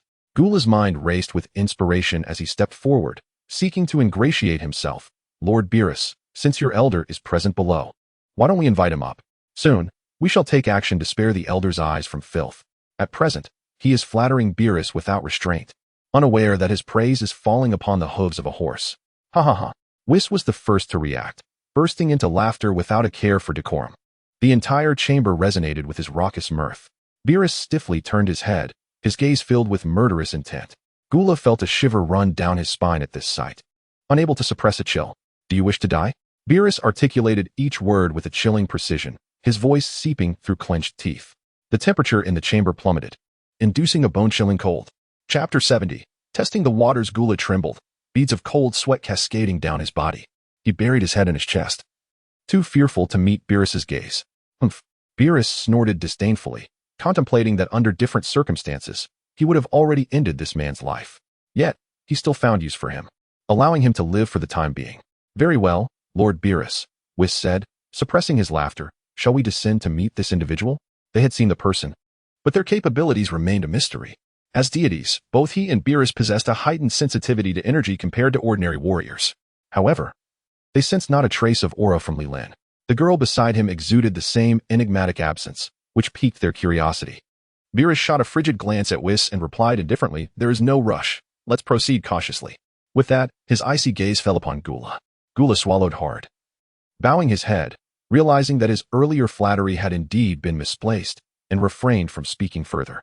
With a detached tone, Beerus commanded, "Send everyone down to attack that young man." Yes. Gula dared not utter another word, promptly activating the device on his wrist, ordering all his subordinates aboard the ship to mobilize. Their sole objective was to assault the young man on the island below. The crew aboard the ship remained oblivious to the unfolding situation when, with a creak, the hatch swung open. Li Lin furrowed his brow, glancing at the vessel above. He had been curious about the prolonged silence, and now, the hatch had unexpectedly flung open. He and Android 18 immediately adopted a heightened state of alert at the sudden development. With a rush, a throng of individuals poured out from the ship. They were a motley crew, clad in uniform combat attire, their faces obscured by detection devices. Upon seeing their garb, Li Lin felt a stir of recognition within him. Were these not the uniforms of Frieza's army? Could this group indeed be Frieza's minions? On the 18th, with a furrowed brow, he gazed gravely at the figures emerging from the sky and inquired, "Among this group, who is the god of destruction? They appear rather unimpressive." Li Lin slowly shook his head, asserting that none of them were. He was well aware of the god of destruction's persona. These individuals bore no resemblance to Beerus. Moreover, Beerus was notoriously aloof and would not associate with a motley crew. The crowd in the sky resembled a swarm of locusts, obscuring the sun. Following orders, they unleashed their full might to attack the young man below. Many activated their scouters, eager to gauge the opponent's combat power. After all, summoning everyone indicated that the adversary must be formidable. It was prudent to assess the situation before engaging. However, as they beheld the numbers displayed before them, their expressions morphed into bewilderment. 0? This kid's combat power is 0. One alien muttered to himself, glancing at his companion. Mine also reads 0. I thought my scouter was malfunctioning, but it appears yours is the same, replied another. Soon, those who had activated their scouters began to discuss among themselves. They had mobilized a significant force to confront an ordinary individual with a combat power of 0. What a farce. Initially, they had regarded Li Lin with considerable respect, as their king had commanded their full deployment, believing they had encountered a tough opponent. Yet this was the outcome? Almost universally, the expressions directed at Li Lin transformed into disdain. Yet, the young woman beside him was rather attractive. One subordinate remarked with a sinister grin. Indeed, she is quite stunning. Interested? Another lewdly responded, wiping drool from his mouth. After all, their opponent was merely an ordinary individual devoid of combat prowess. Once they descended, he would be at their mercy. Inside the spaceship, Beerus observed with discontent as the minions of Gula remained stationary in the air. I commanded you to attack. Why are you standing there in a daze? Do my words hold no weight? Hearing Beerus's words, Gula hastily began to communicate through his scouter, cursing his subordinates for their incompetence. What are you all doing? Did you not understand my orders? I told you to attack with full force. Gula's anger simmered within him, though he dared not unleash it upon Beerus, opting instead to berate his subordinates. Almost simultaneously, the group received Gula's thunderous command. They were perplexed by the order to launch a full-scale assault against an ordinary person, but despite their confusion, they dared not disobey. Charge! One individual shouted, his voice lacking enthusiasm. The others, resigned, shook their heads and followed suit. However, their pace was notably sluggish, for they understood that their opponent was merely a commoner who would not move swiftly. They approached leisurely, preparing to dispatch him in a similarly unhurried manner. There was no chance for their foe to evade them. On the 18th, she gazed up at the sky and sighed, pondering the origins of this ragtag group before her. To her, their strength appeared as inconsequential as that of children to an adult. Shall you take action? She inquired, glancing at her companion. Li Lin slowly shook his head. You should handle them. Resolve this matter swiftly. His mind was in turmoil as he contemplated the intentions of the destroyer. At this moment, he remained uncertain whether the destroyer was aboard this vessel, for only one presence was discernible within, while the others eluded his perception. Naturally, the destroyer could not be sensed in such a manner. This uncertainty allowed Li Lin to harbor a glimmer of hope that these intruders were not emissaries of Beerus, but rather remnants of Frieza's forces, seeking vengeance for their fallen king, recklessly invading Earth without foresight. No, that cannot be right. As this thought crossed his mind, he fervently shook his head. This spaceship had materialized out of thin air. Prior to its appearance, he had detected no energy signatures. Moreover, the location of the vessel's emergence seemed far too coincidental, landing directly above him. Simultaneously, as these thoughts raced through his mind, the 18th had already engaged the opposing army. On the 18th, a figure gazed at the descending individuals in the sky, conjuring a golden wave of light with her small hands. With a vigorous motion, she transformed the wave into a large semi-arc, launching it towards the figures above. What? A wave of astonishment washed over the onlookers. Just moments ago, their scans indicated no combat capabilities. How could such a formidable attack be unleashed? Although they lacked knowledge of the existence of Qi, the golden arc emanated an aura of terrifying energy.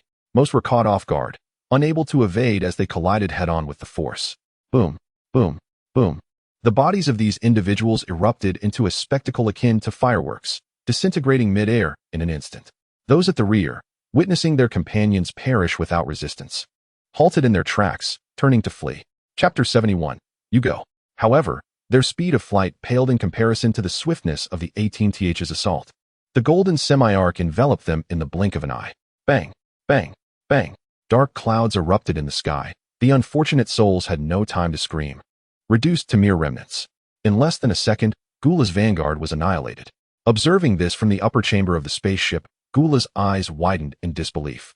My army has been utterly decimated by a mere girl, he uttered in astonishment, unable to comprehend how it had transpired. The scanner had revealed no energy fluctuations whatsoever. Beerus and Whis exchanged glances. Whis spoke slowly, remarking that this young lady was no ordinary being. She must be a cyborg. Beerus replied nonchalantly, sensing no chi from the 18th, yet perceiving an inexhaustible supply of energy within her. Whis nodded in agreement, having sensed her potential even before she made her move. It appeared that Earth still harbored a select few exceptional individuals. The sheer magnitude of energy contained within the 18th could not possibly be innate. Only through extensive modification could such prowess be attained. Gula, overhearing their conversation, felt a stir of curiosity. A cyborg? Could such enhancements yield such formidable strength? Truth be told, a flicker of interest ignited within him. Yet, as he pondered, the semi-arc expanded in size and accelerated, poised to descend upon their vessel. My lords, this attack has yet to dissipate. What shall we do? Gula exclaimed, unwilling to meet his demise so soon after arriving on Earth. Beerus maintained an air of indifference, appearing unconcerned. Whis, grasping his staff, made a gentle sweep, summoning a green barrier that suddenly enveloped the spaceship. On the 18th, the assault struck the barrier, yet it did not produce the anticipated sounds of collision or explosion. Instead, at the moment of contact, the golden arc disintegrated into myriad golden specks, gradually dissipating into the air. With a sigh of relief, Gula observed the attack being neutralized. His own strength was only slightly superior to that of Frieza and Cooler, but not by much. In this era, he was certainly not a match for number 18. Had that strike landed on him, he would have suffered significant injury, if not death. On the ground, number 18 initially felt a sense of disdain as she witnessed her attack instantaneously annihilate a large group of enemies. She considered Li Lin's reaction to be an overreaction. Surely, a god of destruction was not something to be overly concerned about. However, upon witnessing her attack being mysteriously dismantled, she was genuinely astonished. Although she hadn't exerted her full strength, she had employed about 80% of her power. Clearly, her opponent possessed considerable prowess. Sighing in resignation, Li Lin recognized that the barrier was likely a technique of Whis. It appeared that their adversaries had indeed arrived, and there was no escaping today. He had briefly contemplated using instant transmission to flee with number 18, but upon witnessing this display, he abandoned the thought. With Whis present, he feared he would be immobilized before even executing the technique. Even if he managed to use it, a mere tap of Whis' staff could reverse time, compelling him to return to the same predicament. What should we do now, Li Lin? Number 18 inquired, her brow furrowed. Grasping her hand, Li Lin endeavored to maintain his composure, assuring her, do not worry. As long as you stand behind me, no one can harm you. His words succeeded in calming the somewhat flustered number 18, though she still wore a worried expression. Li Lin found himself devoid of any strategy and could only face the situation with fortitude. Perhaps, he reasoned, their confrontation might prove to be a fortuitous event. He repeated this thought in his mind, envisioning a positive outcome. Aboard the spaceship, Whis observed the two below, his mind racing with thoughts unknown. Without turning around, he addressed Beerus. Lord Beerus, should we make our presence known? Beerus, hands clasped behind his back, replied nonchalantly, let us not rush. I wish to gauge that young man's strength, though regrettably, it was that young lady who just made her move. His curiosity regarding Li Lin was growing.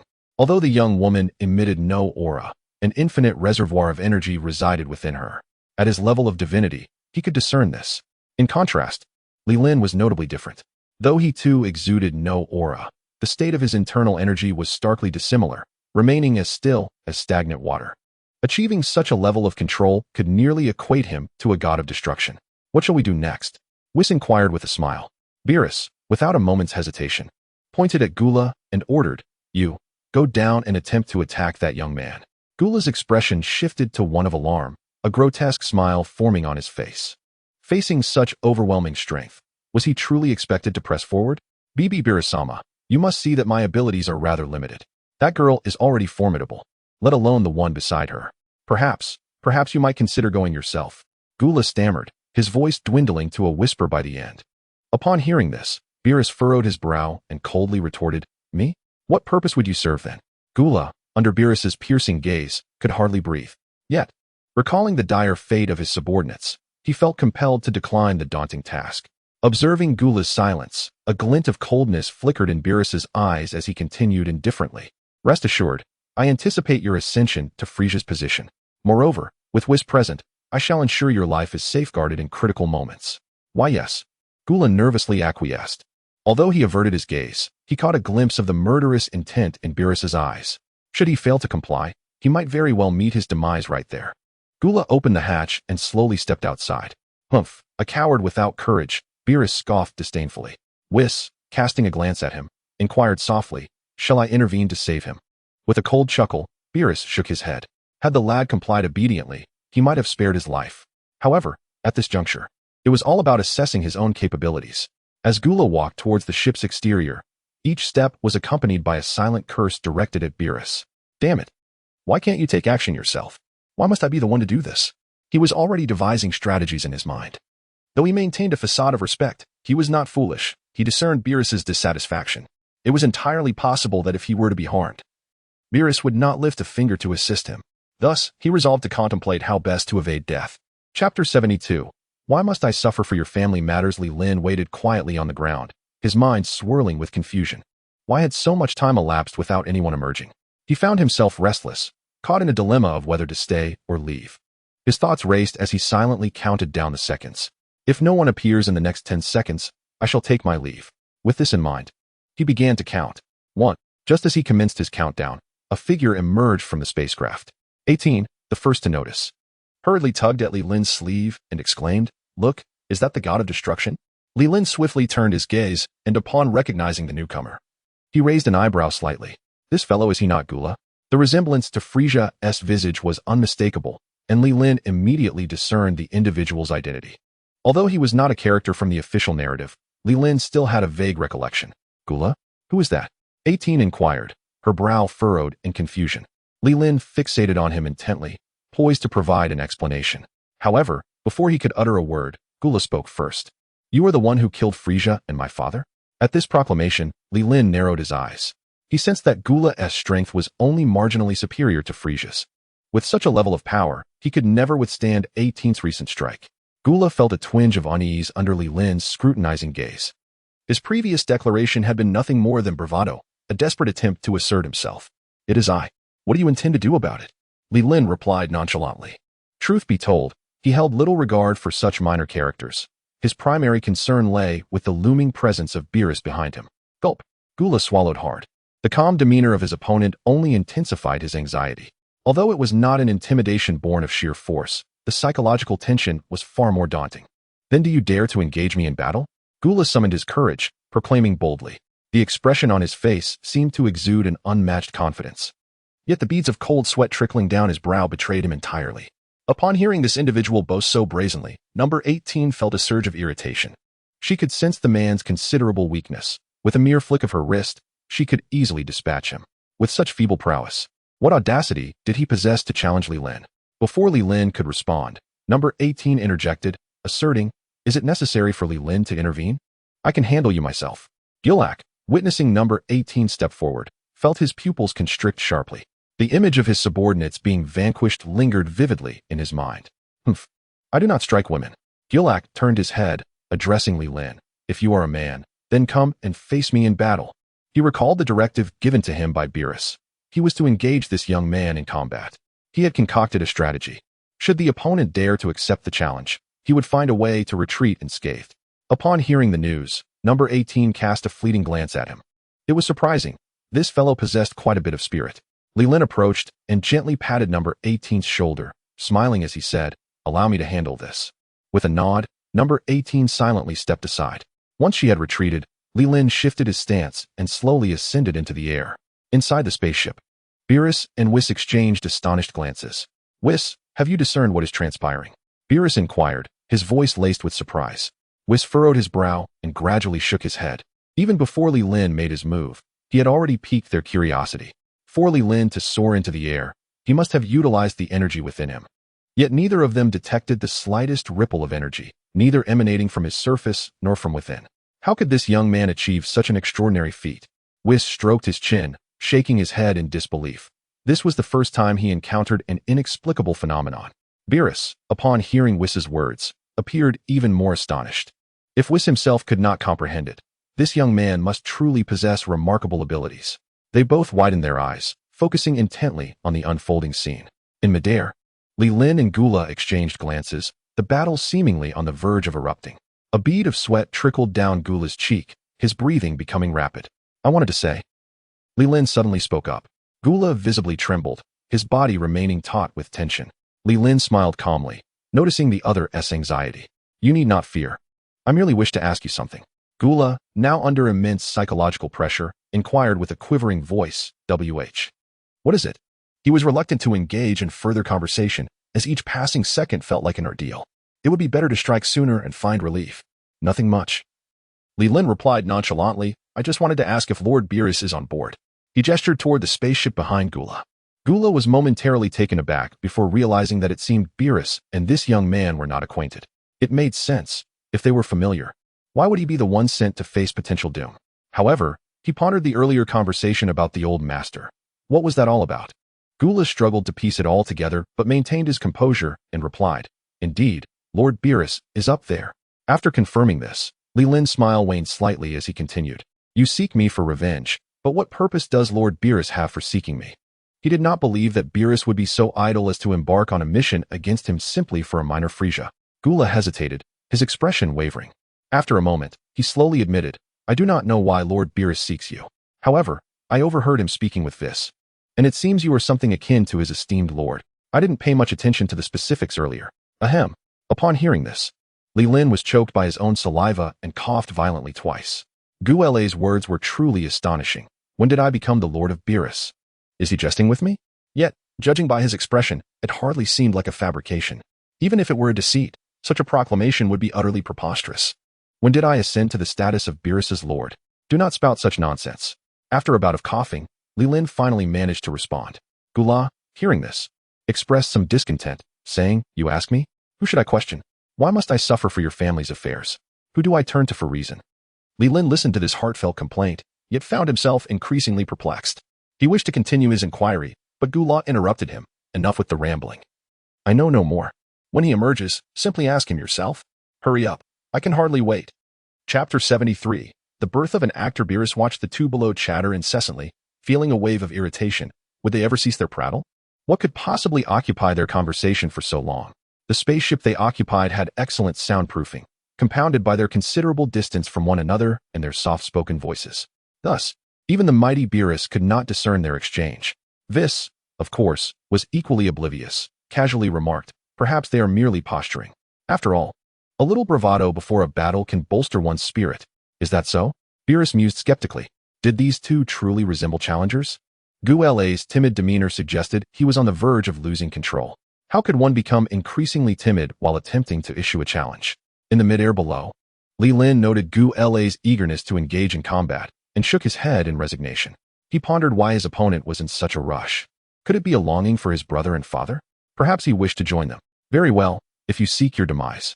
Do not blame me for my lack of courtesy," Li Lin remarked nonchalantly. Although his adversary was far from his equal, it was important to remain cautious, as they had come seeking vengeance. Humph. Gula feigned bravado with a scoff, beckoning Li Lin with a dismissive gesture. "Come on, I shall allow you to strike first." Li Lin raised an eyebrow, feeling a twinge of curiosity. Something felt amiss with Gula. How could one so lacking in strength dare to provoke? Allowing himself to strike first? Was this a jest? Nevertheless, he had no desire to prolong the exchange. Since his opponent had invited him to initiate, he would not hold back any longer. "Prepare yourself," Li Lin declared with a fierce shout, instantly adopting a battle stance. Yet, before he could make his move, Gule's eyes widened, and he let out a horrific scream. He appeared as if he had suffered a tremendous blow, instantly hurtling backward. With a thunderous crash, his body collided against the mountain, shattering it into fragments before finally coming to a halt. Li Lin tilted his head, mouth agape, incredulously gazing at the scene before him. After what felt like an eternity, he regained his composure, casting a dubious glance at his own hands. "What on earth is happening? When did I become so formidable?" Li Lin muttered to himself. He hadn't even made a move. Merely striking a pose had sent the opponent flying. Has my strength truly escalated to such heights? Inside the spacecraft, Beerus observed the unfolding spectacle, utterly bewildered. Good heavens, have I underestimated this young man? In my battles, I at least need to engage physically, yet here, without a single strike, the opponent was dispatched. What kind of power must one possess to achieve such a feat? Hiss. Whis inhaled sharply. His strength dwarfed that of Beerus, and he had been closely monitoring Li Lin. It was evident that this young man had not lifted a finger. However, the next moment, when he glanced at Gula, he found him already soaring away. The fact that even he could not discern how the attack was executed underscored the formidable prowess of Li Lin. The three individuals present were all in a state of shock. No, Including the grounded android 18, there were 4 bewildered faces. Unbeknownst to them, Gula was already chuckling to himself. This was entirely a performance of his own making. His exceptional acting was so convincing that he almost believed it himself. After a while, Li Lin meticulously reflected on the events and confirmed he had indeed not acted. Suddenly, he recalled how Gula had eagerly urged him to take action earlier. Glancing up at the spacecraft hovering above, he began to piece it together. So all this commotion was merely a charade. Gula was putting on a show for Beerus. Li Lin surmised that Beerus had likely commanded Gula to engage with him first. Perhaps this fellow, having witnessed Android 18's prowess, had lost his nerve and thus orchestrated the earlier spectacle. Li Lin was undeniably astute. Although Gula's performance was incredibly convincing, he had managed to deduce much of the truth. After all, he was acutely aware of his own capabilities and whether he had exerted any power. Clearly, having done nothing, the opponent still appeared as though severely injured. This could only imply one thing. It was all an act. Li Lin's analytical prowess stemmed from being the central figure in this drama. Meanwhile, Beerus and Whis held a different perspective. From their vantage point, Li Lin was rather formidable, silent yet deadly. His ability to strike without warning perfectly encapsulated the scene they had witnessed. The two exchanged glances, initially intending to confront Li Lin after Gula's defeat. However, now the cabin was eerily quiet. No one dared to suggest descending. After a moment, Whis deemed it unwise to remain idle. Lord Beerus, what shall we do now? Beneath. A figure awaits. Should we descend? Upon hearing Whis delegate the decision to him, Beerus found himself momentarily indecisive. After all, the individual below appeared formidable. This level of capability surely surpassed his own, and it was conceivable that this person could even stand shoulder to shoulder with the Grand Minister. What if he descended and encountered unforeseen peril, leading to a glorious demise? Whis, since we have not made our appearance, why don't we simply depart? Beerus suggested softly. Whis, upon hearing this, silently nodded in agreement. If possible, he too wished to leave. Today had revealed too many inexplicable phenomena. As the saying goes, humans harbor a certain dread for the unknown. His previously calm demeanor in the presence of others was a result of his extensive lifespan and vast knowledge, coupled with his formidable strength that left little to astonish him. However, today was different. The presence of Li Lin could only be described as shocking. Lord Beerus, this might not be advisable, Whis replied. Before Beerus could inquire why, Whis continued, the North Kai may have already informed this individual of your presence here. It's possible that the North Kai is currently observing us. If you were to leave now, it might render you a laughingstock in the divine realm. Beerus furrowed his brow, his tone icy. Does that old fool dare? Whis shook his head. The North Kai would not be so reckless, but the Kaioshin would be. Your visit to Earth is a significant matter, and the North Kai would surely inform the Kaioshin. He left the thought unfinished, allowing Beerus to ponder the implications. As a guardian angel, it was his duty to uphold the dignity of the Destroyer Gods. A few disparaging remarks in front of the Omni King could be tolerated, as it was part of his reporting duties. However, if rumors detrimental to the Destroyer God reached outside ears, it would signify a failure in his responsibilities. Chapter 74. What are the regulations? Upon hearing this, Beerus's frown deepened. Whis continued, look at that boy standing there. He hasn't left, clearly waiting for you. Beerus quickly glanced up. Indeed, Li Lin had landed but remained fixated on the spacecraft, not departing. In truth, it wasn't he that Li Lin wished to linger. Rather, he was too apprehensive to leave. If circumstances allowed, he would have hastily taken his leave. Sighing resignedly, Beerus finally said, very well, let us descend and see him. Whis, remember to protect me. Whis, feeling a touch of awkwardness, offered a gentle smile and responded affirmatively. He too felt a surge of anxiety regarding the strength of the individual below, as it was likely comparable to that of his own father. Even if he were to exert himself to the utmost, he doubted he could offer adequate protection. However, he pondered for a moment, recalling that Beerus had mentioned in a dream that they would meet the Omni King again in the future. This event had yet to transpire, and it was highly probable that they would not face any peril. Thus, the two individuals, with a sense of trepidation, gradually exited the spacecraft. As Li Lin beheld the two familiar figures, a sudden tightness gripped his heart, and he silently murmured, they have arrived. Both parties were now exceedingly tense, apprehensive that the other might pose a threat. Before long, Beerus and Whis descended onto the ground where Li Lin stood. On the 18th, the large-eyed girl curiously scrutinized the two unfamiliar and enigmatic figures. Beerus felt somewhat uncomfortable under her gaze. How could a dignified god of destruction be looked at as if he were a mere monkey? He was on the verge of reprimanding her, but the mysterious and inscrutable Li Lin caused him to restrain himself. Thus, silence enveloped both parties. Li Lin, sensing the other's reticence, though puzzled. Understood the adage. If the enemy does not move, neither shall I. Since they remained silent, he too maintained his quietude. Whis observed Li Lin's composed demeanor and inwardly nodded in approval. This young man was indeed extraordinary, even in the presence of two formidable beings. He remained unfazed, truly a sign of a strong character. Had Li Lin been aware of Wis's thoughts, he might have chuckled, for he was merely too intimidated to speak. Far from the impressive figure Wis imagined. Time passed, and the prolonged silence became somewhat unbearable. Clearing his throat, Wis broke the stillness and spoke first. You must be Mr. Li Lin. Upon hearing this address, Li Lin's eyelids flickered. Could it be? Such courtesy? Mr. Li Lin? The use of you was surprising. Goodness. Could they be attempting to approach him with courtesy before hostility? Though he thought this, he maintained an impassive expression and nodded. He understood that in such moments, maintaining composure was paramount. Perhaps it would afford him a semblance of dignity in the face of adversity. Wis smiled kindly and continued, I have long admired your esteemed name. And upon seeing you today, it is evident that you are indeed a dragon among men. Externally, Li Lin remained calm, yet internally, he was in turmoil. Long admired my name? My current prowess barely reaches the level of Super Saiyan 3. Such strength, in the eyes of Whis and the god of destruction, is surely trivial. What is this admiration all about? Despite his confusion, he refrained from voicing it, for he was still unaware of their purpose for visiting. Beerus, observing from the side, rolled his eyes. It was evident that Whis had a knack for flattery. Why had he never attempted to flatter him? How may I assist you? Whis and Lord Beerus, on your long journey? Li Lin inquired directly. Whis and Beerus exchanged glances. As expected, this fellow had already deduced their identities. Whis maintained his amiable demeanor. Oh, it's nothing much. We heard that our seventh universe has produced a remarkable talent. And we came to see for ourselves. Li Lin's curiosity deepened at these words. They had come to see him? While he considered himself quite exceptional, he found it hard to believe that these two had traveled such a distance solely to observe him. Nevertheless, acknowledging their statement, Li Lin nonchalantly replied, Oh, is that so? Have you seen enough? Whis and Beerus nodded in unison.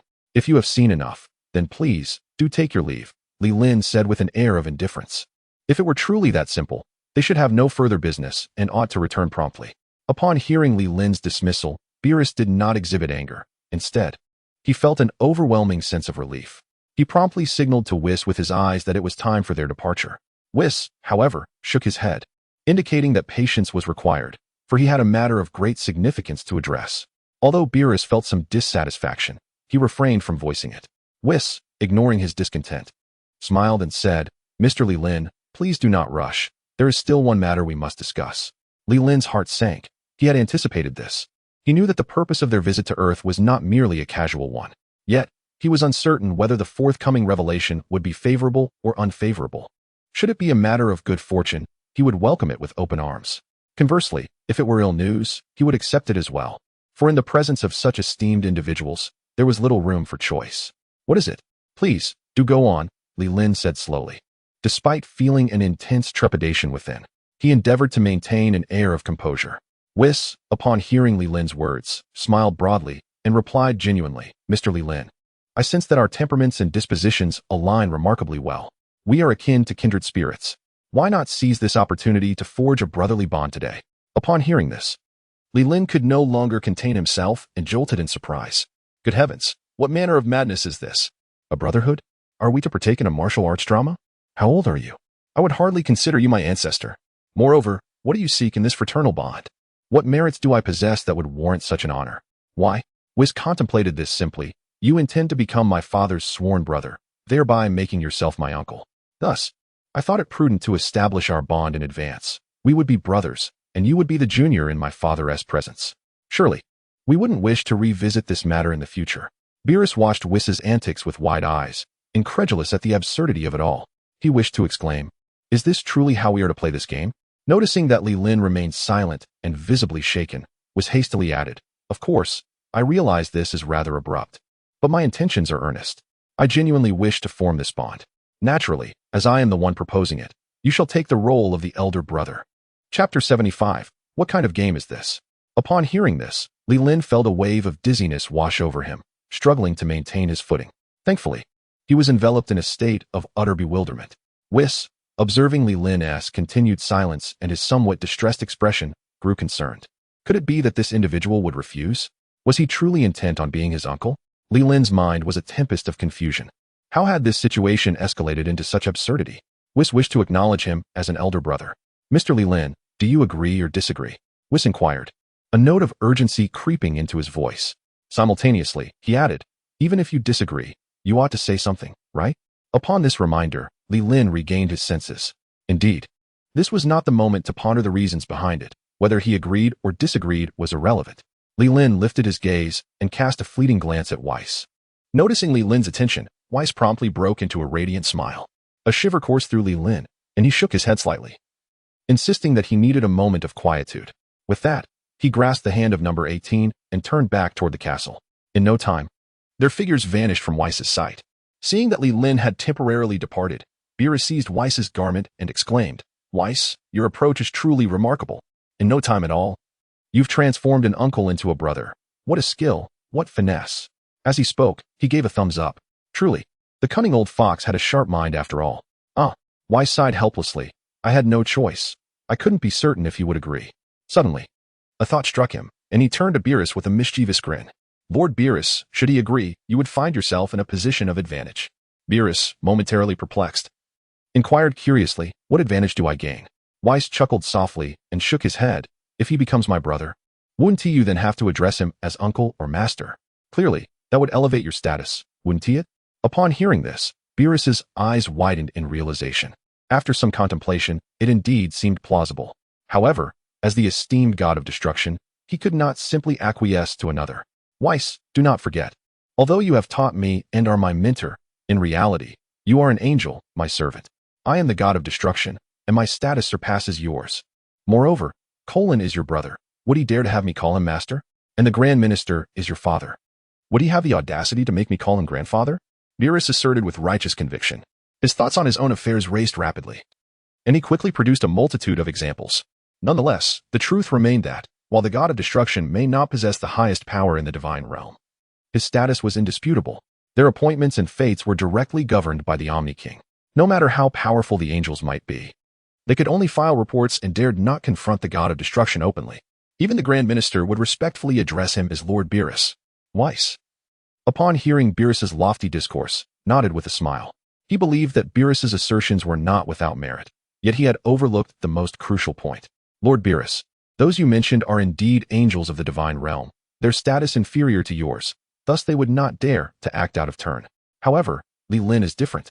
He is not a denizen of the divine realm and would not engage in discussions of status. There exists no necessity to adhere to the celestial realm's regulations. The rigid hierarchy dictates that one must refer to him as senior uncle, as explained with a gentle smile by Weiss. He and Beerus often engaged in playful banter. Upon hearing this, Beerus wished to counter the remark, but found himself devoid of a rebuttal. Indeed, Li Lin was not a denizen of the divine realm, and Weiss's role as his servant was entirely in accordance with celestial norms. Sighing, Beerus chose to cease the argument, recognizing he could not prevail in this exchange.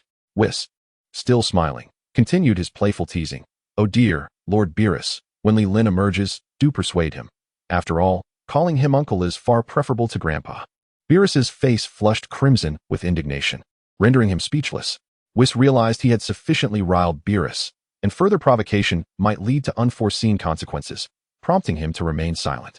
Meanwhile, within the castle, as Li Lin entered the room, he collapsed onto the floor, seemingly in a state of hysteria, murmuring to himself, my heavens, Weiss wants me to be his brother. On the 18th, she appeared somewhat at a loss upon witnessing the scene, hastily rushing over to assist Li Lin. She had been listening attentively from the side, comprehending every word, yet felt utterly bewildered, unable to grasp the overall meaning. My dear, if you do not wish to continue, simply convey that to him. After all, he is not a harbinger of destruction. On the 18th, observing Li Lin's demeanor, she comforted him with heartfelt sympathy. Previously, she had heard Li Lin mention that the god of destruction was named Beerus. Just moments ago, the individual introduced himself as Weiss, while the one beside him was indeed the god of destruction. It seemed that this person was merely a subordinate. Li Lin turned to her, gazing vacantly, and said, he is indeed not the god of destruction, but he is the master of the god of destruction. Upon hearing this explanation on the 18th, she slightly parted her cherry-like lips in astonishment. The master of the god of destruction. Could that be anything less than formidable? Li Lin took a breath and continued. Not merely formidable, the god of destruction is already exceedingly terrifying. The fact that he could subdue the god of destruction with a single move positions him as a truly unparalleled entity. On the 18th, she felt utterly incredulous. Are there truly such powerful individuals in this world? Nevertheless, she quickly focused on the crux of the matter. But wait, if this person is so formidable, why would they choose to acknowledge you as their elder brother? Li Lin, with a sense of helplessness, shrugged his shoulders. How would I know? To be honest, he was still grappling with the situation.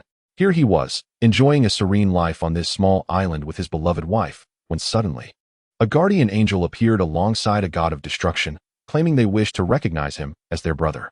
Who could ever have anticipated such a turn of events? With a furrowed brow, number 18 gradually relaxed and addressed Li Lin, saying, if you can't make sense of it, then why ponder it? He wants you to be his brother, so just accept it. Upon hearing this, Li Lin's expression shifted slightly. It made sense. Contemplating this matter here would yield no fruitful resolution. Perhaps it was simply a quirk of his penchant for calling others brother. It was merely not elaborated upon in the original narrative. At this juncture, there were no other choices left. He might as well accept this young brother. Li Lin stroked his chin thoughtfully. After all, if he had Weiss as his younger brother, who would dare to provoke him in the future? Aside from a few from the divine realm, he could navigate this world with ease. Any challenges could simply be resolved by summoning his little brother for assistance. Meanwhile, in another realm, on King Kai's planet, North Kai was holding a handkerchief, incessantly wiping the sweat from his brow. Yet, no matter how much he wiped, the perspiration seemed endless. What on earth was happening?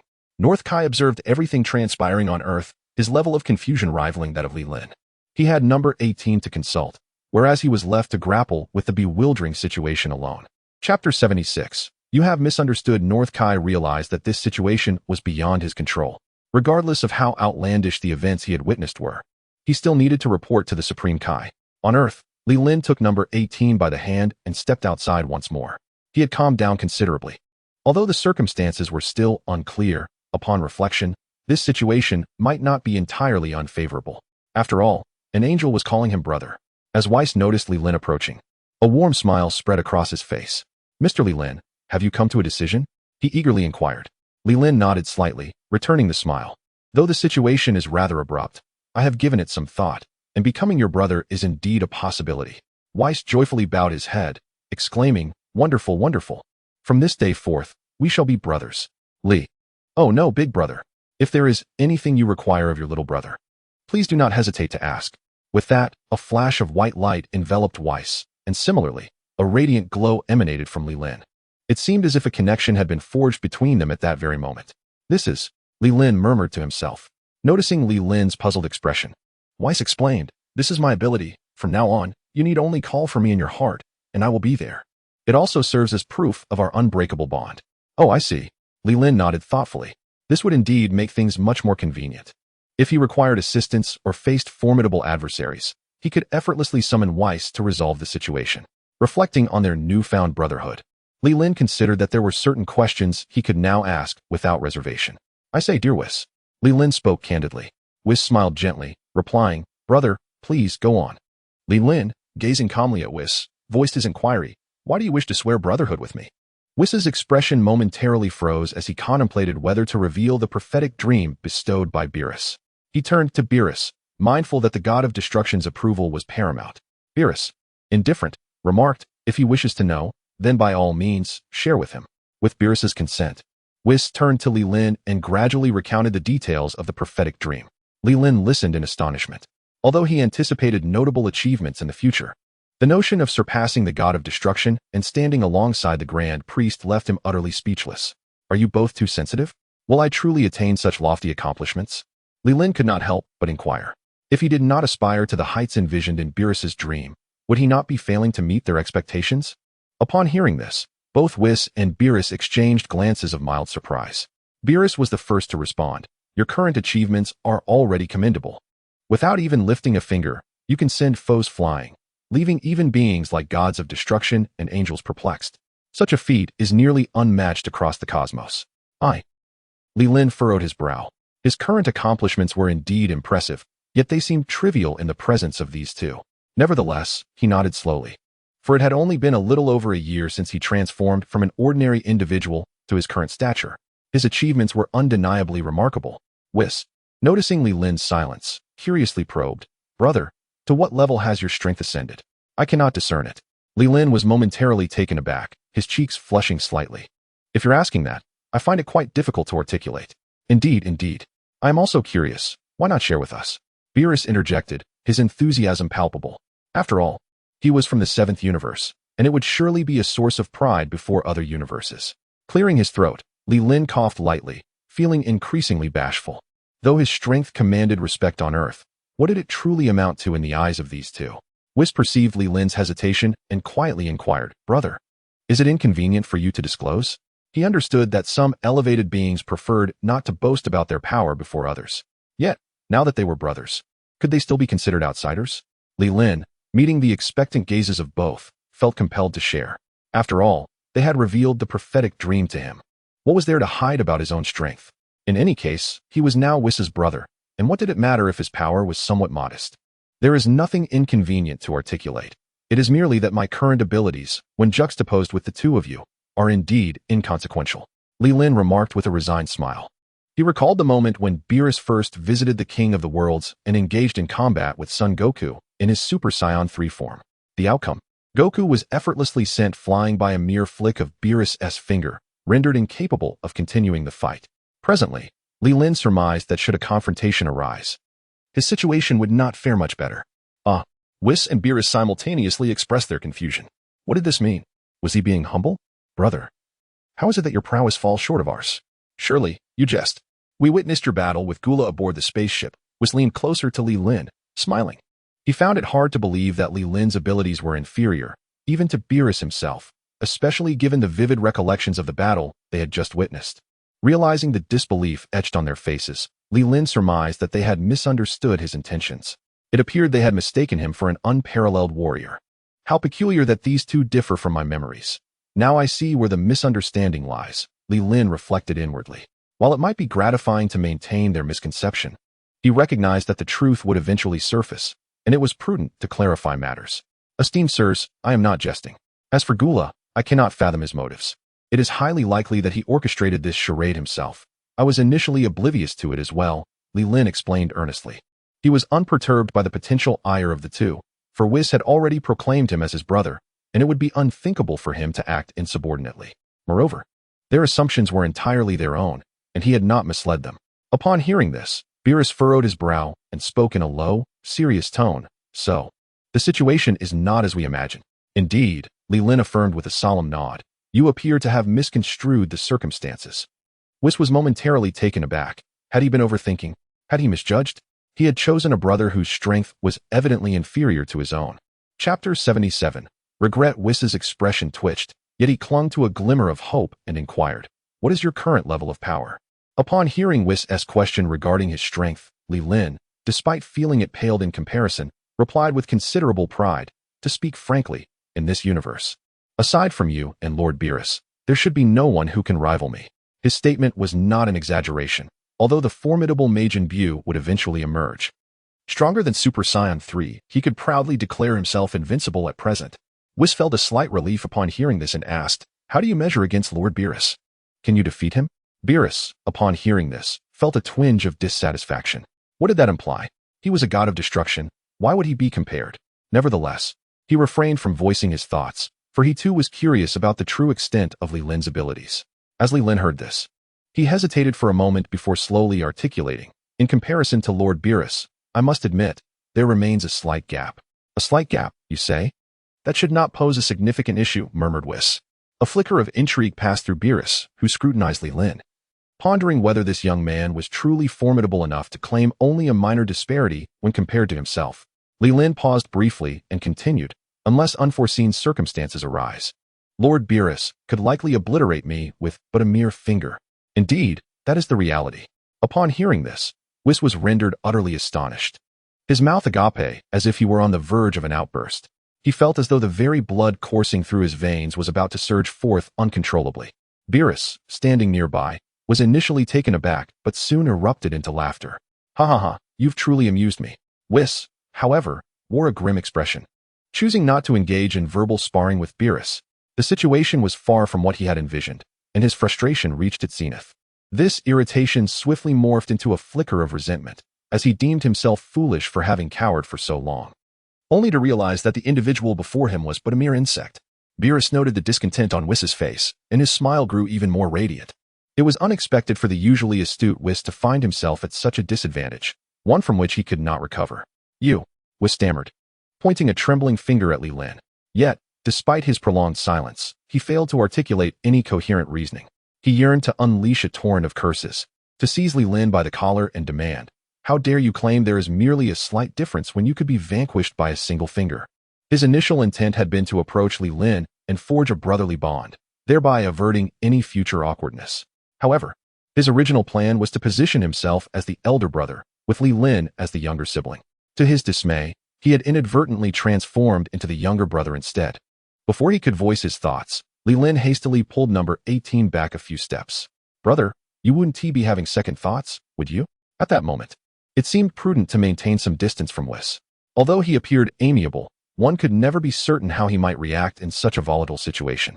What if he resorted to drastic measures to eliminate potential threats? Sighing in resignation, Whis addressed Li Lin, "You need not worry. As angels, we uphold our integrity. 1 is 1, and 2 is 2. This misfortune stems from my lack of thorough investigation. Yet, since the bond has been established, you shall remain my brother." Upon hearing this, Li Lin felt a wave of relief wash over him. He feared that if the other party were to withdraw, it would not only be trivial, but could also lead to his own demise in a bid to preserve face. "Oh, Whis, must you speak with such righteous fervor?" interjected Beerus in a teasing tone. He was well aware that Whis had already forged a connection with this young man through his divine power, akin to an oath. Should he renege, he would face dire repercussions. Weiss shot him a glare and retorted with irritation, "Lord Beerus, could you please keep quiet?" "Humph." Beerus, filled with self-satisfaction, slowly replied, "Who told you to provoke me so often? Now, if you dare to speak disrespectfully to me again, I shall turn this young man against you. Furthermore, I will spread the word across other universes. Just imagine what your siblings would think." Weiss was rendered speechless by anger. Although he usually maintained his composure, he still possessed a sense of pride. If this incident were to leak out, he would undoubtedly become the subject of ridicule. "Calm down, Weiss. Did you not say that I would one day rival the Grand Minister? I am merely a potential talent, though I may be weak now. In the future, when you become the true powerhouse, it will be more than sufficient." Li Lin stepped forward, offering a comforting smile. To be honest, accepting a younger brother who was significantly weaker would be quite difficult for him. No, it would be outright impossible. "Shut your mouth," Weiss growled. He wished he could use his staff to silence the man before him. "Is it not the same? What is your current power level? Do you not possess any self-awareness? I have always referred to you as brother. If that were to become public, how could I maintain my standing in the divine realm?" Upon hearing Weiss's somewhat agitated words, Li Lin immediately fell silent, muttering to himself in frustration. It was just moments ago that Weiss had insisted on him taking the role of brother. Now that he realized Li Lin's inferior strength, he was reluctant to even address him as brother. Beerus, however, found great amusement in Li Lin's remarks. He regarded the young man with increasing fondness, contemplating whether to bring him into the divine realm for proper training. It would be amusing to have him provoke Weiss now and then, providing a sense of comfort for himself. With his spirits lifted, Beerus playfully wrapped an arm around Li Lin's shoulders, saying, "You have some nerve. Just a moment ago, you made me too frightened to speak loudly." Li Lin internally protested, feeling equally intimidated just moments prior, but they were oblivious to the situation. However, he was curious. "Why is it that I cannot sense your energy?" Beerus continued to inquire with interest. The crux of the matter was that they were unable to detect Li Lin's true strength, leading to their misunderstanding. "Lord Beerus, could you please loosen your grip?" Li Lin pointed to his neck, indicating difficulty in breathing. Beerus realized he had been too forceful and promptly released his hold. As Li Lin rubbed his neck and slightly twisted it, he silently grumbled to himself, "You cannot sense my energy? Should I perhaps let out a fart for you to feel?" Of course, he dared not voice such thoughts aloud. Chapter 78. Follow me in response to Lord Beerus. Li Lin replied with measured confidence, "This may be due to my unique constitution, which prevents you from sensing my energy." "Oh." Beerus raised an eyebrow slightly, intrigued by the revelation. Such a phenomenon had eluded him throughout his extensive existence. "Whis, have you heard of this?" Beerus inquired, turning to his companion. Whis, lost in his own thoughts and rather displeased, had not been attuned to their conversation. When asked, he had no knowledge to impart. Noticing Whis' silence, Beerus refrained from pressing further, deeming it a futile endeavor. However, suddenly, Whis' expression shifted as he scanned the surroundings. Seeing this, Li Lin approached with enthusiasm. What are you looking for, brother? I know this place well. Allow me to assist. Regardless of whether Whis was acclimating to his new role, he was adapting remarkably well. After all, having such a formidable brother meant he had to seize the opportunity. Upon spotting Li Lin, Whis felt a headache coming on. He promptly issued a warning. If you wish to call me that in private, so be it. However, should you do so in the presence of other deities, do not expect my kindness. Li Lin, recognizing the seriousness in Wis's tone, nodded in compliance. After a brief glance at him, Wis's gaze narrowed as he observed the nearby shattered mountain. With a gentle wave of his staff, the debris began to levitate. Among the rubble, the incapacitated Gula felt his body suddenly lose control, floating alongside the stones. Beerus, noticing the elevation of Gula, cast a fleeting glance at Wis, contemplating that this individual was likely to seek retribution later. Ultimately, the current predicament stemmed not only from their overthinking, but primarily from Gula's actions. Had he not engaged in deceitful conduct, they would not have arrived at this juncture. What is happening? Gula, eyes tightly shut, feigned death while his mind raced. Suddenly, a cool voice reached his ears. How much longer will you continue this charade? Gula's heart raced. It seemed his ruse had been uncovered. He coughed violently, expelling copious amounts of purple blood, struggling to open his eyelids. He appeared as though he were gravely wounded and on the brink of death. Where am I? Is this hell? Gula gasped, his voice weak. Beerus and Li Lin exchanged amused glances at his continued pretense. Wis slowly approached, speaking with an air of indifference. This is not hell. Oh, that is a relief. Gula feigned a sigh of relief. Yet, the following words struck him like lightning, leaving him paralyzed in place. However, your end is near, Wis stated flatly. This time, he was genuinely enraged, though he reflected that he could not place all the blame on others. The crux of the matter lay in his own misjudgment. However, for the individual who has caused such a grievous error in judgment, a measure of intimidation is indeed warranted. After all, he is an angel, and must not interfere with the fates of others. Beerus approached him slowly, delivering a swift kick before coldly remarking, Are you still not getting up? Are you truly waiting to descend into hell?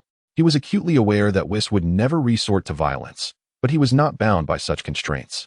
As the god of destruction, he bore the heavy mantle of annihilation.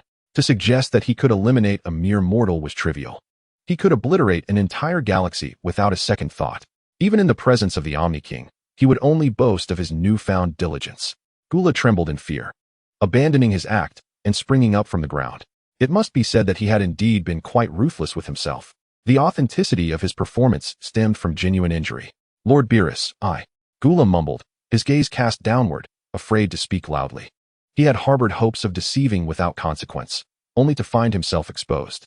He pondered in disbelief. Was his remarkable acting not sufficient? Take your spaceship and leave. Beerus commanded coldly. In truth, had anyone attempted to dupe him, they would find that even 1,000 lives would not suffice to escape his wrath.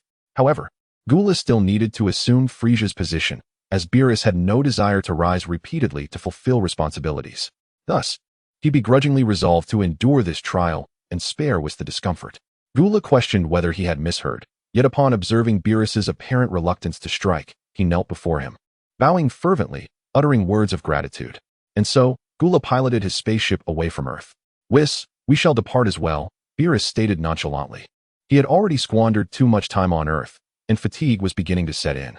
Wis felt a lingering remorse over the incident, not due to pettiness or a lack of magnanimity, but because historically, had any angel ever engaged in such conduct? Should word of this spread, it would tarnish his reputation irreparably. No, Wis suddenly exclaimed. Beerus was startled, glancing at Wis, unsure of his intent. Wis pointed at Li Lin, calmly declaring, You shall accompany us. Huh. Li Lin responded in confusion at being unexpectedly singled out.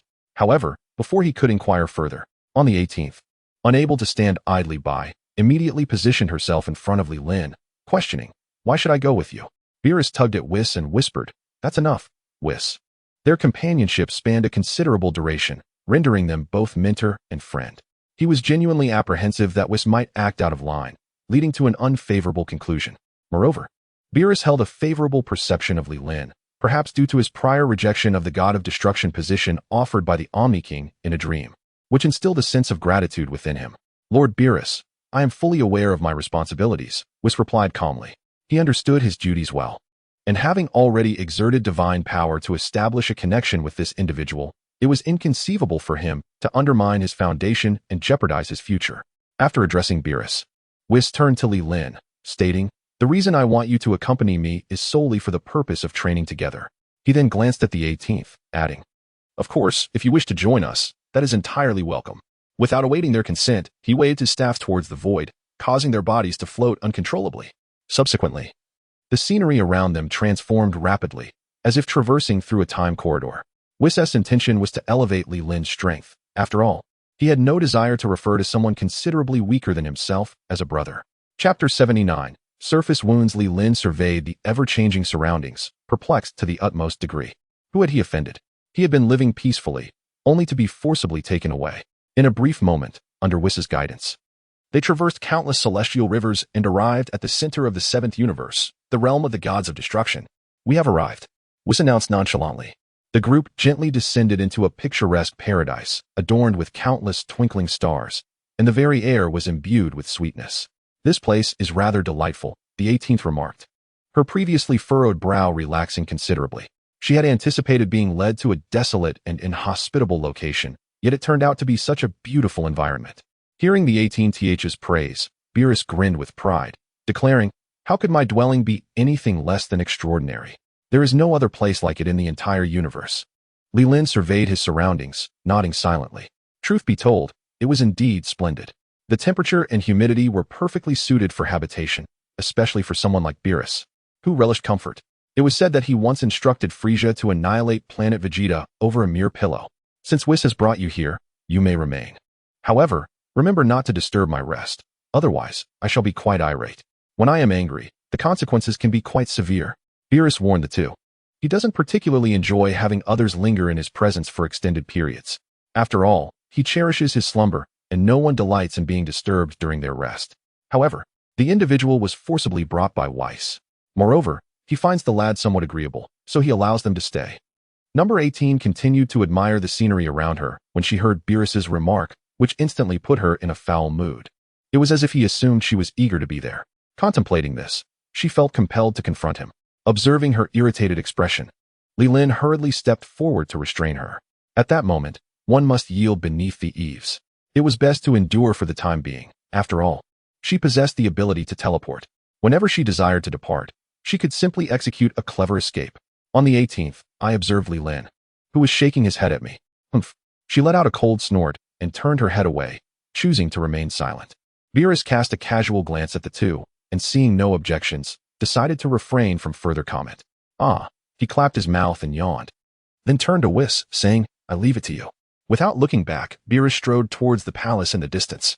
Whis regarded Li Lin with an indifferent gaze. He had remained silent, contemplating how best to train Li Lin in the future. Li Lin felt a chill under his scrutinizing stare and said, "Brother, could you please not look at me like that? It frightens me." Whis paid no mind to his words, maintaining his piercing gaze. After an undetermined amount of time, Whis spoke to Li Lin in a calm tone. "You, unleash your full strength and attack me." Li Lin hesitated, pondering whether this was appropriate. He wasn't afraid of injuring Whis, but rather concerned about the possibility of being injured if Whis were to retaliate.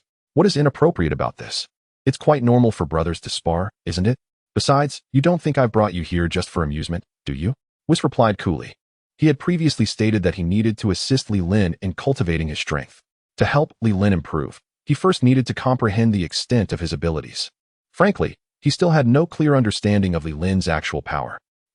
Li Lin was momentarily taken aback by Wis's words, but soon composed himself, nodding and saying, "All right. I understand." Since he couldn't leave immediately, he might as well spar with Wis. With his talent being what it was, engaging in battle with Wis could potentially enhance his strength significantly. No sooner had he thought this than Li Lin appeared before him in an instant, raising his right hand and launching a punch at Wis. Wis, observing Li Lin's attack, displayed no change in expression. He simply sidestepped, elegantly evading the strike. A resounding crash echoed as Li Lin's fist struck the ground behind Wis. Wis glanced sideways and remarked, "Your speed is utterly lacking, and the power is mediocre at best." Li Lin felt no stirrings of emotion at Wis's assessment, for he had anticipated such an outcome. However, this did not deter him from continuing his assault. Li Lin swiftly turned, launching a powerful kick. Boom! A tremendous force erupted from his toes, shattering the ground beneath him. The earth trembled, trees splintered, dust soared, and stones flew in all directions. Li Lin propelled himself toward Wis like a cannonball. Wis, witnessing the rapidly approaching figure, nodded slightly, acknowledging the impressive momentum, but as he spoke, Li Lin's fist came crashing toward him. Unhurried, Weiss raised his staff to position it horizontally before him. With a resounding thud, Li Lin's strike struck the staff, yet it was as though a cow had plunged into the sea, causing not a ripple. Weiss remained utterly unmoved, calmly continuing his statement. Combat is not merely about destruction, it requires finesse. After uttering these words, a formidable rebounding force emanated from the staff. Whoosh! Li Lin was sent flying like a stone propelled from a slingshot, hurtling backwards. His body skidded across the ground for what felt like an eternity before he finally came to a halt, leaving a deep trench in his wake. Li Lin! Number 18 exclaimed, rushing towards him in a fit of concern. Ouch, that hurt like hell. Li Lin grimaced, wincing in pain. Since arriving in this world, it was the first time he had endured such a brutal beating. His body was marred with numerous scrapes, and his clothes were in tatters. Li Lin, are you all right? Number 18 hurriedly helped him up, her voice laced with worry. Li Lin gritted his teeth against the pain, managing a weak smile. I'm fine. It's just a few superficial wounds. Really? Number 18 asked incredulously, her expression skeptical. With his body covered in crimson blood, how could it possibly be just a scratch? It is true, Weiss gently descended, offering an explanation on Li Lin's behalf. His strike was measured. Given the strength Li Lin displayed, this level of assault, even if it caused injury, amounts only to superficial wounds. Seeing the individual on the 18th, she quickly shielded Li Lin behind her, her face etched with wariness. Li Lin gently patted her shoulder and reassured her, it's all right, number 18. Weiss means no harm. If he wished to harm me, he could have done so just now. Chapter 80, My Exceptional Talent. On the 18th, upon hearing Li Lin's words, her eyes were still filled with countless worries. Yet, she silently stepped aside. Weiss observed Li Lin's distressed appearance and nodded slightly. Although his strength was currently lacking, his character was commendable. However, when he noticed the wounds on Li Lin's body, astonishment began to swell within him. This young man, his wounds are healing? At that moment, the abrasions on Li Lin's skin began to visibly mend at an astonishing pace. Is this lad truly human? Weiss found himself perplexed. He had never encountered a human from any planet with such remarkable regenerative abilities. Li Lin took a deep breath and calmly addressed Weiss. Let us continue, Weiss. He was oblivious to the changes in his wounds, only feeling that the pain was no longer as intense as before. The reason he wished to continue fighting was that he had discovered a notable increase in the energy within him, a result of the recent fierce battle. It seemed that combat was indeed the quickest way to enhance one's strength, especially when contending with skilled opponents, as the growth of energy was remarkably swift. Weiss noticed that Li Lin had already assumed an offensive stance. With a smile, he shook his head, realizing that the achievements Li Lin would attain in the future were not mere strokes of luck. Since you are prepared, feel free to attack, Weiss said with a gentle smile. All right. Upon hearing Weiss's words, Li Lin smiled faintly and transformed into a streak of light, charging toward him. Weiss made slight adjustments, responding with the same intensity as before. Bang! Bang! Li Lin unleashed punch after punch, each strike accompanied by a resounding sonic boom, exhibiting formidable might. Weiss's expression shifted, and he inwardly thought, this young man's punches are faster and stronger than before. In a moment of distraction, an unseen gust of wind surged toward his face. Weiss swiftly wielded his staff, conjuring a transparent barrier around him. Boom! Li Lin's fist struck the sturdy shield. Crack! Simultaneously, a sharp sound of bone fracturing echoed. Li Lin's lips quivered slightly as intense pain surged from his hand throughout his entire body. Tears welled in his eyes. His hand had bent and fractured. The agony felt akin to an ordinary person exerting all their strength to strike the ground. Not only did his hand ache, but the joints in his forearm had also begun to swell and redden. Upon witnessing this, Weiss immediately retracted the barrier. However, Li Lin's hand remained suspended in the air. He dared not move, fearing that any motion would unleash excruciating pain. Thud! Weiss tapped the ground with his staff. Instantly, a bright light enveloped Li Lin's entire arm. A refreshing sensation coursed through his limb, and soon, the pain alleviated significantly. Only then did Li Lin gradually lower his arm. How is it that your punching speed has suddenly accelerated, and the force has increased as well? Weiss inquired, observing a slight improvement in Li Lin's expression. He could not detect the energy within Li Lin's body, thus rendering him unable to ascertain whether Li Lin had initially held back or if there was some other circumstance at play. Li Lin gradually moved his arms, furrowing his brow as he replied, perhaps it is my exceptional talent. My strength enhances through combat. He did not conceal this fact. It was evident that one could discern this ability with just a few days of observation, especially for a formidable being like Weiss. who might uncover it after merely exchanging a few blows. Consequently, there was no need for secrecy. Upon hearing this, Weiss's eyes gleamed with intrigue. To elevate one's prowess through combat? Such a talent is truly remarkable. Why bother devising a training regimen? One could simply engage in relentless battles from dawn till dusk. He exclaimed, "Excellent. It appears your potential for future achievements is not mere happenstance. Given this talent, it seems inevitable." Li Lin cast a nonchalant glance in his direction, but refrained from responding. After all, he possessed top-tier talent, and his future accomplishments were bound to be significant. Did it truly require Weiss to state the obvious? Weiss observed as Li Lin's swelling arm began to subside, prompting him to inquire further. "I must admit, your recovery abilities are enviable." Until now, Li Lin had not paid much attention to it. The pain in his arm had dissipated significantly, and he was now capable of moving it freely. "It's nothing. Perhaps it is merely a facet of my talent," Li Lin replied calmly. Truth be told, he had not truly noticed this phenomenon. Since his arrival in this world, he had sustained no injuries apart from today, and thus had not experienced such an extraordinary ability. Weiss regarded Li Lin with increasing satisfaction, aside from the fact that he was his brother. Everything else about him was commendable. "With that said, I shall announce the training plan moving forward," Weiss stated, opening his mouth casually. Li Lin perked up, eager to listen intently. "Given your talent, the training will be quite straightforward. You will engage in continuous battles with me," Weiss explained. After a glance at Li Lin, he continued, "Bear in mind, it is relentless combat. You may cease only once you surpass Lord Beerus." Li Lin initially had no objections to the first part of the statement, but upon hearing the latter, he felt a sense of disquiet. "Wait a moment, Weiss," he interjected hastily. "Are you saying that I must continually fight you until I exceed Lord Beerus?" Weiss nodded with a serene smile. "And what about my sleep?" Li Lin asked, his expression darkening. "Even in battle, one must have time to rest. I cannot possibly train day and night without a moment to sleep. From now on, you may bid farewell to your dreams," Weiss replied indifferently. It is evident that his intention is to engage in relentless combat, leaving no time for rest or slumber. Upon hearing this, Li Lin felt a surge of discontent. He had planned to utilize the cover of night to employ instant transmission and escort number 18 back to Earth. With no time allotted for rest, this scheme appeared to be utterly thwarted. "But I still need to eat," Li Lin protested. In response, Weiss conjured a small pouch from thin air and tossed it to Li Lin. Curiously, he opened it, and upon glimpsing its contents, he was instantly overwhelmed with despair. "You must be familiar with the senza beans? I acquired a portion from Master Karen during my visit to Earth many years ago. I had thought these miraculous beans would no longer be necessary, yet it seems they still hold value," Weiss explained nonchalantly. Li Lin shook the pouch in his hand, realizing that these beans would suffice for at most 2 months. Weiss, seemingly aware of Li Lin's thoughts, continued, "Do not worry, I have preserved some as seeds. In just a couple of days, we shall have plenty more."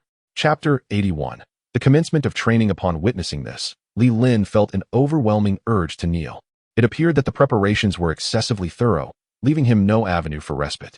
He had discerned that once he began combat with Weiss, there would be no cessation until he attained a realm akin to that of Beerus. "No, I still require sleep when I am fatigued. What if I were to collapse?" Li Lin insisted. In truth, as he uttered these words, his desire to flee was secondary. As a normal individual, sleep was an essential necessity. Despite his current physical prowess being beyond the ordinary, prolonged wakefulness still posed a risk of sudden demise. Weiss chuckled and shook his head. "I have already mentioned that you must bid farewell to your dreams henceforth." With that, he waved his staff. Li Lin felt as though his mind had been swept by a tempest, akin to the effects of a stimulant, awakening him with invigorating clarity. This as he reveled in the newfound vitality of his thoughts, he attempted to articulate something, only to find himself at a loss for words. Weiss had evidently prepared for him with remarkable thoroughness. "Is there anything else you wish to express?" Weiss inquired further. Li Lin pondered momentarily. He did not wish to reject Weiss's training. However, such an intense regimen was more than any individual could endure. "Might I be allowed a day to recuperate? I need to adjust my mindset. I propose we commence the training tomorrow," Li Lin tentatively requested. He could hardly bear such a lifestyle. If he could secure even a single day, he would hastily flee with number 18 and then conceal himself on Earth. Weiss contemplated briefly, deeming Li Lin's rationale sound. A great deal had transpired today, and it was only reasonable to allow for a slight adjustment period. "Very well, you may take 1 day to prepare." Weiss conceded with understanding. A faint smile graced Li Lin's lips, for it appeared his strategy had borne fruit. However, in the next moment, his smile froze upon his face. With a single wave of his hand, Weiss conjured a luminous barrier in the air. Suddenly, as the barrier completely enclosed the space, the surrounding cacophony vanished in an instant. After completing this act, Weiss turned to Li Lin and said, "I have taken these precautions to prevent your escape. I trust you don't mind." Li Lin, inwardly cursing, managed a strained smile, thinking, "Mind? Or is it that you simply do not trust me?" Such words from my older brother. How could I possibly harbor any distrust towards you? Although Weiss spoke thus, another barrier materialized in the sky, as if fearing that Li Lin might flee at any moment. Li Lin's face twitched slightly. He then sighed as if resigned to his fate. Following that, he posed one final question: "Where are we staying?" Weiss pondered for a moment. Then several beams of light appeared in a spacious area. Whoosh! These beams sliced through the air, and in an instant, massive stones seemed to come alive, aligning themselves in perfect order. Before long, a grand castle unveiled itself before everyone. "Is this my home?" Li Lin asked, gazing at the familiar structure with confusion. Weiss nodded and replied with a smile, "Indeed, I took the liberty of constructing it in the style of your family's residence. Please rest well. Remember to rise early for your training tomorrow." After uttering this final remark, Weiss vanished into thin air. Li Lin, watching Weiss's departure, shook his head in exasperation. He then turned to the now approaching number 18, his face filled with remorse, and said, "My dear, I apologize. It seems we are unable to leave this wretched place for the time being." On the 18th, she shook her head with a smile and said kindly, "It's all right. As long as you are here, it doesn't matter where we are." Li Lin smiled in understanding. The two of them, hand in hand, walked into their familiar, yet unfamiliar home. The following morning, Li Lin rose early, eagerly awaiting the arrival of Weiss. After a night of contemplation, he had come to a resolution. As the saying goes, when in Rome, do as the Romans do. Since there was no escaping this situation, he resolved to focus on his training. If he could attain the level of a destroyer god, he would naturally be able to leave. Moreover, this was an opportunity to enhance his own strength. How many would desire the chance to spar with Weiss? If viewed in this light, it could indeed be seen as a fortuitous turn of events. On the 18th, she found herself beneath a nearby tree, not for any particular reason, but to ensure that Li Lin remained constantly within her line of sight. She feared for the safety of her beloved. At that moment, Weiss appeared as he had the day before, slowly materializing from the air. "Good morning, brother." Li Lin greeted him with a smile. Weiss, taken aback by Li Lin's early arrival, nodded and replied with a grin, "Indeed, a promising student. If Lord Beerus had possessed your enthusiasm back in his day, his achievements would have been far more formidable." Li Lin felt a flicker of irritation at Weiss's words. What does he mean by promising student? Has society truly become so pragmatic? Back when his abilities were unknown, he was addressed as brother. Now, while training together, he is deemed a mere student. Such is the reality of the world. "Are you prepared?" Weiss inquired with a subtle smile.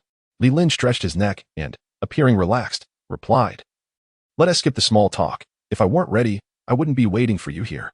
"Very well, let us commence." Weiss began. But before he could finish, Li Lin's body surged forward like lightning. Weiss chuckled lightly, his combat experience unparalleled. When Beerus employed this very tactic years ago, he executed it with far greater finesse than Li Lin. Calmly, Weiss leaped high into the air as Li Lin darted beneath him. "You've made some progress in speed, but it is still insufficient," Weiss remarked, floating effortlessly in the air. Li Lin quickly steadied himself, pushing off the ground with tremendous force, kicking up a cloud of dust as he rocketed towards Weiss like a launching rocket. Without hesitating, Li Lin unleashed a flurry of punches, wild yet lethal. For an ordinary opponent, a single blow would be enough to spell disaster. However, Weiss was different. Despite the ferocity of Li Lin's strikes, his body seemed to meld seamlessly with the air, moving with an effortless grace. Their figures soared from the sky to the ground and back again, as Li Lin relentlessly attacked, his seemingly rapid and fierce punches consistently striking nothing but air. Weiss evaded with fluid movements, his body displaying no extraneous motion, appearing as if he were dancing in the sky. In stark contrast, Li Lin's assaults appeared clumsy and rigid. Chapter 82. A flourishing spring. Li Lin's attacks yielded little effect, his phantom-like punches landing only on the air surrounding Weiss. Observing that Li Lin had exhausted his offensive, Weiss ceased his evasive maneuvers and prepared to counterattack. Bang, bang, bang. The sound of impact resonated as Li Lin, bruised and battered, fell to the ground. "Ouch," he exclaimed, clutching his face and wincing in pain. As the saying goes, strike not the face when one must strike. This is quite a situation for Weiss, as everything has come crashing down upon her. Leaning against the grand tree. On the 18th, she observed Li Lin collapsed on the ground. Immediately filled with anxiety, she stood up. Her concern for Li Lin's well-being was profound, which is why she remained vigilantly by his side. However, upon witnessing Li Lin rise once more, a gentle sigh of relief escaped her lips, and she gradually resumed her seat beside the tree. "Vs, next time you decide to strike me, could you refrain from targeting my face?" Li Lin expressed his dissatisfaction. Although he was now in a relationship and did not place excessive value on his appearance, the thought of traversing the streets bearing a disfigured visage was unsettling. Haha. Vs chuckled softly, responding, "I shall take heed next time." With V's assurance, Li Lin gathered his resolve and swiftly charged forward again. The deluge of attacks commenced anew. Ves continued to evade with agility, all the while silently reflecting that this lad had not deceived him. Indeed, as long as there was combat, his strength would augment. The force and speed of Li Lin's strikes were evidently enhanced compared to before. Nonetheless, the outcome remained unchanged. Bang, bang, bang. Once more, a series of thuds echoed as Li Lin was forcefully sent sprawling once again. Upon witnessing the events of the 18th, a slight tension gripped her heart. However, in light of the recent circumstances, she did not exhibit excessive excitement. As she observed Li Lin rise once more, a weight was lifted from her mind. With renewed vigor, Li Lin charged forward to launch his attacks. Over time, his strength began to experience a remarkable surge. Although he was frequently sent flying, Weiss never applied excessive force. She merely inflicted minor injuries that would cause him some discomfort. These trivial wounds, given his extraordinary constitution, would soon heal. At this juncture, the 18th had also become immune to the matter at hand, for each time, Li Lin had managed to rise unscathed. Thus, there was little to fret over. As days gradually passed, the two had been immersed in their training for 3 days. "Phew, I can't go on any longer. Let us take a brief respite, Weiss," Li Lin said, bending at the waist and gesturing fervently. Throughout these 3 days, he had fought tirelessly, not once allowing his eyes to close nor partaking in a proper meal. Had it not been agreed that rest would be forbidden until surpassing Lord Beerus? Weiss gazed at him with an air of nonchalance, his demeanor unchanged from 3 days prior. Upon hearing this, Li Lin felt tears welling up. He was utterly exhausted. If this continued, he would surely lose his sanity. "It's not that I cannot persevere, Weiss. Our constitutions are not the same. I require rest," Li Lin lamented helplessly. If only he possessed the resilience of an angel, he would not be pleading for a break. After all, while his body could endure the strain indefinitely, his mind risked spiraling into disarray. "Ah, I see. Now I understand," Weiss replied calmly. He then waved his hand, enveloping Li Lin in a radiant light. In an instant, the fatigue and drowsiness that plagued Li Lin vanished. Feeling a refreshing clarity within his mind, he, on the brink of collapse, grasped his hair and exclaimed, "My dear brother, it's not mere tiredness or sleepiness. I need mental relaxation. Do you comprehend?" His current sensation mirrored that of a factory worker in his previous life, endlessly repeating monotonous tasks. While short durations were bearable, prolonged periods could lead to significant issues. Even after work, no matter how much sleep or food one consumed, it could never be compensated for. This was not a physical ailment, but rather a psychological torment. Observing the pained expression on Li Lin's face, Weiss slowly nodded. Over the past 3 days, Li Lin's progress had been remarkably swift, far exceeding his expectations.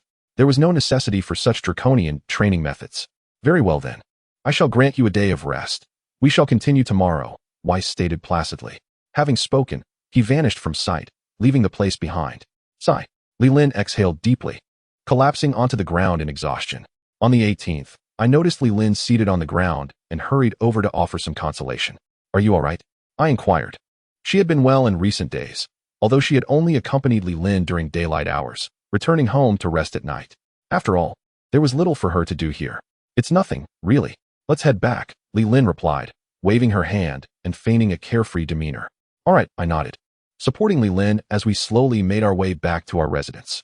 Upon entering the room, Li Lin immediately laid down on the bed without uttering a word. For some reason, although he felt no inclination to sleep, he relished the sensation of lying on the bed. It echoed the adage, "Running is not as good as walking. Walking is not as good as standing. Standing is not as good as sitting, and sitting is not as good as lying down." After a brief moment of repose, Li Lin noticed I had not departed and mischievously smiled. "Seeing me in such distress, wouldn't you come to comfort me a little?" On the 18th, she exhibited remarkable intelligence. Upon hearing those words, she departed, already comprehending their significance. A blush swiftly adorned her cheeks, and she shyly nodded in agreement. "Really?" Li Lin exclaimed, his eyes widening in astonishment upon witnessing her affirmation. Suddenly invigorated, he leapt to his feet. Throughout their time together, he had never dared to cross that delicate boundary. To his surprise, this jest had been met with consent. What a delightful surprise it was. "MHM," replied the 18th in a barely audible voice. Despite their lengthy acquaintance, she remained exceedingly bashful when broaching this subject. The reason for her acquiescence to Li Lin's request today was primarily due to her deep affection for him. Having spent so much time together, she too yearned to experience the sensations associated with such intimacy.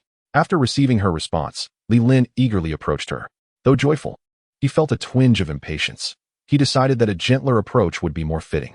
With arms outstretched, he tenderly embraced her. The two shared a kiss, gradually finding their way onto the plush bed behind them. "MHM, ah." In an instant, the atmosphere within the room grew increasingly heated, resembling the vibrant essence of spring. Chapter 83. 3 years later, approximately an hour later, the once tumultuous sounds within the expansive room began to fade. They were replaced by the gentle rhythm of their breathing. The two lay side by side on the soft bed, their bodies glistening with sweat, as if they had just emerged from a refreshing bath. "My dear, when do you think we can leave this place?" Leaning gently against Li Lin's chest, Number 18 whispered her inquiry. Although the scenery here is exquisite and perfectly suited for habitation, the realm feels rather desolate, devoid of any trace of human warmth. Li Lin cradled Number 18 in one arm, tenderly caressing her smooth back, his heart brimming with myriad emotions, a wave of guilt washing over him. "Do not worry, my dear, it won't be long before we can return," he said, planting a soft kiss upon her forehead. In that moment, he resolved to devote himself to rigorous training, striving to transcend the realm of destruction, determined to shield Number 18 from any sorrow or discontent. Indeed, Number 18 replied with a slight nod. Li Lin closed his eyes for a moment in contemplation, then reopened them, a mischievous smile playing upon his lips. "My dear, since it is still early, shall we indulge in another delightful encounter?" Upon hearing the Number 18, her expression momentarily faltered, and before she could fully comprehend the situation, Li Lin pounced upon her like a famished tiger. 18 wished to utter something, yet Li Lin's lips silenced her with a fervent kiss. The night had barely just begun, and after enduring extensive training, Li Lin's vitality was astonishingly exuberant. Throughout the night, the two engaged in countless blissful encounters, scarcely finding a moment's rest. By dawn, as the first light of day began to emerge, their tumultuous night finally drew to a close. The 18th had been thoroughly exhausted, lying limply in bed, her mind foggy, and soon she drifted into slumber. At this moment, Li Lin felt an unprecedented sense of release, a refreshing comfort enveloping him. Aside from a slight ache in his lower back, everything else felt quite pleasant. He chuckled softly, brushing his fingers against his nose. Glancing at the sleeping figure of the 18th, he was tempted to rouse her and relocate to a more comfortable spot, for the bed had become quite unsuitable after a night of restless tossing. Yet, he hesitated to disturb her, instead gently covering her with a blanket before quietly exiting the room. Li Lin made his way alone to the training field. He watched as the sun slowly emerged from the horizon. Suddenly, like a specter, Weiss appeared beside him. Spotting Weiss, Li Lin greeted him with a smile. "Good morning, Weiss." Though he felt a bit fatigued from the previous night's exertions, his spirit was undeniably vibrant. "Good morning," Weiss replied nonchalantly. However, upon noticing the pronounced dark circles under Li Lin's eyes, he curiously inquired, "What happened to your eyes? Did you not sleep?" Li Lin grinned, nodding before mysteriously shaking his head. To say he had slept would be misleading, for he had indeed toiled throughout the night. Yet, claiming he hadn't slept would also hold some truth. The nuances of the two interpretations of sleep were subtly different. Naturally, he had no intention of divulging this to Weiss. "Let's not dwell on that." Li Lin chuckled. Weiss regarded him with a calm expression, deciding not to press further. "Then shall we begin today's training?" he suggested, beckoning Li Lin to advance. "Not so fast," Li Lin replied with a smile, counting playfully. "Weiss, could you use that technique from yesterday to help alleviate my fatigue once more?" Weiss raised an eyebrow slightly at Li Lin's request, questioning, "What do you mean? You seem to be in good spirits." Li Lin appeared notably more optimistic than the day before, despite the prominent dark circles framing his eyes. "My spirit is indeed quite buoyant, but my body feels somewhat drained, as if it has been emptied. Just look at me." Li Lin beamed. Upon hearing this, Weiss quickly grasped Li Lin's implication. A knowing look crossed his face as he remarked, "Ah, so that's why those dark circles are so pronounced. I see. You intend to use my abilities as a quick fix, do you?" Li Lin offered an awkward smile. "It's not about quick fixes. I merely seek to improve my training." Weiss furrowed his brow slightly at this, shaking his head in resignation.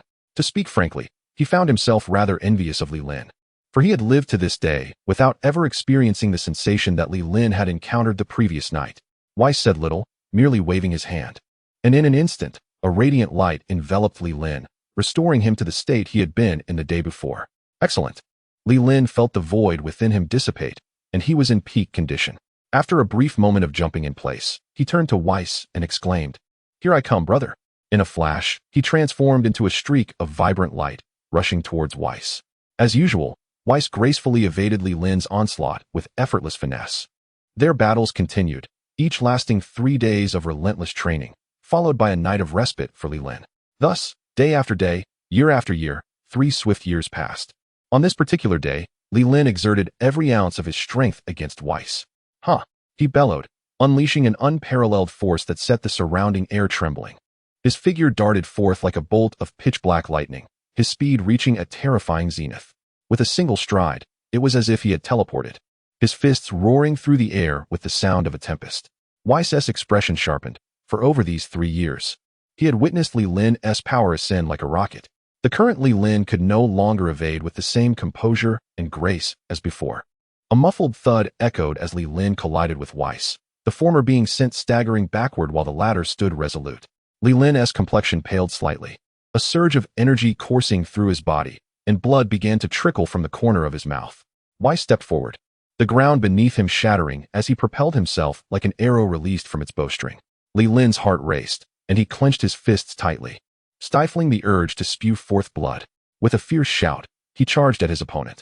When their fists clashed, a deafening sound erupted in the air. Li Lin was sent flying backward for 10 meters, while Weiss remained steadfast, unyielding as a mountain. Chapter 84. Bold thoughts coughing, Li Lin lay on the ground, a torrent of blood gushing forth. The verdant grass was instantly stained a deep crimson. On the 18th, she gazed with concern, feeling a pang in her heart. However, this time, unlike previous occasions, she refrained from checking on Li Lin's condition. Over the past few months, such incidents had become frequent, and she had grown accustomed to them. Additionally, with the presence of the magical beings Li Lin possessed, he was unlikely to encounter any serious issues. Indeed, after collapsing to the ground and violently expelling several mouthfuls of blood, Li Lin sensed his consciousness beginning to fade. In a hurried motion, he retrieved a magical bean from his pocket and consumed it. The instant the bean entered his system, a warm current enveloped his entire being. With a deep exhale, Li Lin rose to his feet once more.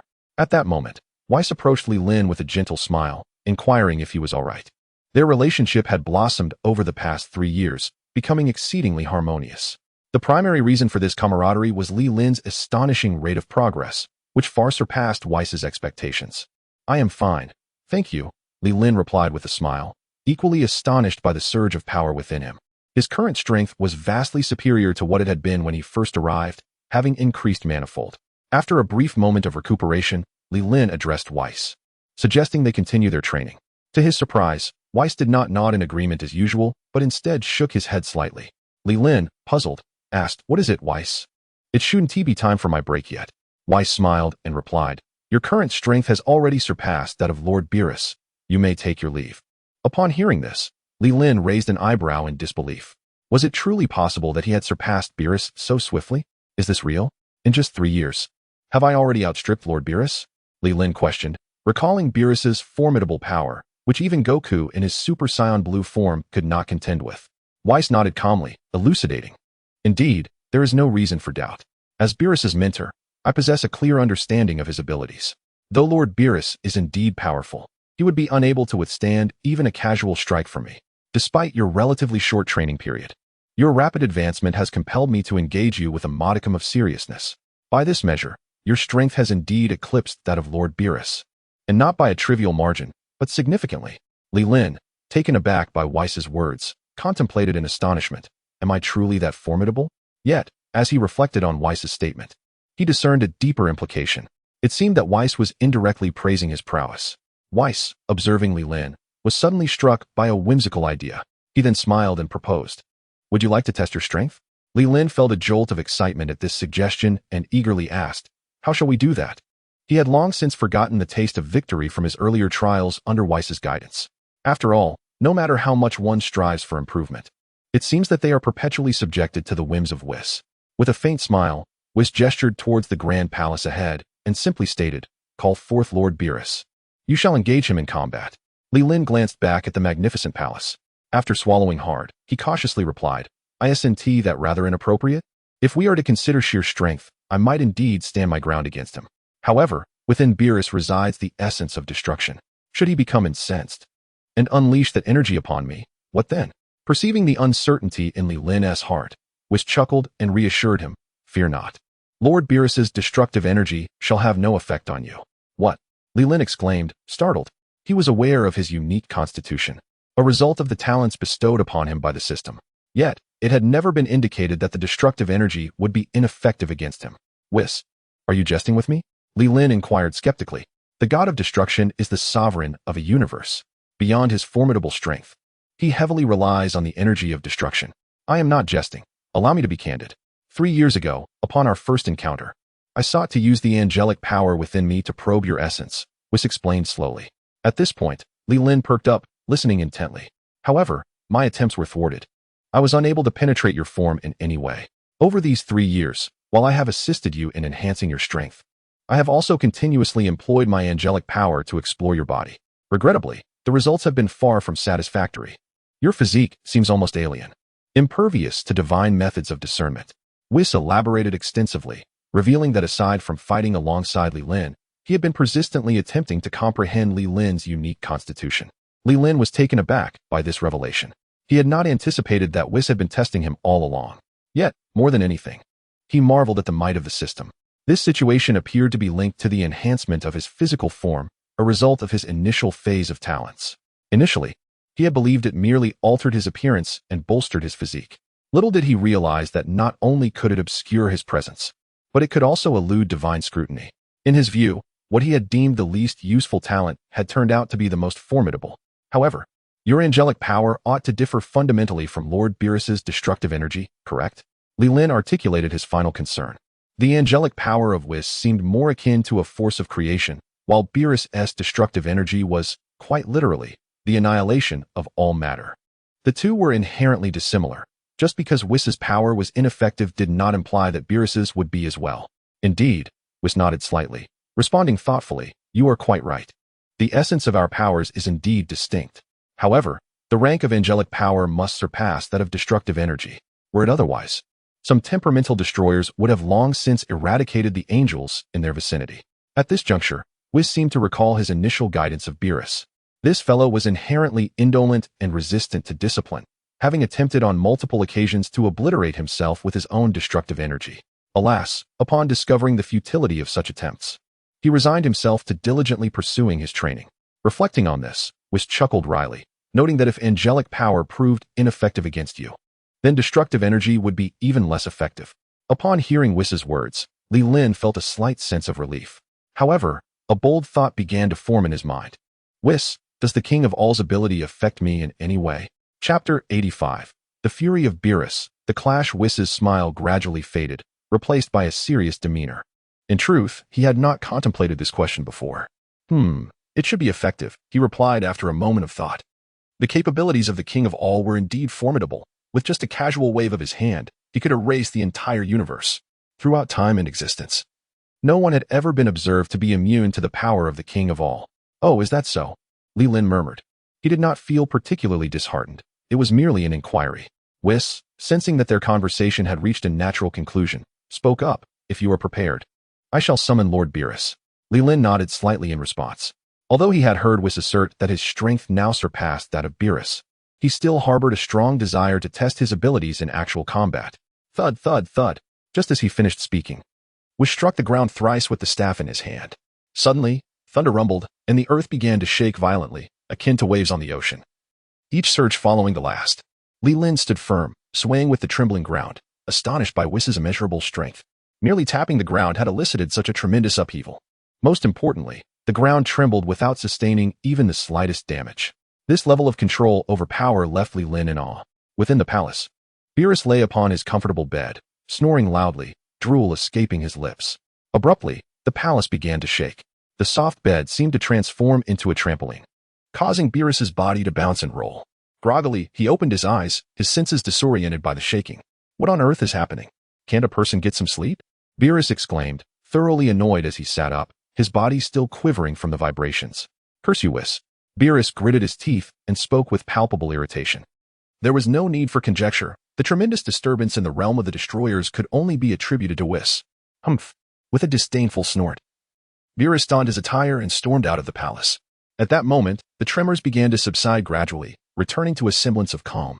Outside the palace, Whis sensed that Beerus had awakened and stood observing the palace's location.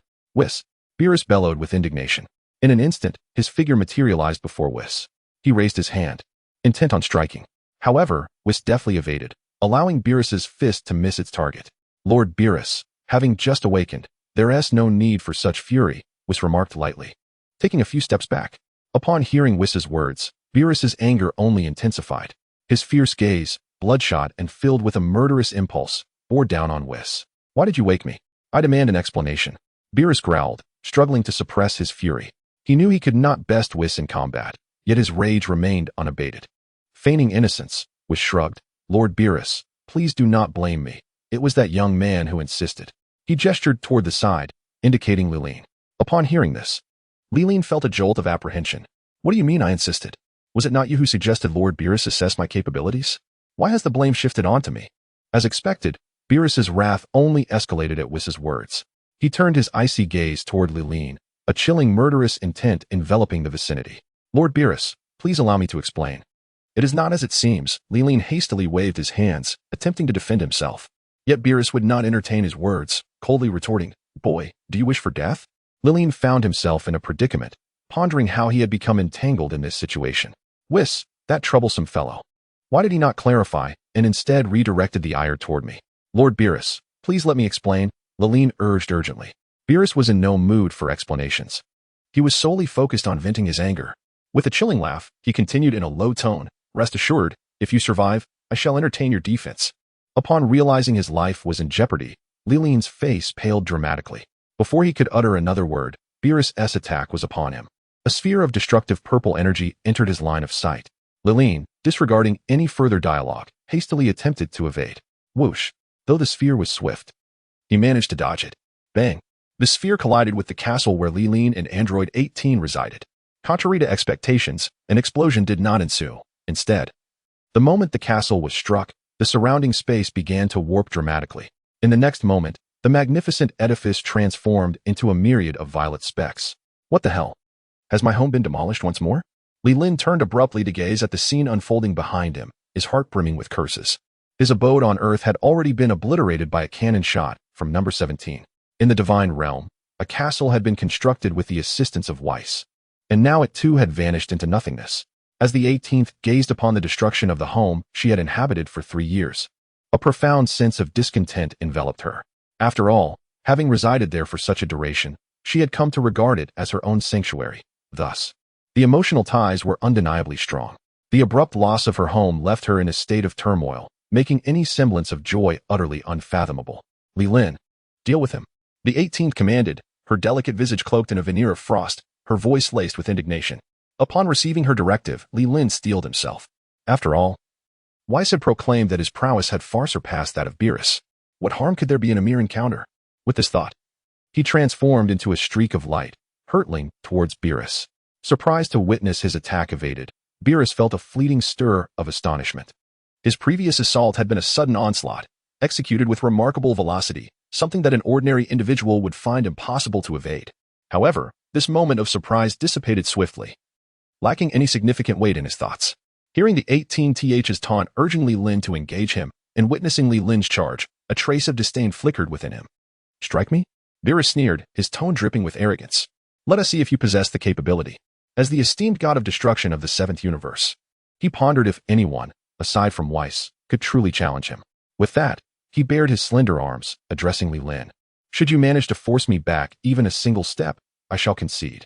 Chapter 86. A Triumph with Ease. Bang! Liline's iron fist struck mercilessly against Beerus's visage, abruptly severing his subsequent words. "How could this be possible?" Beerus exclaimed, his features contorted and spittle flying. After tumbling over 17 or 18 times, he gradually came to a halt. He had never anticipated that Liline's punch would bear such weight. It not only shook his form, but also left him rolling and scrambling. "Well done, Liline." On the 18th, a punch was thrown, followed by an exuberant cheer. Li Lin gave the 18th a thumbs up, his smile radiant. He had not anticipated that he would so effortlessly send Beerus flying. It appeared that Whis was indeed correct. His strength had surpassed that of Beerus. Although he had only attacked once, he had gained a preliminary understanding of his current power.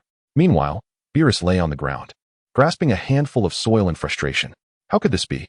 At that moment, Li Lin approached him slowly, a hint of remorse on his face as he spoke. I apologize, Lord Beerus. I had no idea my strength was so immense. I may have exerted a bit too much force. Upon hearing Li Lin's words, Beerus's fury intensified. To him, those words sounded like a provocation, piercing his ears like the sharpest of needles. He was a god of destruction. When had he ever suffered such humiliation? Don't get too complacent, you insolent brat. Beerus bellowed, rising to his feet with a furious glare. He waved his hand, conjuring a violet energy sphere that hurtled toward Li Lin. Understanding his own strength, as Whis had assessed, Li Lin faced the destructive energy sphere without fear. His expression remained unfazed as he steadied his breath, just as the attack was about to strike him. He shifted slightly to the side, and with a powerful flick of his right hand, he sent the energy sphere flying away. With a resounding thud, the energy sphere collided with a distant planet, which instantly disintegrated into violet dust, vanishing into the void. What? Beerus gasped in shock. How could his destructive energy be so easily deflected? Li Lin felt a surge of joy. It seemed Whis had not deceived him. The destructive energy truly had no effect on him. Lord Beerus, do you wish to continue? Li Lin inquired nonchalantly, now aware of his own prowess. He no longer felt intimidated. If Beerus intended to pursue him relentlessly, he would not cower. After all, strength afforded him confidence. You little brat, do not become too arrogant. Beerus thundered, his body erupting with violet flames, an overwhelming aura transforming the surrounding colors to a dark purple. Whis looked up, murmuring to himself. It seems Lord Beerus is about to get serious. As Li Lin felt the violent energy swirling around him, he marveled at the power of a god of destruction. If they were not in the realm of destruction, this very aura could likely obliterate a planet. In that case, I shall not hold back, Li Lin thought resolutely. With a deep, resonant shout, a white energy surged upward as if it had taken on a tangible form, intertwining with the violet energy. In an instant, the dark purple hue brightened considerably. Is this the aura of Li Lin? This is the first time I have felt it. Whis remarked in astonishment as he observed the surging energy emanating from Li Lin. After all this time spent together, he was only now perceiving Li Lin's essence. Due to Li Lin's unique constitution, unless he intentionally unleashed his aura, even an angel would be unable to sense it. Beerus's eyes glimmered with a crimson light as he gazed at the formidable energy radiating from Li Lin, astonished by its overwhelming nature. He had not anticipated that this individual possessed such astonishing power. The intensity of this aura was truly daunting. At this moment, Beerus felt a tinge of apprehension. However, as the god of destruction and the sovereign of a universe, retreating was not an option, nor was surrendering. With the decision to fight made, he steeled himself for the confrontation. Lord Beerus, please make your move, Li Lin said with a smile, gesturing invitingly. Humph. Beerus replied defiantly with a disdainful snort, then propelled himself forward like a streak of purple light, charging at Li Lin. With a carefree smile, Li Lin pivoted and met him with a punch. Boom. An unassailable force erupted from the center of their collision, causing the surrounding space to tremble slightly. After exchanging blows, both fighters retreated a few steps, preparing for their next assault, which was executed with unprecedented speed. Although both moved with astonishing quickness, Li Lin maintained his calm and composed demeanor, while Beerus appeared unusually serious. His eyes fixed intently on Li Lin, fully aware of the gravity of the situation. Li Lin's power had far surpassed his expectations. Bang, bang, bang. The dull sounds of their clashes reverberated throughout the battlefield as they exchanged several more strikes. These maneuvers were straightforward, eschewing flamboyance for a pure contest of strength and speed. After another exchange, Beerus could no longer contain himself and spat a mouthful of blood. His body traced a parabolic arc through the air before crashing heavily onto the ground several dozen meters away. Thud. He hit the earth with a resounding thump. The purple aura surrounding him dissipating, leaving behind a fading energy. The dark purple hue that permeated the space vanished, restoring it to its original state. Li Lin exhaled slowly, relinquishing the white flame that had enveloped him. This battle had proven far less challenging than he had anticipated, as he had yet to exert his full strength, while Beerus seemed to have reached his limits. Perhaps this was the outcome of 3 years of relentless training under the devil's tutelage. Lying on the ground, Beerus was bleeding profusely. Whis hurried to his side, casting a special healing light over him with a wave of his hand. Hiss, when did this kid become so powerful? Beerus slowly rose to his feet, clutching his chest and grimacing as he spoke. Upon standing, he did not exhibit the expected fury. Instead, he wore a face of complaint, incessantly muttering. After completing his actions, Whis, with an expression of indifference, remarked, "When? It was while you were asleep." His intentions were not solely to test Li Lin's strength, but also to subtly admonish Beerus. Since ascending to the role of Destroyer God, Beerus had scarcely engaged in any training. His strength had stagnated, primarily because no one in the universe posed a threat to him. Should he continue to neglect his efforts, it was likely that the position of Destroyer God would eventually change hands. Chapter 87. The end. Upon hearing Whis' words, Beerus scratched his head and quietly inquired, "How long have I been asleep?" He was unaware of the duration of his slumber. It seemed as if the moment he closed his eyes and opened them again, only an instant had passed. By his estimation, Li Lin must have trained for several hundred years to achieve his current prowess. Observing Li Lin, who was now affectionately engaged with Android 18, Beerus shook his head slightly. No, this lad had not exerted his full strength during our battle. At this rate, it's possible he has trained for thousands of years ahem. Whis, noticing Beerus's momentary distraction, cleared his throat and replied nonchalantly, 3 years. I knew it. I can't believe I've actually slept for. Beerus nodded slowly. However, before he could finish his thought, a sense of discomfort washed over him. He dug at his ears, seeking confirmation. Whis, did you just say I've been asleep for how long? 3 years. Is there a problem? Whis replied, his expression unchanged. Upon hearing this, Beerus' eyes widened in disbelief, and he shouted, What? 3 years? Are you joking with me, Whis? Am I still dreaming, and Haven T truly awakened? It was not unreasonable for him to be astonished. The news was indeed hard to fathom. To surpass a Destroyer God in just 3 years was something that not only was unheard of in the 7th universe, but likely beyond belief across all 12 universes. Li Lin, having overheard Beerus' exclamation, approached them slowly. He slightly lowered his head and spoke amiably. I apologize, Lord Beerus, for my earlier strike. I hope you do not hold it against me. However, Beerus, upon seeing Li Lin approach, paid little heed to his apology. He suddenly seized Li Lin's shoulders, fixing an intense gaze upon him. Tell me, how long have you and Whis been training? Li Lin was startled by Beerus' sudden movement, fearing that the god of destruction might be dissatisfied and attempt to attack him. However, upon realizing no aggression was forthcoming, he breathed a sigh of relief. 3 years. Lord Beerus, didn't Whis inform you? Li Lin replied calmly. To be honest, although the past 3 years had significantly elevated his abilities, they were also years he would rather not reflect upon. Each day feels interminable, yet I find solace in the company of the 18th. Were it not for this companionship, my spirit would surely succumb to despair. Upon hearing Li Lin's words, Beerus' hand, which had been firmly gripping his shoulder, gradually fell away, and a look of bewilderment overtook his gaze. Observing Beerus' silent demeanor, Li Lin, though curious, refrained from voicing his inquiries. After what felt like an eternity, Beerus finally parted his lips, questioning how Li Lin managed to cultivate his strength to surpass him in merely 3 years. It was evident that he struggled to accept this reality. According to Li Lin's initial claims, he could defeat Beerus with just a single finger. Yet, after 3 years, everything had changed. Was 3 years truly a brief span?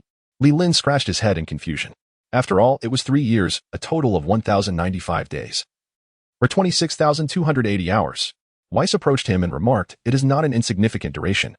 Yet no one has ever witnessed someone possessing power that surpasses that of a god of destruction in such a short time. Chuckling at the compliment, Li Lin felt a touch of embarrassment. He knew whom to credit for his achievements and stated to Weiss, I owe it largely to you, Weiss. Without your guidance, I doubt I would have reached my current level of mastery. Weiss, pleased by Li Lin's acknowledgement, smiled behind his hand. Meanwhile, Beerus, unable to tolerate the mutual flattery, interjected, Are you two done yet? He was still grappling with his own perplexity. Here he was, having been ridiculed, then bested in combat, and now subjected to the boasting of these two. Could anyone be more unfortunate than he? Upon hearing Beerus' voice, the two fell silent. Do not grow too complacent. For one day, I shall reclaim the justice of today, Beerus declared to Li Lin, now wary of expressing his anger, knowing he could not contend with either of them. Weiss nodded slightly at Beerus' bold assertion, recognizing the effectiveness of a little provocation. Very well, Li Lin replied decisively, then teasingly added, I simply hope that day does not take too long to arrive. Beerus, unfazed by this remark, shook his head dismissively. Weiss then addressed Li Lin. Do not underestimate Lord Beerus. His innate talent is quite extraordinary. Oh, Li Lin raised an eyebrow, intrigued. He understood that to become a god of destruction, one must possess remarkable prowess. Each was a prodigy within their own universe, gradually ascending to the esteemed title of destroyer. Among the pantheon of gods of destruction, Beerus's talent stands out prominently. Indeed, it is unparalleled. Yet, he is exceedingly lazy, having seldom engaged in rigorous training. Should Lord Beerus commit to his training, it would take merely half a month for him to surpass you, leaving you far behind. Weiss explained with a faint smile. In truth, Beerus's talent could be deemed exceptional. Had it not been for his own temperament, if he had diligently trained from the very beginning until now, surpassing Weiss would not have been an unattainable feat. However, this fellow was excessively slothful, spending a staggering 9/10 of his life ensconced in dreams.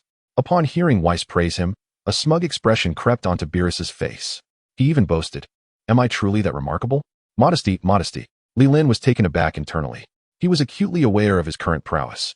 The fact that Beerus could surpass him in merely half a month was simply astounding, especially when he recalled his recent musings on the length of 3 years.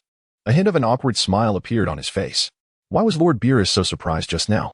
Li Lin couldn't help but inquire, inwardly pondering whether Beerus was merely putting on airs. "I was merely lamenting the ease with which you surpassed me. I hadn't fully processed it yet," Beerus explained nonchalantly.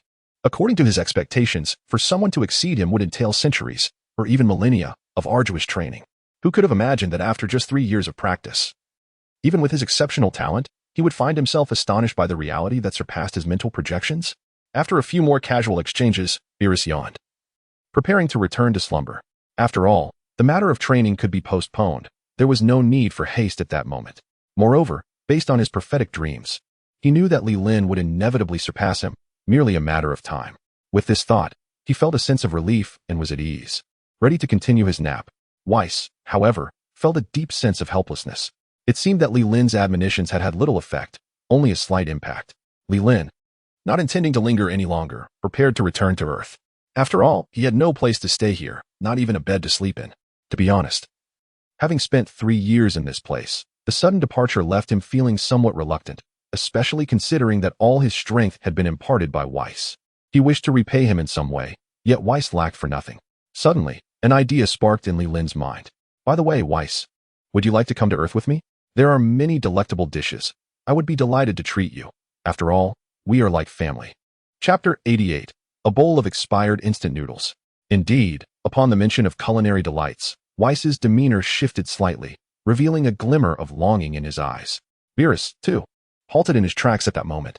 He turned around and, in just a few strides, found himself before Li Lin. "Is what you say true? Are there delicacies on Earth?" Beerus inquired eagerly. Though he was fond of sleep, his passion for exquisite food was unwavering. If there were delectable dishes to savor, he would willingly forego his precious sleep. Certainly, it is indeed true, and the array of delectable flavors is countless. Each day offers a unique taste to savor. Furthermore, the portions are ample, allowing one to indulge as much as desired, Li Lin replied with a gentle smile. His words were not an exaggeration. After all, the culinary delights of this world are indeed innumerable. Any single ingredient can be transformed into dozens, even hundreds, of exquisite variations. Upon hearing this, Beerus swallowed hard. Having lived for so many years, he had sampled a plethora of cuisines. Yet, he had never encountered anyone who dared to boast so boldly before him. "You should be aware that my standards for gastronomy are exceedingly high," Beerus said, his voice somewhat muffled as he continued to swallow in anticipation. His appetite had been piqued, and even if the food were subpar, he felt compelled to give it a try. "Rest assured, I guarantee you will not be disappointed," Li Lin replied with a serene smile. He remembered well that Beerus and Weiss had not experienced many culinary delights, let alone the extravagant delicacies of Earth. Even a simple bowl of instant noodles paired with a sausage would suffice to satisfy them. Beerus, witnessing Li Lin's unwavering confidence, found himself unable to resist the allure of the feast. "Weiss?" he inquired, casting a glance at his companion. Weiss nodded slowly in response. Hearing Li Lin's words, he too felt a stirring of excitement. His passion for fine cuisine rivaled, if not surpassed, that of Beerus. "Since you extend such a warm invitation, we shall reluctantly accompany you," Weiss said, maintaining an elegant demeanor while striving to be composed. Upon seeing that both had accepted his invitation, Li Lin smiled with delight. His motivation was not merely for pleasure, but to express his gratitude for Weiss's guidance. Although he understood that such offerings were common, they were treasures for those who had yet to experience true culinary excellence. "Very well, let us proceed," Li Lin said with a gentle smile. as he took hold of Android 18 and walked beside Whis. With a flourish of Whis's staff, the four figures transformed into a kaleidoscope of colors, vanishing from the realm of the destroyers. After approximately 5 minutes, their forms reappeared on Earth, precisely at the location they had visited 3 years prior. On the very island where Li Lin and Android 18 resided, the four descended gracefully, welcoming the refreshing sea breeze that greeted them. "Ah, we have finally returned. It feels so familiar," Li Lin exclaimed, extending his arms wide to embrace the wind as it caressed his body. As 18 stood beside him, her heart was filled with myriad emotions. Although the surroundings here lacked the breathtaking beauty of the divine realm, it was, after all, home, and could be deemed quite satisfactory. "Hey, Li Lin, what about the delicacies you promised?" Beerus exclaimed eagerly as he touched down, unable to contain his impatience. "Yes, Li Lin, do hurry," Whis chimed in from the side, his own composure slipping as he too yearned to indulge. Noticing their fervent anticipation, Li Lin offered an awkward smile and leaned closer to 18 to whisper, "Is there anything left to eat at home?" "Nothing," 18 replied with a resigned shake of her head. "When we left, we hardly had anything, and we didn't have the chance to restock." Their daily meals were modest. They purchased only a small amount of food each time, typically buying just enough for immediate consumption, though their abode was secluded. Their formidable strength allowed them to venture out and return in a timely manner. Observing the ravenous glint in the eyes of his companions, Li Lin continued to inquire, "Do we have any instant noodles left?" With a subtle raise of her brow, number 18 nodded and remarked, "You wouldn't be suggesting that these two indulge in instant noodles, would you?" Li Lin chuckled and nodded in agreement, then approached Whis and Beerus. "Gentlemen, your preparations are ready. Please follow me." As he spoke, he took number 18 by the hand and led her towards his residence. Whis and Beerus exchanged puzzled glances, their confusion evident. "You haven't even entered yet. Yet you claim everything is prepared. Surely, you are not attempting to deceive us?" With skeptical eyes, they followed Li Lin into the castle. Creak. As the grand door swung open, a cloud of dust engulfed them. Li Lin quickly waved his hand. "It has been 3 years since anyone resided here. Naturally, it has not been cleaned." A thick layer of dust cloaked the floor, walls, and furniture. Upon entering, Whis furrowed his brow. Thump, thump. He tapped his staff against the ground. Suddenly, a refreshing breeze swept through, instantly banishing the dust. The floor, the tables, and every nook and cranny emerged spotless. How marvelous! Li Lin marveled at the rejuvenated room, secretly wishing for such an ability himself. Beerus sauntered over to the sofa and plopped down lazily. With a languid tone, he inquired, "Li Lin, where's the food? Hurry and present it." Despite his seemingly lethargic demeanor, his voice betrayed a keen desire for sustenance. Whis instinctively positioned himself behind Beerus, his gaze fixed intently on Li Lin. "Very well, no problem, it will be ready shortly." After Li Lin's words, he turned to number 18 and instructed, "Boil some water." On the 18th, she chuckled helplessly, realizing that you had gone to great lengths to invite someone all the way just to treat them to instant noodles. Truly, you were something else. Suddenly, she recalled that these noodles had been stored for 3 years and were likely long past their expiration date. Nevertheless, she dutifully proceeded to the kitchen to boil water, pondering that the two of them, with their remarkable abilities, would probably be just fine consuming expired noodles. After much anticipation, Li Lin emerged, carrying 2 bowls of fully prepared braised beef noodles, placing them on the coffee table before the sofa. The moment Beerus and Whis laid eyes on the steaming bowls, their expressions brightened. Although the lids remained on, the tantalizing aroma wafting through the air was enough to make them salivate. Beerus instinctively reached for a bowl, but Li Lin gently restrained him with a smile, advising, "Lord Beerus, please be patient for just 2 more minutes. They will taste even better." Chapter 89. An unexpected turn of events. Upon hearing this, Beerus, though eager, managed to hold his excitement. Whis, unable to wait any longer, tossed aside his staff and cradled the steaming bowl of braised beef noodles in both hands. Taking a deep breath, he exclaimed with delight, "How fragrant!" Beerus could hardly contain himself, incessantly swallowing and fidgeting, his nose twitching as it inhaled the enticing scent. Observing their eager anticipation, Li Lin chuckled softly before announcing, "All right, you may begin." At the sound of his words, both men eagerly lifted the lids. "Ah, this looks magnificent," Whis exclaimed. Beerus, however, wasted no time admiring, grabbing a fork and hastily bringing a mouthful of noodles, glistening with red oil, to his lips. Delicious," he mumbled between bites, his taste buds thoroughly delighted. Seeing Beerus in such blissful enjoyment, Whis quickly followed suit, seizing a fork to indulge in the meal. In no time, the expansive room was filled with the sounds of slurping noodles. accompanied by occasional satisfied murmurs that might lead an unsuspecting observer to believe they were engaged in some other activity entirely. On the 18th, I watched in astonishment as two individuals devoured their food with such fervor. I gently poked Li Lin, who was smiling beside me, and whispered, "Have these two ever eaten before? They're relishing this expired instant noodle as if it were a gourmet meal. They must have eaten something." "But it likely wasn't tea satisfying," Li Lin replied with a grin, feeling a twinge of sympathy for the pair.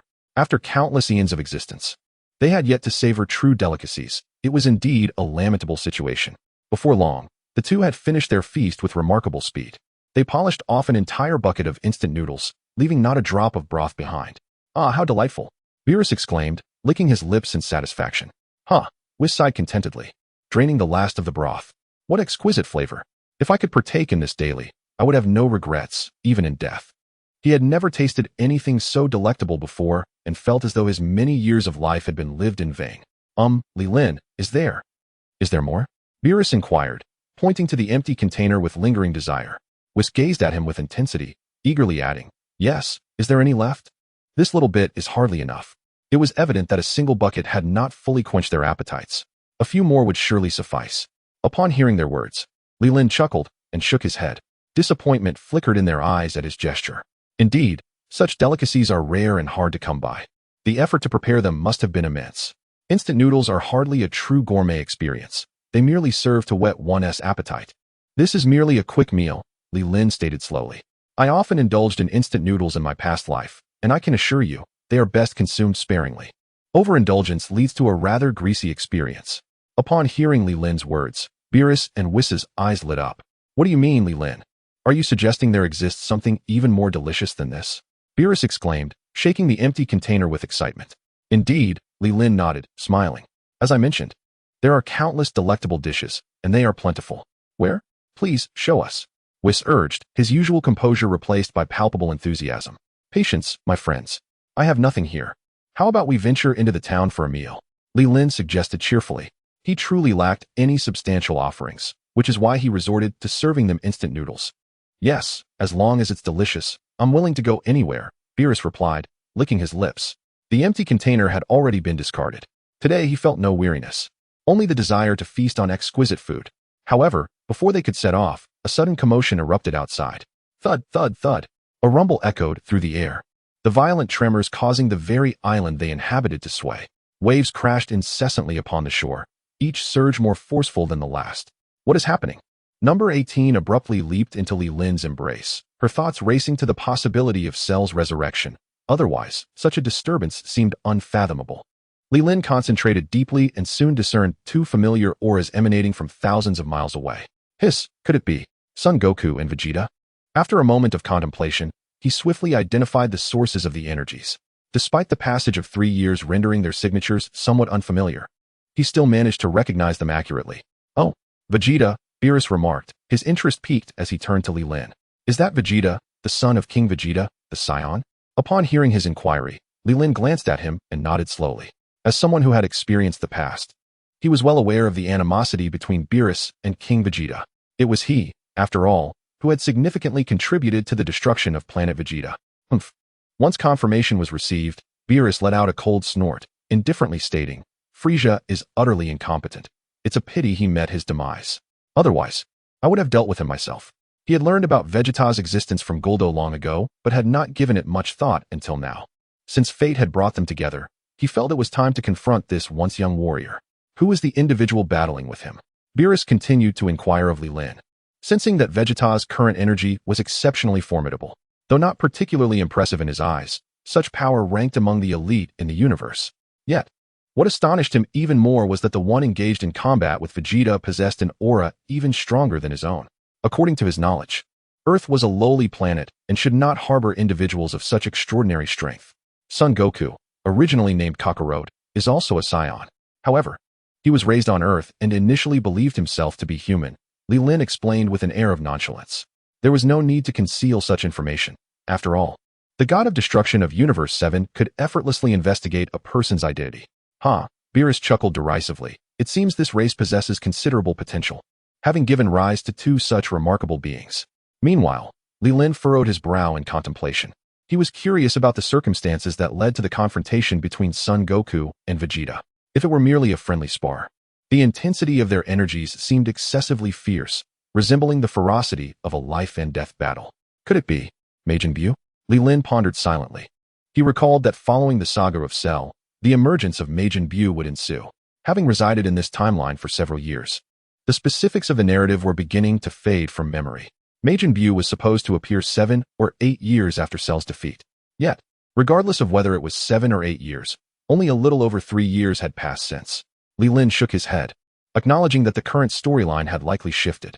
The emergence of Majin Buu ahead of schedule was certainly a possibility. Lord Beerus, would you like to take a look? Whis inquired casually, his yearning for culinary delights temporarily subdued by the sudden disturbance.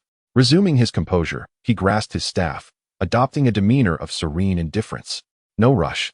Let me first indulge in a hearty meal, Beerus declared, seemingly unconcerned. His primary purpose for visiting Earth was to savor its delicacies.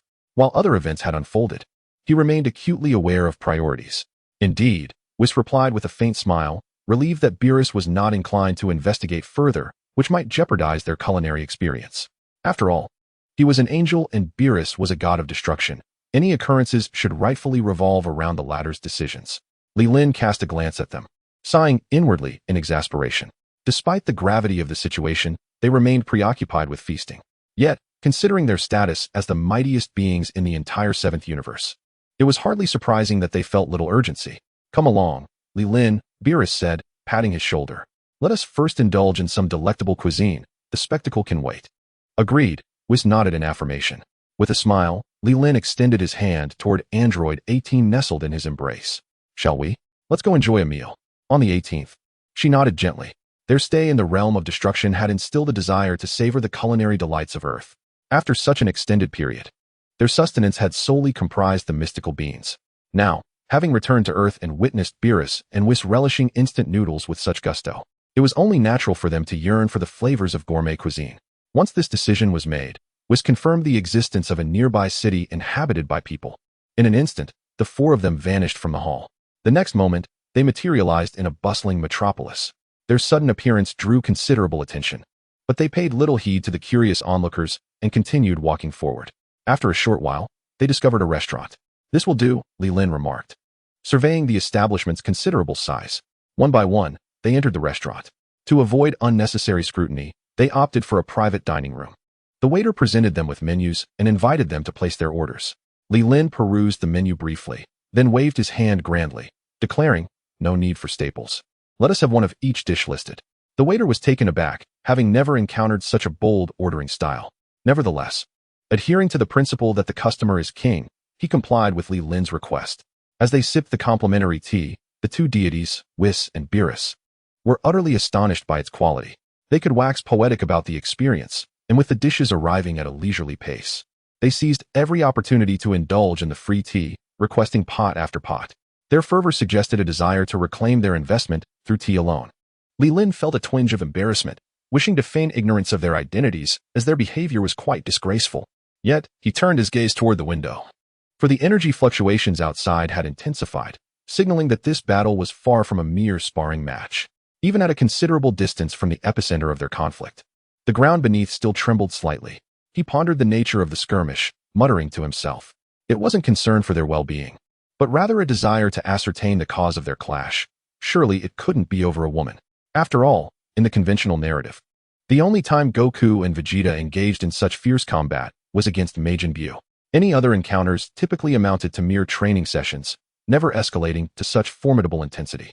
Approximately 10 minutes later, the dishes Li Lin ordered began to arrive in succession. Whis and Beerus, captivated by the vibrant array of dishes, could scarcely keep up with the feast before them. Ignoring dining etiquette, they dove into the banquet with abandon.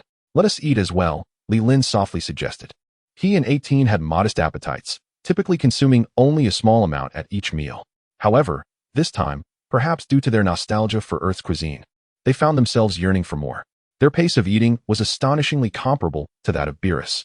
However, after approximately half an hour, Li Lin and Android 18 succumbed, their bellies gradually swelling. They could no longer consume another morsel.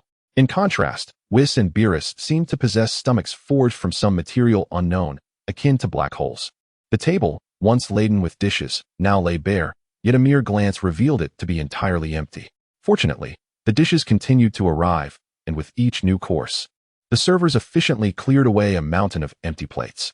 Li Lin let out a gratifying burp, patting his belly in satisfaction. Suddenly, as they savored their meal, the ground began to tremble violently, and a mushroom cloud slowly ascended. The restaurant's windows shattered, and debris rained down from the ceiling. Damn it, can't one enjoy a meal in peace? Beerus bellowed, watching as fragments fell into his soup. His previously delightful dining experience was now utterly ruined. Whis, elegantly dabbing at the remnants on his lips with a handkerchief, spoke with poise. Lord Beerus, perhaps it is time to cease. You have indulged sufficiently today. Upon hearing this, Beerus' mood soured, and he retorted, do not feign innocence. At least 2/3 of that feast has found its way into your stomach. As the two continued their verbal sparring, a malevolent aura suddenly erupted in the sky. Li Lin gazed out the window, momentarily entranced. This energy was unprecedented, vast, and overwhelmingly sinister. If he were to hazard a guess, it could only belong to Majin Buu. Additionally, he sensed a contrasting divine presence alongside it. However, this aura paled in comparison to that of Goku, Vegeta, or even Majin Buu. Whis and Beerus clearly sensed it too, halting their bickering to exchange glances.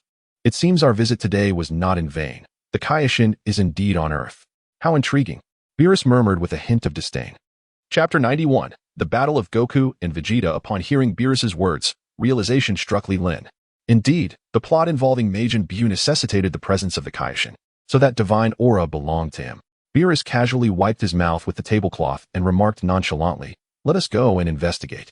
Li Lin nodded eagerly. He could hardly contain his impatience. Had it not been for waiting on the two of them, he would have already used instant transmission to arrive. After all, meals could be enjoyed at any time, but such moments of drama were fleeting. If delayed, there would be no encore. With the Kaioshin on Earth, it seemed they were on the precipice of a significant crisis. With a faint smile, Whis reminded, Lord Beerus, you must be cautious. If the Supreme Kai were to perish, you would follow suit. Upon uttering this, Whis feigned a sorrowful expression, squeezing out a few tears that seemed tinged with reluctance. Silence, Beerus reprimanded sharply. Were it not for sensing the Supreme Kai's aura, he would hardly concern himself with the trivial matters of Earth. His greatest fear was that this young fellow might suddenly meet his demise, leading him to a similar fate. After delivering his reprimand, he rose to depart. Whis, hurry over, Beerus commanded, standing beside him. Whis, however, appeared unperturbed, as though the matter did not concern him. With a smile, he turned to Li Lin and said, having consumed so much, aren't we to settle the bill? Li Lin, hearing this, could only chuckle in resignation. This fellow was not in a hurry at all. He genuinely wished to hasten Beerus's impatience. He glanced at the now deserted restaurant, devoid of any other patrons besides themselves. I suppose we needn't worry about that, Li Lin replied with a wry smile. After all, he had no money. Even if there were still people around, he would be unable to pay. At worst, he could have conjured some funds. Oh, in that case, I feel reassured, Whis nodded slowly, stating, I personally detest being in debt to others, if it's unnecessary. That would be for the best. Upon hearing Whis's words, Li Lin covered his face and nodded. You are absolutely right. You should see how anxious this gentleman beside us appears. At that moment, Beerus's forehead was throbbing with veins, inwardly cursing. Whis seemed intent on provoking him. The delightful mood he had for enjoying the exquisite cuisine had vanished without a trace. Are you going to leave or not? Beerus shouted in anger. Seeing Beerus in such a state of agitation, Whis smiled and nodded. With a grand gesture, he declared, let us depart. In an instant, their figures transformed into streaks of light. A moment later, they found themselves atop a mountain on the battlefield. Li Lin stood in astonishment, observing Whis's extraordinary ability. Such speed rivaled his instantaneous movement. However, considering the vast distance from the God of Destruction's realm to Earth, it took only 5 minutes to arrive. Now, at such a close range, it was merely a matter of an instant. Boom, boom, boom. The clash of battle resounded incessantly across the battlefield, the ground splitting into a vast chasm. Clouds of dust billowed repeatedly as towering mountains gradually crumbled. In midair, two figures fought like phantoms, locked in relentless combat. Vegeta was indeed holding nothing back. Li Lin muttered to himself, observing the intense battle. Engaged in combat with Vegeta was Son Goku, and their clash was shaking the very heavens and earth. Vegeta unleashed deadly strikes, while Goku deftly defended himself. The two appeared to be evenly matched in their fierce confrontation. However, with Li Lin's current prowess, he is still capable of discerning that the balance of power is merely temporary. This is because Sun Wukong has yet to unleash his true strength. During his confrontation with Vegeta, he had held back to some extent. To his surprise, Vegeta has grown remarkably fast, significantly enhancing his abilities. Beerus observed the two combatants clashing in the sky and offered a nonchalant commentary, despite his words acknowledging Vegeta's considerable improvement. A hint of disdain lingered in his expression. After all, his own power far surpasses that of the two engaged in battle. What is that on Vegeta's forehead? Number 18 inquired with curiosity. After a moment of scrutiny, she discerned that an mad appeared on Vegeta's brow. Upon hearing her remark, Beerus also noticed the letter. Hey Whis, what is that? Beerus asked. Although the two had been bickering moments ago, years of familiarity had rendered them accustomed to such exchanges. It was not long before their conversation resumed. If I am not mistaken, it is likely the work of Babbidi's magic. However, I cannot be entirely certain. As he is far too insignificant for me to warrant further investigation, Whis replied with an air of indifference. To him, the notion of playing with magic before his eyes was as absurd as wielding a great sword before Guan Yu. The mark on Vegeta's head is presumably a magical symbol designed for the control of individuals. With a mere flick of his finger, he could easily erase it. Oh, Beerus responded, dismissing the matter from his mind as the two continued their fiercely intense battle. Just then, Beerus uttered two words. It's coming. Indeed. Whis nodded slightly in acknowledgement. On the 18th, somewhat perplexed, he pulled Li Lin aside and inquired, what has arrived? Li Lin smiled faintly, sensing the increasingly approaching divine aura, and replied, it is the Kaioshin, who is almost, no, has already arrived. As he spoke, a shooting star streaked across the horizon. A peculiar, diminutive figure descended to the battlefield below. This individual was none other than the Kaioshin who had recently arrived on Earth. Stop fighting, please. Majin Buu has been resurrected. Gohan has already been defeated, and his life is currently uncertain, the Kaioshin exclaimed breathlessly, calling out anxiously to the combatants in the sky. His garments were tattered, and his body bore numerous wounds, devoid of any trace of the sanctity typically associated with a deity. Unfortunately, despite his loud voice, the two fighters in the sky appeared oblivious, their attacks growing ever more ferocious. Can you not hear me? Cease your battle. The Kaioshin's face flushed with anger. It was utterly embarrassing that these two powerful beings were not focusing on their true adversary, but were rather engaging one another. Beerus observed the Kaioshin's predicament with evident disdain. As a deity overseeing an entire universe, he could not even manage two monkeys. Such incompetence tarnished the divine reputation. Listening to Beerus's remarks, Li Lin realized that he was preparing to intervene personally. Beerus, with his hands clasped behind him, nonchalantly cleared his throat. Suddenly, the heavens darkened. This sound resonated through the space like thunder. The Kaioshin, sensing this overwhelming power, momentarily froze in expression. In midair, the combatants halted simultaneously, their faces etched with gravity as they gazed downward. Chapter 92. A revelation. What was that sound? Son Goku inquired, furrowing his brow as he sensed the atmosphere around him. Vegeta shook his head, having abandoned the fight. He too began to detect the surrounding energy, but aside from sensing a malevolent force approaching, he could discern nothing else. That recent commotion must have been quite close. How could they not perceive it? Vegeta pondered, feeling an unsettling familiarity with the sound, as though he had encountered it before. Yet he could not recall when or where. At this moment, both fighters set aside their conflict, noticing the Kaioshin descending slowly beside them. Sir Kaioshin, did you hear that sound? Son Goku was the first to ask. Vegeta, although the mark on his forehead remained, had gradually calmed, fixating his gaze on the Kaioshin, eager to hear his explanation. I did hear that sound, but I too cannot ascertain its origin, the Kaioshin replied, furrowing his brow. He too sensed the echo of that sound as somewhat familiar. It seems I have heard this somewhere before. However, the voice was so fleeting that it was impossible to discern its owner. Humph. Vegeta smirked arrogantly and proclaimed, who dares to play tricks before me? Come out at once. At that moment, his sole desire was to engage in battle, regardless of the identity of his opponent. Anyone attempting to put on a show before him would have to brace themselves for his wrath. Ah, Vegeta, after all these years, your skills may not have improved much. But your temper has certainly escalated. A chilling voice unexpectedly resonated in the ears of those present. Instantly, four figures materialized before them. Vegeta, upon spotting Lin, momentarily froze, then shifted his gaze to the two individuals beside him. When his eyes fell upon the purple-faced figure, his pupils constricted sharply. Be Beerus, Vegeta stammered. And at that moment, the M mark on his forehead vanished.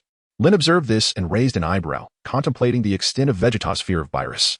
The control mark from Babidi had dissipated in sheer fright. The Kaioshin regarded Beerus with an expression of incredulity.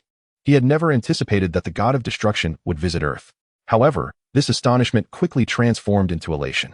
With that being, what did Majin Buu matter? Meanwhile, Son Goku scratched his head in confusion, wondering what Beerus was. However, upon seeing Lin, he approached cheerfully, exclaiming, "Long time no see, Lin." "Indeed, Goku. It has been a while," Lin replied with a smile. Lin had been absent for 3 years, during which Goku had sought him out on numerous occasions, eager to train together. Yet, after searching for many days without success, he never expected to reunite today. As they exchanged pleasantries, Beerus had already circled Vegeta twice. "What was that you just said? For me to get lost?" Beerus remarked indifferently. "Well, I am here now. What do you intend to do about it?" Vegeta was now drenched in cold sweat, rooted to the spot, unable to move. Just moments ago, he had been boasting, but now he dared not utter a word. Gulping nervously, Vegeta stammered, "My apologies, I did not realize it was you, Lord Beerus." This statement left Son Goku utterly astonished, quickly turning to look at him, questioning whether he had misheard. What had Vegeta just said? Apologies? You, Lord? It was hard to fathom that these words had emerged from the mouth of the once proud Vegeta. "Lin, who is this fellow?" "It seems Vegeta is genuinely afraid of him," Goku whispered to Lin, astonished.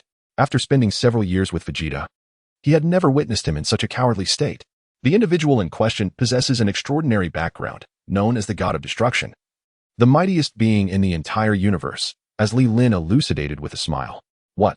Sun Wukong exclaimed in astonishment, his mouth agape at the revelation of the most powerful entity in the cosmos.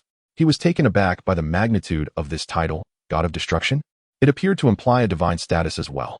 Meanwhile, Whis, who listened to their conversation, remained silently amused.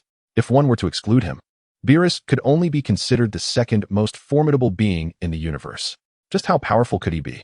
Sun Wukong blinked and continued to inquire, his eyes sparkling with curiosity, suggesting he had other thoughts in mind. Upon hearing Sun Wukong's query, Li Lin pondered briefly. The power of Super Saiyan 3, which had been honed over many years, was effortlessly vanquished by Beerus with merely a fingertip. Presently, Sun Wukong was uncertain if he even possessed the strength of Super Saiyan 3. Perhaps a mere breath from him would be your end. Li Lin provided a rather candid assessment. "What? A breath could lead to my demise? Is it truly that exaggerated?" Sun Wukong's eyes widened in disbelief at this response. Before Li Lin could elaborate, the King Kai approached. The God of Destruction, Beerus, governs annihilation, regardless of his power. The destructive energy within him can obliterate all matter in the universe, the King Kai explained with a reassuring smile. He felt an immense sense of relief. For with Beerus present, he no longer feared Majin Buu. He had no trepidation about Beerus remaining inactive, as their fates were intertwined. Should he perish, so too would Beerus cease to exist. "Long time no see, Whis." After completing his explanation, he turned to Whis with a smile. "Indeed, it has been a while, Lord King Kai," Whis replied with a gentle smile. Sun Wukong, astonished by Beerus's power, tugged at Li Lin's garment and inquired further, "Who is this person?" "He is the teacher of Lord Beerus, my younger brother," Li Lin explained with a grin. Hearing their dialogue, Whis shook his head helplessly, yet he refrained from correcting them, for Li Lin's words contained an element of truth. Moreover, Whis's power had surpassed that of Beerus, allowing him the liberty to boast without consequence. What? Sun Wukong felt as though he had been utterly shattered by the day's revelations. This individual was the teacher of the God of Destruction? Moreover, he was Li Lin's younger brother? What could this possibly mean? However, upon hearing Li Lin's statement, the King Kai furrowed his brow and warned Li Lin sternly, "Young man, you must not speak carelessly. Whis is an angel of the divine realm. How can he be your younger brother? Speak foolishly, and you may invite divine retribution." Chapter 93. A single strike to annihilate Majin Buu. Upon hearing the admonition from the King Kai, Li Lin could only shrug his shoulders in resignation. Whis observed Li Lin's demeanor and smiled calmly. He then gradually addressed the King Kai. "Lord King Kai, Li Lin has not erred. I indeed consider him my younger brother. And he is also my elder." "What?" Upon hearing Whis's explanation, the King of Worlds displayed an expression of incredulity. "What on earth is transpiring here?" Whis, the son of the Grand Priest and ostensibly a servant of the God of Destruction, was, in truth, a supervisor overseeing the actions of the God of Destruction, alongside the King of Worlds. However, an unexpected sibling had emerged. "Did North King not inform you of the events that transpired on Earth 3 years ago?" Whis inquired, puzzled. Being an underling of the King of Worlds, it was expected that any significant occurrences would be reported promptly. "Oh, so it was during that time?" The King of Worlds mused, seemingly recalling the incident. "I assume North King was merely spouting nonsense and paid it no heed." I never imagined it to be true. Reflecting on the past, he remembered the report from North King, stating that Weiss had recognized a human from Earth as his brother. He had been incredulous and had even chastised North King for it. As time passed, he had forgotten about the incident, only to discover it was indeed factual. My apologies. I misspoke, the King of Worlds quickly acknowledged, bowing his head to Li Lin. After all, to be recognized as Weiss's brother suggested remarkable qualities. Such a person was not someone a mere King of Worlds could afford to offend. Perhaps he was an illegitimate child of the Grand Priest. During his travels on Earth, he might have fallen for a beautiful human maiden, yet due to his status, he refrained from pursuing further affections. Nevertheless, that maiden bore him a child. And upon learning of this, the Grand Priest felt remorse for the mother and child, thus adopting Weiss as a brother, eventually uniting them as family. Indeed, that seems plausible. The logic is sound, he concluded. No matter, my Lord King of Worlds, Li Lin replied with a smile, dismissing the matter as trivial. However, had he known what the King of Worlds was contemplating, he would surely have admired his imaginative prowess. Meanwhile, Beerus continued to circle around Vegeta. You, child, have always exhibited this behavior, identical to your father. Had your father shown me a modicum of humility, perhaps he would not have met the fate of planetary destruction. Beerus incessantly lectured, resembling a mentor admonishing a younger counterpart. Cold sweat dripped from Vegeta, who inwardly grumbled. Was my father not sufficiently humbled when you had him in a daze? Nevertheless, from Beerus's words, he gleaned that the destruction of planet Vegeta was not solely due to Frieza's fear of the Scions. There were shadows of Beerus lurking behind it. Yet, these were mere historical grievances he did not wish to pursue. Furthermore, even if he did, he would need the power to do so. Consider your predicament. I have traveled to Earth with great difficulty, and not only did I fail to enjoy a proper meal, but I am also subjected to your rebuke. What shall we do about today's events? Beerus stated coldly as he approached him. Vegeta's countenance had turned exceedingly grim. Although he feared Beerus, enduring such a lengthy lecture was far from pleasant. Even a mere clay Buddha must possess a modicum of indignation. In his youth, he had encountered Beerus once, at a time when he was still young and lacking in strength. However, things have changed. He has now attained the ability to transform into a Super Saiyan in its second form. Perhaps, he mused, Beerus's current power may even pale in comparison to his own. With this thought, a surge of courage washed over him, and he lifted his gaze to meet Beerus's eyes. What? Do you wish to fight me? Beerus remarked, his tone nonchalant as he regarded him. Suddenly, a sinister aura sliced across the horizon. The Supreme Kai quickly turned to the sky, then pivoted to shout at Beerus. Lord Beerus, Majin Buu is coming. Humph. Upon hearing this, Beerus let out a derisive chuckle. With a casual flick of his hand, he unleashed a ki blast towards the rear. At that moment, Babidi had managed to control the pudgy Buu, who was now soaring towards them. Spotting the Supreme Kai in the air, he shouted, Quick, eliminate him. Although there were a few unfamiliar faces among the crowd, with Majin Buu present, he felt no fear. Unfortunately, before he could reach his destination, a purple energy sphere hurtled towards him. Majin Buu blinked his small eyes, preparing to catch it with his hands. However, the moment he grasped the energy sphere, regret washed over him. Majin Buu let out a piercing scream, his rotund body contorting grotesquely. What is happening? Babidi, still bewildered, found his own body twisting in tandem with Buu's. No, please, Babidi cried out in despair, sensing his life force dwindling away. After painstakingly resurrecting Majin Buu and bending him to his will, this turn of events was far from what he had anticipated. Accompanied by their anguished cries, the large and small figures gradually transformed into mere specks of light. Majin Buu and Babidi perished beneath the casual ki wave unleashed by Beerus. Incredible. Goku stood dumbfounded, recognizing Buu's energy as far superior to his own. Yet, this formidable being had been effortlessly dispatched in a single blow. The Supreme Kai, witnessing his nightmare dissipate, triumphantly raised his fist. Truly, as the god of destruction, Beerus was undeniably formidable. A wave of relief washed over him, with Majin Buu's demise. No one would threaten him again, freeing him from the burden of fear for his own safety. Li Lin observed quietly from the sidelines, fully anticipating this outcome. After all, Beerus's power was far beyond that of a mere Majin Buu, making the victory inevitable. Now, it is time to deal with you, Beerus said, retracting his hand and resting it behind his back with an air of indifference. Vegeta gazed in astonishment at the unfolding scene, his throat involuntarily tightening. Reflecting on his earlier thoughts now seemed utterly foolish. How could he have dared to entertain the notion of measuring himself against Beerus? Truly, he was courting disaster.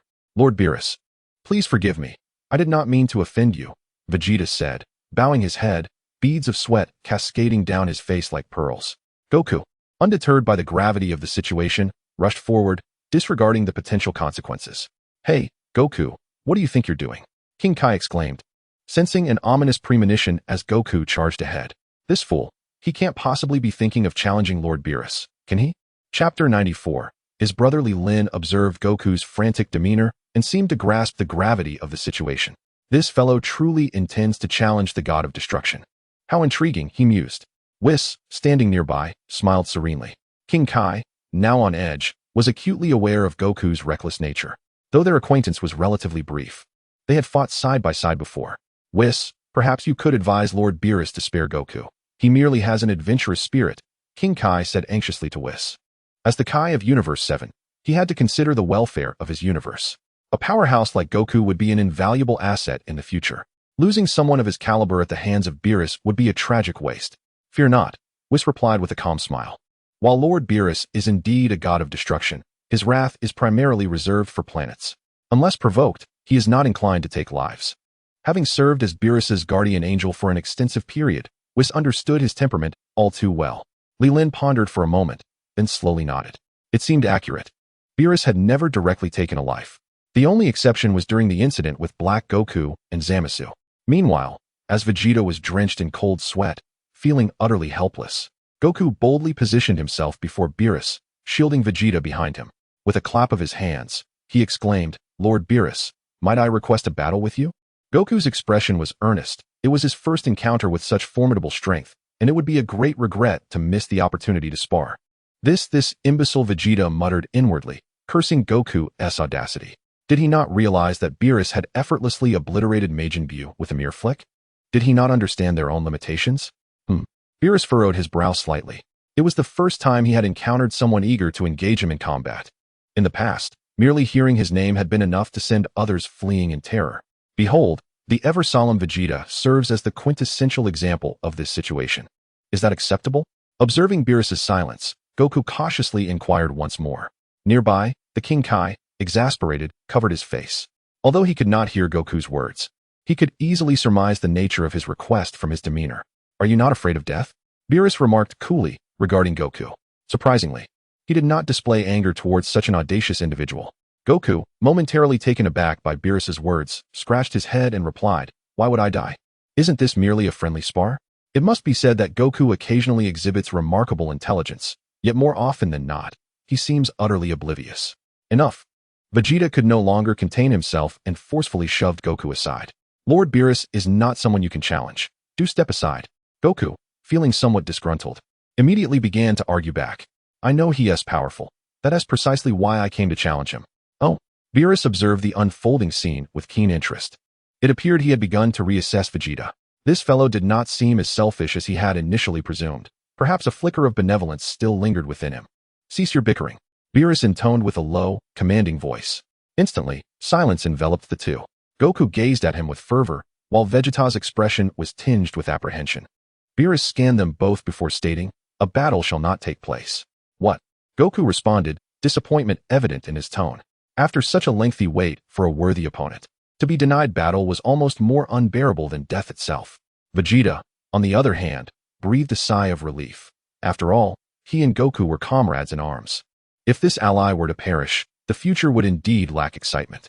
Moreover, he was grateful that Beerus's gaze towards him lacked the murderous intensity he had feared. "However, I can arrange for you to face another opponent," Beerus said, turning his attention back to Goku.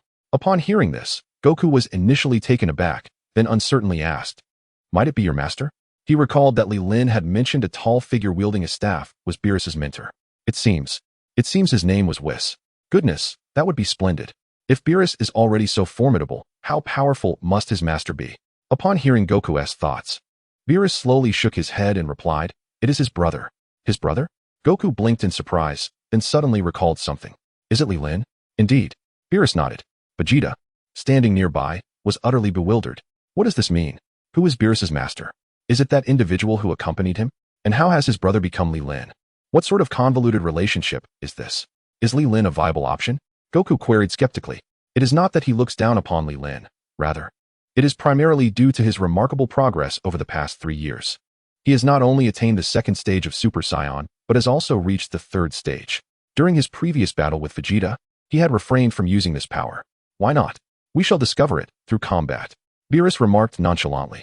In an instant, he vanished before the two and reappeared beside Li Lin, Whis, and the Supreme Kai. Are we not going to play? Inquired Whis with a gentle smile. Indeed. Beerus replied casually, then addressed Li Lin. You should engage with them, especially that one. I sense immense potential within him. These individuals are the talents of Universe 7. And even if they were to provoke him, he would not resort to annihilation. After all, having found a culinary paradise, the destruction of this planet would leave him without a source of exquisite sustenance. Very well, just watch, Li Lin responded with a smile. Then turned and appeared before Son Goku and Vegeta. Is this feasible? Goku and the others are remarkably formidable, the Supreme Kai murmured to himself, observing Li Lin from a distance. Although Whis' title is quite intimidating, no one knows the extent of his power. Chapter 95. It has been far too long since you last fought. It seems you. Shut your foul mouth, you disgraceful creature. Beerus reprimanded the Supreme Kai without reservation. As a deity of the divine realm, it was utterly disgraceful that he nearly faced death, exhibiting such feeble combat power. What did you say? I am disgraceful? Then go ahead and kill me. The Supreme Kai retorted defiantly. Despite his weakness, he considered himself of equal standing. And why should he endure Beerus' arrogance? Beerus glared, taken aback by the audacity to challenge him. It had been years since he encountered such impudence. Li Lin, now so powerful that he surpassed Beerus, would never dare to defy him. Do you not comprehend how you ascended to the position of Supreme Kai? Beerus inquired. His brow furrowed. Humph, the Supreme Kai scoffed. I naturally earned it through hard work. Did you think you had a hand in it? Whis, enlighten him. Beerus dismissed the Supreme Kai, turning his gaze back to the battlefield. The Supreme Kai felt a surge of indignation. He had indeed relied on his own abilities. Yet it seemed as though Beerus took undue credit. Do not be upset, Supreme Kai. Lord Beerus simply enjoys bickering. Do not take it to heart. Whis said with a smile. What was the meaning of his previous statement? The Supreme Kai queried, still dissatisfied. That is a matter from many years ago, Whis explained calmly, recounting the incident when the former Supreme Kai had offended Beerus. In a fit of indignation, Beerus subdued the old Kaioshin. What? Exclaimed the Kaioshin, evidently unaware of this occurrence. Beerus turned his head and coolly remarked, therefore, should you dare to defy me again, you shall accompany that old man. The Kaioshin, upon hearing such brazen words, felt a surge of fury within him. Yet, he refrained from uttering further objections, for he genuinely feared being subdued himself. After finally vanquishing Majin Buu, he had barely enjoyed a moment of respite. I was merely offering a word of caution. After all, Goku's power is exceedingly formidable. He mumbled after much contemplation. He meant well, having witnessed the might of both Son Goku and Vegeta. Aside from the gods of destruction, they could undoubtedly stand tall among the cosmos. Haha. Whis chuckled lightly, then casually stated, Li Lin's power has surpassed that of Lord Beerus. Surpassed Beerus?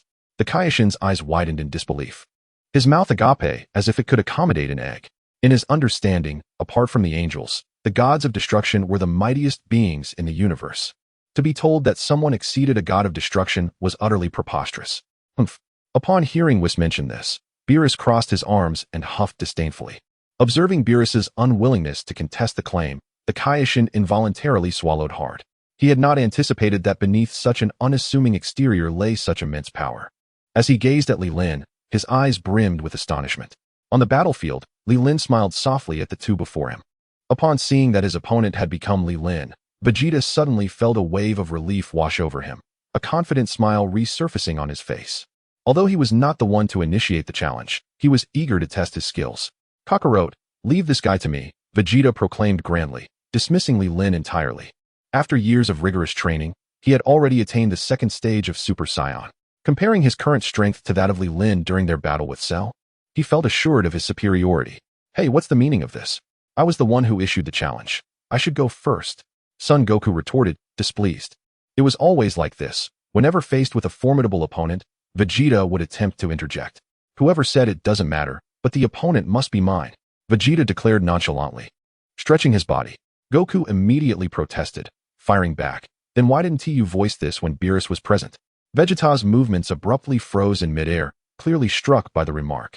Upon reflection, it seemed to imply that he was a bully who preyed on the weak. What do you mean by that, Kakarot? Vegeta inquired, his expression darkening. With great bravado, the two prepared to engage in a duel. Sun Wukong, unperturbed, raised his head and declared, it's quite simple, just as it sounds. Suddenly, A golden aura erupted from Vegeta, crackling with electricity, clearly indicating he had transformed into a Super Saiyan at its second level. With a swift step, Sun Wukong's hair stood on end, his own electrifying energy equally formidable. His blue pupils radiated intense combat spirit. Previously cautious of Majin Buu, the threat was now eliminated, allowing them to unleash their full potential in battle. Li Lin observed the tense standoff between the two, letting out a resigned sigh. He then addressed them calmly. Enough of this. Why not both of you come at me together? He sensed that they clearly underestimated him, believing his strength to be reminiscent of his battle against Cell. Upon hearing Li Lin's words, the two paused their confrontation. Together? How audacious! Vegeta scoffed at Li Lin, his tone dripping with disdain. Sun Wukong hesitated but eventually interjected. Li Lin, don't overestimate yourself. You must feel our strength. Although he acknowledged Li Lin's growth over the past 3 years, he urged caution. Let Vegeta take the lead in challenging you. With that, he withdrew from the competition, returning to his normal state and stepping aside. Fully aware of the disparity in strength between them, recognizing that should they join forces, few could withstand their combined might. He suppressed his combat desire to avoid harming Li Lin. Li Lin found amusement in Wukong's words. Did these two truly see him as weak? Or were they overly confident in their abilities? Very well, he sighed, shaking his head. It seems you have forgotten the fear of being dominated by me. With that proclamation, he gestured for Vegeta to launch his attack. Chapter 96. The chasm of difference. Vegeta's expression shifted slightly upon hearing Li Lin's challenge, recalling the previous instances of defeat at Li Lin's hands. Humph, mere words, he retorted coldly. Since you brought it up, let us settle old scores along with new. Without further ado, he shot forward like a golden flash, roaring in fury, accompanied by a thunderous shout. A fist, imbued with the force of a tempest, hurtled towards Li Lin, tearing through the air. The impact reverberated as the punch aimed directly at Li Lin's face. Yet, Li Lin's body remained utterly still, not a tremor to be felt. What? Vegeta was taken aback. The force behind his blow, while not his absolute maximum, was still formidable enough to pulverize a mountain. Yet, why did the strikes upon Li Lin's body yield no effect whatsoever? Huh. Li Lin yawned lazily, uttering the words, put some effort into it. Vegeta, witnessing Li Lin's nonchalant demeanor, felt a surge of anger rise within him. Do not be so complacent. With a series of punches, bang, bang, bang, he struck Li Lin once more. However, these blows, aside from producing a cacophony, inflicted not a single scratch upon him. Li Lin gazed at him with indifference, slowly articulating. Is this the culmination of your 3 years of training? Vegeta's frustration reached a boiling point upon hearing Li Lin's taunt, the veins on his forehead nearly bursting. The humiliation stemming from such words cut deeper than any physical blow. If this were indeed the case, I can only offer you 4 words. Utterly pathetic. Li Lin stated flatly. How infuriating. Vegeta clenched his fists, gritting his teeth in response. Those 4 words pierced his heart profoundly. For 3 years, he had labored tirelessly to surpass Li Lin, to outshine Kakarot. When he discovered that Kakarot's strength eclipsed his own, he willingly submitted to Babbidi's control, all in a bid to enhance his power and engage in battle with Kakarot on equal footing. Now, a presumptuous individual had emerged to deliver a ruthless blow to his already fragile psyche. With a roar, he summoned his utmost strength. Each punch was delivered with all his might, relentlessly targeting Li Lin. Yet, to Li Lin, these assaults felt akin to mere tickles. This. Son Goku, standing nearby, was at a loss for words. He now felt a pang of shame for his earlier remarks. Li Lin's prowess remained as formidable as ever. Nay, it had only intensified. No matter how Goku and the others trained or improved, they were likely inconsequential in Li Lin's eyes. Vegeta, seeing that his physical attacks were futile, summoned a sphere of energy in his hand. Boom.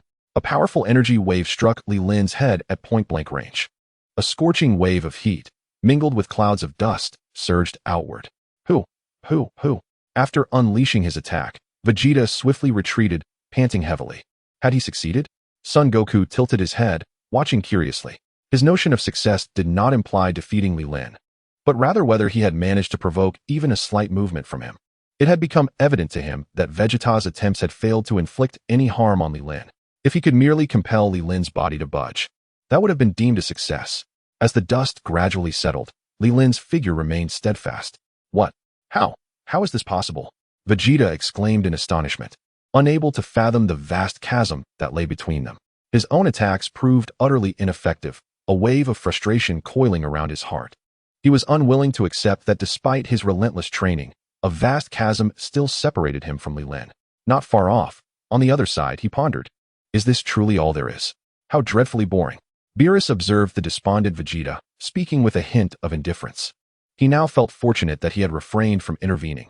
Otherwise, he might have inadvertently slain these two individuals, thereby losing two formidable warriors. Remarkable, truly remarkable. Having this person around is indeed a blessing for our 7th universe, the Supreme Kai mused.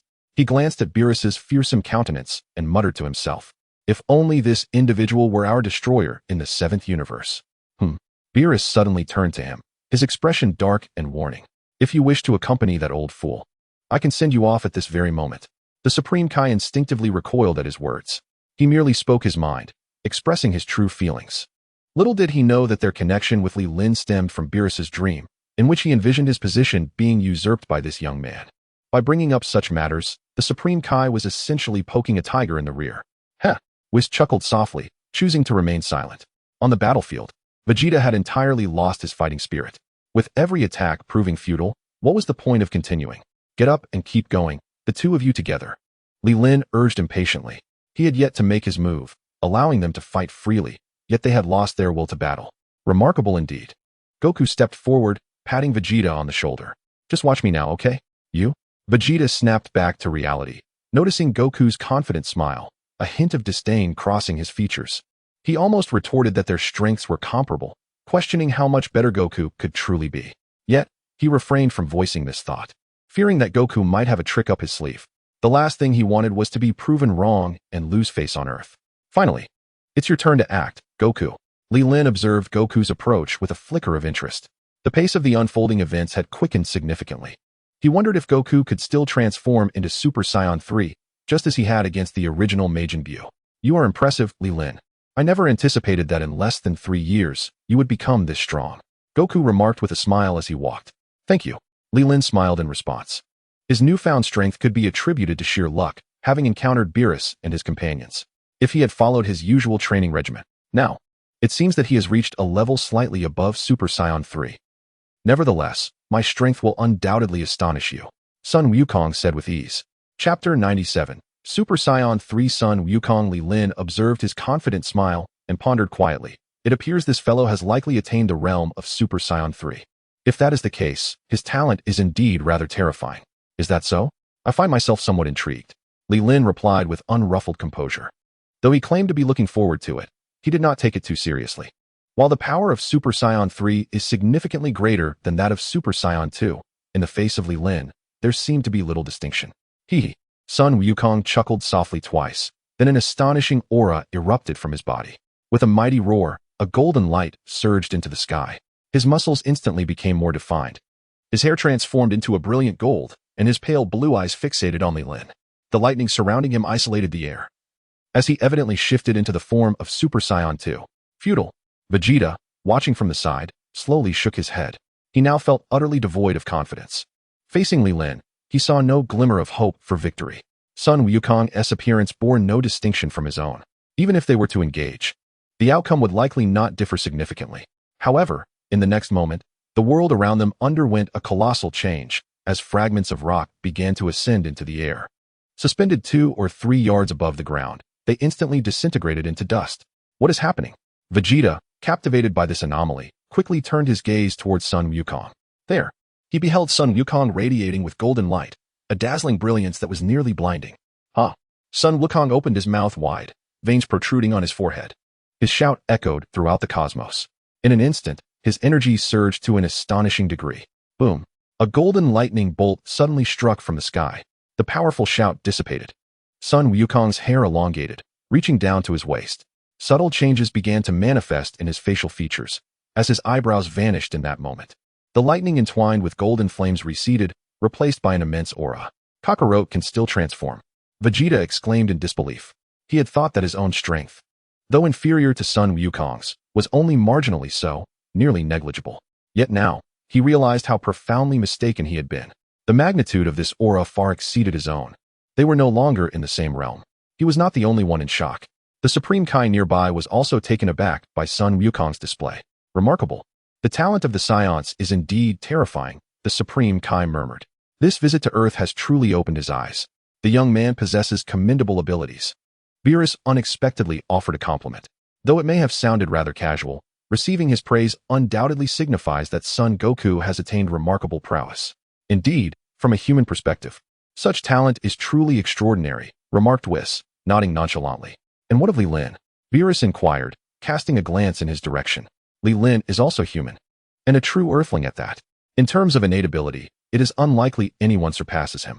Upon hearing Beerus's words, Whis shot him a sidelong glance and replied coolly. From a human standpoint, that fellow is not truly human. His unique physiological structure renders divine powers incapable of detecting his energy. Each confrontation grants him substantial growth. This phenomenon, if one could even call it human, is something even deities cannot achieve. On the battlefield, how about it, Li Lin? Are you intimidated? Son Goku chuckled, his transformed visage exuding a devilish charm. If one were not familiar with him, they might mistake him for a villain. I must admit, I did not anticipate your rapid advancement, Li Lin replied calmly. In just 3 years, he had not only transcended the Super Saiyan 2 level, but had now ascended to Super Saiyan 3. Fortunately, his training with Whis in the God of Destruction realm had elevated his own strength, or he would have found himself only marginally stronger than Goku.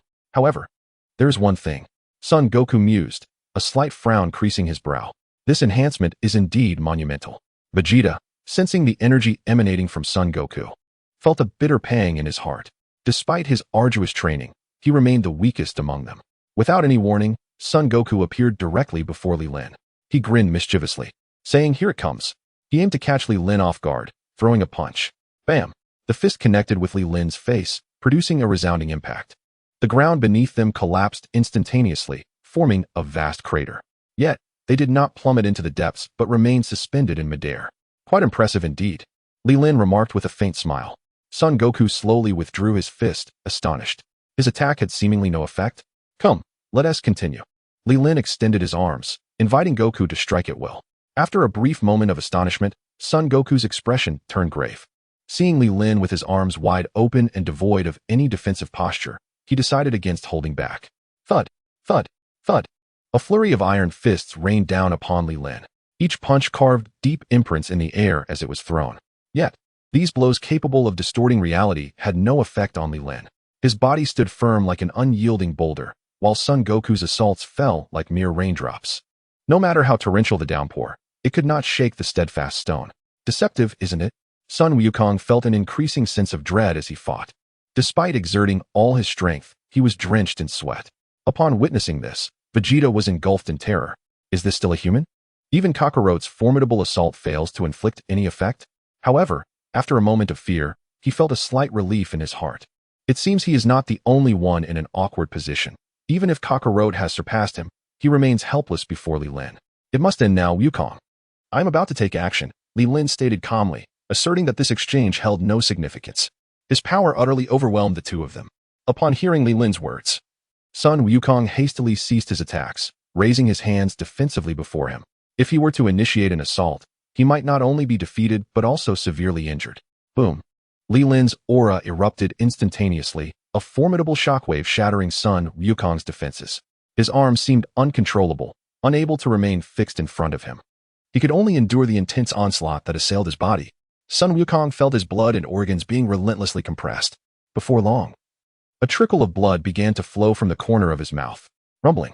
Ultimately, he could no longer withstand the fierce impact and reverted from his Super Saiyan state, crashing heavily into a mountain. Chapter 98. The request of 2. This energy is utterly astonishing. Vegeta sensed the force in the air, filled with astonishment. At this moment, Sun Wukong had already released his Super Saiyan form. Though he had sustained some injuries, they were not severe enough to prevent him from standing. However, the shock within his heart far outweighed the pain in his body. Merely the aura emanating from Li Lin had propelled him away. This disparity could not be bridged by just a level or two. Impressive. No wonder he is Whis' brother. He truly possesses remarkable power, the Supreme Kai said. Swallowing hard, his face a mask of shock. He had finally witnessed the power that transcended that of a destroyer god. Such strength was something he could never achieve, even with centuries of training, given the innate talent and limits he possessed. Finally, it's over. That kid Li Lin is incredibly slow, Beerus remarked, digging into his nose. Hiki, Whis said with a gentle smile, now that it has concluded, let us proceed. We still need to have Li Lin treat us to a meal. With that, he flew ahead, lost in his own thoughts. Hey, Whis, wait for me, Beerus called out. hurriedly following behind, anxious not to lag behind. On the 18th, two figures soared past without pausing. Meanwhile, Sun Wukong staggered back, grumbling. Ugh, it hurts so much. Li Lin observed Wukong's grimacing expression and couldn't he help but smile faintly. The recent battle concluded swiftly. Had it continued, Wukong would have further enhanced his combat prowess. After all, he still had the Kaioken technique unutilized. With the combination of Super Saiyan and Kaioken, his power could undoubtedly ascend to a new echelon. Are you alright? Li Lin inquired with a grin. Wukong shook his head ruefully. Despite his diligent training, he had believed he had surpassed Li Lin, only to find the gap between them not narrowed but rather widened, a truly disheartening realization. Li Lin, how on earth have you trained? This is absurd, Wukong asked, curiously placing a hand on his chest. Upon hearing this question, Vegeta quickly approached. At that moment, Whis and his entourage arrived, and Li Lin pointed at Whis, saying, thanks to him, he has been my training partner for the past 3 years. Whis, upon hearing Li Lin speak of him, nodded politely with a smile. Wukong and Vegeta's eyes lit up, and they began to contemplate. If Li Lin could train to such strength, surely they would not be inferior. Hey, are we done yet? I'm starving. A voice urged from behind. It was Beerus. Vegeta, sensing an opportunity, immediately approached with a beaming smile. All right, Lord Beerus. What do you want? Beerus replied, somewhat discomforted by Vegeta's obsequious demeanor. To be honest, not only Beerus but even Li Lin felt a bit put off by Vegeta's behavior. Whatever happened to our proud Scion Prince? How had he become like this? Lord Beerus, aren't you hungry? Come dine at my home. Allow me to treat you well, Vegeta said, his face full of ingratiation. Beerus, observing his sycophantic attitude, preferred to remain silent. After reaching a consensus, the group decided to head to the Capsule Corporation. The Supreme Kai, seeing that matters on Earth were fully resolved, returned to the Kaioshin realm, not wishing to dine with Beerus. Of course, Beerus showed no particular reaction to his departure. The group gathered at Bulma's residence. After a long battle, Sun Wukong was famished.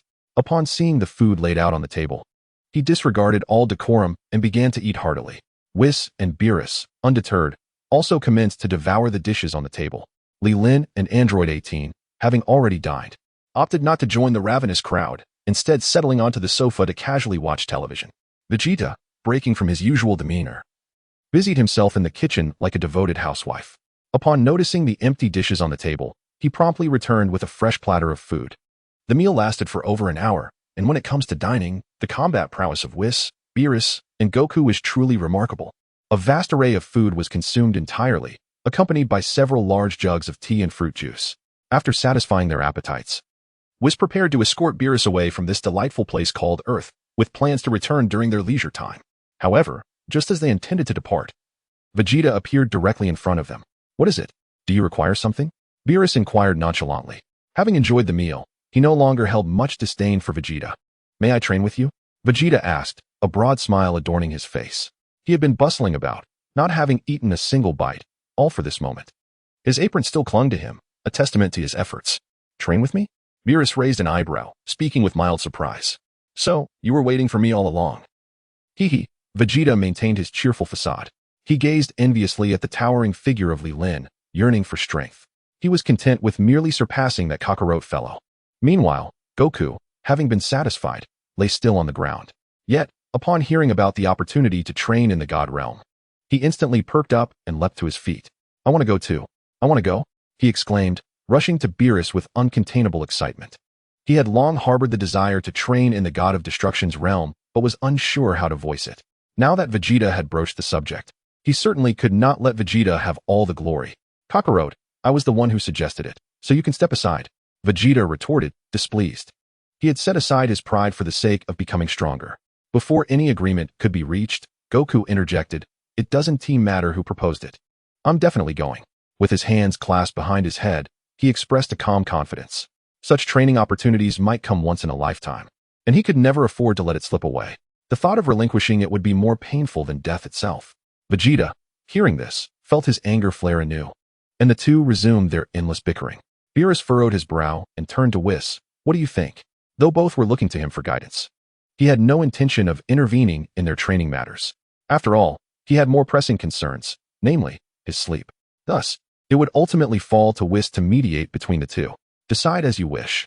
I have no preference, Whis replied, spreading his hands with an air of indifference. He does not shy away from imparting knowledge to others. After all, residing in the realm of destruction can be rather dull. The prospect of having a few companions brings him immense joy. Chapter 99. The Resurrected Frieza. Beerus regarded Whis with indifference, and thus he too felt indifferent. It would not hurt to cultivate a few talents for the seventh universe. Enough of your bickering. I permit you both to enter the realm of destruction for training. Beerus stated in a grave tone. Upon hearing his consent, Sun Wukong and Vegeta's faces instantly lit up with excitement. They had anticipated a daunting challenge. Yet his agreement came surprisingly easily. However, I must lay down a warning. With his hands clasped behind him and eyes narrowed, Beerus warned, should you disturb my slumber, I will not hesitate to take drastic measures. Furthermore, your time in the realm of destruction will not solely be for training. You will also be tasked with various chores. Whis will provide you with the specific arrangements. If you have no objections, let us proceed together. The two exchanged glances. Given this hard-won opportunity, they dared not voice any dissent.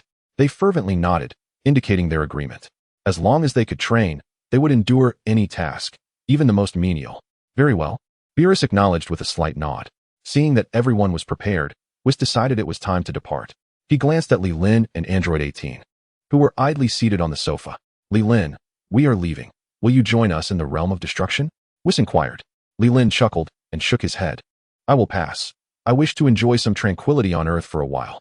After 3 years of rigorous training, he had not spent quality time with Android 18. He yearned to carve out moments to revel in leisure with her on Earth. Then, farewell. With that, he tapped the ground with his staff, and in an instant, the 4 figures vanished, en route to the realm of destruction. After bidding farewell to Li Lin and Bulma, he chose not to intrude further. He and Android 18 returned to their residence. Seasons changed, and years slipped by. Before long, 5 years had elapsed. Sun Wukong and Vegeta had been diligently training in the realm of destruction. Occasionally, they would return to Earth with Whis to reconnect with their homeland and loved ones. Meanwhile, Li Lin and Android 18 enjoyed a serene life on an island, relishing the tranquility. Over these 5 years, they welcomed a beautiful daughter into the world. A child of striking charm, Li Lin often took her on adventures across the seas, indulging in joys unattainable by ordinary children. However, in the early days of parenthood, both Li Lin and Android 18 found themselves somewhat flustered. If the child had been like any other, it would have been manageable.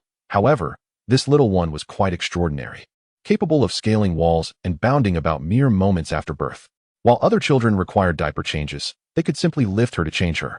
Changing their child's diaper is akin to moving heaven and earth, a monumental task that seems to require an extraordinary effort. On the 18th, this child was named Li Ling, for from birth, the child possessed a remarkable aura. Her features resembled those of Li Lin, while her golden hair and azure eyes reflected those of the 18th. The union of these two individuals bestowed upon the child an extraordinary essence. Today unfolded as a rather ordinary day. Li Lin, accompanied by his daughter, reveled in the blissful embrace of the ocean, savoring the tranquility of life.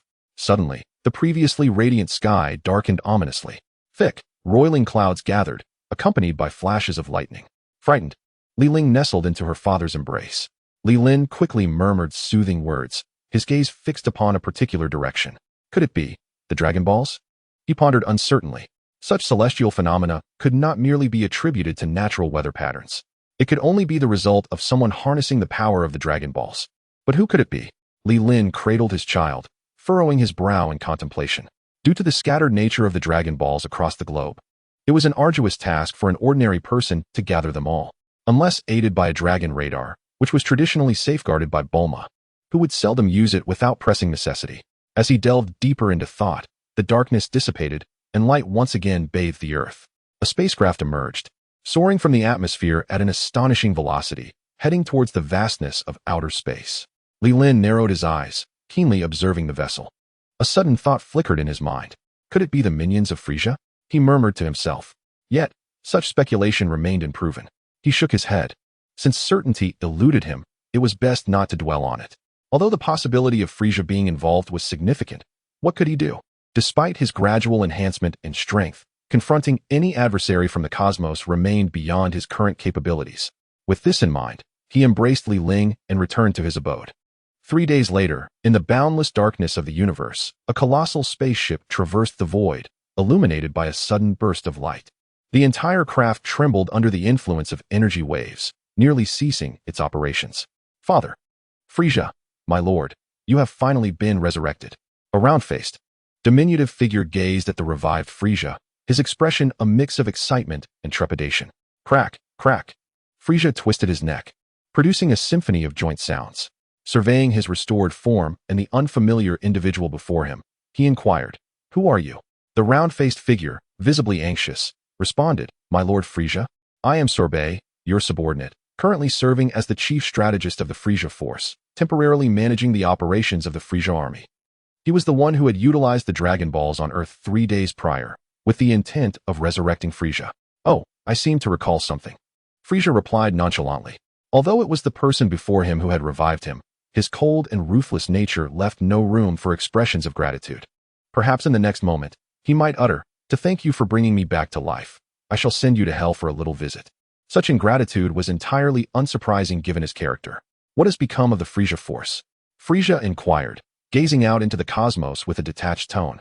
Having been dead for such an extended period, he presumed his army had long since disbanded into disarray. "Frieza, please, do not mention the Frieza force," Solb lamented, tears streaming down his face at the mere mention of the army. Frieza frowned, his tail swaying agitatedly behind him. "Speak," he commanded, coldly enunciating the single word. "Yes." Solb ceased his weeping, revealing that he had merely been putting on an act. He then continued softly, "The Frieza force has been seized by your brother, King Cooler. The army has now been renamed the Cooler Force. Those of us who were part of the Frieza force have either perished or fled. The few who remain are exiled to distant star systems." With a loud crack, Frieza's tail slammed against the floor, creating a spiderweb of cracks across the surface. "Cooler? Who granted him such audacity?" Frieza spoke with a menacing tone. His family typically maintained a policy of non-interference. Yet it was incomprehensible that his own brother had divided his power while he had been absent for mere years. Given his temperament, he would normally seek to reinforce his army and retaliate. "It is said to be the command of the god of destruction, Beerus," Solb replied cautiously, observing Frieza's reaction. "Beerus?" Frieza was taken aback by this revelation, clearly not anticipating such an answer. If Cooler had invaded his territory without authorization, he could have simply demanded it back, and if necessary, employed force. However, if this was indeed Beerus's directive, he would have to deliberate carefully. "Frieza, what shall our next step be?" Solb cautiously inquired, noticing Frieza's prolonged silence. Frieza knitted his brows tightly, visibly agitated by the urgency of the question. Recognizing the shift in Frieza's demeanor, Solb wisely fell silent, his anxiety gradually mounting. After what felt like an eternity, Frieza finally spoke. "Since my brother has taken my domain, I shall naturally seek to reclaim it," he stated expressionlessly, having resolved that even if he had to handle the situation personally, Beerus would likely remain indifferent. "That is splendid news," Solb exhaled in relief. For years, they had been subservient in the universe, but now with their leader's return, they could finally stand tall once more. "However, King Frieza, your brother has significantly enhanced his power. I am concerned about you now," Sorbet continued to remind him. "During this period, Gula's strength has surged impressively.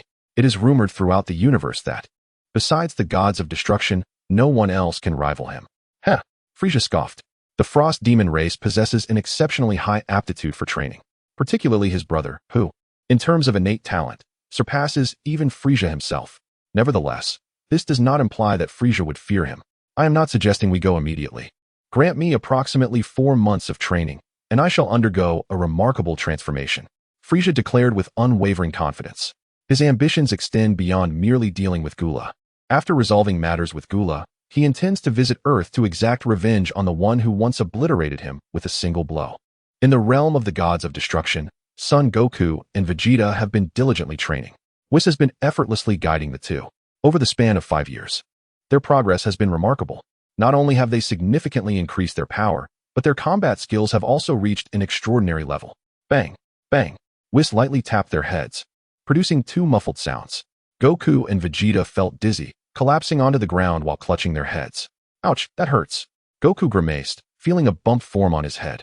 Vegeta, though in a similar plight, chose to suppress his complaints. "Is that so? Can we continue?" Whis asked with a gentle smile, addressing the two seated on the ground. During this time, he has accompanied them in their training while also visiting Earth to savor numerous delicacies. Each visit over 5 years has brought a new and delightful culinary experience. "Of course, we shall continue," Vegeta asserted stubbornly as he stood up. He did not wish to fall behind Goku. After all, he was determined to surpass him. "I can too," Goku was unwilling to lag behind. Thus, after a brief respite, they resumed their combat training, with Whis cheerfully accompanying them. Although their training speed does not match that of Li Lin's extraordinary pace, they are certainly among the elite. For months later, a brilliant light flashed deep within the universe. Countless planets erupted instantaneously, illuminating the dark expanse of space as if it were day. Two figures clashed relentlessly, the sound of their combat echoing through the cosmos. Boom! A ki blast powerful enough to tear through space was unleashed, sending one figure hurtling backward in disarray. "How is it, brother? Shall we continue?" Frieza inquired nonchalantly as he surveyed the battered Gula before him. He radiated a golden aura, his power having reached a terrifying level. "You have indeed grown remarkably strong." Gula gasped in disbelief, expressing his astonishment. The resurrection of Frieza had surpassed his wildest imagination.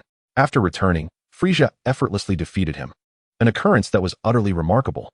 "Heh," Frieza sneered. "Isn't this merely a natural progression?" In truth, he had always possessed the potential to attain such strength. It was merely the fear of losing control over his power that had hindered his training. Now, after 4 months of development, he had fully unleashed his latent abilities. "Having lost to you, I have nothing further to say. The Legion and territory are yours once more," Gula remarked nonchalantly. He understood that dwelling on his defeat was futile, for he undeniably could not match Frieza's current prowess.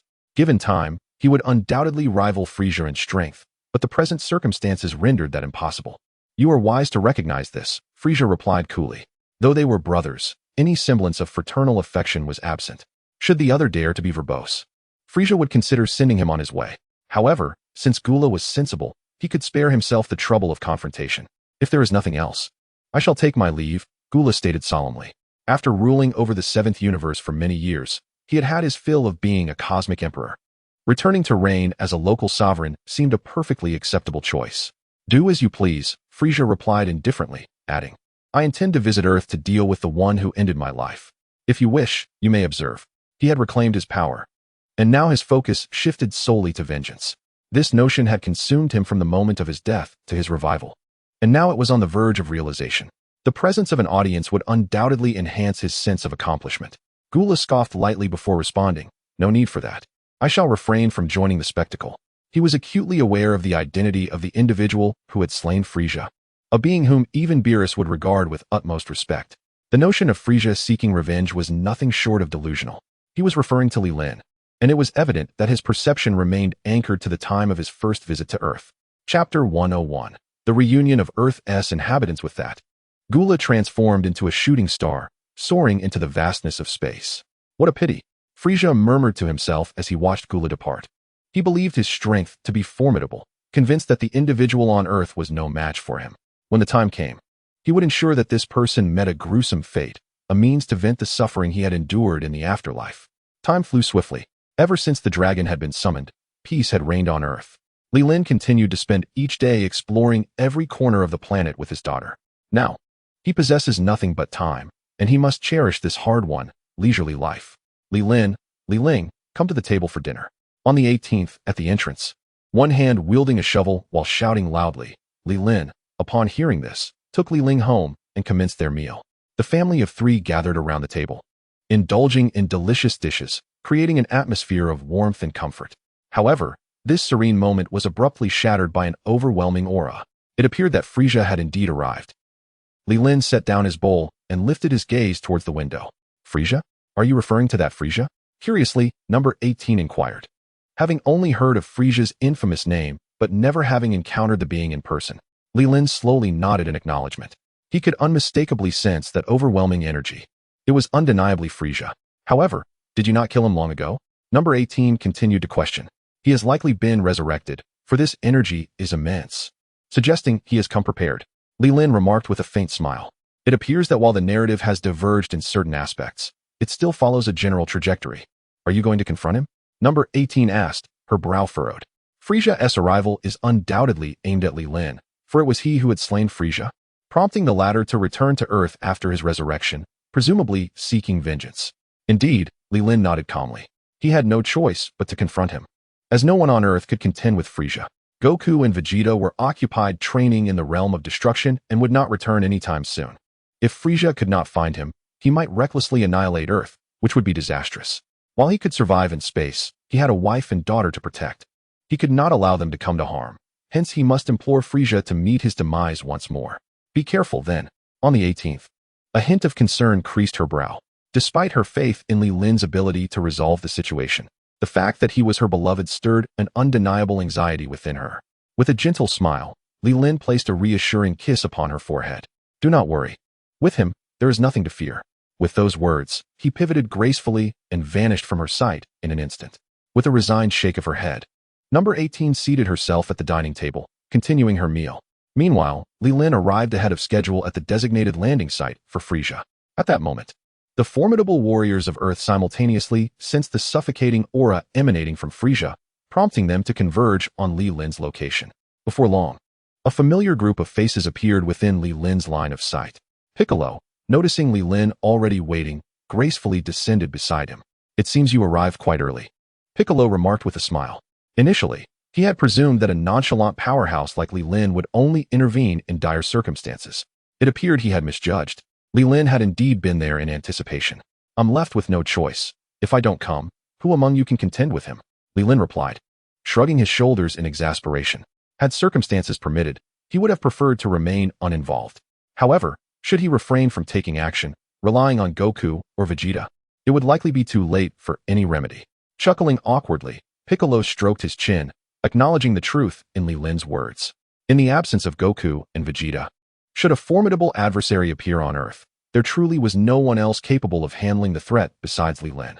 It was indeed a sobering thought. Once, he had ranked among the elite warriors, but as time passed, his cultivation prowess had become increasingly stagnant. As the two conversed, more familiar faces gradually arrived at the scene. Gohan, Yamcha, Tien, Krillin, and even Master Roshi made their appearances. Clearly, they too had been unsettled by Frieza's menacing presence. Everyone's here. Uncle Piccolo, Uncle Li Lin. Gohan greeted each individual with a cheerful smile. Observing Gohan's current state, Li Lin felt a twinge of regret.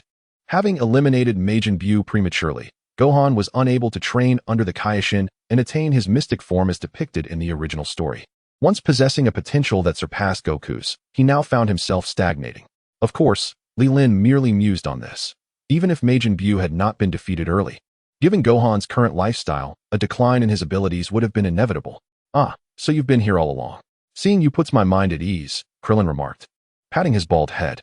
He had previously worried about Frieza's return, fearing there would be no one to stop him. Now, it seemed he had been overly concerned. Huh. It's been a while, Krillin, Li Lin greeted warmly. In fact, Android 16 had also accompanied them, having been assisting Bulma at Capsule Corporation. How is number 18? On the 16th, he inquired with a smile, expressing a genuine concern for Android 18, as they both hailed from the same artificial lineage. However, since the Cell games, their encounters had become infrequent. Likewise, Android 17 was mentioned. It was said he had ventured into a vast forest to dedicate himself to the protection of small animals. That sounds wonderful, Li Lin responded with a faint smile. Indeed, Android 16 nodded slightly. The others, upon witnessing Li Lin's demeanor, felt a sense of reassurance wash over them, their anxieties dissipating as the atmosphere transformed into one of ease and camaraderie, devoid of the impending dread that typically accompanied battle. Here they come, Li Lin remarked, gazing skyward as the others followed suit. Sure enough, a colossal spaceship appeared, flanked by numerous smaller vessels, majestically entering their field of vision. Goodness, there are quite a few of them, Krillin exclaimed in astonishment, staring at the ships above. It's merely a show of bravado. They are no match for you, Li Lin replied, shaking his head while internally deriding Frieza. If he sought vengeance, why bring such a multitude? It seemed rather theatrical. Chapter 102, Golden Frieza. Li Lin, unwilling to delay any further, raised his hand slightly, unleashing beams of golden light that shot skyward. Frieza, aboard his ship, suddenly sensed a looming threat from below and was taken aback. Without hesitation, he unleashed his formidable aura, his skin seemingly coated in gold. Boom, boom, boom. A series of explosive sounds erupted, reminiscent of firecrackers. The sky was ablaze as Li Lin's golden light accurately struck all the vessels. The occupants aboard had no time to flee, their cries silenced before they were reduced to ashes. In an instant, the once mighty army was obliterated. In midair, only the transformed Frieza remained, floating alone. How astonishing! The onlookers gazed in awe at the spectacle above. Countless energies vanished in the blink of an eye, leaving only Frieza's potent presence swirling in the atmosphere. We are merely spectators here. We cannot contribute at all, Piccolo remarked with a wry smile. He had long since accepted the reality, yet witnessing Li Lin's prowess was profoundly impactful. What is wrong with being a spectator? I relish watching a good show, Krillin replied. His expression relaxed. He had come to terms with the fact that such high-level battles were beyond his reach. Presently, without the need to fight or face life-threatening danger, enjoying a splendid performance seemed like an excellent alternative. Tien and Yamcha nodded in agreement, fully supportive of Krillin's sentiment. They were of little help. So why not appreciate a free spectacle? Li Lin maintained a smile, his gaze fixed upon Frieza in the sky, who, gritting his teeth, glowered fiercely at Li Lin. He brought so many people here, intending to annihilate all the inhabitants of Earth after seizing it. To his astonishment, these individuals were eliminated even before they set foot on the ground. Such a realization stirred a deep-seated hatred within him. Stop watching, come down quickly. Do not think that just because you've donned a new facade, I no longer recognize you. Li Lin gestured with his hand, urging him to descend hastily. Frieza, upon hearing Li Lin's words, was consumed by indignation.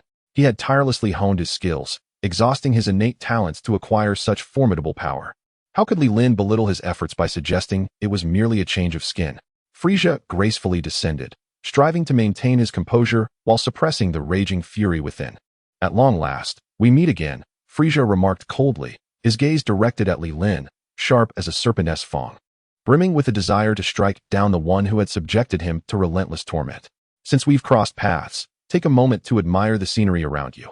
For if you fail to do so, you may never have the chance again, Li Lin said, a subtle smile gracing his lips.